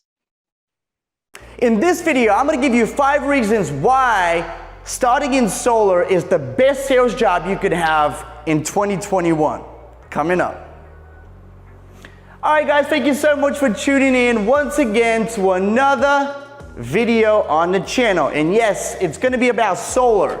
And why do I have the title like this? Because I'm telling you, this is probably the most passionate I've been in a while. It's probably going to be the best video I've ever made in the whole of 2021, so make sure you pay attention to it. By the way, if you haven't subscribed yet to the channel, make sure you do by clicking the link down below. And if you like the content of this video, give me a thumbs up so we can grow the channel, all right? Very simple transaction. So I've actually got some reasons that I've written down for you today and why I wanted to make this video. I've got 5 reasons for you. One of the first reasons why starting a career path in solar sales is going to be the best thing you ever do for yourself right now in 2021 is because it's easy to get started. That's reason number 1. So let's write it down on the board, all right? Easy to get started. You don't have to understand how it works and all that kind of stuff. All you need to do is just be able to explain it to people so they understand. Solar is very simple. It's very, very simple to explain. All right, so it's easy to get started. What do I mean by that? Also, you don't have to go through a long, drawn-out process to, study for an exam, pass the exam so you can get licensed, and just to find out you can only sell in one state. Solar right now is not regulated, and I have a ton of people that are watching these videos that are converting from insurance to solar, right? And I'm telling you right now, like for example, in insurance, not too long ago, you didn't used to have an actual license to sell insurance. Right now, you do have to. And you have to study probably about 2 to 3 to 4 weeks for an exam that you're not even sure you're gonna pass, right? But let's say you pass the exam, it's still, right? In solar, you don't have to do that. You don't have any of that stuff. Most states in the United States, right, they're not regulated, which means anybody could start selling solar. It doesn't matter how old you are, doesn't matter the color of your skin, doesn't matter what you know about solar, it's easy to get started, all right? That's reason number 1. You don't need any prior education. If you have high school education, if you don't have high school education, it doesn't matter. Everything that it matters is that your work ethic. If you have a solid work ethic, you can make a lot of money in solar. And so, easy to get started will be my first reason. Reason number 2, you can do it from anywhere. And I mean anywhere. You could be in another country selling solar in the United States, and that wouldn't be weird. You can be in Thailand, you can be in Europe, you can be in the country, but not physically being in the state in which you sell in, right? So you can do it from anywhere. There's no boundaries. So that's why it's pretty, you can do it from anywhere. Anywhere. I'm just gonna write it down. That's very important, okay? Number 3. If you're gonna look for a sales job, you wanna make sure what? You can make a lot of money.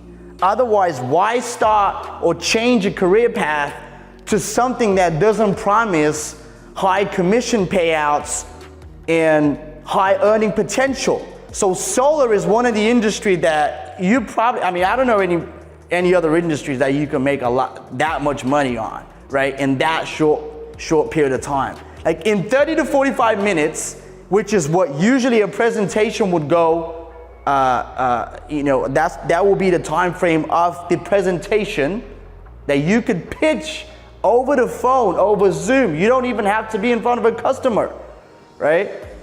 And you can make 10, 12, 15, 20 grand in one phone call. Show me another industry. Go ahead, I'll wait. Yeah, that's right, because there's none. And even if there is, all the other reasons wouldn't align that way either. It will probably be a high barrier to entry, and you won't be able to do it from anywhere. You have to maybe you have to go out there and visit the customer and all that kind of stuff. In solar, that doesn't exist, okay? And again, high commission payouts, high commissions. Reason number 4, when you sell something, you want to make sure that you believe in the product, and not only that, but it's also a good product to sell, right? So in solar, the product actually sells itself. Product sells itself.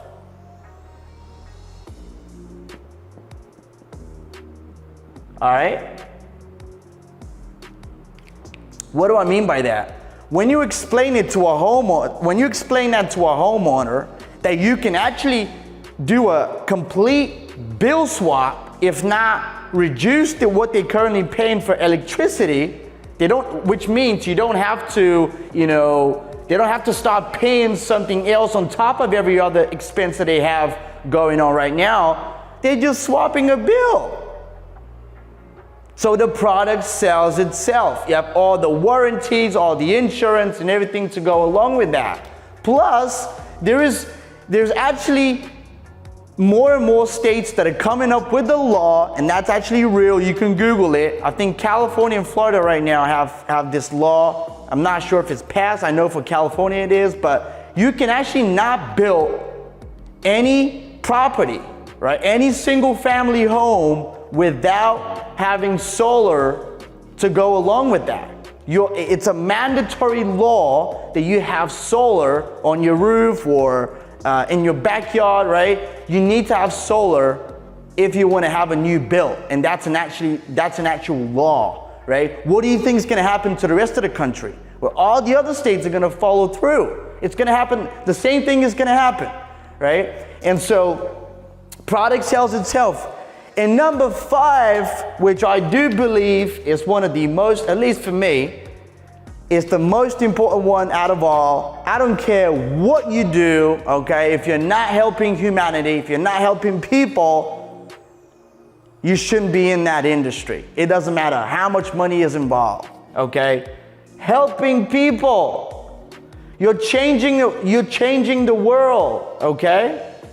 You're changing the world by helping them switch to solar, right? Because you're reducing the carbon footprint and all that good stuff, and on top, which means they don't have to go to the coal plants and all that kind of stuff that actually, they make that are bad for the environment, right? You're helping the planet go green, right? And so that's why 5, for me at least, is one of the most important ones. You're helping people, helping the planet, and it's a no-brainer because you're saving people money at the end of the day, right? Which means they don't have to increase their expenses. The expenses are gonna be just as much as what they're already paying every single month, if not lower, because you showed up in the picture. So anyway, guys, those are my 5 reasons as to why I believe solar is the best sales career path you could take on in 2021. Not only in 2021, by the way. I think right now solar is just getting started right now. So for the next 2 to 3 years, solar is going to be really, really hot. And so you better jump on the bandwagon and help some people and make some money, all right? If you need any sort of help generating leads, okay, because you will need leads once you're starting solar, right? There's 2 things you can do: knock doors, ask friends and relatives, or sit at home in an air-conditioned room and call leads that are coming in every single day. You wake up to new opportunities. So the way to do that is very simple. Schedule a call down below, and you're gonna talk to myself or somebody on my team, and we'll see how we can help you out. I hope you enjoy the content of this video. If you did, please give it a thumbs up and subscribe to the channel if you haven't yet subscribed. And if you have a friend that you want them to see this video, please make sure you share it with them. Don't just keep it to yourself. Share it with your friends, all right? I'll greatly appreciate that. You'll be helping them and you'll be helping us too, right? So anyway, that's it for me today. I wish to see you again on the next video. Stay well. See you soon. Take care. In this video, I'm going to show you exactly how our solar lead generation process works. So stay tuned. All right, guys, thank you so much for tuning in once again to another solar video on the channel. get a lot of questions about what makes us different and why work with you, Ivan? You seem like a nice guy, but there's so many of you out there, right? And especially, unfortunately, there's people that have had bad taste in their mouth from working with other marketing companies or lead gen providers, right? And there's a lot of fluff and hot air right now. So what truly makes us different? So this video, I'm sorry, but it's gonna be a total shameless plug, okay? So excuse me for it, but not really. So if you haven't yet subscribed to the channel, make sure you do, because we post a lot of content about solar sales, solar lead generation, and it's just solar, everything solar, right? So very quickly, I want to give you some reasons what makes us one of the best out there and why you should work with us. Well, first of all, we are some kids with a laptop and that have taken some courses online on how to run Facebook, YouTube, or Instagram ads, right? We actually have experience in the industry. I myself have been in the industry for over 3 years now, right? So we understand what makes people buy into solar. That's very important. If you're gonna work with someone, you have to make sure that they know exactly what makes people buy into solar. Otherwise, there's a lot of money that's gonna be wasted. And guess whose money that's gonna be? It's yours, unfortunately. So reason number one as to why you should work with us. We have experience in the solar industry. Number two, very quick setup. We have a 48-hour setup, okay? Very quickly. No other company can offer you this, guaranteed. Most companies will tell you, yeah, sure, we'll set up your campaigns. You have to wait 1 or 2 weeks, then another 1 or 2 weeks to get traction and all that kind of stuff. Next thing you know, you paid them, and there's a month gone by, and there's no leads coming, no very little leads coming in, right? So we have a very quick setup, and my guarantee to you is that leads are almost instantaneous, okay? So you're not having to wait around. You're already waiting around for your backends to hit. So I don't want you to wait out. I don't want you waiting around more. We understand that time is of the essence. And so we set up our organization in a way to where we can set up our clients in less than 48 hours, guaranteed, okay? Number three, something that is very important for me at least. I don't know if it is for you, but it's very important for me to know that I can talk to someone. I'm not just gonna waste money. I'm not just gonna pay someone and then never hear from them again. Communication is very important to us. So communication, you can actually talk to a human being. It's gonna be either myself or someone on my team, and we'll be able to help you with anything you need help with. Why? Because it's in our favor to help you grow. It's in our favor to keep you around. It's in our favor for you to keep making money, because if you're making money, we're making money. So it's a very, very good and simple transaction, okay? You shouldn't stay around with any marketing company if they're not making you money, right? Simple as that, okay? Reason number four,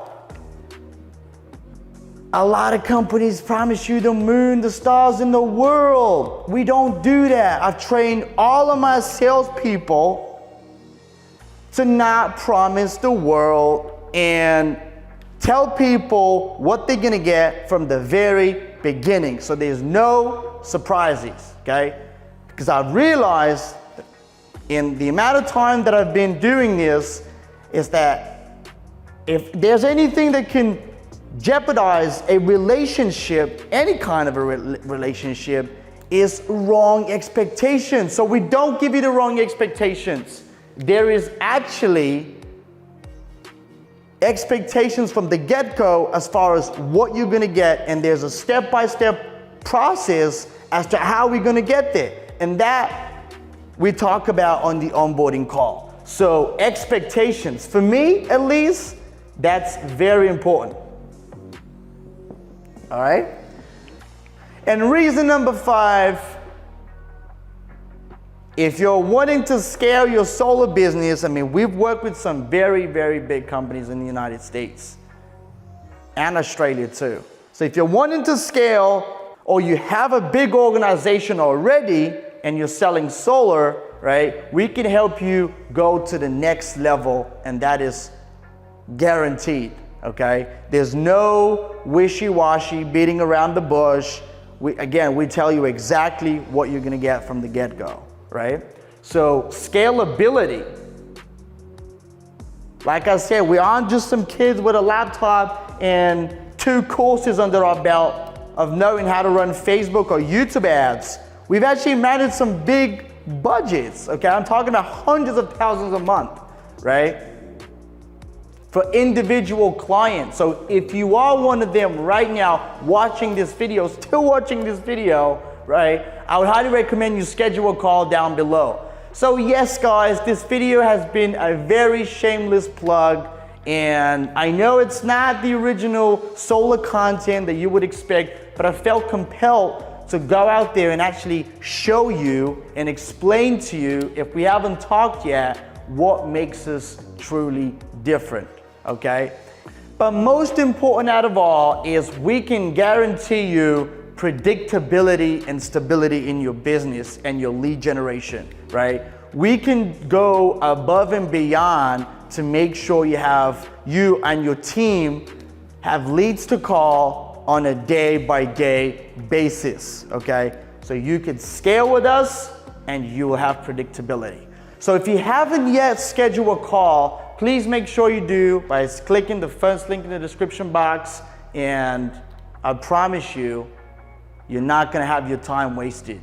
So if you're looking for growth, you're looking for the right lead generation partner, don't hesitate and schedule a call down below. And one of the other reasons why is we actually have a lot of testimonials. There's a link right here or right here that's gonna come up with a lot of testimonial videos of real happy clients that have gotten insane results. And those are just a handful in the sea of clients and results that we've been able to generate over the past 3 years. And it's something that we're very proud of. So again, schedule a call and I'll see you on the other side. Take care. In this video, I'm gonna show you exactly how to grow your solar sales organization or your solar sales in general. Coming up.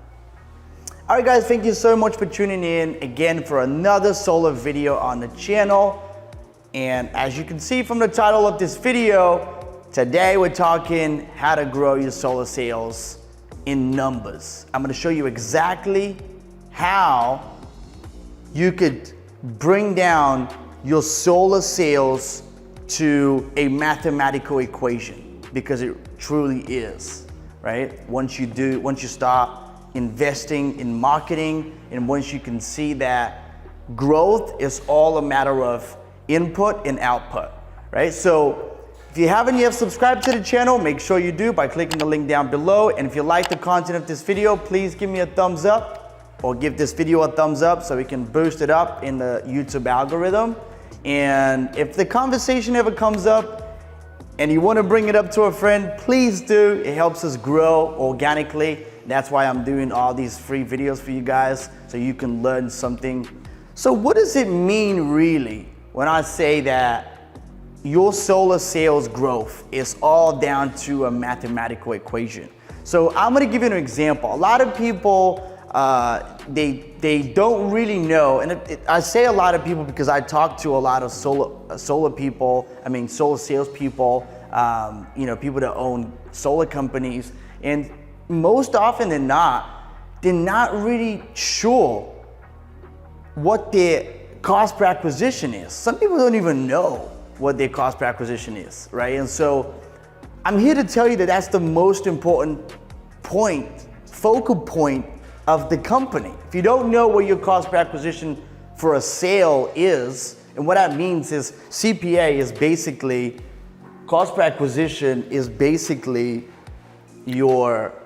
so that's CPA, that means how much does it cost, okay, for a sale? Meaning how much do you need to put in to the machine in order to get a sale. Let's say out of a $4,000 sale, $4,000 commission, or let's say $5,000. Okay, let's say, if you've watched my previous videos, you probably already know by now that, if you're not making at least $4,000 or $5,000 and you're in solar, you're definitely doing something wrong. But more on that later. You can check out some of the videos in the description, or the ones that are gonna pop up here that are regarding that. But what does it mean? So basically, if you make $5,000 on a sale, just for easy math's sake, okay?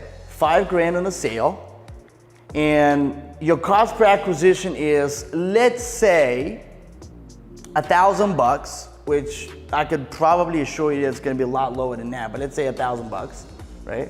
Your CPA is 1,000, okay? You know that in order for you to make 25,000, you would have to spend 5,000. I don't know what that means to you. Some people are doing door knocking, so they're paying 1099 people to go out there and set appointments. I don't know, okay? You could be investing the same money, right? You could be your type of marketing might be, referrals, okay? It might be you're doing Facebook ads or YouTube ads. It doesn't matter. What it means is that it costs you, okay, the company, $1,000 to acquire 5, okay? It could be a lot more than that. That should be the bottom. That should be the bottom line, okay? The very, very bottom of what your commission should be if you're in solar, right? And so if you're investing 1,000 to get 5 back, it's not very bad return, is it? Right? But here's the thing. Here's where it gets even more interesting. If you want to make 25,000, as I already said, you need to spend how much? You need to spend 5,000. So $25,000 in commission, okay? You need to spend, if your CPA, for easy math's sake, is $1,000, you need to spend $5,000 to make 25,000. So you literally get 20 grand in your pocket. But what's more beautiful about this is that everything is measured, okay? And it's very important that you know what your cost per acquisition is. That's why when people start working with us, I ask them all the time if they already know what their cost per acquisition is of a sale, right? Cost per acquisition of a sale, CPA. And most often, even if they do know what it is, they don't have it, they shoot some numbers on top of their head. I'm like, this is not how it should be. If you want to really grow as a company, if you want to grow your income, if you're a one-man show still, right? You need to know that's the most important number that you should always have it in your mind, okay? That your cost per acquisition is $1,000, or have a number to it, okay? The reason why I gave you the $1,000 for the sake of this video is, for the sake of the example, so you could see that it's not difficult. Once you know your numbers, it's not difficult to project how much you need to put into the machine in order to get out whatever you want to get out, what your goal is, right? Because if you don't know what your CPA is and you're working with a marketing company, let's say that's not us, right? I stress that a lot, by the way, in our program. But if you're working with someone and you're getting some sales, but you seem like you're spending a lot of money, the best way to determine if the campaign is doing well, okay, is 2 things, right? It's really only one, but the second one is more of a detail sort of thing. But there's 2 things to judge if the campaign is doing well.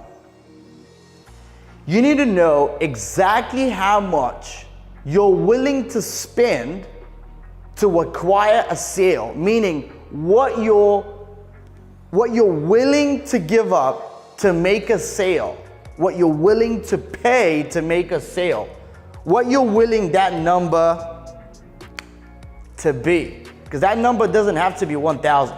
It could be 500. It could be 1,500. I've seen companies that are willing to give up 2,500, okay, believe it or not, and they're still making a lot of money, right? It doesn't have to be $1,000. It could be low or it could be lower or obviously higher than that number, right? That you need to come up with yourself. I personally don't think if anything under $1,000, I mean, you should be doing backflips.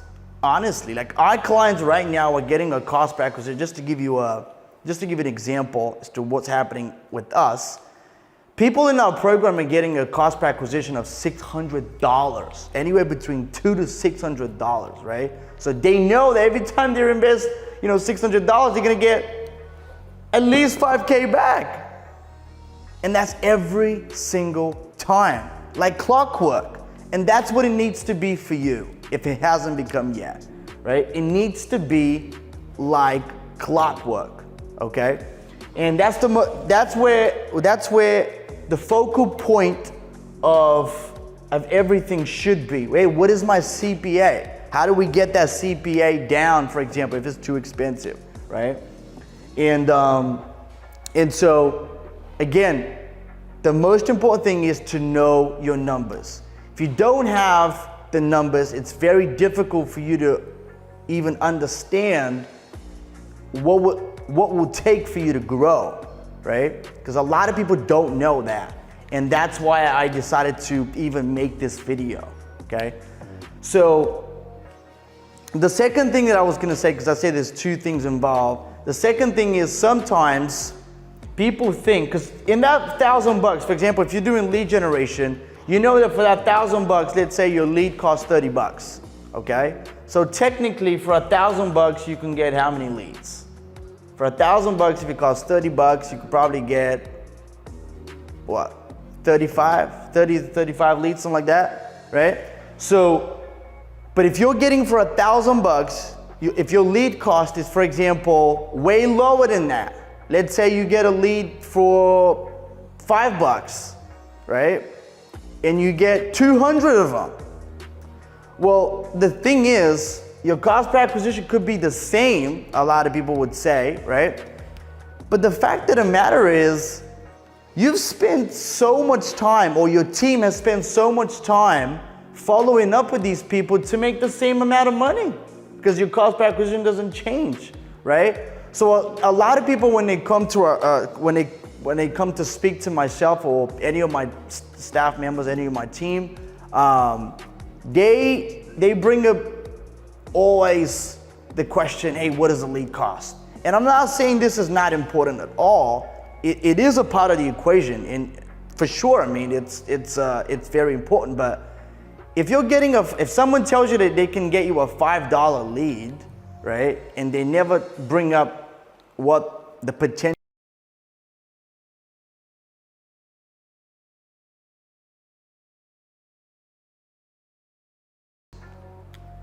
which is the agency's responsibility, but in the other half of the process, they have nothing to do with, which is the sales side, right? And so 200 people, same cost per acquisition, but your people are spending way more time dealing with those leads just to get a sale. And sometimes that is not worth it, okay? In fact, most of the time, that's not worth it, okay? So I care about, again, two things: cost per acquisition and what time do my people need to spend, right? Because I still, obviously, they need to get paid too for their time. And so if they're spending way too much time, that $1,000 is not $1,000, because that's your marketing dollars. This right here is your marketing dollars. This does not have anything to do with what you pay your salespeople, your closers, your appointment setters, and that kind of thing. So This is just your mind, like how much you need to put into marketing to get a sale, right? And so that's why it's very, very, very important for you to know your numbers. It's pretty easy once you start doing it. That's what I say to everyone at the beginning when they start working with us, to track what their CPA is, because that's how we'll be able to judge if they're doing well with all the leads that we generate for them. And by the way, if you ever need anyone to help you out with quality solar leads, needless to say, you can schedule a call down below and we'll be able to help you out 99% of the time, right? And if we can't help you out, we'll tell you that we can't help you out. We're not one of the companies that will promise you the moon, the stars, and the world just to make you sign up for our little program. We don't do that. I don't care to do that. I've never been that way, never will. All right, so on that note, feel free to schedule a call. Now, again, that's why, numbers are very important, because you will know if you want to make 6 figures a month, 7 figures a year, right? You will know exactly how to do that if you know this number. If you know what this is for you, I can assure you that you will find it very, very easy to grow to where you want to grow, because everything is predictable. You could see it right in front of you, and it's a lot more easy to comprehend.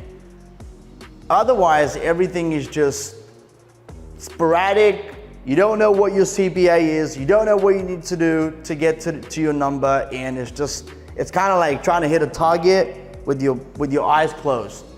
You can never do that. And it's the same thing with in this situation.